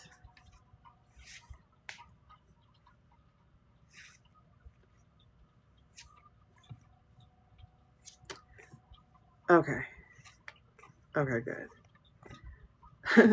Don't be doing me like y'all do. I don't know if y'all seen that skit about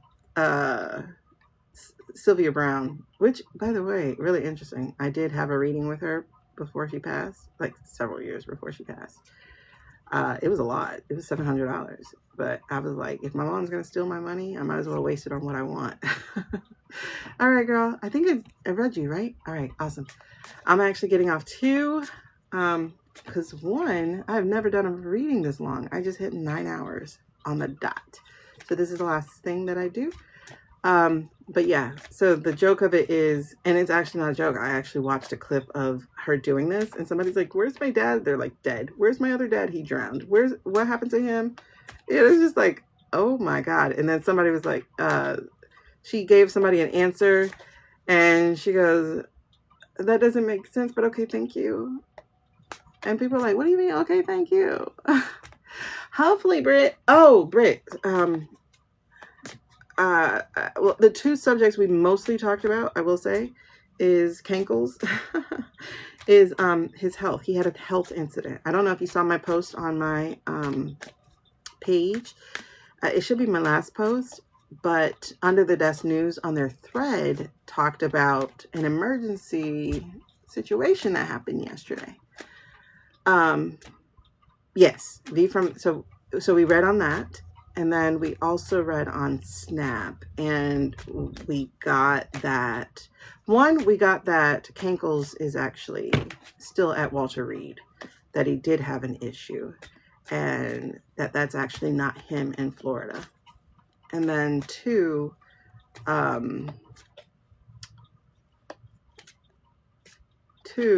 we read on Snap, and what we actually received is that the reserve is empty.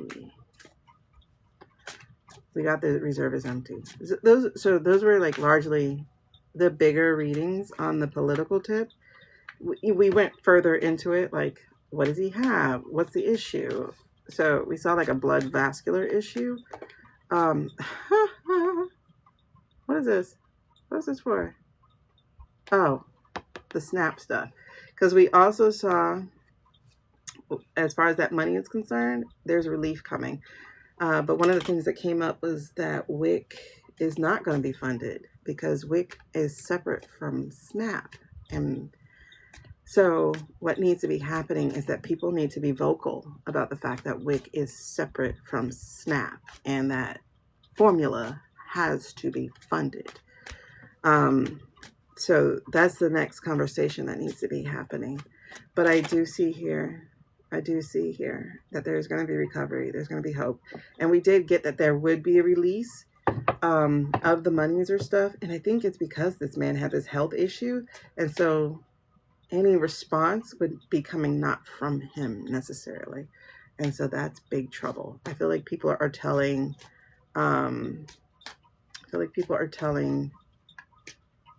him to, Miller, to stand down. You better shut up. You know, you better shut up. Okay, so yeah, I'm getting off, but if y'all go to my profile thing and the hyper thing, you still have time to grab a private 30-minute reading before the live closes. After that, I don't, see, yeah, coldness. That's what we're dealing with here. Who is that though?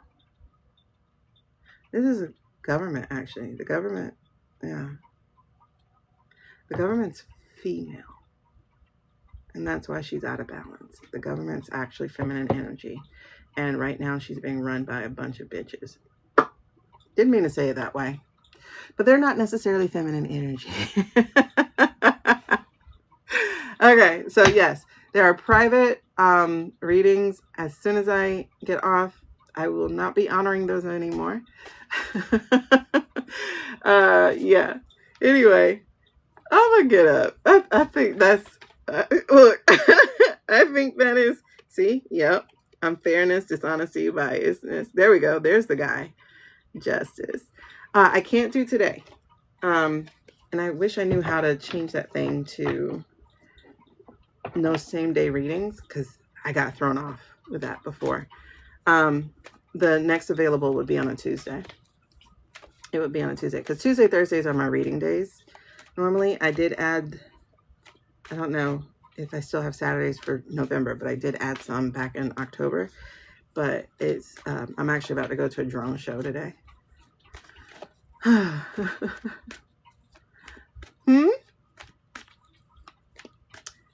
Right, I love it. She's letting us, what? Letting us, wait, what? What's the rest of it? Yeah, so Tuesday, Thursdays are my readings. Yes, it's on my profile. So I'm trying to hang on for a second. I'm going to give y'all like one more minute. And then, because I don't honor it after that. So it's on my profile. There's that hyperlinkable, clickable thingy. And you'll see it. It says 111 because that is my normal rate. But if you actually like look at it, it says 44. So that's what you can get. Lets us know what she's feeling. Oh, I don't be trying. I'm at the tired phase, and they say you're supposed to, like reading when you're tired is like the best because like your defenses are down. But yo, so is my filter. Oh, heritage. Bam. Let's talk about them biatches. For real. You want to talk about a biatch. Bia. That's with it. Okay. So let's put heritage. What are we going to talk about with heritage though? What did you want to talk about? So I can put it on the note. Ooh, thank you. No more readings. We're closing down. I'm just giving people time to grab their private for $44. Woohoo! Boy, I tell you. I can't wait till this movie starts. And in order to do a movie, that means we got to get to the end of the story. So I can't wait for the movie to start. When they come to, oh, yes, heritage. The ending of heritage. Ending heritage. Ending heritage. All right, so. Ooh, infighting MAGA. Am I coming back tomorrow? If I get good rest today after the drone show, that's a yes. If I go to the drone show, because if there's mosquitoes out there, I ain't going. But I want to see a drone show. I've never seen them, so I think I'm going to do that. All right, so I do have the notes of heritage. All right, I'm going to have to do my screen recording because obviously I'm not going to be able to download this. This is going to be fun. All right, y'all. So enough about that. Love y'all. Mean it. Bye-bye. Had such a great time talking to y'all. Oh, girl, I'm finna get it. Bye.